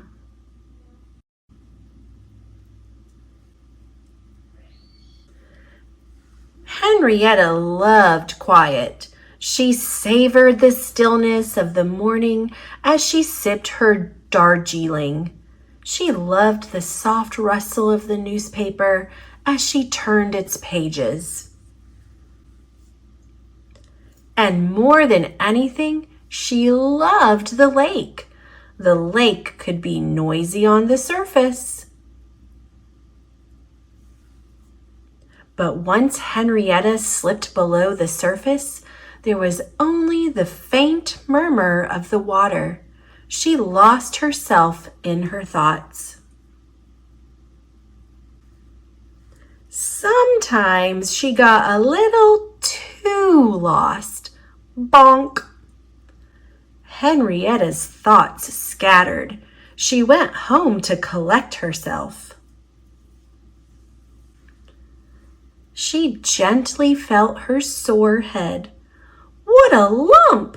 A real goose egg! So she bandaged her head and kept quiet, waiting for the bump to heal. Until... crack! She felt the top of her head. She felt something soft, something fuzzy, something like a baby goose. Mama! Oh my, that was a real goose egg! Henrietta ran back to the lake, found a nest, and carefully placed the baby goose inside. Henrietta waited and waited. Mama, I'm sure your mother will be back soon. But no mother bird appeared. Henrietta couldn't just leave poor Goose alone. She scooped her up and took her home. From then on, Henrietta's quiet was shattered. Mornings were splashy instead of still. The newspaper didn't rustle, it ripped. Something needed to change. And as Goose got bigger, she only got noisier. Honk, honk, honk, honk, honk. Henrietta realized she had to teach Goose to behave like a proper goose. So Henrietta hatched a plan. She showed Goose how to look for food, how to follow along, and how to flap her wings. How to hang on, hold on tight, here we go, and how to let go. You're flying! When Goose was grown, it really was time for her to go. Bye, Goose. You'll do great out there. Henrietta's house was quiet again, but she found that she didn't love the quiet quite so much anymore. When she dove into the dark and lost herself in her thoughts, she just felt lost. And at night, she dreamed she heard Goose honking.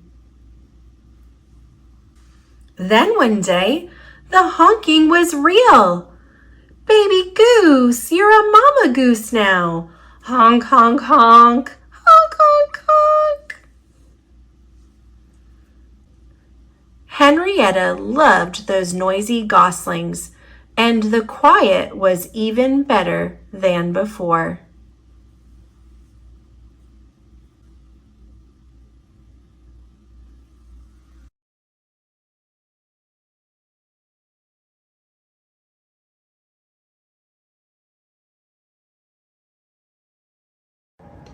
Those Shoes by Mary Beth Boltz, illustrated by Noah Z. Jones.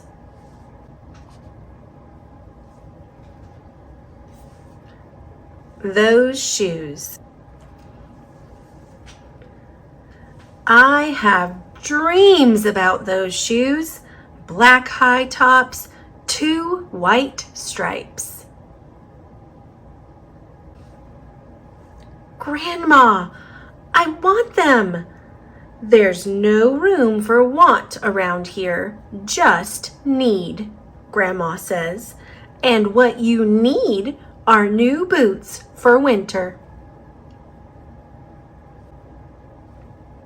Brandon T. comes to school in those shoes. He says he's the fastest runner now, not me. I was always the fastest before those shoes came along. Nate comes to school in those shoes.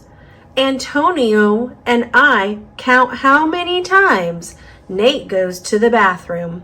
7 times in one day, just so he can walk up and down the hall real slow. Next, Alan Jacoby and Terrence each get a pair. Then one day, in the middle of kickball, one of my shoes comes apart. "Looks like you could use a new pair, Jeremy," Mr. Alfrey, the guidance counselor, says. He brings out a box of shoes and other stuff he has for kids who need things. He helps me find the only shoes that are my size, Velcro. Like the ones my little cousin Marshall wears. They have an animal on them from a cartoon I don't think any kid ever watched. When I came back to the classroom, Alan Jacoby takes one look at my Mr. Alfrey shoes and laughs. And so do Terrence, Brandon T., and everyone else. The only kid not laughing is Antonio Parker. At home, Grandma says, "How kind of Mr. Alfrey." I nod and turn my back. I'm not going to cry about any dumb shoes. But when I'm writing my spelling words later, every word looks like the word shoes, and my grip is so tight on my pencil, I think it might bust.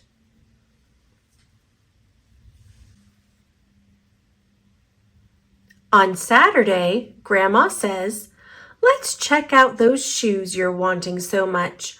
I got a little bit of money set aside. Might be enough, you never know." At the shoe store, Grandma turns those shoes over so she can check the price. When she sees it, she sits down heavy. "Maybe they wrote it down wrong," I say. Grandma shakes her head. Then I remember the thrift shops. What if there's a rich kid who outgrew his or got 2 pairs for Christmas and had to give one of them away? We ride the bus to the first thrift shop. Black cowboy boots, pink slippers, sandals, high heels, every kind of shoes except the ones I want. We ride the bus to the second thrift shop. Not a pair of those shoes in sight. Around the corner, in the third thrift shop, I see something in the window. Black shoes with 2 white stripes, high tops, perfect shape, $2.50. Those shoes! My heart is pounding hard as I take off my shoes and hitch up my baggy socks. "How exciting!" Grandma says. "What size are they?" I shove my foot into the first shoe, curling my toes to get my heel in. I don't know, but I think they fit. Grandma kneels on the floor and feels for my toes at the end of the shoe. "Oh, Jeremy," she says, "I can't spend good money on shoes that don't fit." I pull the other shoe on and try to walk around. "They're okay," I say, holding my breath and praying that my toes will fall off right then and there. But my toes don't fall off. I buy them anyway with my own money, and I squeeze them on and limp to the bus stop.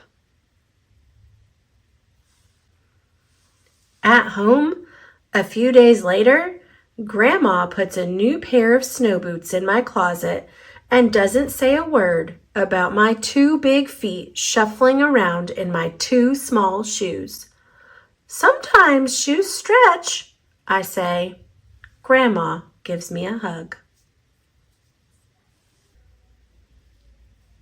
I check every day, but those shoes don't stretch. I have to wear my Mr. Alfrey's to school instead. One day, during math, I glance at Antonio's shoes. One of them is taped up, and his feet look smaller than mine. After school, I head to the park to think. Antonio is there, the only kid who didn't laugh at my Mr. Alfrey shoes. We shoot baskets. A loose piece of tape on Antonio's shoe smacks the concrete every time he jumps. I think, I'm not going to do it. We leap off the swings. I'm not going to do it. We race from one end of the playground to the other. I'm not going to do it, I say. Do what? Antonio says, breathing hard. Grandma calls me for supper and invites Antonio over too. After supper, he spies my shoes. How come you don't wear them? Antonio asks. I shrug. My hands are sweaty. I can feel him wishing those shoes were his. That night, I am awake for a long time thinking about Antonio. When morning comes, I try on my shoes one last time. Before I can change my mind, the shoes are in my coat. Snow is beginning to fall as I run across the street to Antonio's apartment. I put the shoes in front of his door, push the doorbell, and run. At school, Antonio is smiling big in his brand new shoes. I feel happy when I look at his face and mad when I look at my Mr. Alfrey shoes. But later, when it's time for recess, something happens. Everywhere there is snow. Leave your shoes in the hall and change into your boots, the teacher announces. Leave your shoes in the hall. It's then I remember what I have in my backpack. New boots. New black boots that no kid has ever worn before. Standing in line to go to recess, Antonio leans forward and says, "Thanks." I smile and give him a nudge. Let's race.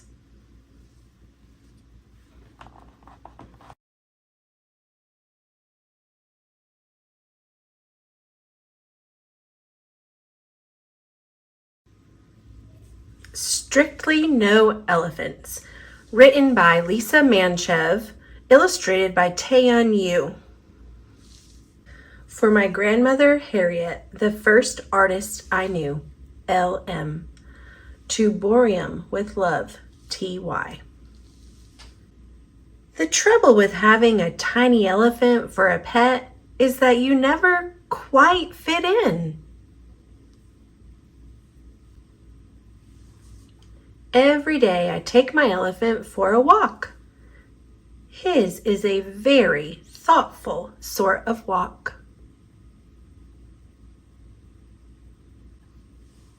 He doesn't like the cracks in the sidewalk much. I always go back and help him over. That's what friends do. Lift each other over the cracks.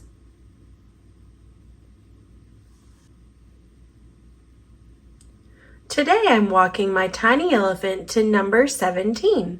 It's Pet Club Day and everyone will be there.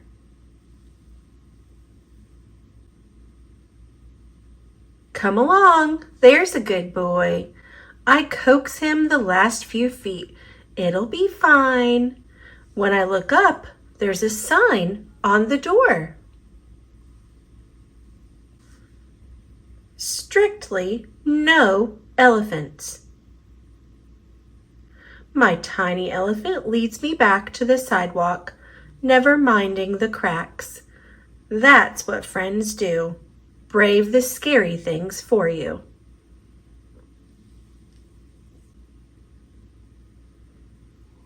Did you try to go to the pet club meeting too? The girl asks. Yes, I say, but they don't allow elephants. The sign didn't mention skunks, the girl says, but they don't want us to play with them either. They don't know any better, I tell her. He doesn't stink, the girl adds. No, he doesn't, I agree. What if we start our own club? Come along, I say, making certain that my tiny elephant follows me, because that's what friends do. Never leave anyone behind.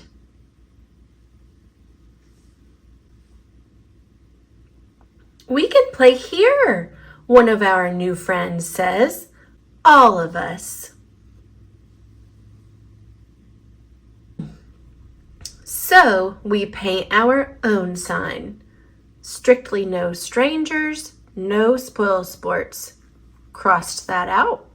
All are welcome.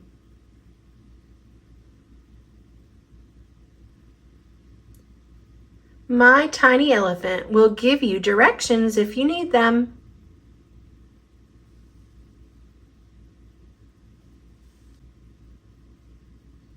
Because that's what friends do.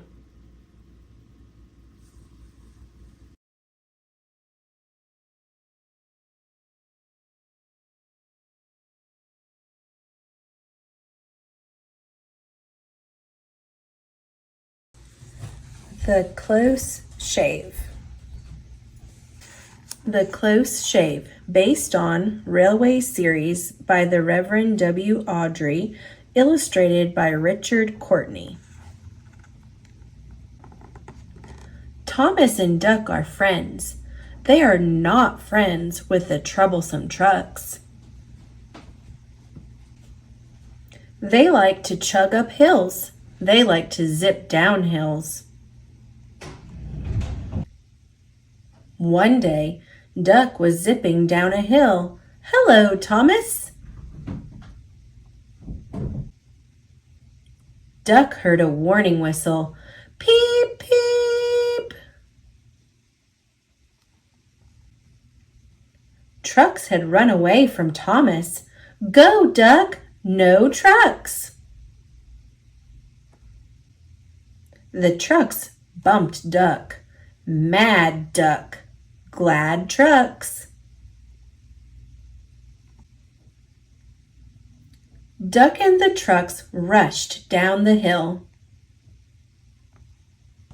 Duck saw the end of the line. Duck had to stop.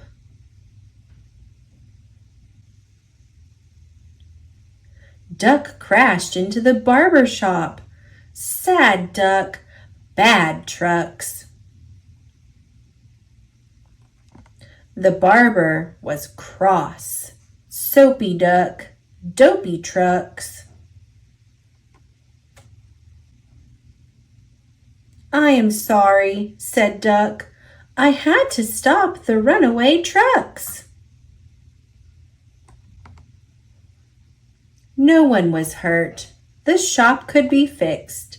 Duck was a hero.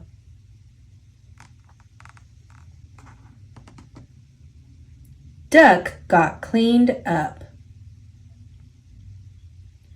The trucks got picked up.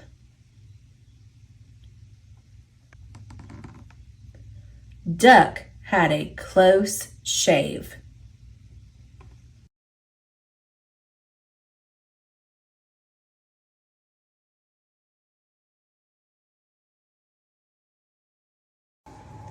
Nothing Fits a Dinosaur by Jonathan Fenske.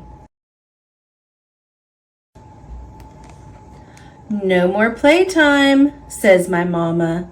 Take a bath, put on pajamas, and please, tonight, no dino drama. The bath is fun. I romp and stomp inside my tiny bathroom swamp. But finding jammies is a chore when nothing fits a dinosaur.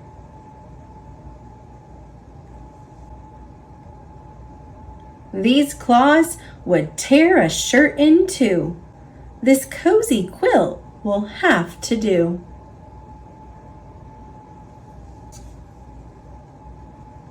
And pants cannot contain these thighs. 2 sleeping bags are more my size.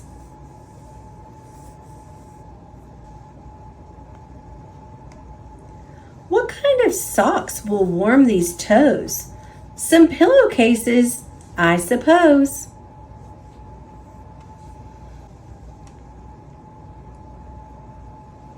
Why stop there? My feet could use a decent pair of stomping shoes. But these will barely fit a mouse. So let these buckets shake the house.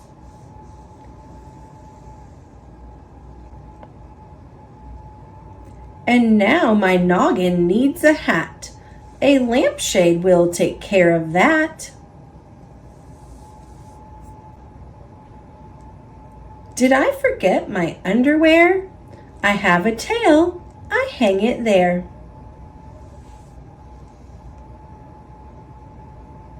Now I am such a silly sight.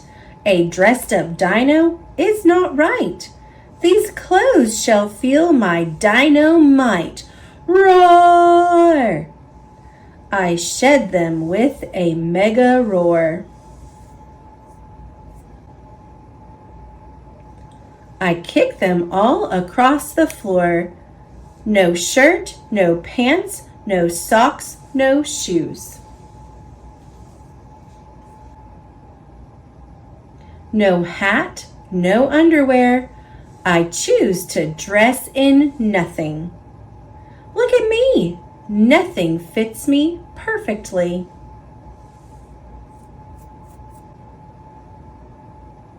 Watch me romp and stomp and roar, a naked, happy dinosaur.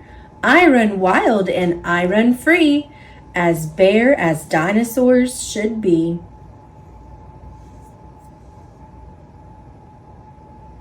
Till Mamasaurus roars at me, no more playtime, that is it. I better find some clothes that fit.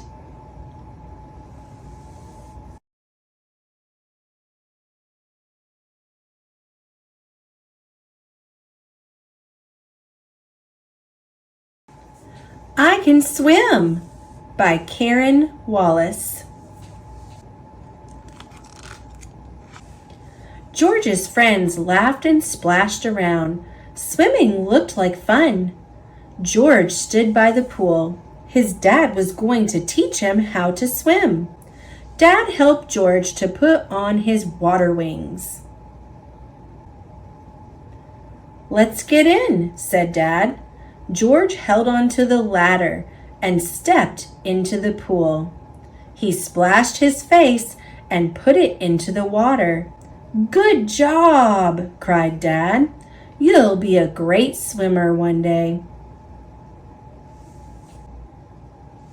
George stood in the shallow water and jumped up and down.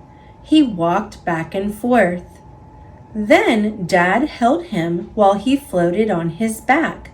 "That was fun!" cried George as he climbed out of the pool. At their next lesson, Dad helped George move through the water on his front. "Kick," Dad said. George kicked with long, straight legs as hard as he could. Dad showed George how to put his face underwater. He held on to the side of the pool, then took a deep breath and ducked. George watched him blow bubbles like a fish. "Now you try," said Dad. Next, George took lots of deep breaths and blew a ball across the water. "Good breathing," cried Dad. "Next time you can try to paddle." Can you remember what you've learned? Dad asked at the next lesson. George thought about how to kick and to breathe. Dad showed him how to paddle and pulled back with his arms through the water. Then George tried paddling. George learned to push and glide on his front. He held on to a kickboard and stood by the side of the pool. Then he pushed off with his feet and glided through the water. Let's take some air out of your water wings, said Dad. George tried floating like a starfish. First, he took a deep breath. Then he lay on his back. He spread his arms and his legs out wide. Then George pushed off from the side on his back. He glided across the water. Push harder this time, said Dad. You'll glide even farther. George pushed off as hard as he could. Each time George went to the pool, he practiced his new skills. One day, Dad said, "It's time to take off your water wings." George tried to paddle without any water wings. Soon, he could use his arms to pull through the water. Now, hold out your kickboard, said Dad, and kick your legs. George tried. Try not to splash, said Dad. You'll go even faster.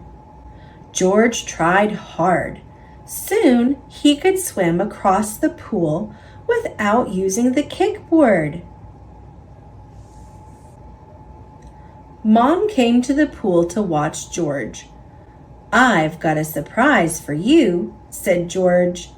He swam across the pool to her. "I can swim!" shouted George. Mom cheered and clapped. Some of George's friends were swimming in the pool. George swam over to play with them. Now he could swim too. Picture word list: water wings, ball, ladder, paddle, kick, kickboard, fish, starfish.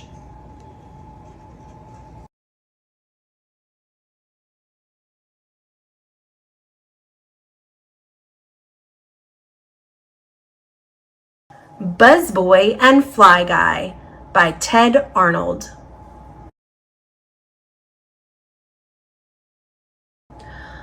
A boy had a pet fly named Fly Guy. Fly Guy could say the boy's name, Buzz. One night, Buzz said, "I made a book. We are the superheroes." Heroes? "Yes," said Buzz. "I'll read it to you. The Amazing Adventures of Buzzboy and Fly Guy by me, Buzz." Chapter 1. One day, Buzzboy woke up. He was the same size as Fly Guy. Slap. "I have bad news. Fly Guy can talk." "What?" "Pirates came last night." "Arg! They took our house to a dragon cave." "Arg!" Pirate guards, more pirates. "On an island far away." Buzzboy looked out the window. He saw a sleeping dragon. "You're right, Fly Guy. Good thing we are superheroes. Time to take care of business." Chapter 2. The dragon was still asleep. With his super strength, Buzzboy turned the dragon around. Fly Guy used his super loudness. Buzz! The dragon woke up and shot fire outside. The pirate guards ran away. Buzzboy and Fly Guy ran to the beach. Oops! More pirates. Arrgh! Chapter 3. Arrgh!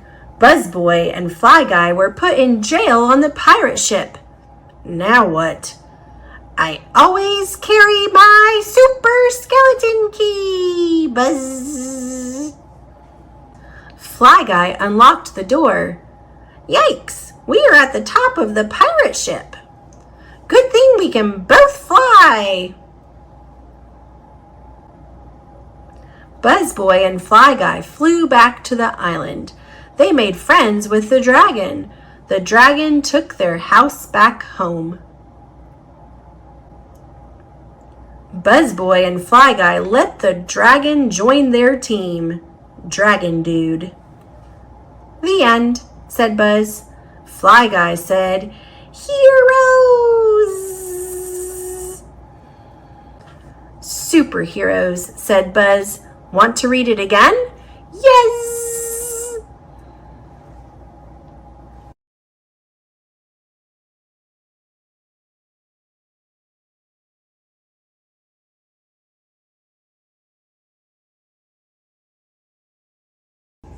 Busy Train Book with pullback train and 4 tracks.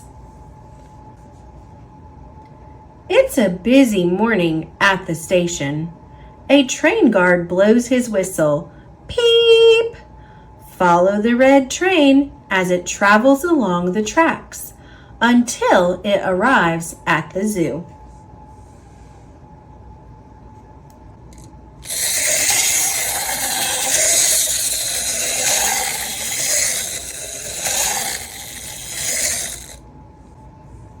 The busy train zooms out from the dark tunnel.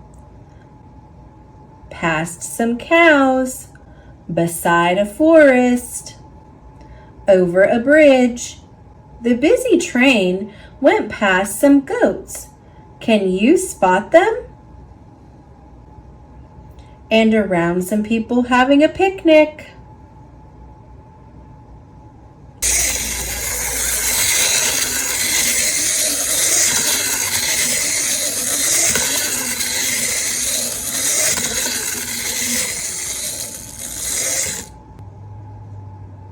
The busy train travels across a viaduct, between some buildings, and beside someone fishing, around a hut, over the sand. The busy train went past some baby ducks. Can you spot them?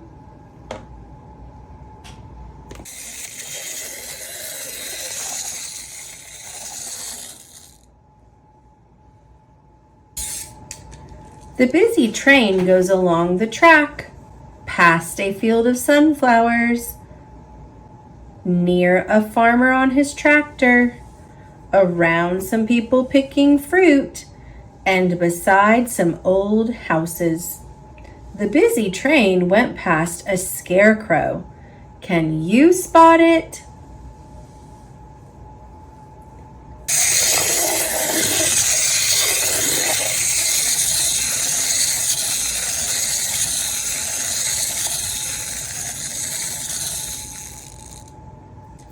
The busy train arrives at the zoo. It goes behind the gorillas, past 2 giraffes, around the penguin pool, and reaches the station. The busy train went past some monkeys. Can you spot them?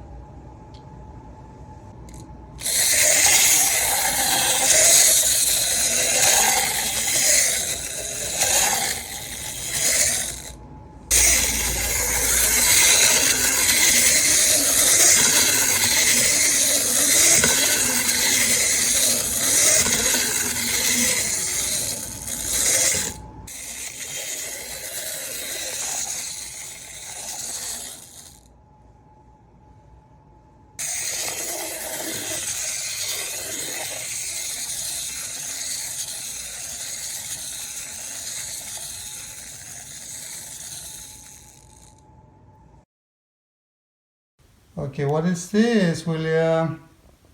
Train. Okay, come over and... I should need to get the train now. Roll down the track. And let's see. Oh God, where's the battery? The battery. Hey, this one doesn't need battery. Okay, Daddy will show you. Okay. Okay, here's the start. You have to start from here. Over here.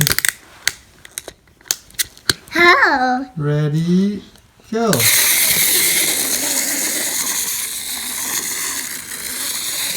Oh.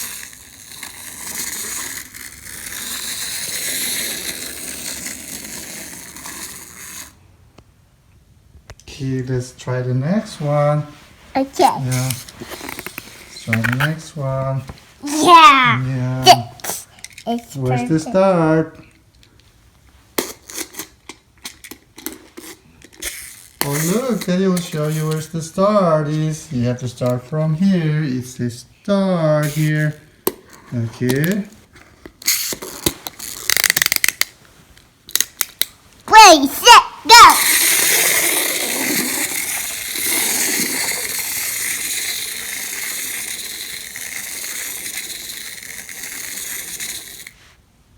Okay, we gotta do the next one. Okay. Yeah.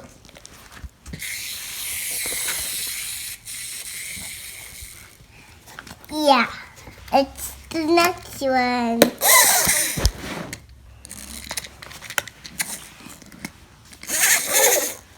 Okay, let's flip the page.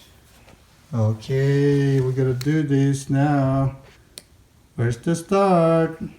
I need to. Over here. Okay, Daddy will show you. What? Yeah.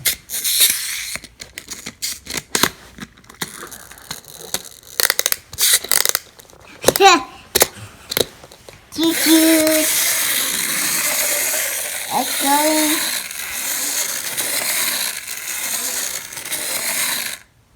Okay, let's try the next one. Go.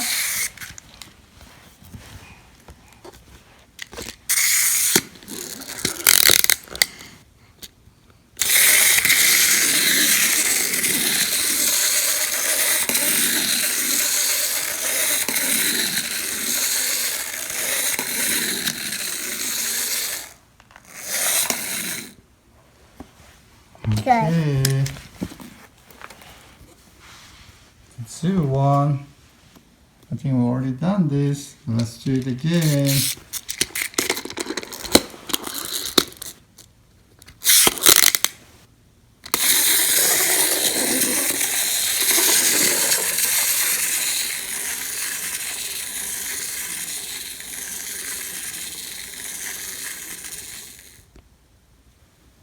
I think we're all done. Where's, Yeah, look, it's all done. oh, Yeah. There's no more. Yeah. Okay, let's do one more time and then. Okay, let's do this one more time and then we're done, okay? oh, sure, of course. 1, 2.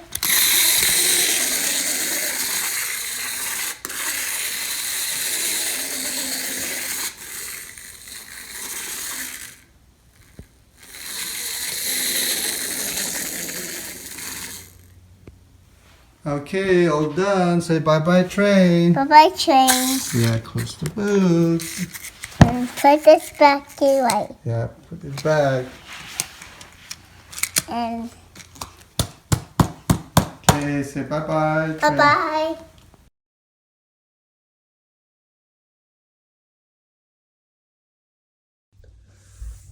Thomas and Toby. Illustrated by Tommy Stubbs. One sunny morning, Thomas the Tank Engine was happily chugging along his branch line. Being a really useful engine, Thomas had many responsibilities, and it was important that he stayed right on time. Pulling Annie and Clarabelle, Thomas started toward the quarry for his first delivery of the day. Thomas was especially careful on one part of his branch line because it ran beside a long stretch of road. Peep, peep!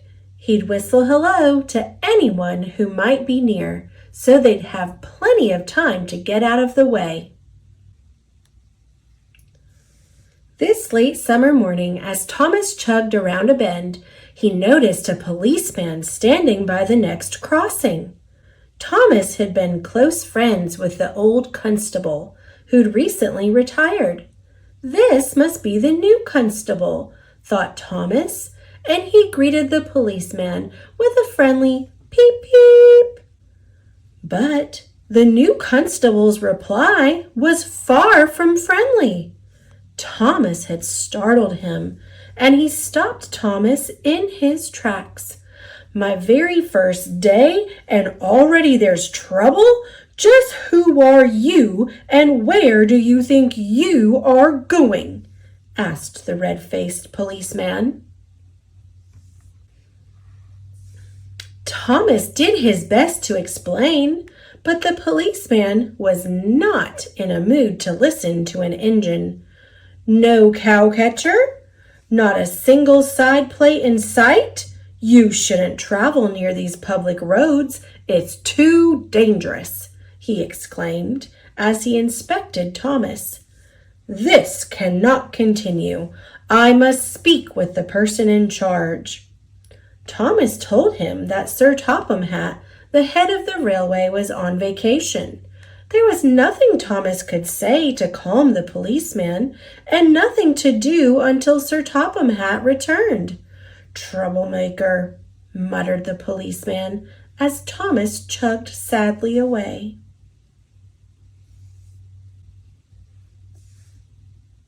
Sir Topham Hatt was having a much better time than Thomas. He was vacationing with his family on the other side of Sodor.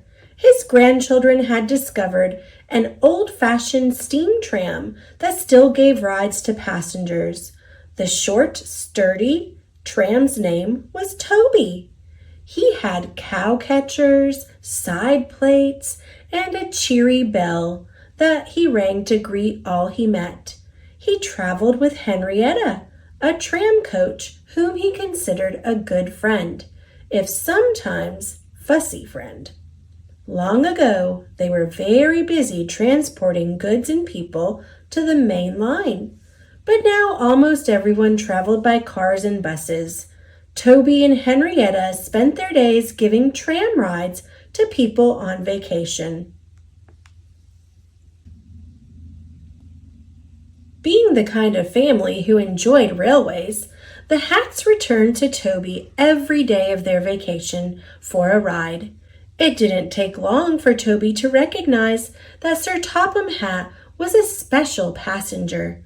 He asked all the right questions and knew just about everything there was to know about trains and trams.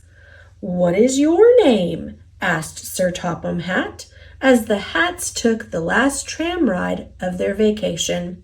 "Toby, sir." "Thank you, Toby, for a very memorable vacation." "Thank you, sir," said Toby politely. Toby thought to himself, "This gentleman is a gentleman who knows how to speak to engines." Sadly, a few days later, Toby and Henrietta's line was shut down and they were sent to their sheds.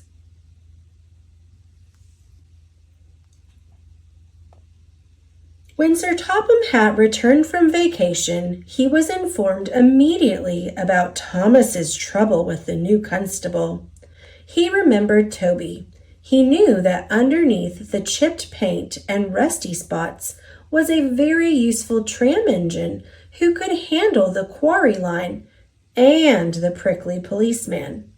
And there were plenty of other things to keep Thomas occupied as well. Soon, Toby and Henrietta arrived, and they took to their new jobs very quickly. Toby was especially good at making the trucks behave. Thomas noticed this right away, and he was very impressed.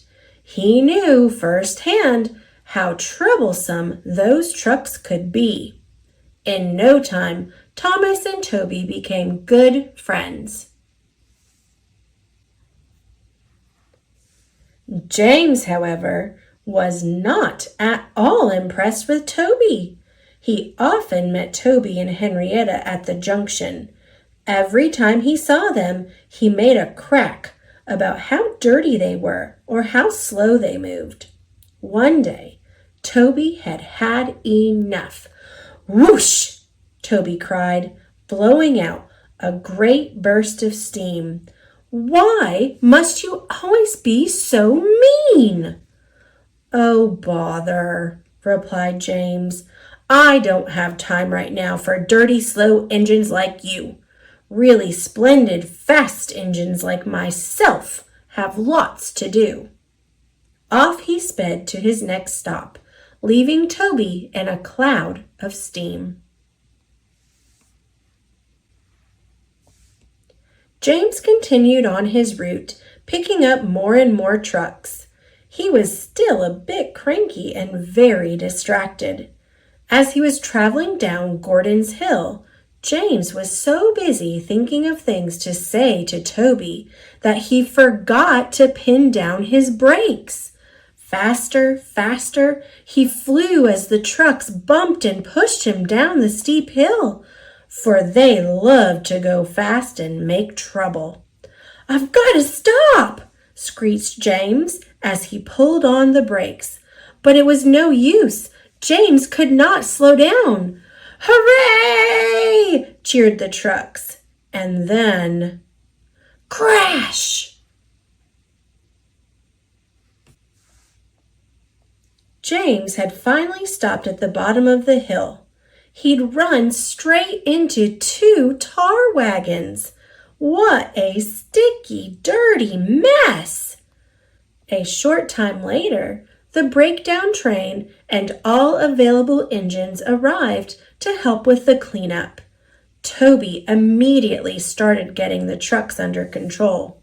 When he saw James, Toby couldn't resist having a little fun. Is that James? Toby asked innocently. It can't be. James is such a splendid, fast engine. James pretended he didn't hear Toby, and from that day on, James was a lot nicer. Toby knew just about everything when it came to moving trucks. He had many years of experience and a very patient nature.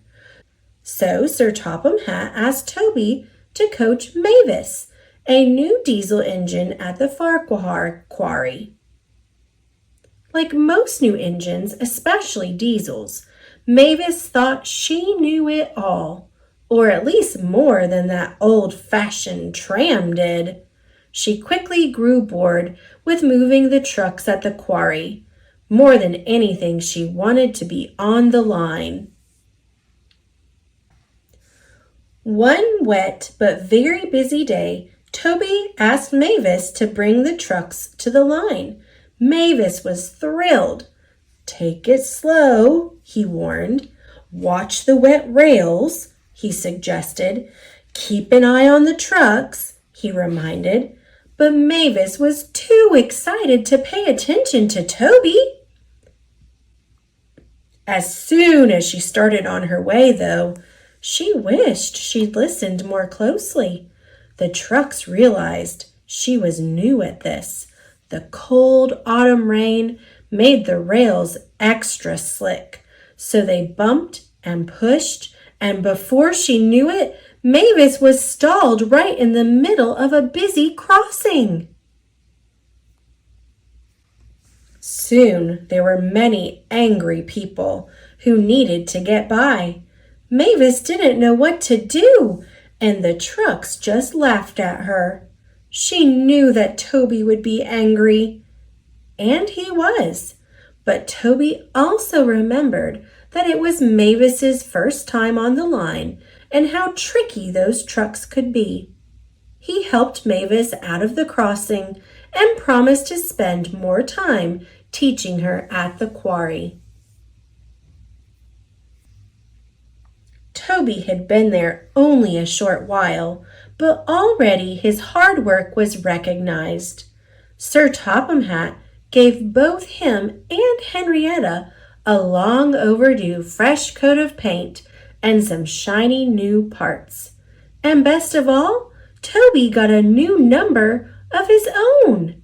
Now he, too, truly was a really useful engine. Toby and Thomas's friendship grew and grew. Thomas especially liked it when he found out that Toby always startled the not-so-cheery policeman with a cheery ring of his bell.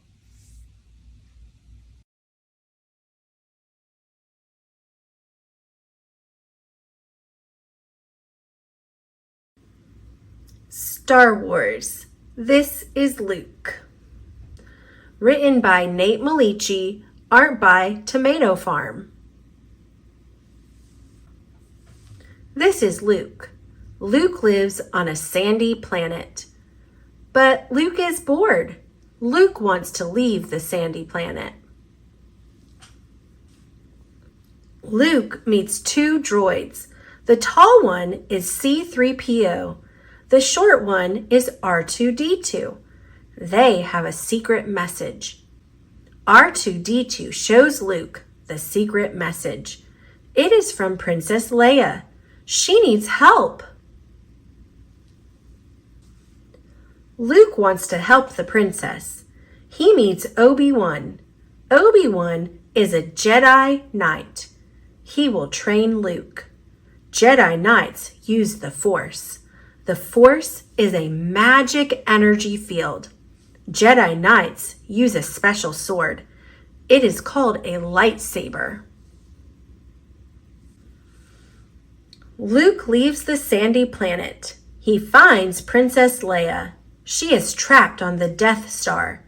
Luke and Leia escape. The Death Star is a space station. It can destroy planets.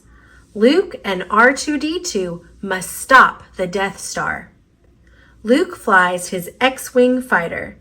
Luke uses the Force. He destroys the Death Star. Luke travels to a snowy planet. A snow monster traps Luke. Luke uses the Force to reach his lightsaber. Luke uses his lightsaber. He stops the snow monster. Giant at walkers stomp across the snowy planet. Luke uses his lightsaber to stop them too. Luke goes to a swamp planet to find Yoda. Yoda is a Jedi Master. Yoda is strong in the Force. Yoda is a good teacher, and Luke is a good student. Yoda teaches Luke how to be a Jedi Knight. Princess Leia, C-3PO, and Chewie are in trouble. Luke leaves the swamp planet. He must help his friends. Luke fights Darth Vader. Darth Vader was a great Jedi Knight, but he turned to the dark side. Now Darth Vader is evil. He wants Luke to join the dark side. Luke does not want to join the dark side. Luke faces more villains. He escapes from Jabba the Hutt. He fights Boba Fett. Luke also makes new friends. He travels to a forest moon. He meets the Ewoks. Ewoks are small and furry. They help Luke and his friends. Luke meets Darth Vader again. Luke is trapped. Darth Vader takes Luke to the evil Emperor. He wants Luke to join the dark side too. Luke fights Darth Vader for the last time. Luke does not give in to fear or anger. He will never join the dark side. Luke is not bored anymore. He is a brave hero. Luke is a great Jedi Knight.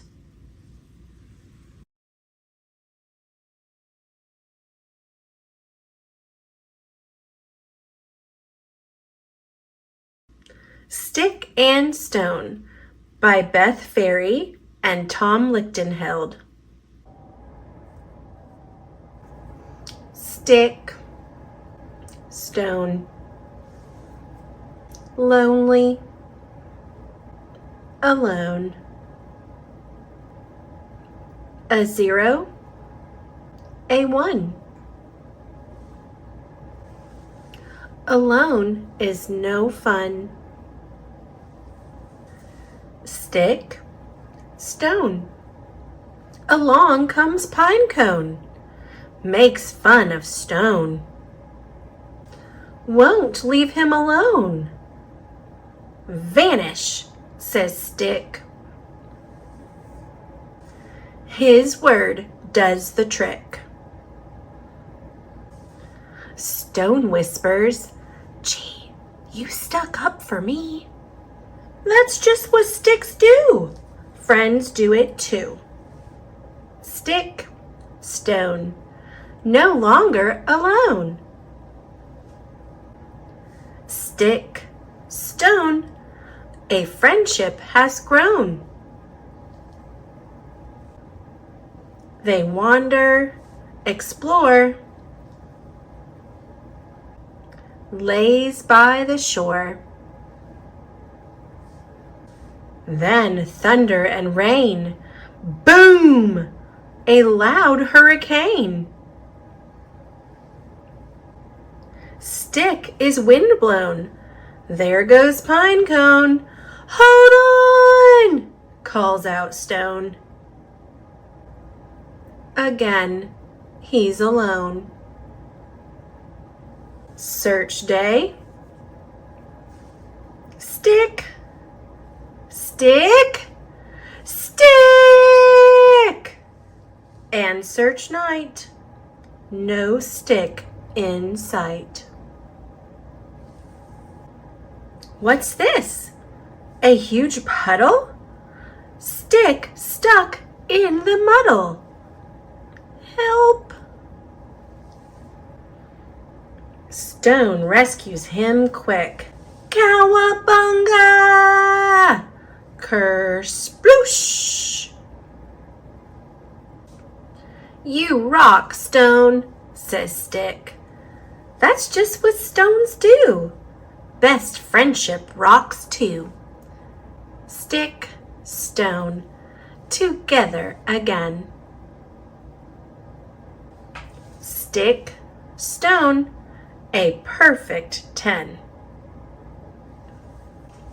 To the end. Sorry I needled you so much.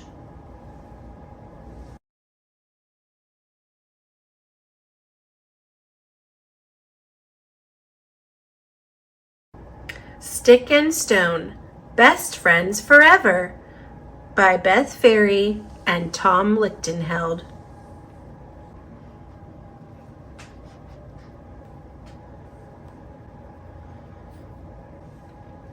Stick, stone, I'll catch you.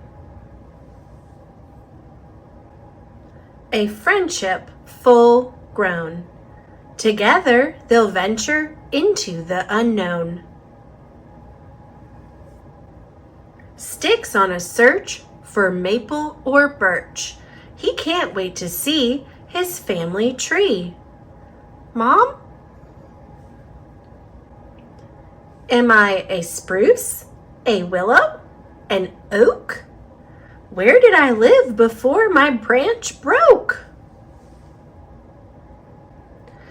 Stick is excited. Stone, quite delighted. I see a tree. I love a good quest.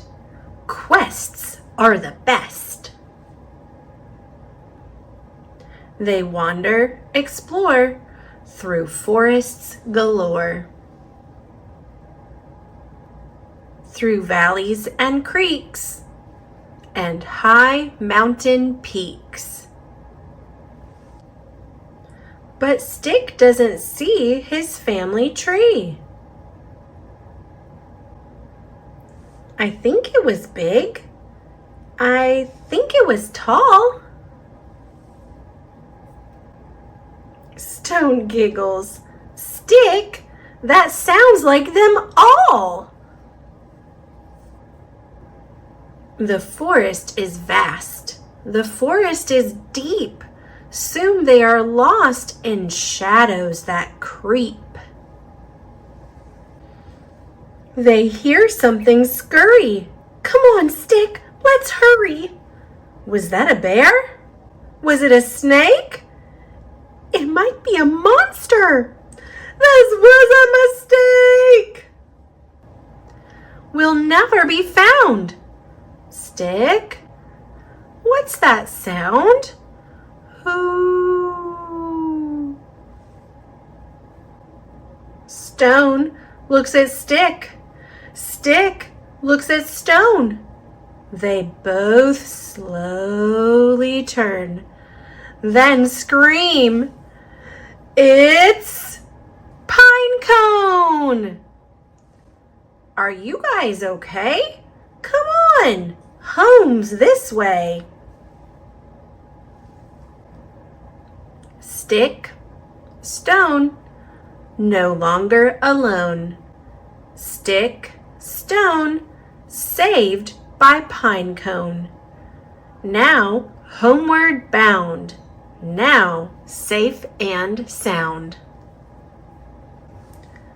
I guess I won't find my family tree. Stick, replies Stone, your family's me.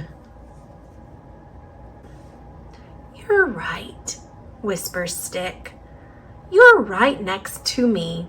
You always have been. And I always will be. And I truly don't care if you're oak or you're pine. I'm your best friend, and you'll always be mine. The end.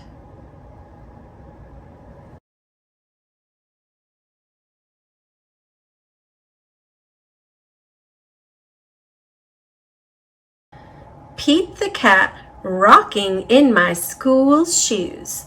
Art by James Dean, creator of Pete the Cat. Story by Eric Litwin.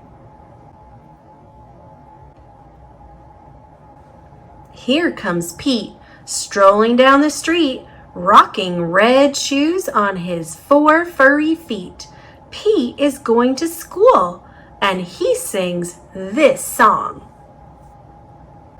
I'm rocking in my school shoes. I'm rocking in my school shoes. I'm rocking in my school shoes. Pete is sitting at his desk when his teacher says, "Come on, Pete, down that hall to a room with books on every wall." Where is Pete going? The library. Pete has never been to the library before. Does Pete worry? Goodness no! He finds his favorite book and sings his song. I'm reading in my school shoes. I'm reading in my school shoes. I'm reading in my school shoes. Check out Pete. He's ready to eat. In a big noisy room with tables and seats. Where is Pete? The lunchroom. It can be loud and busy in the lunchroom. Does Pete worry? Goodness, no. He sits down with his friends and sings his song. I'm eating in my school shoes. I'm eating in my school shoes. I'm eating in my school shoes. Pete and his friends are playing outside on a green, grassy field with swings and tall slides. Where is Pete? The playground. Kids are running in every direction. Does Pete worry? Goodness, no. He slides and he swings and he sings his song. I'm playing in my school shoes. I'm playing in my school shoes. I'm playing in my school shoes. All day long, Pete sings his song. I'm singing in my school shoes. I'm painting in my school shoes. I'm adding in my school shoes. I'm writing in my school shoes. When school is done, Pete rides the bus home. Pete's mom asks him, "What did you do at school today?" And Pete says, I was rocking in my school shoes. I was rocking in my school shoes. I was rocking in my school shoes. And I will do it again tomorrow. Because it's all good.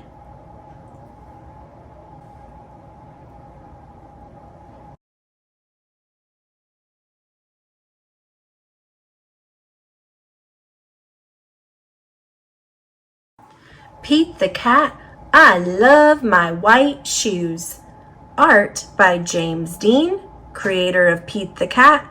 Story by Eric Litwin.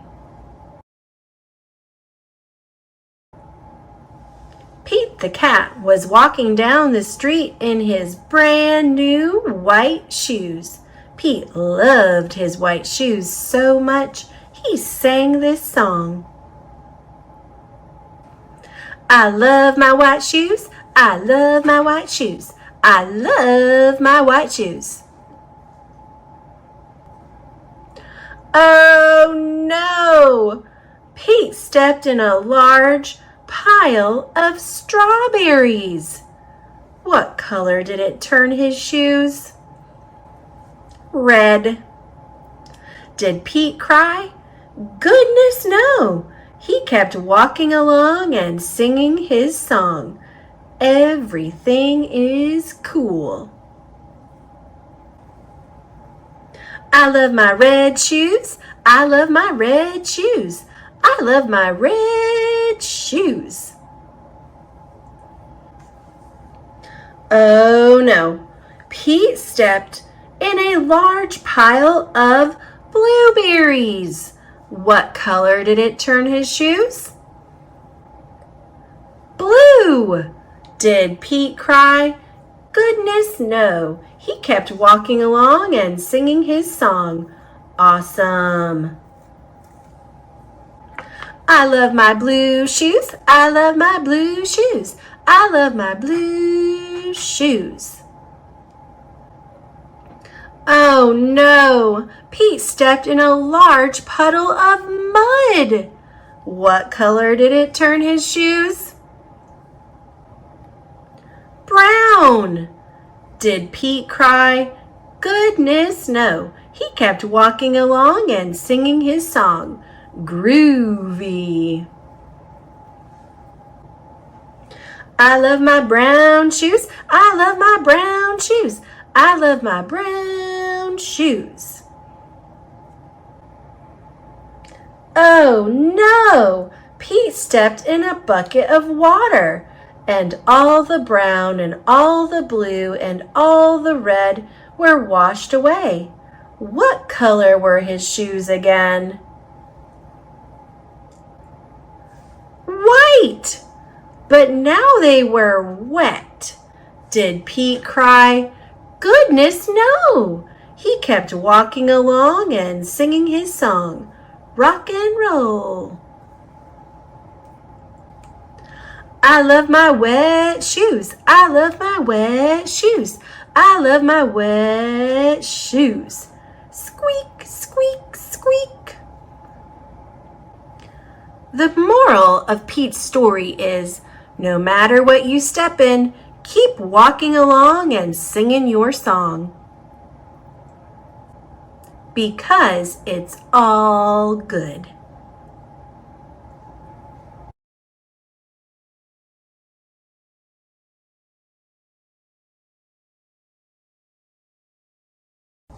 Pete the Cat and His Magic Sunglasses by Kimberly and James Dean.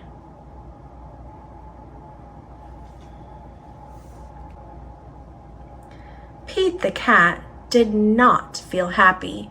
Pete had never, ever, ever, ever been grumpy before. Pete had the blue cat blues.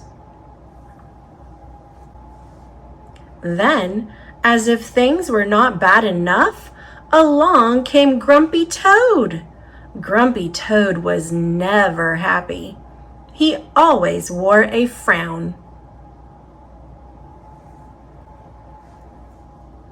But Grumpy Toad was not grumpy today.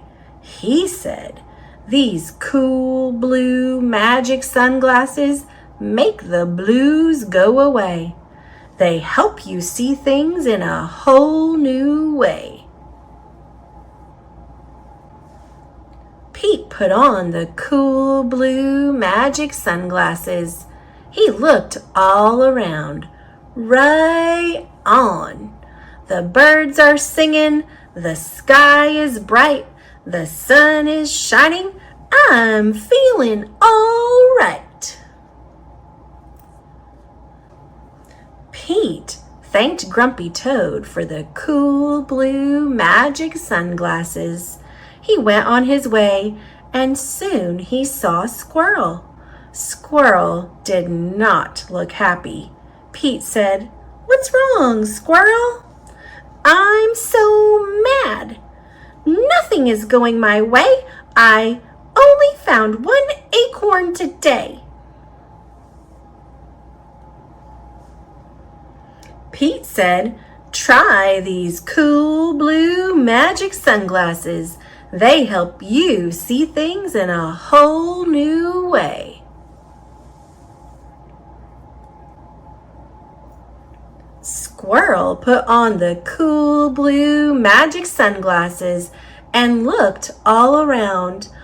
"Awesome! The birds are singing, the sky is bright, the sun is shining. I'm feeling all right."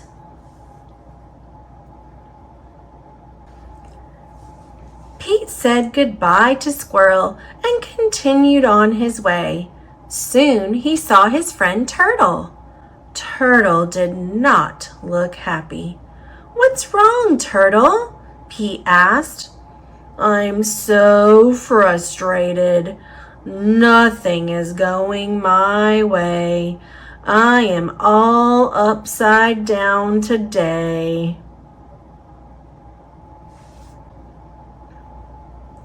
Pete said, "Try these cool blue magic sunglasses. They help you see things in a whole new way." Turtle put on the cool blue magic sunglasses and looked all around. Far out, the birds are singing, the sky is bright, the sun is shining. I'm feeling all right. Pete kept rolling along until he saw Alligator. Alligator did not look happy. "What's wrong, Alligator?" Pete asked. "I'm so sad. Nothing is going my way. No one wants to play with me today." Pete said, Try these cool blue magic sunglasses. They help you see things in a whole new way. Alligator put on the cool blue magic sunglasses and looked all around. Rockin'! The birds are singing, the sky is bright, the sun is shining. I'm feeling all right. Pete was rolling along and feeling all right when suddenly he fell back. The cool blue magic sunglasses went crack. Uh-oh, Pete didn't know what to do without those sunglasses. Just then, Pete looked up at the tree. Wise old owl said, "Pete, you don't need magic sunglasses to see things in a new way. Just remember to look for the good in every day." Hoo, hoo. Pete looked around without his sunglasses. Too cool. The birds are singing, the sky is bright, the sun is shining. We're feeling all right.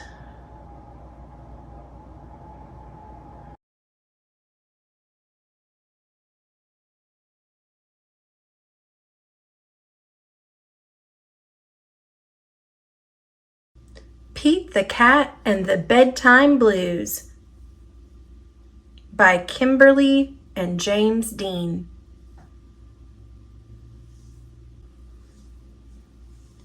Pete and the gang had a great day. They'd been at the beach, surf and sun and tons of fun. But when the sun went down, they didn't want the fun to end. Pete had an idea.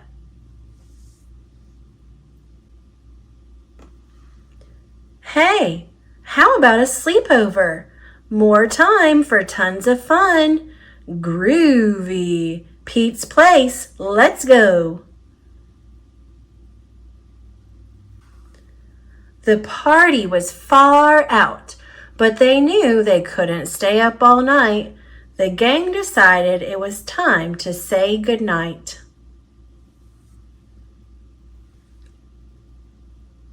On went the pajamas and out went the light. Good night, Gus. Good night, Alligator. Good night, Toad. Good night, Pete.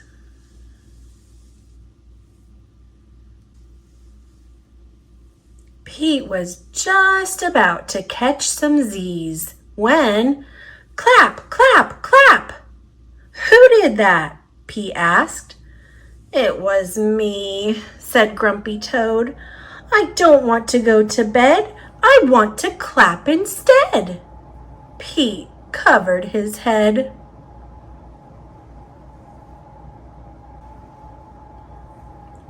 This cool cat needs to go to bed. Good night, Gus. Good night, Alligator. Good night, Toad.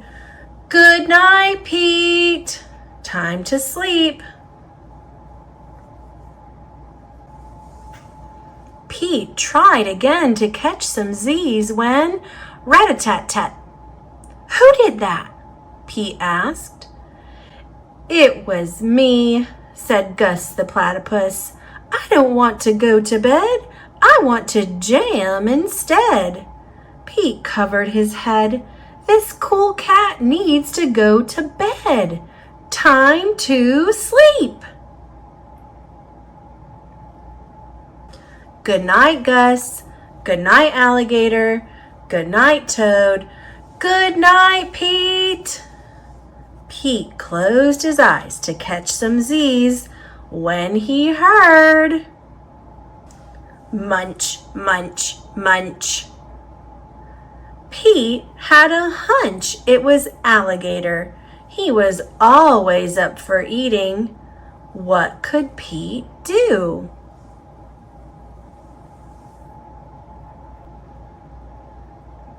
All the clapping, rat-a-tat-tatting, and munching was giving him the bedtime blues. Pete had a groovy idea. He got out his favorite bedtime story and started to read, first to himself and then to the gang.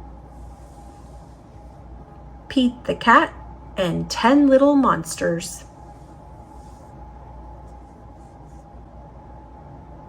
Pete noticed it was finally quiet. No more clapping, no more rat-a-tat-tatting, and no more munching.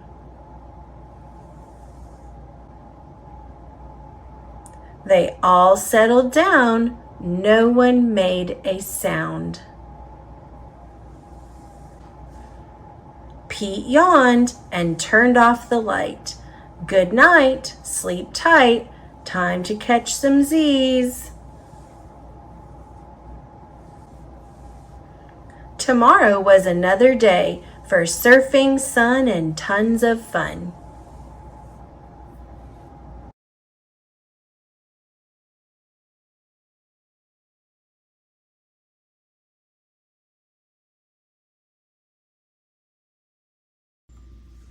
Pete the Cat and the Itsy Bitsy Spider by James Dean. One day, while playing outside with his friends, Pete the Cat spotted something cool. "Look!" shouted Pete. "Wow, it's so small," said Gus. "It's an itsy bitsy spider," said Callie. The itsy bitsy spider climbed up the water spout.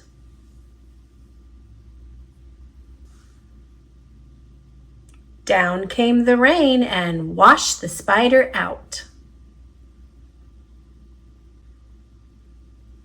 Out came the sun and dried up all the rain. Pete and his friends knew just what to do.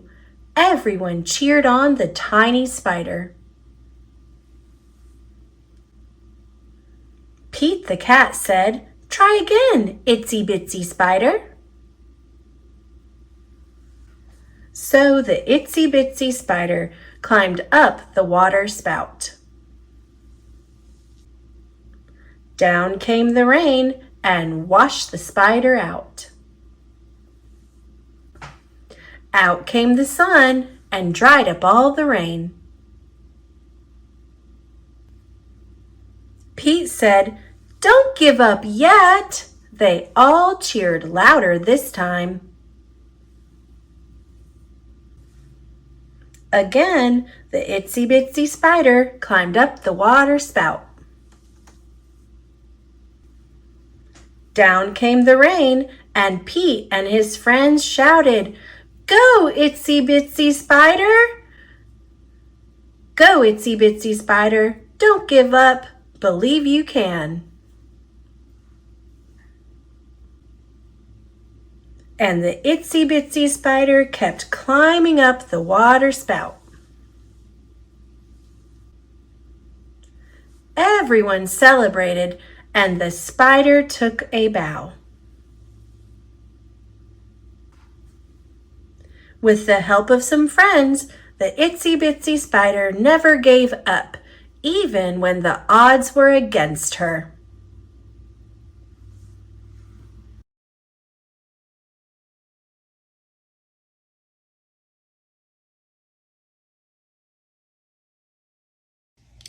Pete the Cat, Scuba Cat by James Dean.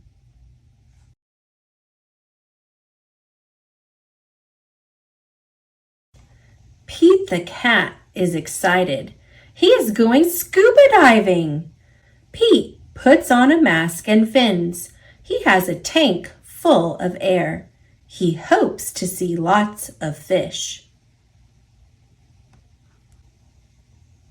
"If you are lucky, you might see a seahorse," says Captain Joe. "A seahorse?" says Pete. "I can't wait. I never saw one before." Their ridges look like a horse's mane, says Captain Joe. Groovy, says Pete. Pete jumps into the water. Splash. Down, down, down he goes. Up, up, up go the bubbles. Pete looks for a seahorse. He sees a swordfish. Pete swims out of its way. Pete waves to a stingray. It has a long, skinny tail. That's not a seahorse, thinks Pete. Pete looks high and low for the seahorse. Then he feels a tickle. Pete sees a school of fish. They all look alike, except for one. It puffs up. It is a blowfish. It is not a seahorse. Where could one be? Pete looks in the rocks. What is that? It is an octopus. It has 8 legs. It is not a seahorse. Pete feels a tickle. What could it be? Pete turns. He sees a cave. Is there a seahorse inside? Pete sees a crab with claws. A seahorse does not have claws, Pete thinks. The cave is getting darker. Pete feels a tickle. Then he sees an eel. Pete swims past it. It is too long to be a seahorse. Oh no, it is too dark to see. How will Pete get out? Pete sees a jellyfish. It glows in the dark. Pete is almost out of the cave. He sees an angelfish. It is very colorful. Pete is out of the cave. So why is it so dark? Pete is in a shadow. He is in the shadow of a whale. Yikes! Pete wishes he could jump on a seahorse and ride away. Pete hops on a sea turtle instead. It takes him to the boat. I did not see a seahorse, thinks Pete. He feels a little tickle on his tail. A seahorse! Cries Pete. What a surprise! You were with me all along, says Pete. What a cool adventure.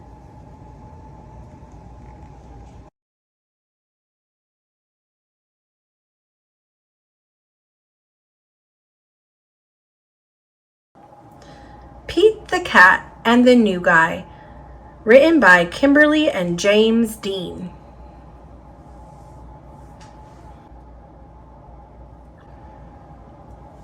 It was Sunday, and Pete's friends had come to play. They were rocking to a new song when, beep, beep, beep, there was a noise coming from across the street. Wise Old Owl had a view from his tree. Pete said, "Hey, Owl, what do you see?" Owl said, "All I see are green shoes and a red hat." Pete answered, "Sounds like my kind of cat." Pete could not imagine who this new guy could be. I really hope it's a new friend for me. On Monday, Pete wanted to say hi, but he was feeling kind of shy. So he just rode by and by and by and by until finally Pete got to meet the new guy. Pete said, "I've never met anyone quite like you. You seem like a duck and like a beaver too." The new guy said to Pete, "Hi, my name is Gus. Glad to meet you. I'm a platypus." Pete said, "You're not like me, and I am not like you, but I think being different is really very cool." On Tuesday, Pete and Gus took a walk down the street. They came to Squirrel, who was playing in a tree. "Hi, Gus," said Squirrel. "Climbing is easy. Try and see." Gus gave the tree a try, but the branch was way too high. "I wish I could climb like you, but climbing is something I just can't do." Pete said, "Don't be sad, don't be blue. There is something everyone can do." On Wednesday, Pete and Gus took a walk down the street. They came to Pete's friend, Grumpy Toad, who said, "Come play. Leapfrog with me. Jumping is easy. Try and see."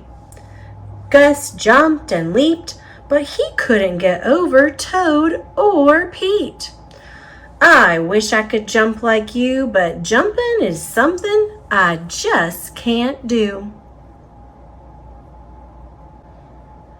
Pete said, "Don't be sad, don't be blue. There is something everyone can do." On Thursday, Pete and Gus took a walk down the street. Soon they saw Octopus, who said, "Come juggle with me. Juggling is easy. Try and see." "I wish I could juggle like you, but juggling is something I just can't do." Pete said, "Don't be sad, don't be blue. There is something everyone can do." On Friday, Pete and Gus took a walk down the street. Gus said, "I can't juggle or jump or climb a tree. It's no fun around here for me." On Saturday, Pete hoped Gus would come out to play. "I wish Gus wasn't sad. I wish Gus wasn't blue. I wish there was something we could do." Just then, Pete heard a groovy sound. It was coming from across the street. Gus was rocking to his own beat. Sweet! Pete said, "Check out Gus the platypus. He found something cool he can do with us." Tap, thump, thump. Thump, thump, tap, tap. He's not sad, he's not blue. Gus found something that everyone can do.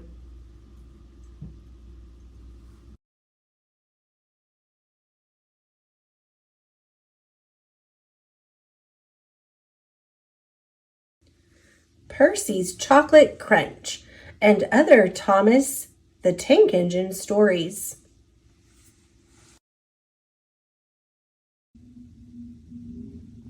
Percy's Chocolate Crunch.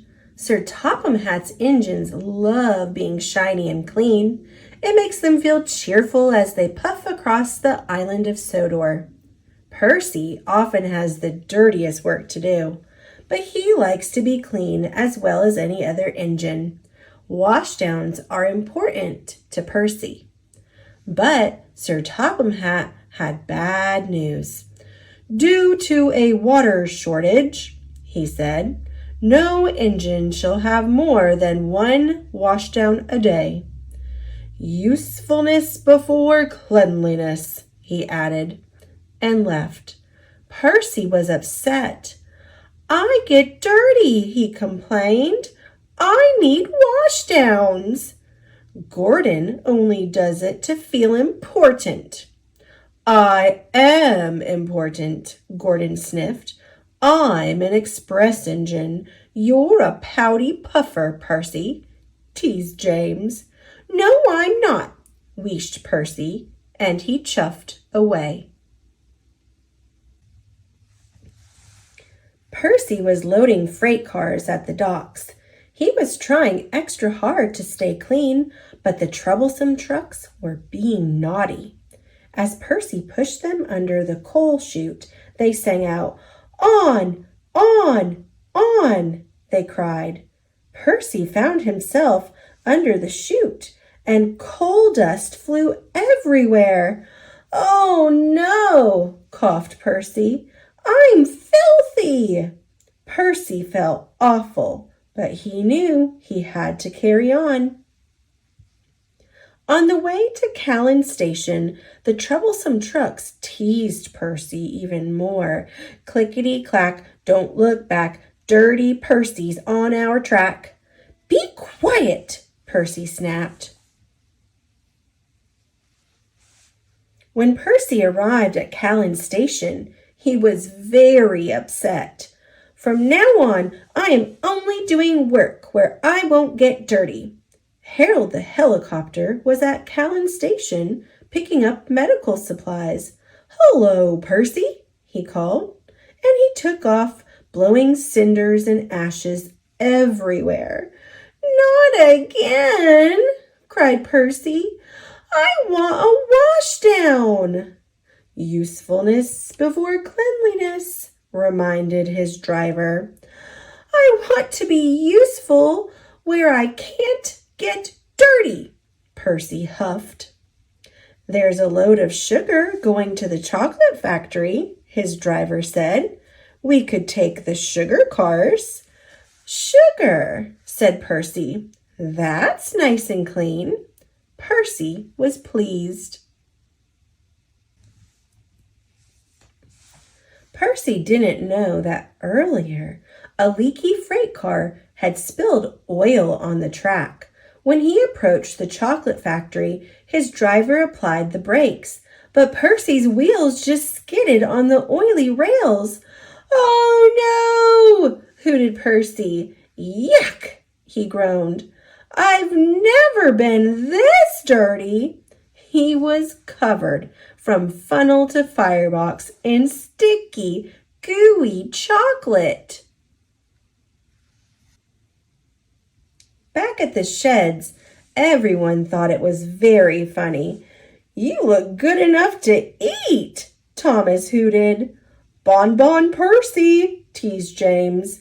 Chalk ice on wheels, chipped in Henry. Disgraceful, said Gordon pompously. Ahem, said a stern-sounding voice. It was Sir Topham Hatt. You have had a trying day, Percy, he said. Yes, sir, replied Percy from beneath the chocolate. But you've showed us all that usefulness does come before cleanliness.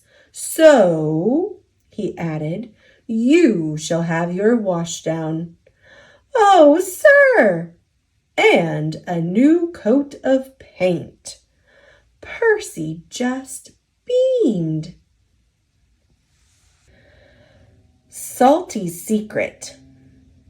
All the engines on the island of Sodor love their work, but sometimes there is too much work. That's when Sir Topham Hatt brings new engines to the island. Salty, the dockyard diesel, is one of these engines. He loves to tell tales of the sea. We heaved until the old freighter finally caught the tide. Arr, it's good to be useful. Salty is excited about coming to the island of Sodor. Islands are surrounded by the sea. Salty loves the sea. Soon Salty arrived at his new job. Ahoy, mateys! Salty, pride of the seven seas. I'm a new diesel, and I'm here to give you some help." Bill and Ben didn't think they needed any help, especially from a diesel. "Welcome to Center Island Quarry," Mavis said proudly. Salty looked all around. Everywhere he looked, he saw nothing but rocks. "A quarry?" he cried. "There must be some mistake. I'm a dockyard diesel." "You're a quarry diesel now," Mavis said, and she explained that they had to complete an important job for Sir Topham Hatt. Salty was sad that he wouldn't be working by the sea, but he knew what it meant to be a really useful engine, and he set to work at once. "Ah, well," Salty said, "at least there be trucks." "You'd better mind them," Mavis said. "They can be a bother." "He won't last 5 minutes," said Bill. "Those trucks will trip him up soon enough," said Ben. But to Bill and Ben's surprise, the trucks seemed to give Salty no trouble at all. "Yo ho ho and a bucket of prawns, the tiller spins and the captain yawns. Yo ho ho and a bucket of prawns, the tiller spins," sang Salty, "and the captain yawns," sang the trucks. Thanks to Salty, Sir Topham Hatt's important job was almost done. Bill and Ben were surprised and a little jealous. "Here comes Mr. Show-Off," groused Ben. "You have to admit he's got a knack with those trucks," said Mavis. "Driver says he'll bore the bolts off us with his stories," huffed Bill. But Salty didn't say a word. He didn't come near the shed. Mavis was worried. She rolled alongside and asked him what he was doing on his own. "Oh, I thought I might catch a bit of a sea breeze." "You really do miss the sea, don't you?" asked Mavis. Said Salty. "I do." But Salty knew the quarry work was important. The next day he tried to show Bill and Ben his secret with the trucks. "I like working to a musical rhythm," he said, "and so do the trucks. Why don't you give it a try, me hearties? Here we go, here we go, here we go. No, we don't, no, we don't, no, we don't." But try as they might, Bill and Ben could not move the trucks the way Salty could. Later that day, Sir Topham Hatt came to the quarry. He was surprised to see the job had been completed. "Well done," said Sir Topham Hatt. "It was Salty," said Mavis. "We couldn't have done it without him." "Then I've got a bigger job for you, Salty." "Aye, aye, sir. What kind of quarry is it?" "Quarry?" said Sir Topham Hatt. "I'm sending you to Brendam Docks." "The docks!" Salty exclaimed. "The docks are hard by the sea." "Oh, thank you, sir," he said. "This reminds me of a time in Bimini," and Salty was telling stories again. Salty loves Brendam Docks. He gets more work done than any 3 engines and feels really useful. And only the trucks know his secret. "Yo ho ho and a bucket of prawns, the tiller spins and the captain yawns." A bad day for Harold the helicopter. Harold the helicopter loves flying. Up in the bright blue sky over the island of Sodor, he looks out for anyone in distress. Sometimes he delivers the mail. This makes Percy very cross. "The mail run is done. Is there any more? I can deliver it for you in a jiff. That's what friends are for." Delivering the mail is an engine's job," said Percy grumpily. Percy has many jobs, but carrying the mail is his favorite. It makes him feel really useful. The next morning, Percy was happily pulling the mail train. "Must be on time, must be on time," he chuffed. But up ahead, there was trouble with the signal box. It was broken. The signal engineers did not know how long it would take to fix. Percy had to stop. It's not safe for engines to run without signals, but Percy was very upset. "I'm going to be late," he cried, "and it's not even my fault." Sir Topham Hatt was in his office enjoying his toast and marmalade when he heard the news. "Percy is stuck at a broken signal? Then Harold must take the mail." Poor Percy was still waiting and still upset. The last time he was held up, the mail was given to Harold. "It made me feel like a really useless engine," he sighed. "Well, the mail must arrive on time," said his driver. Just then they heard a familiar sound coming from above. "Hello," said Harold. "Sir Topham Hatt says you need my help. That's what friends are for." "Oh, no," cried Percy. But Sir Topham Hatt had made up his mind. There was nothing Percy could do. Percy's driver helped load the mailbags into Harold's cargo net. "Maybe we should take the mailbags a few at a time," said Harold's pilot. "They're very heavy." "I'd have to make too many trips. Then I'd be as slow as Percy." And so they loaded all the mail into Harold's net at once, and the engineer continued to work on the signal. Just as they finished loading, a signal engineer cried out. "It's fixed," he said. "Wait, Harold!" shouted Percy. "I'm ready to go!" But it was too late. Harold had already taken off. Percy watched the mail disappear. He was upset. But then they all heard a strange sound. "Watch out for those trees, Harold!" cried his pilot. "My net is too heavy!"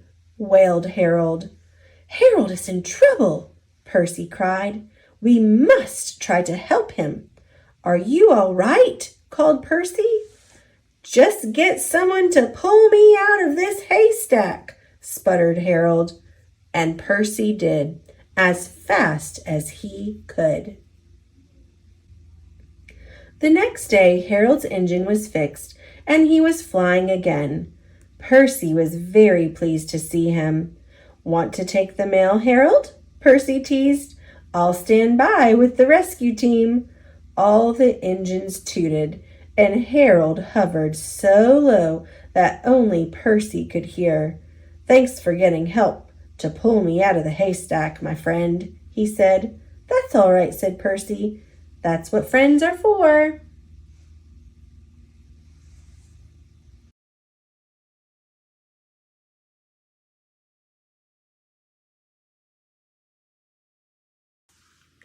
How Full is Your Bucket for Kids? Written by Tom Rath and Mary Reckmeyer. Illustrated by Maury J. Manning. Felix was putting one of the last blocks on his tower when his little sister came in. "I want to build with you," she said. Felix scowled. "Go away. You're too little." "I'm big. Stay back. You'll knock it over." "I can be very careful." "Go play with your baby toys, Anna." Felix. Thwack! "Grandpa!" Grandpa shook his head. "Felix, You just dipped from your sister's bucket. Like everyone else, Anna has an invisible bucket. When it's empty, she feels bad. But when it's full, she feels great. Didn't you ever notice your own bucket? Invisible bucket? Sometimes Felix couldn't quite tell when his grandfather was joking. But the next morning when Felix woke up, there it was, a small gray bucket floating above his head. When Felix came down to have breakfast, his mom was in a hurry.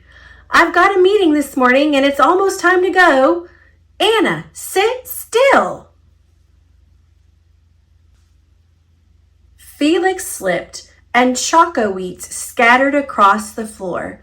Felix, yelled his mom, you should have used the stool to reach that. Felix could feel his bucket tip and big invisible drips spill out. Drip, drip. Ha ha, Anna laughed as she crunched the cereal with her shoe. Drip. Get the broom and clean that up before you miss the bus, scolded Mom. With the school bus honking, Felix quickly swept up the choco wheats and grabbed the last blueberry muffin. But before he could even take one bite, Buster jumped up and grabbed the muffin from his hand. Drip. Hey, look at Felix's new backpack. My baby brother has one just like it. Drip. Psst, Felix. Psst. Drip. Watch out, shrimp. Drip. It was still morning, and Felix's bucket felt almost empty. As he watched his classmates walk into the room, he secretly hoped they would trip and fall. That's what it feels like when you have an empty bucket. Felix slumped into his seat and waited for something else bad to happen. Mrs. Bumblenickel walked slowly up to his desk and handed him a paper. He could hardly bear to look. Felix, you wrote a wonderful story. Would you please share it with the class? Felix grinned and felt a big drop land right in his bucket. Drop. The class grew quiet. They laughed at all the right places and oohed at the scary parts. When Felix finally read the end, everyone clapped, even Emily, who sat next to him and didn't usually like dinosaurs. Felix felt a whole shower of drops land in his bucket. Maybe the day wouldn't be so bad after all.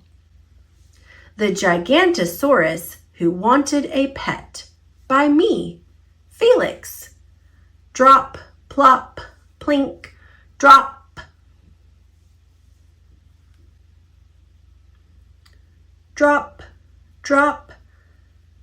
Team captains today are Veronica and Felix. Nice cow. It's a dog.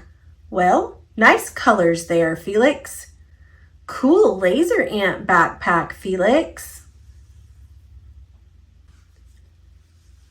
By afternoon, Felix's bucket was nearly full.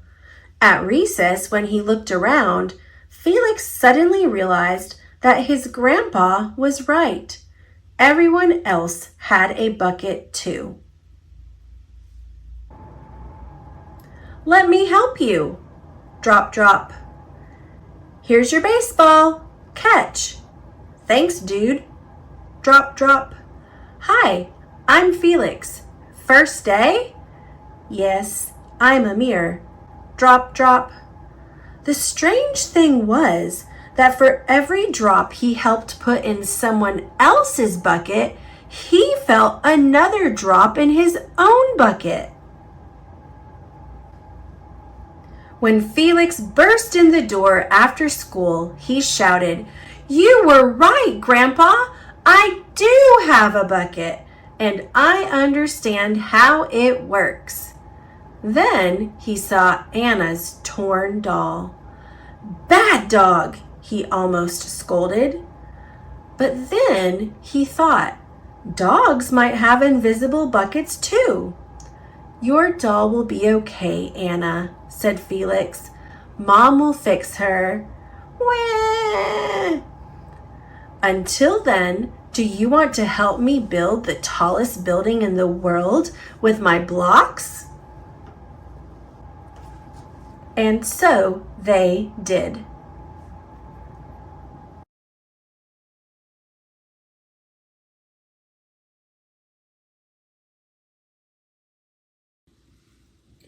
King of the Railway, the Lost Crown of Sodor.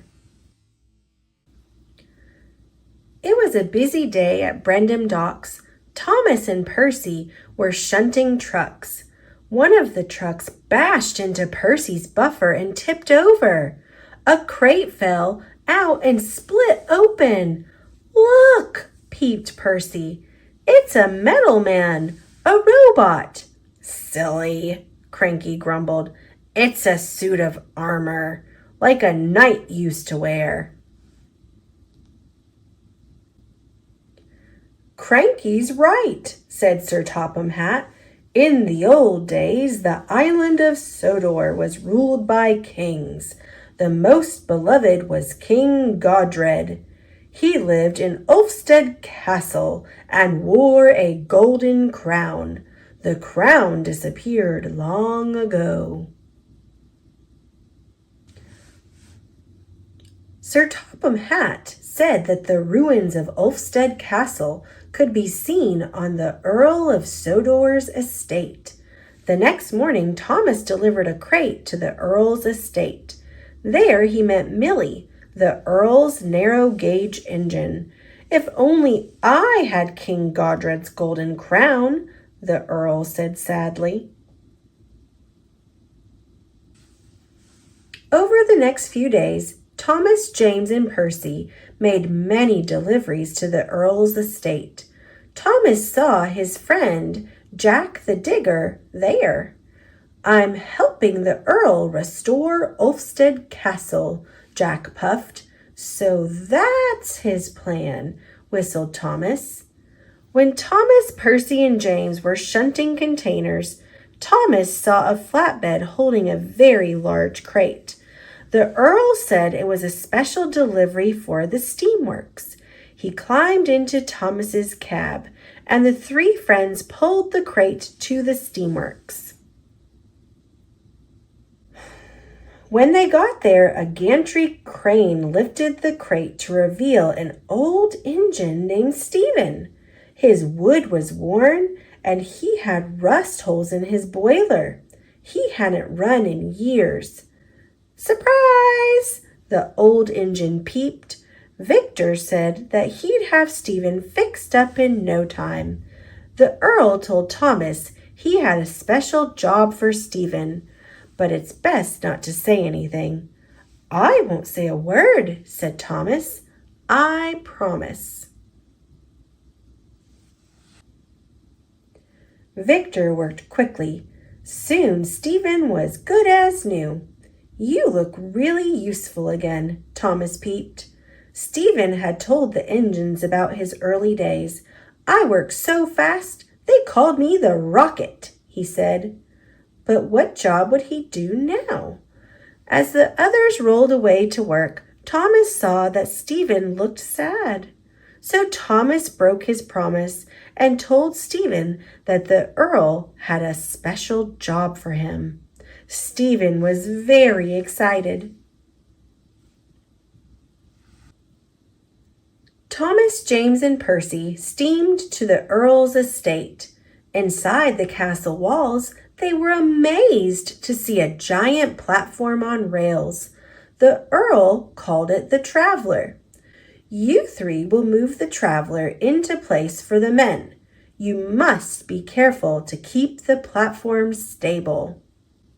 Meanwhile, Stephen wanted to know about his special job, so he rolled off to Brendam Docks. "There's no work here for an old engine like you," Cranky said. Next, Stephen went to Blue Mountain Quarry.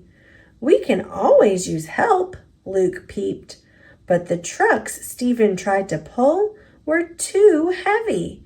He steamed and strained, but they wouldn't move. "When I worked in a mine, the trucks weren't this heavy," said Stephen. "Are there any mines around here?" Skarloey told him there was an old mine near the castle ruins. "I don't think anyone works there now," he said. Stephen found the entrance to the abandoned mine. He sighed. "There's no job on this island for me." Nearby, Thomas was working with the troublesome trucks. Suddenly, the trucks slipped loose and roared down the hill, right towards Stephen. Stephen had no choice but to push into the mine. His funnel hit the roof and fell off. Rocks crashed down behind him, sealing up the entrance. Stephen searched for a way out. He crept around dark bends and through empty tunnels, but the tracks just went in circles. The only thing he found was an old wooden crate. Thomas and Percy searched for Stephen at the entrance to the old mine. Thomas saw something familiar lying on the ground. It was Stephen's funnel. Thomas chuffed away to get Jack the Digger. Jack cleared the mine entrance and Thomas raced in. "Stephen! Stephen!" he peeped. Stephen heard Thomas, but he was too weak to move or even whistle. Finally, Thomas turned a corner and saw a welcome sight. Thomas pushed Stephen out of the mine. The Earl was there to greet them. "I found a big wooden chest in the mine," Stephen said. "Wonderful!" the Earl exclaimed. "But first we must get you ready for tomorrow. You are an engine with a special job to do." The next day, an excited crowd gathered around Ulfstead Castle. "Welcome, ladies and gentlemen, engines and coaches," said the Earl. "Let me introduce my special steam engine, Stephen. He and Millie will be happy to show you the grounds." Stephen's new funnel glittered like gold. It reminded Thomas of something. "Stephen found something I thought was lost forever," the Earl said. "King Godred's long-lost crown." Thomas realized what Stephen's funnel looked like. A crown. The engines cheered for Stephen. He wasn't the fastest or the strongest, but he was really useful. And today he was a king.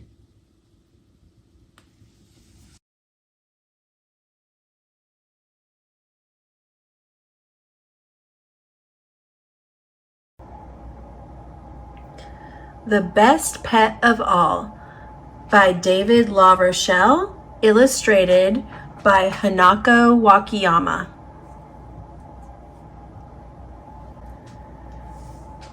On Monday, I asked my mother if I could have a dog. "A dog is a good pet," I said. "No," she said. "Dogs are too messy." On Tuesday, I asked my mother if I could have a dog. "A dog is a very good pet," I said. "No," she said. Dogs are too loud. On Wednesday, I asked my mother if I could have a dog. A dog is the best pet of all, I said.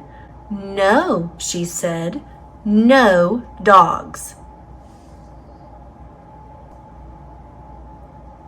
On Thursday, I asked my mother if I could have a dragon. A dragon, she said. I have never heard of a dragon for a pet. She thought a bit. If you can find a dragon, you can keep it for a pet. Dragons are not easy to find. There were no dragons in the park. There were no dragons at the beach. There were no dragons in the woods. There were no dragons at the zoo. At last, I found a dragon. This dragon was at the drugstore. He was wearing dark glasses and a hat. I asked the dragon to come home with me. The dragon said no. You can sleep in my bed, I said. He still would not come. You can play with my toys, I said. The dragon said yes. Dragons like to play with toys, but they do not like to put them away. They do not like to help with chores, and they make a mess in the kitchen. They roast hot dogs in the living room, and they dance to loud music all night long. My mother did not like this dragon. She asked the dragon to please leave. The dragon would not go. Then she told the dragon to leave now. The dragon still would not go. Finally, my mother got angry. She stomped her foot. She told the dragon to leave this minute or else. The dragon just shook his head. He went back to eating spaghetti in the bathtub. Too bad we do not have a dog, I said. Dragons do not like dogs. The dragon looked worried. Dragons are afraid of dogs, I said. The dragon began to shake. A dog would chase the dragon away, I said.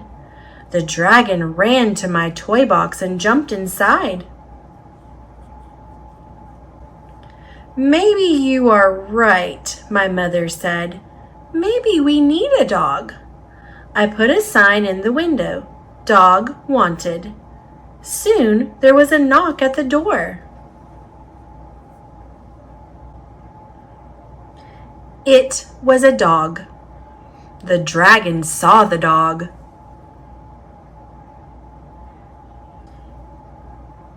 He grabbed his hat and ran out the door.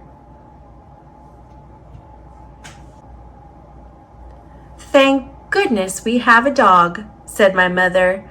A dog is a good pet. My dog wagged its tail. Yes, I said, a dog is the best pet of all.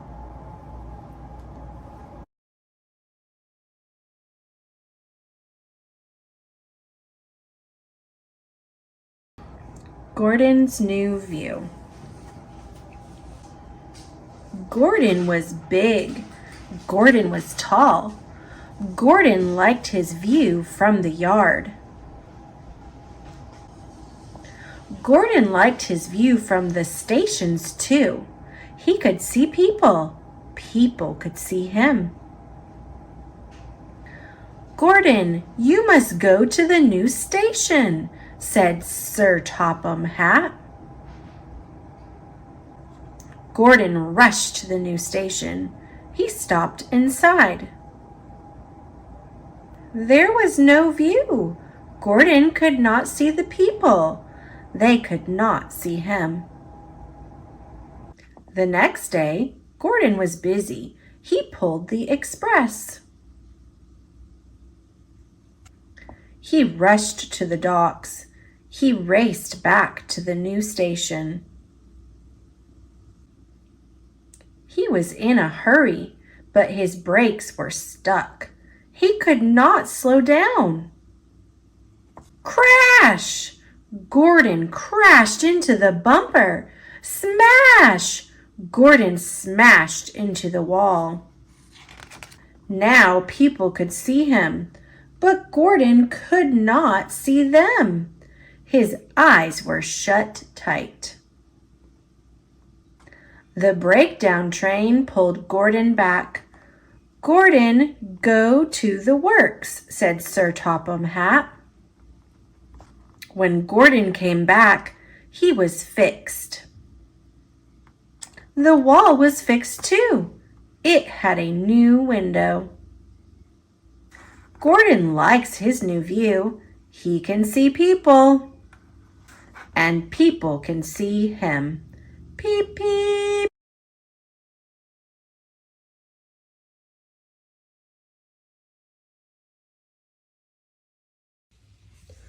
Thomas and Friends, Easter in Harwick.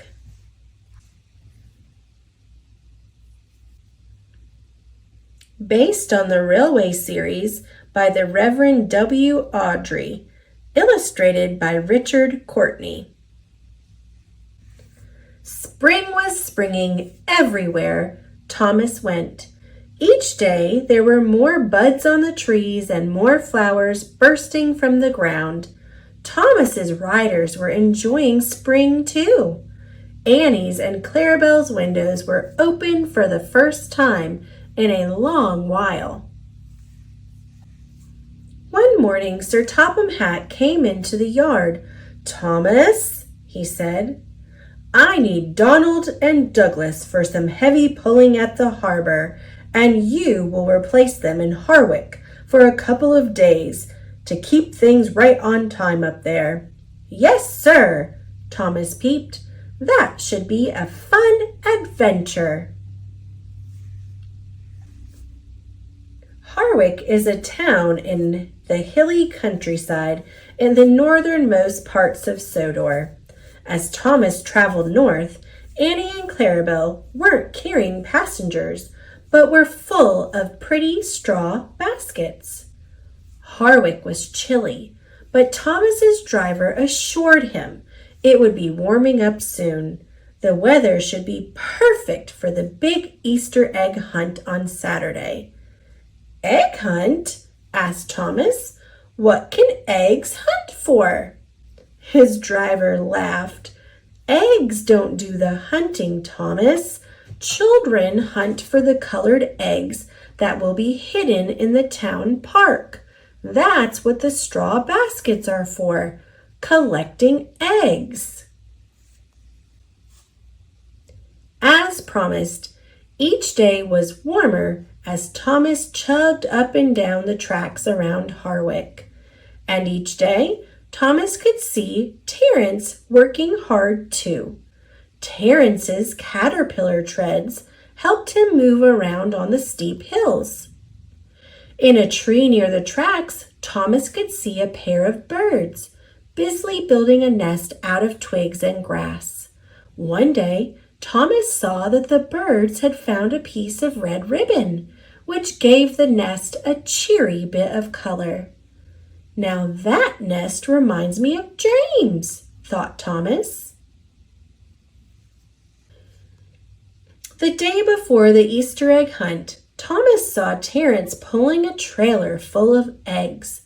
The eggs had been dyed all the colors of the rainbow. Thomas had never seen eggs in so many colors.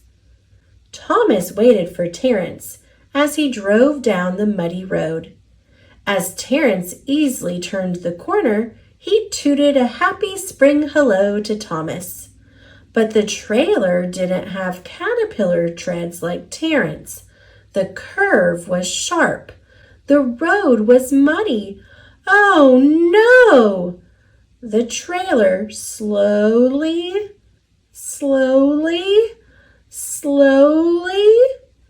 rolled onto its side. Hundreds of Easter eggs slipped off the trailer and rolled down the hill.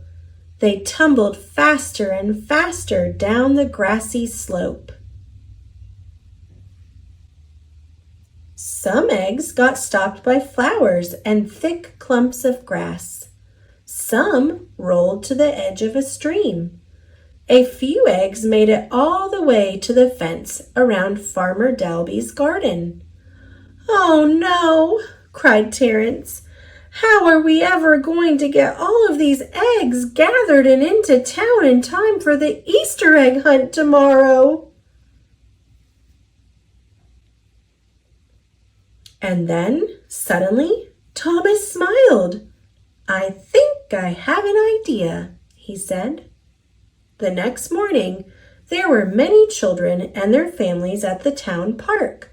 There was the big sign announcing the Easter egg hunt, but there were no baskets, and worse yet, there were no Easter eggs.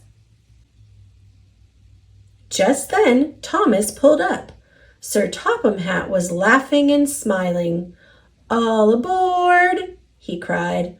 "All aboard for a quick trip to the new Easter egg hunt location." And everyone happily boarded Annie and Clarabelle, who had been decorated just for the special day. Soon, everyone was heading out of Harwick towards Mr. Dalby's farm. "If we cannot bring the Easter eggs to the children," peeped Thomas, "let's bring the children to the Easter eggs." When they reached Dalby's farm, all of the children detrained and stood on the road waiting for the signal to begin. Sir Topham Hatt started the big hunt. "Ready, set, go!" And the children were off. They looked everywhere for the brightly colored Easter eggs. They found the eggs in the bushes and by the stream. Everyone was having fun. Thomas and Sir Topham Hatt watched the children laughing and hunting. Suddenly, Thomas noticed 3 blue eggs in a nest in a tree near the tracks. He was confused. "How did those eggs get up in that tree?" he asked. "Can Easter eggs fly?" Sir Topham Hatt laughed. "Those aren't Easter eggs, Thomas. Those are robin's eggs. Soon they will hatch and be baby birds." Thomas smiled and sighed. Warmer weather, smiling children, Easter eggs, and baby birds. I can't wait for the rest of spring.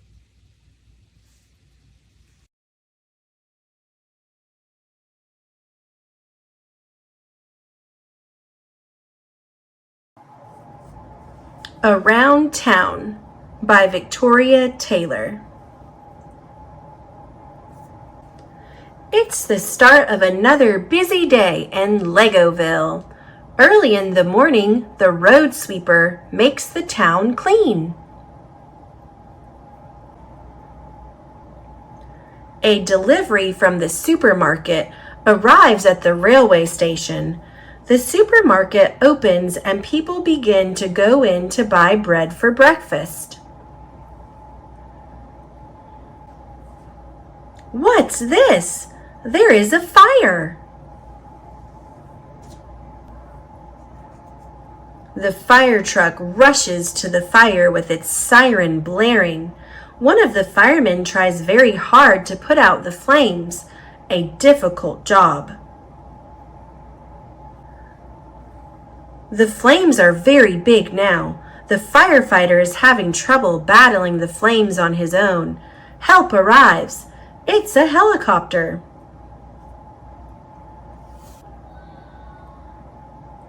The helicopter uses a hose to spray water on the flames. It works. The firefighters have done a good job. Everything is safe now. Back in town, the builders are hard at work on the building site. They are building a new house. There is a big crane to lift heavy bricks into place. The builders always wear their hard hats while they work. A cement mixer is making cement. Cement is used to stick bricks together for building walls.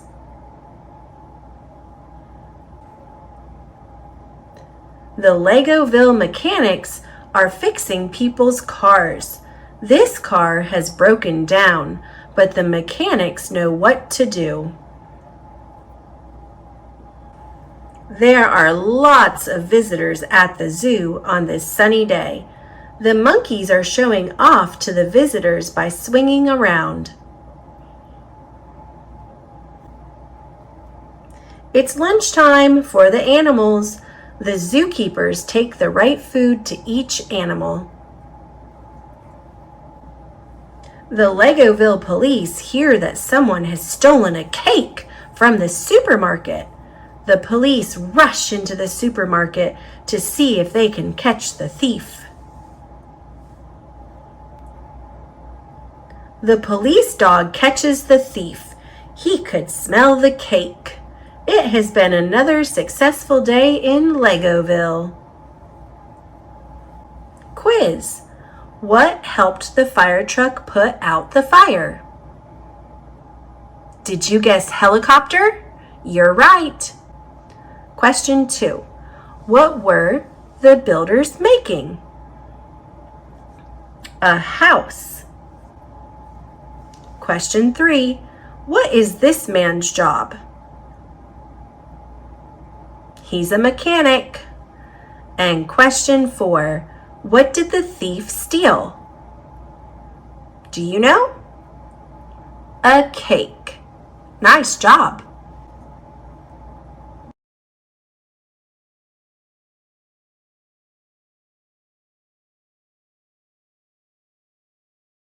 This is an Usborne book, Peek Inside the Zoo, illustrated by Simona Dimitri. Peek inside the zoo to see what all the animals are up to. The seals are swimming around and splashing around. Where's the seal? Where are the seals? I can eat. Oh, I see them. They're right here playing. I need to open who's it. Underneath there? Baby panda. It's a baby panda. It's a panda. He's busy eating. It's a baby. Yeah, did you know he chews through hundreds of sticks of bamboo a day? Yeah. The lion is snoozing until his cubs wake him up to play. There's his cubs. Can you guess who lives in here? It's a mama and a baby. What are those animals? And a Grammy and a Nami. Oh, they're the giraffes. They're the tallest animals. Even the babies are much taller than you. Oh, look at this one. Look. One has spotted a juicy leaf. See, he's going after the leaf. She'll use her long tongue to pull it from the tree.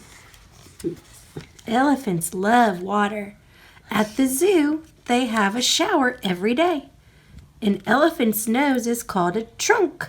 It can use it to suck up water and to squirt it out again.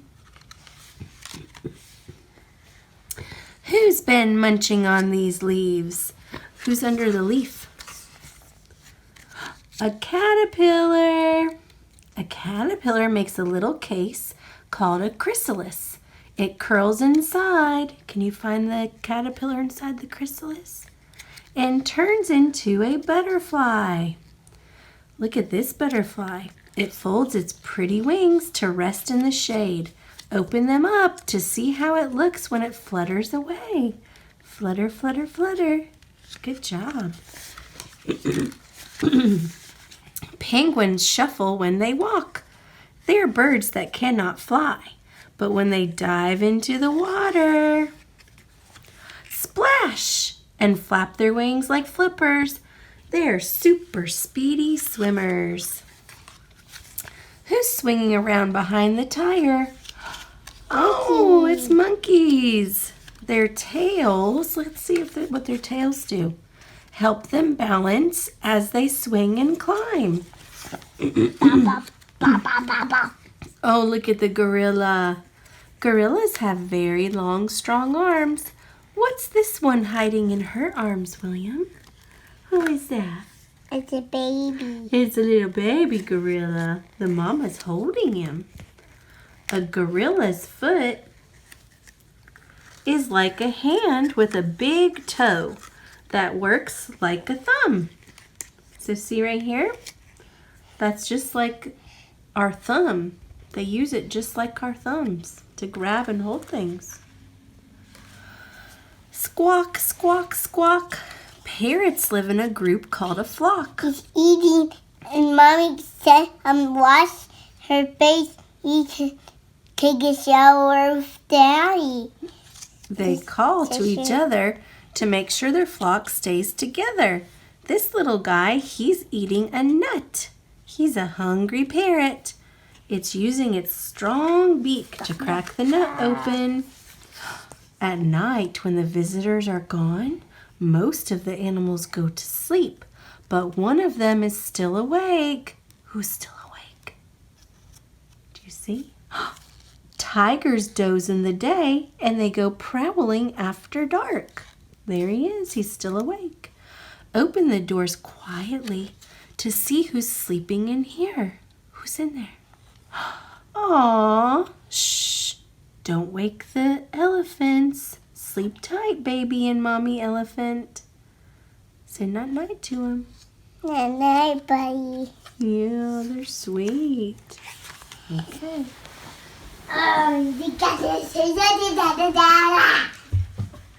Hi. Hello, Maine by Martha Day Scott. Good morning to Maine. Let's have a great day. There's so much to do. We're off and away. In pools by the shore, we'll find some neat creatures like sea stars and urchins with really cool features. Yeah. We'll zip up our life vests and go for a sail past beautiful islands. We might spot a whale. Do you see the whale? Yeah. Where is he? There he is. Good job. A compass and sandwich are snug in our pack. We'll climb up Katahdin, then journey on back. Okay.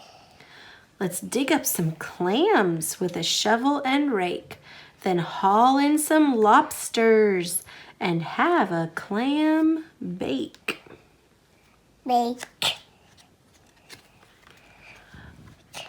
Our fish poles are ready with hooks and some bait.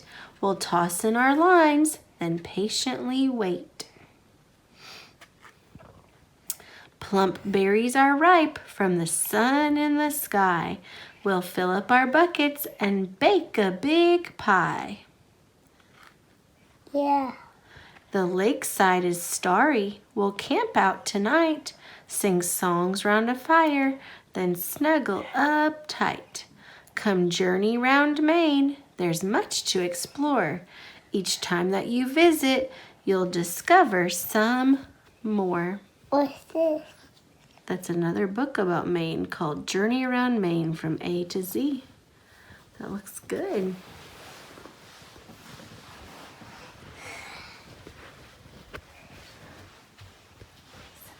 Peter's right. Thanks for watching. Night-night.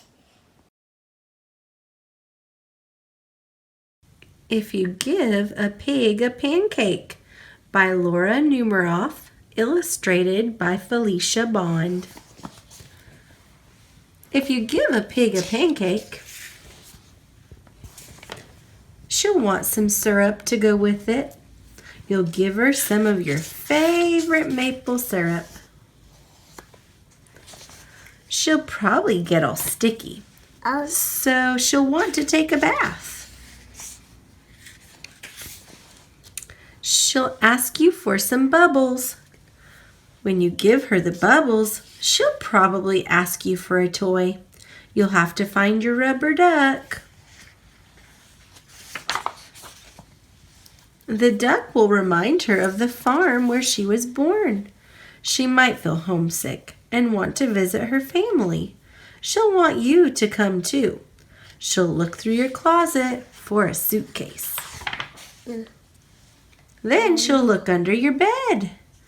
When she's under the bed, she'll find your old tap shoes.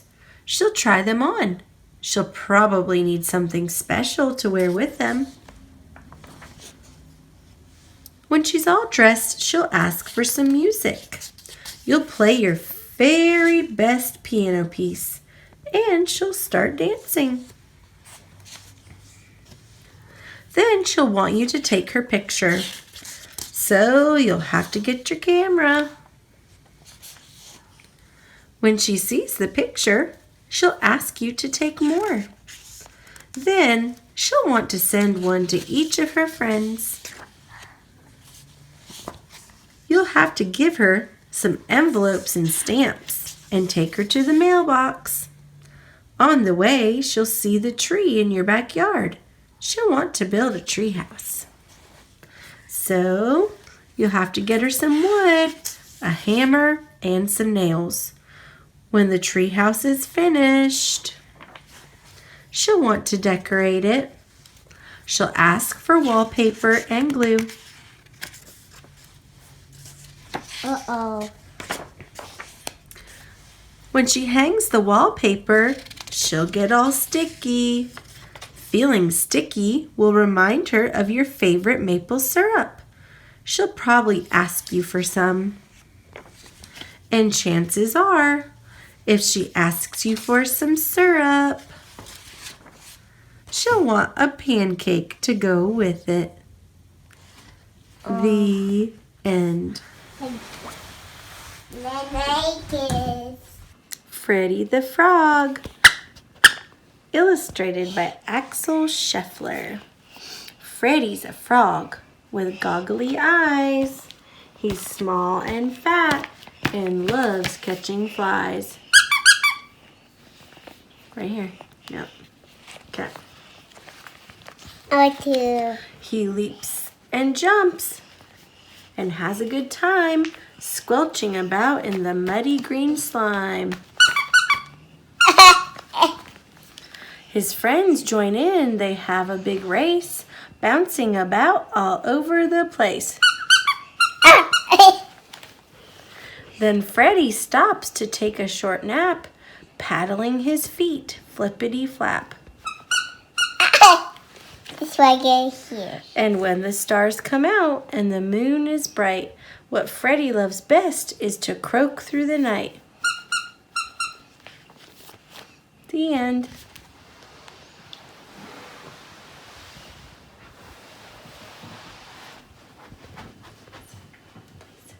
Please subscribe. Night. Thanks for watching. Thanks for watching.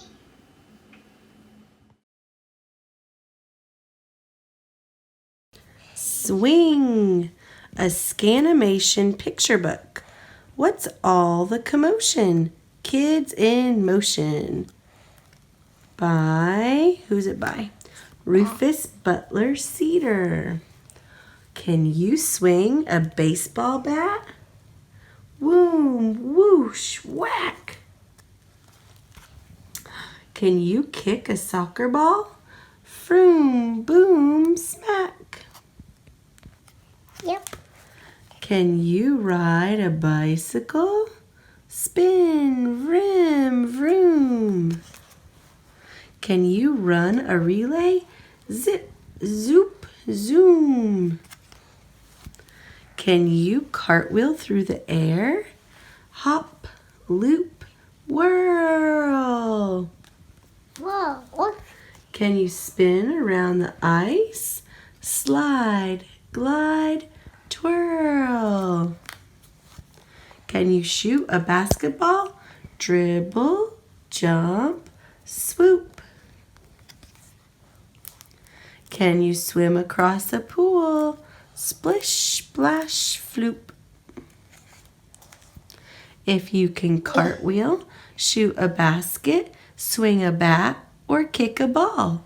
If you can swim and spin around and ride a bike without a fall, then give yourself a great big cheer. A hip, hip, hip, hooray. A superstar is what you are. Now let's go out and play. Yep.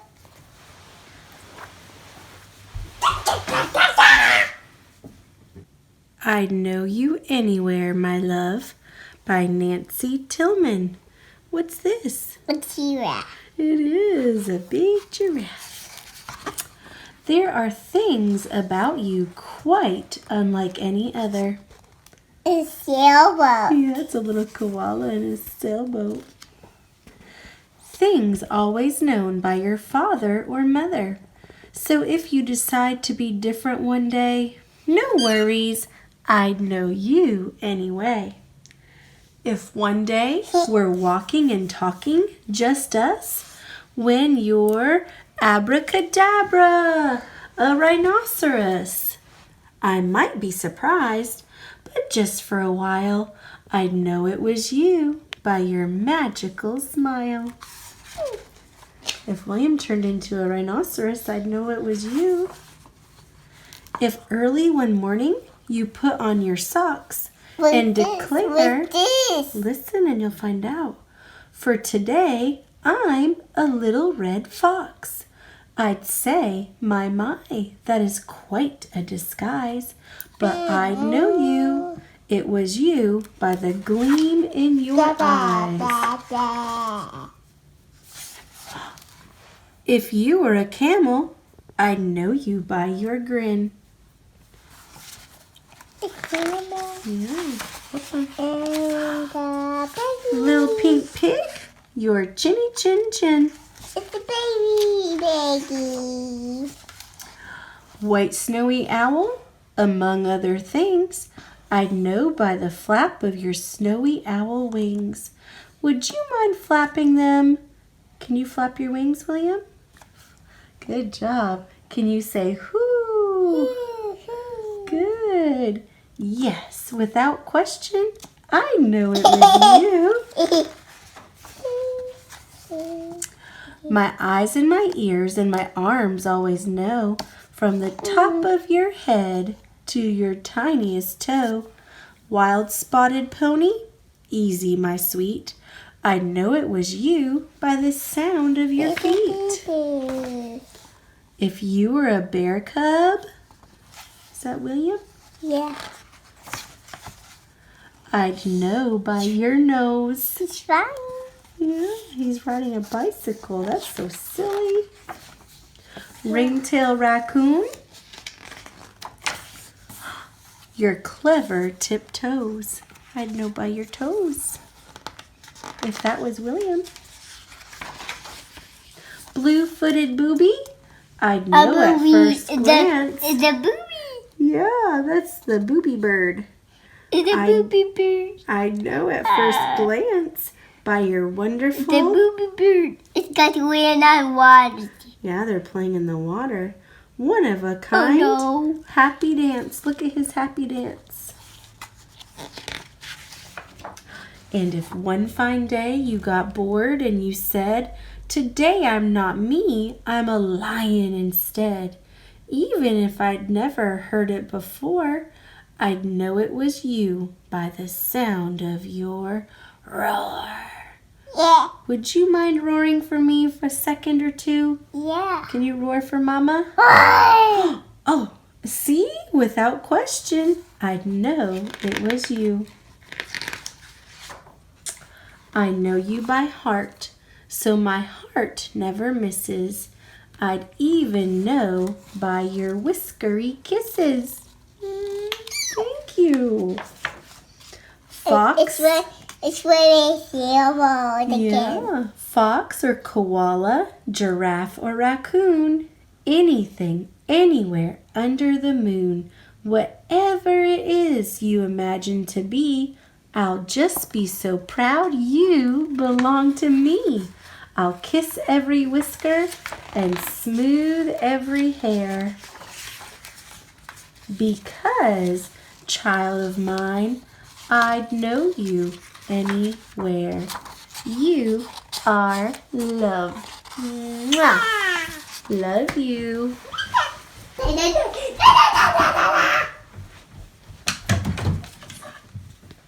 Please subscribe.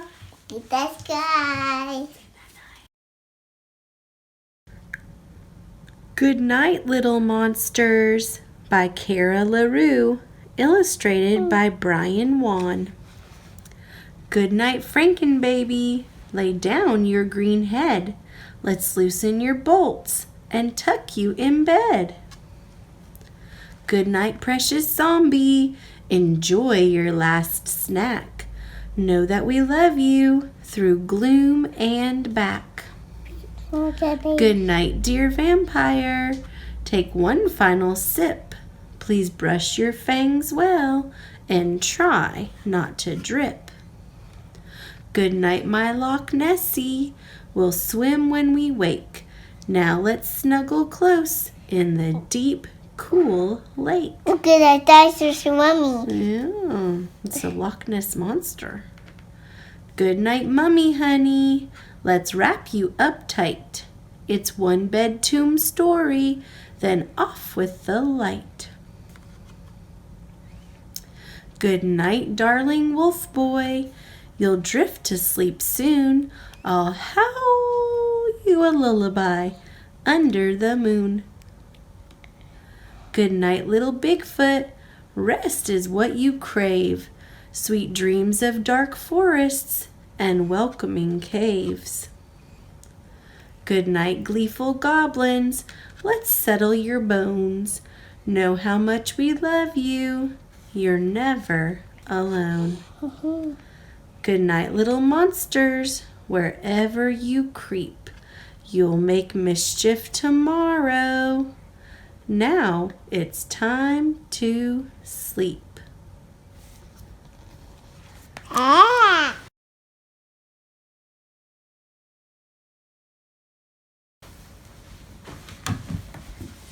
Subscribe. Hit that sky. Night, kids. Night, kids. God Must Really Love Opposites by Rondi DeBoer, illustrated by Steve Haskamp.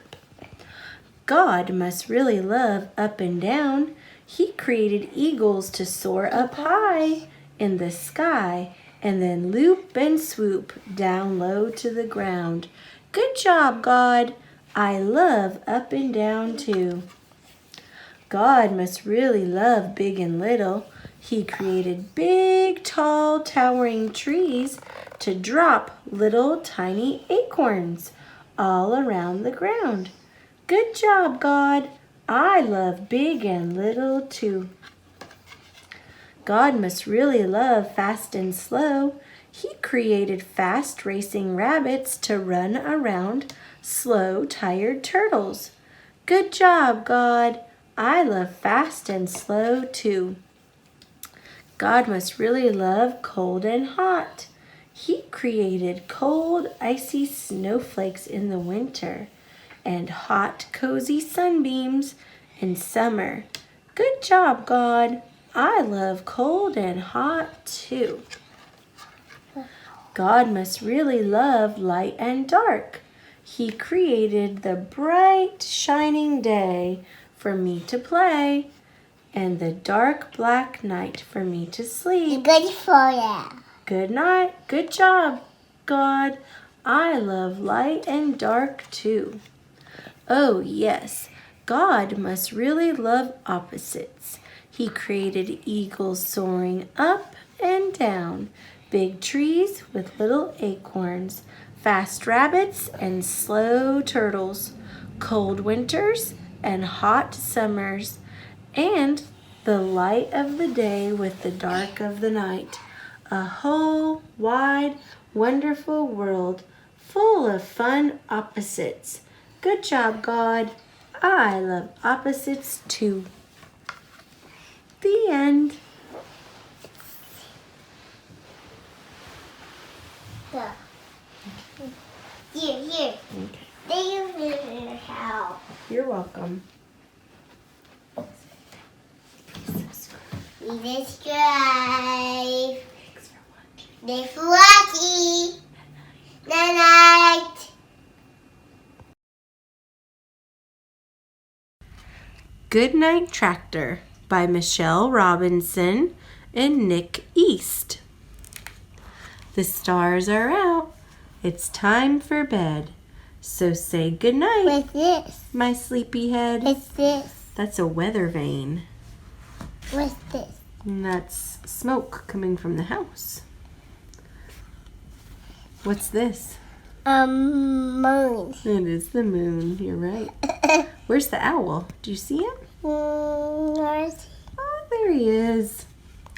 Good night, farmer. this? Good night, plow. What's this? You know, what is that? A combine tractor. It is a combine. Wow. Yeah. Good night, trailer. Good night, cow.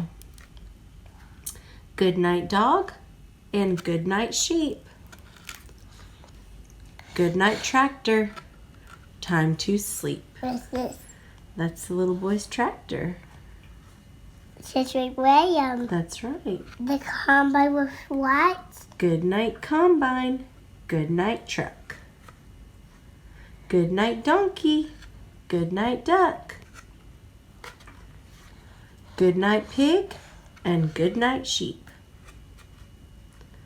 Good night, tractor. Time to sleep.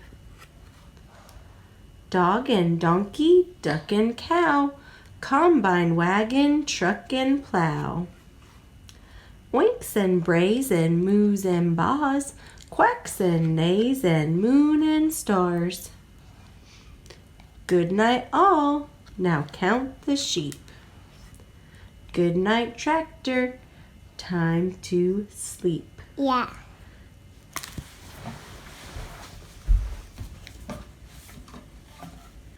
Dan the Taxi Man, written by Eric Ode, illustrated by Kent Collada. Here's Dan, beep beep, the taxi man, going to the show and picking up the band. Climb inside while you still can with Dan, beep beep, the taxi man. Stop! Here comes Maureen with her tambourine. Shake a shake crash, shake a shake crash. And here's Dan. It's a skunk. Beep beep, the taxi man. It got too squishy. I think he's gonna be okay. Going to the show and picking up the band. Climb inside while you still can with Dan, beep beep, the taxi man. Stop! Here comes Tyrone with his saxophone. Squeeba-dee-dee, squeeba-dee-doo. Here's Maureen with her tambourine. Shake a shake crash, shake a shake crash. And here's Dan, beep beep, the taxi man, going to the show and picking up the band. Climb inside while you still can with Dan, beep beep, the taxi man. Stop! Here comes Star with her electric guitar. Wee wazzle wah, wee wazzle wah. Here's Tyrone with his saxophone. Squeeba-dee-dee, squeeba-dee-doo. Here's Maureen with her tambourine. Shake a shake crash, shake a shake crash. And here's Dan, beep beep, the taxi man, going to the show and picking up the band. Climb inside while you still can with Dan, beep beep, the taxi man. Stop! Here comes Claire with her rattly snare. Rat-a-tat-tat, rat-a-tat-tat, rat-a-tat-tat-tat. Here's Star with her electric guitar. Wee wazzle wah, wee wazzle wah. Here's Tyrone with his saxophone. Squeeba-dee-dee, squeeba-dee-doo. Here's Maureen with her tambourine. Shake a shake crash, shake a shake crash.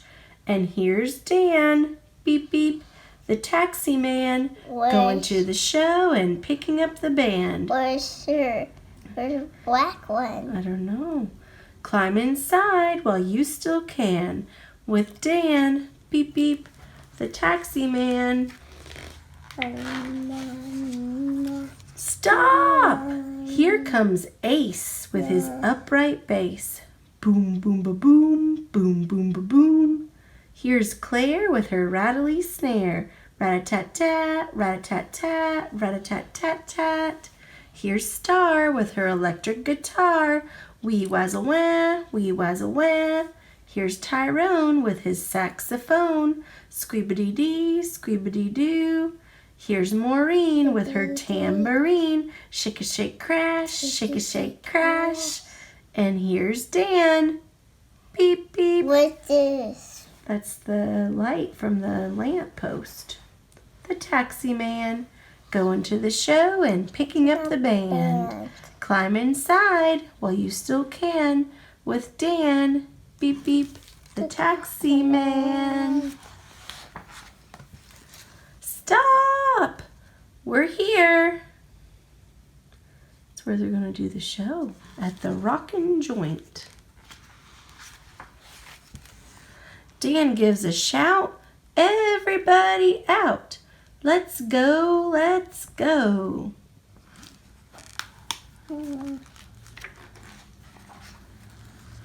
Up on the stage, it's time for the show. What a place. What a scene. There's Claire and Ace, and there's Maureen. There's Star and Tyrone. But something's wrong. There's something missing. Stop the song. Who's missing? Star looks around. I know what we need. I know what's missing. Yes, indeed. Let's see who's missing. It's Dan. Beep, beep. The taxi man.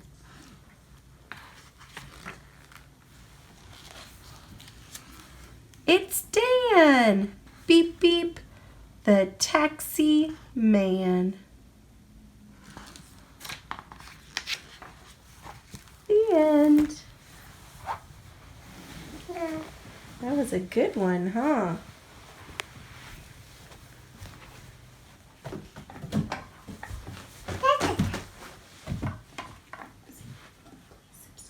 Please subscribe.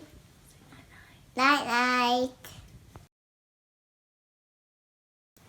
If You Give a Moose a Muffin by Laura Joffe Numeroff. It's a muffin. It is. Illustrated by Felicia Bond.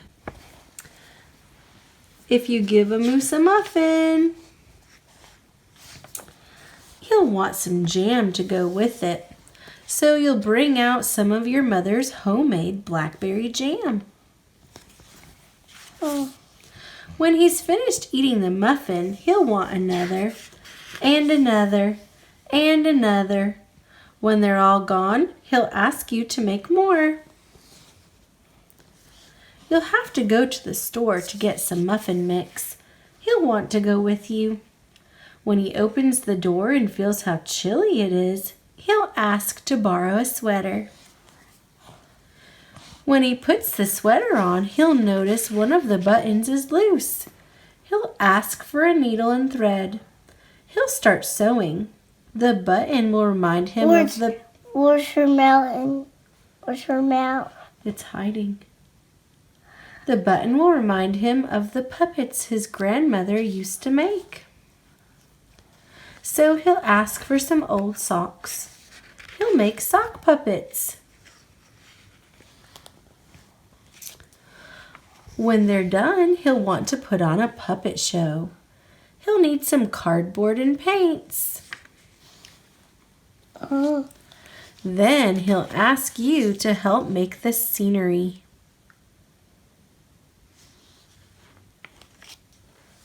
When the scenery is finished, he'll get behind the couch, but his antlers will stick out. So he'll ask for something to cover them up. Do you see his antlers? Yeah. You'll bring him a sheet from your bed. There's the sheet. There's the sheet. When he sees the sheet, he'll remember he wants to be a ghost for Halloween. He'll try it on and shout, "Boo!" It'll scare him so much he'll knock over the paints. So he'll use the sheet to clean up the mess. Then he'll ask for some soap to wash it out. He'll probably want to hang the sheet up to dry. He'll go outside to put it on the clothesline. When he's out in the yard, he'll see your mother's blackberry bushes. Seeing the blackberries will remind him of her jam. He'll probably ask you for some.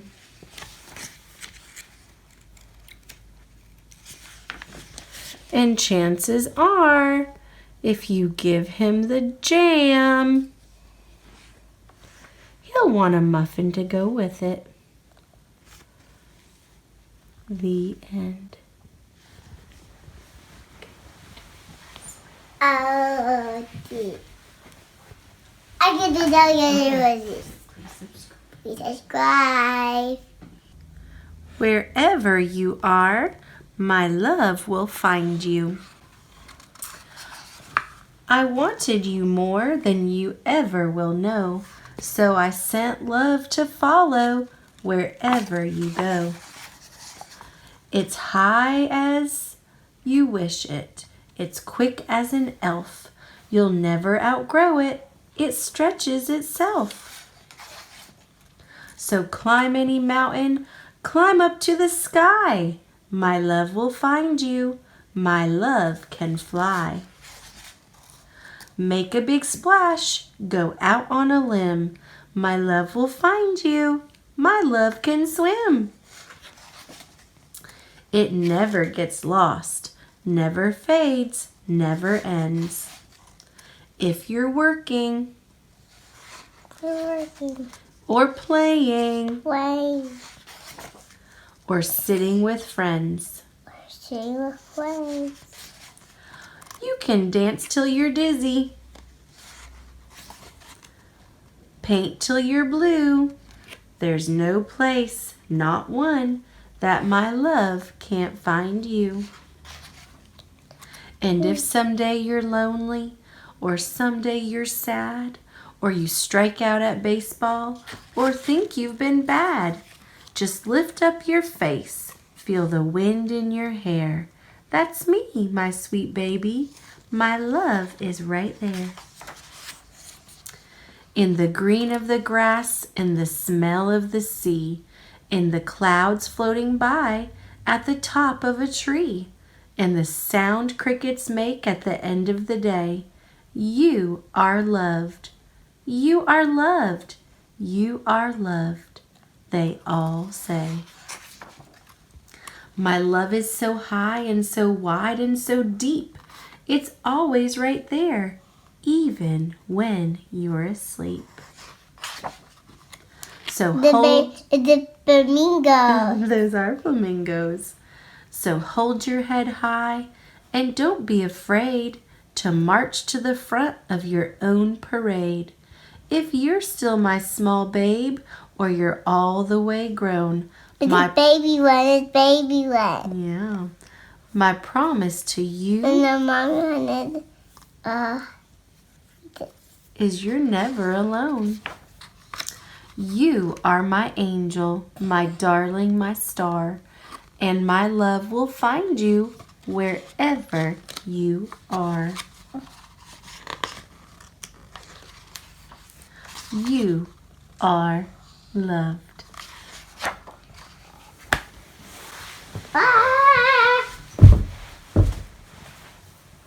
Say please subscribe. Subscribe. Thanks for watching. Giggle, Giggle, Quack by Doreen Cronin. Pictures by Betsy Lewin. Farmer Brown was going on vacation. He left his brother, Bob, in charge of the animals. I wrote everything down for you. Just follow my instructions and everything will be fine. But keep an eye on Duck. He's trouble. Farmer Brown thought he heard giggles and snickers as he drove away, but he couldn't be sure. Bob gave Duck a good long stare and went inside. He read the first note. Tuesday night is pizza night, not the frozen kind. That's his hair. The hens prefer anchovies. Giggle, giggle, cluck. 29 minutes later, there was hot pizza in the barn. Bob checked on the animals before he went to bed. Everything was just fine. Wednesday is bath day for the pigs. Wash them with my favorite bubble bath and dry them off with my good towels. Remember, they have very sensitive skin. Giggle, giggle, oink. Bob had all the pigs washed in no time. Farmer Brown called home on Wednesday night to check in. Did you feed the animals like I wrote in the note, he asked. Done, replied Bob, counting 7 empty pizza boxes. Did you see my note about the pigs? All taken care of, said Bob proudly. Are you keeping a very close eye on Duck? He asked. Bob gave Duck a good long stare. Duck was too busy sharpening his pencil to notice. Just keep him in the house, ordered Farmer Brown. He's a bad influence on the cows. Giggle, giggle, moo. Giggle, oink. Giggle, quack. Thursday night is movie night. It's the cow's turn to pick. Giggle, giggle, moo. The duck. Yeah, the duck is busy writing silly notes. Bob was in the kitchen popping corn. Just as the animals settled in to watch the sound of music, the phone rang. The only thing Farmer Brown heard on the other end was giggle, giggle, quack, giggle, moo, giggle, oink. Uh-oh. Duck! Screamed Farmer Brown. It's for you, Bob.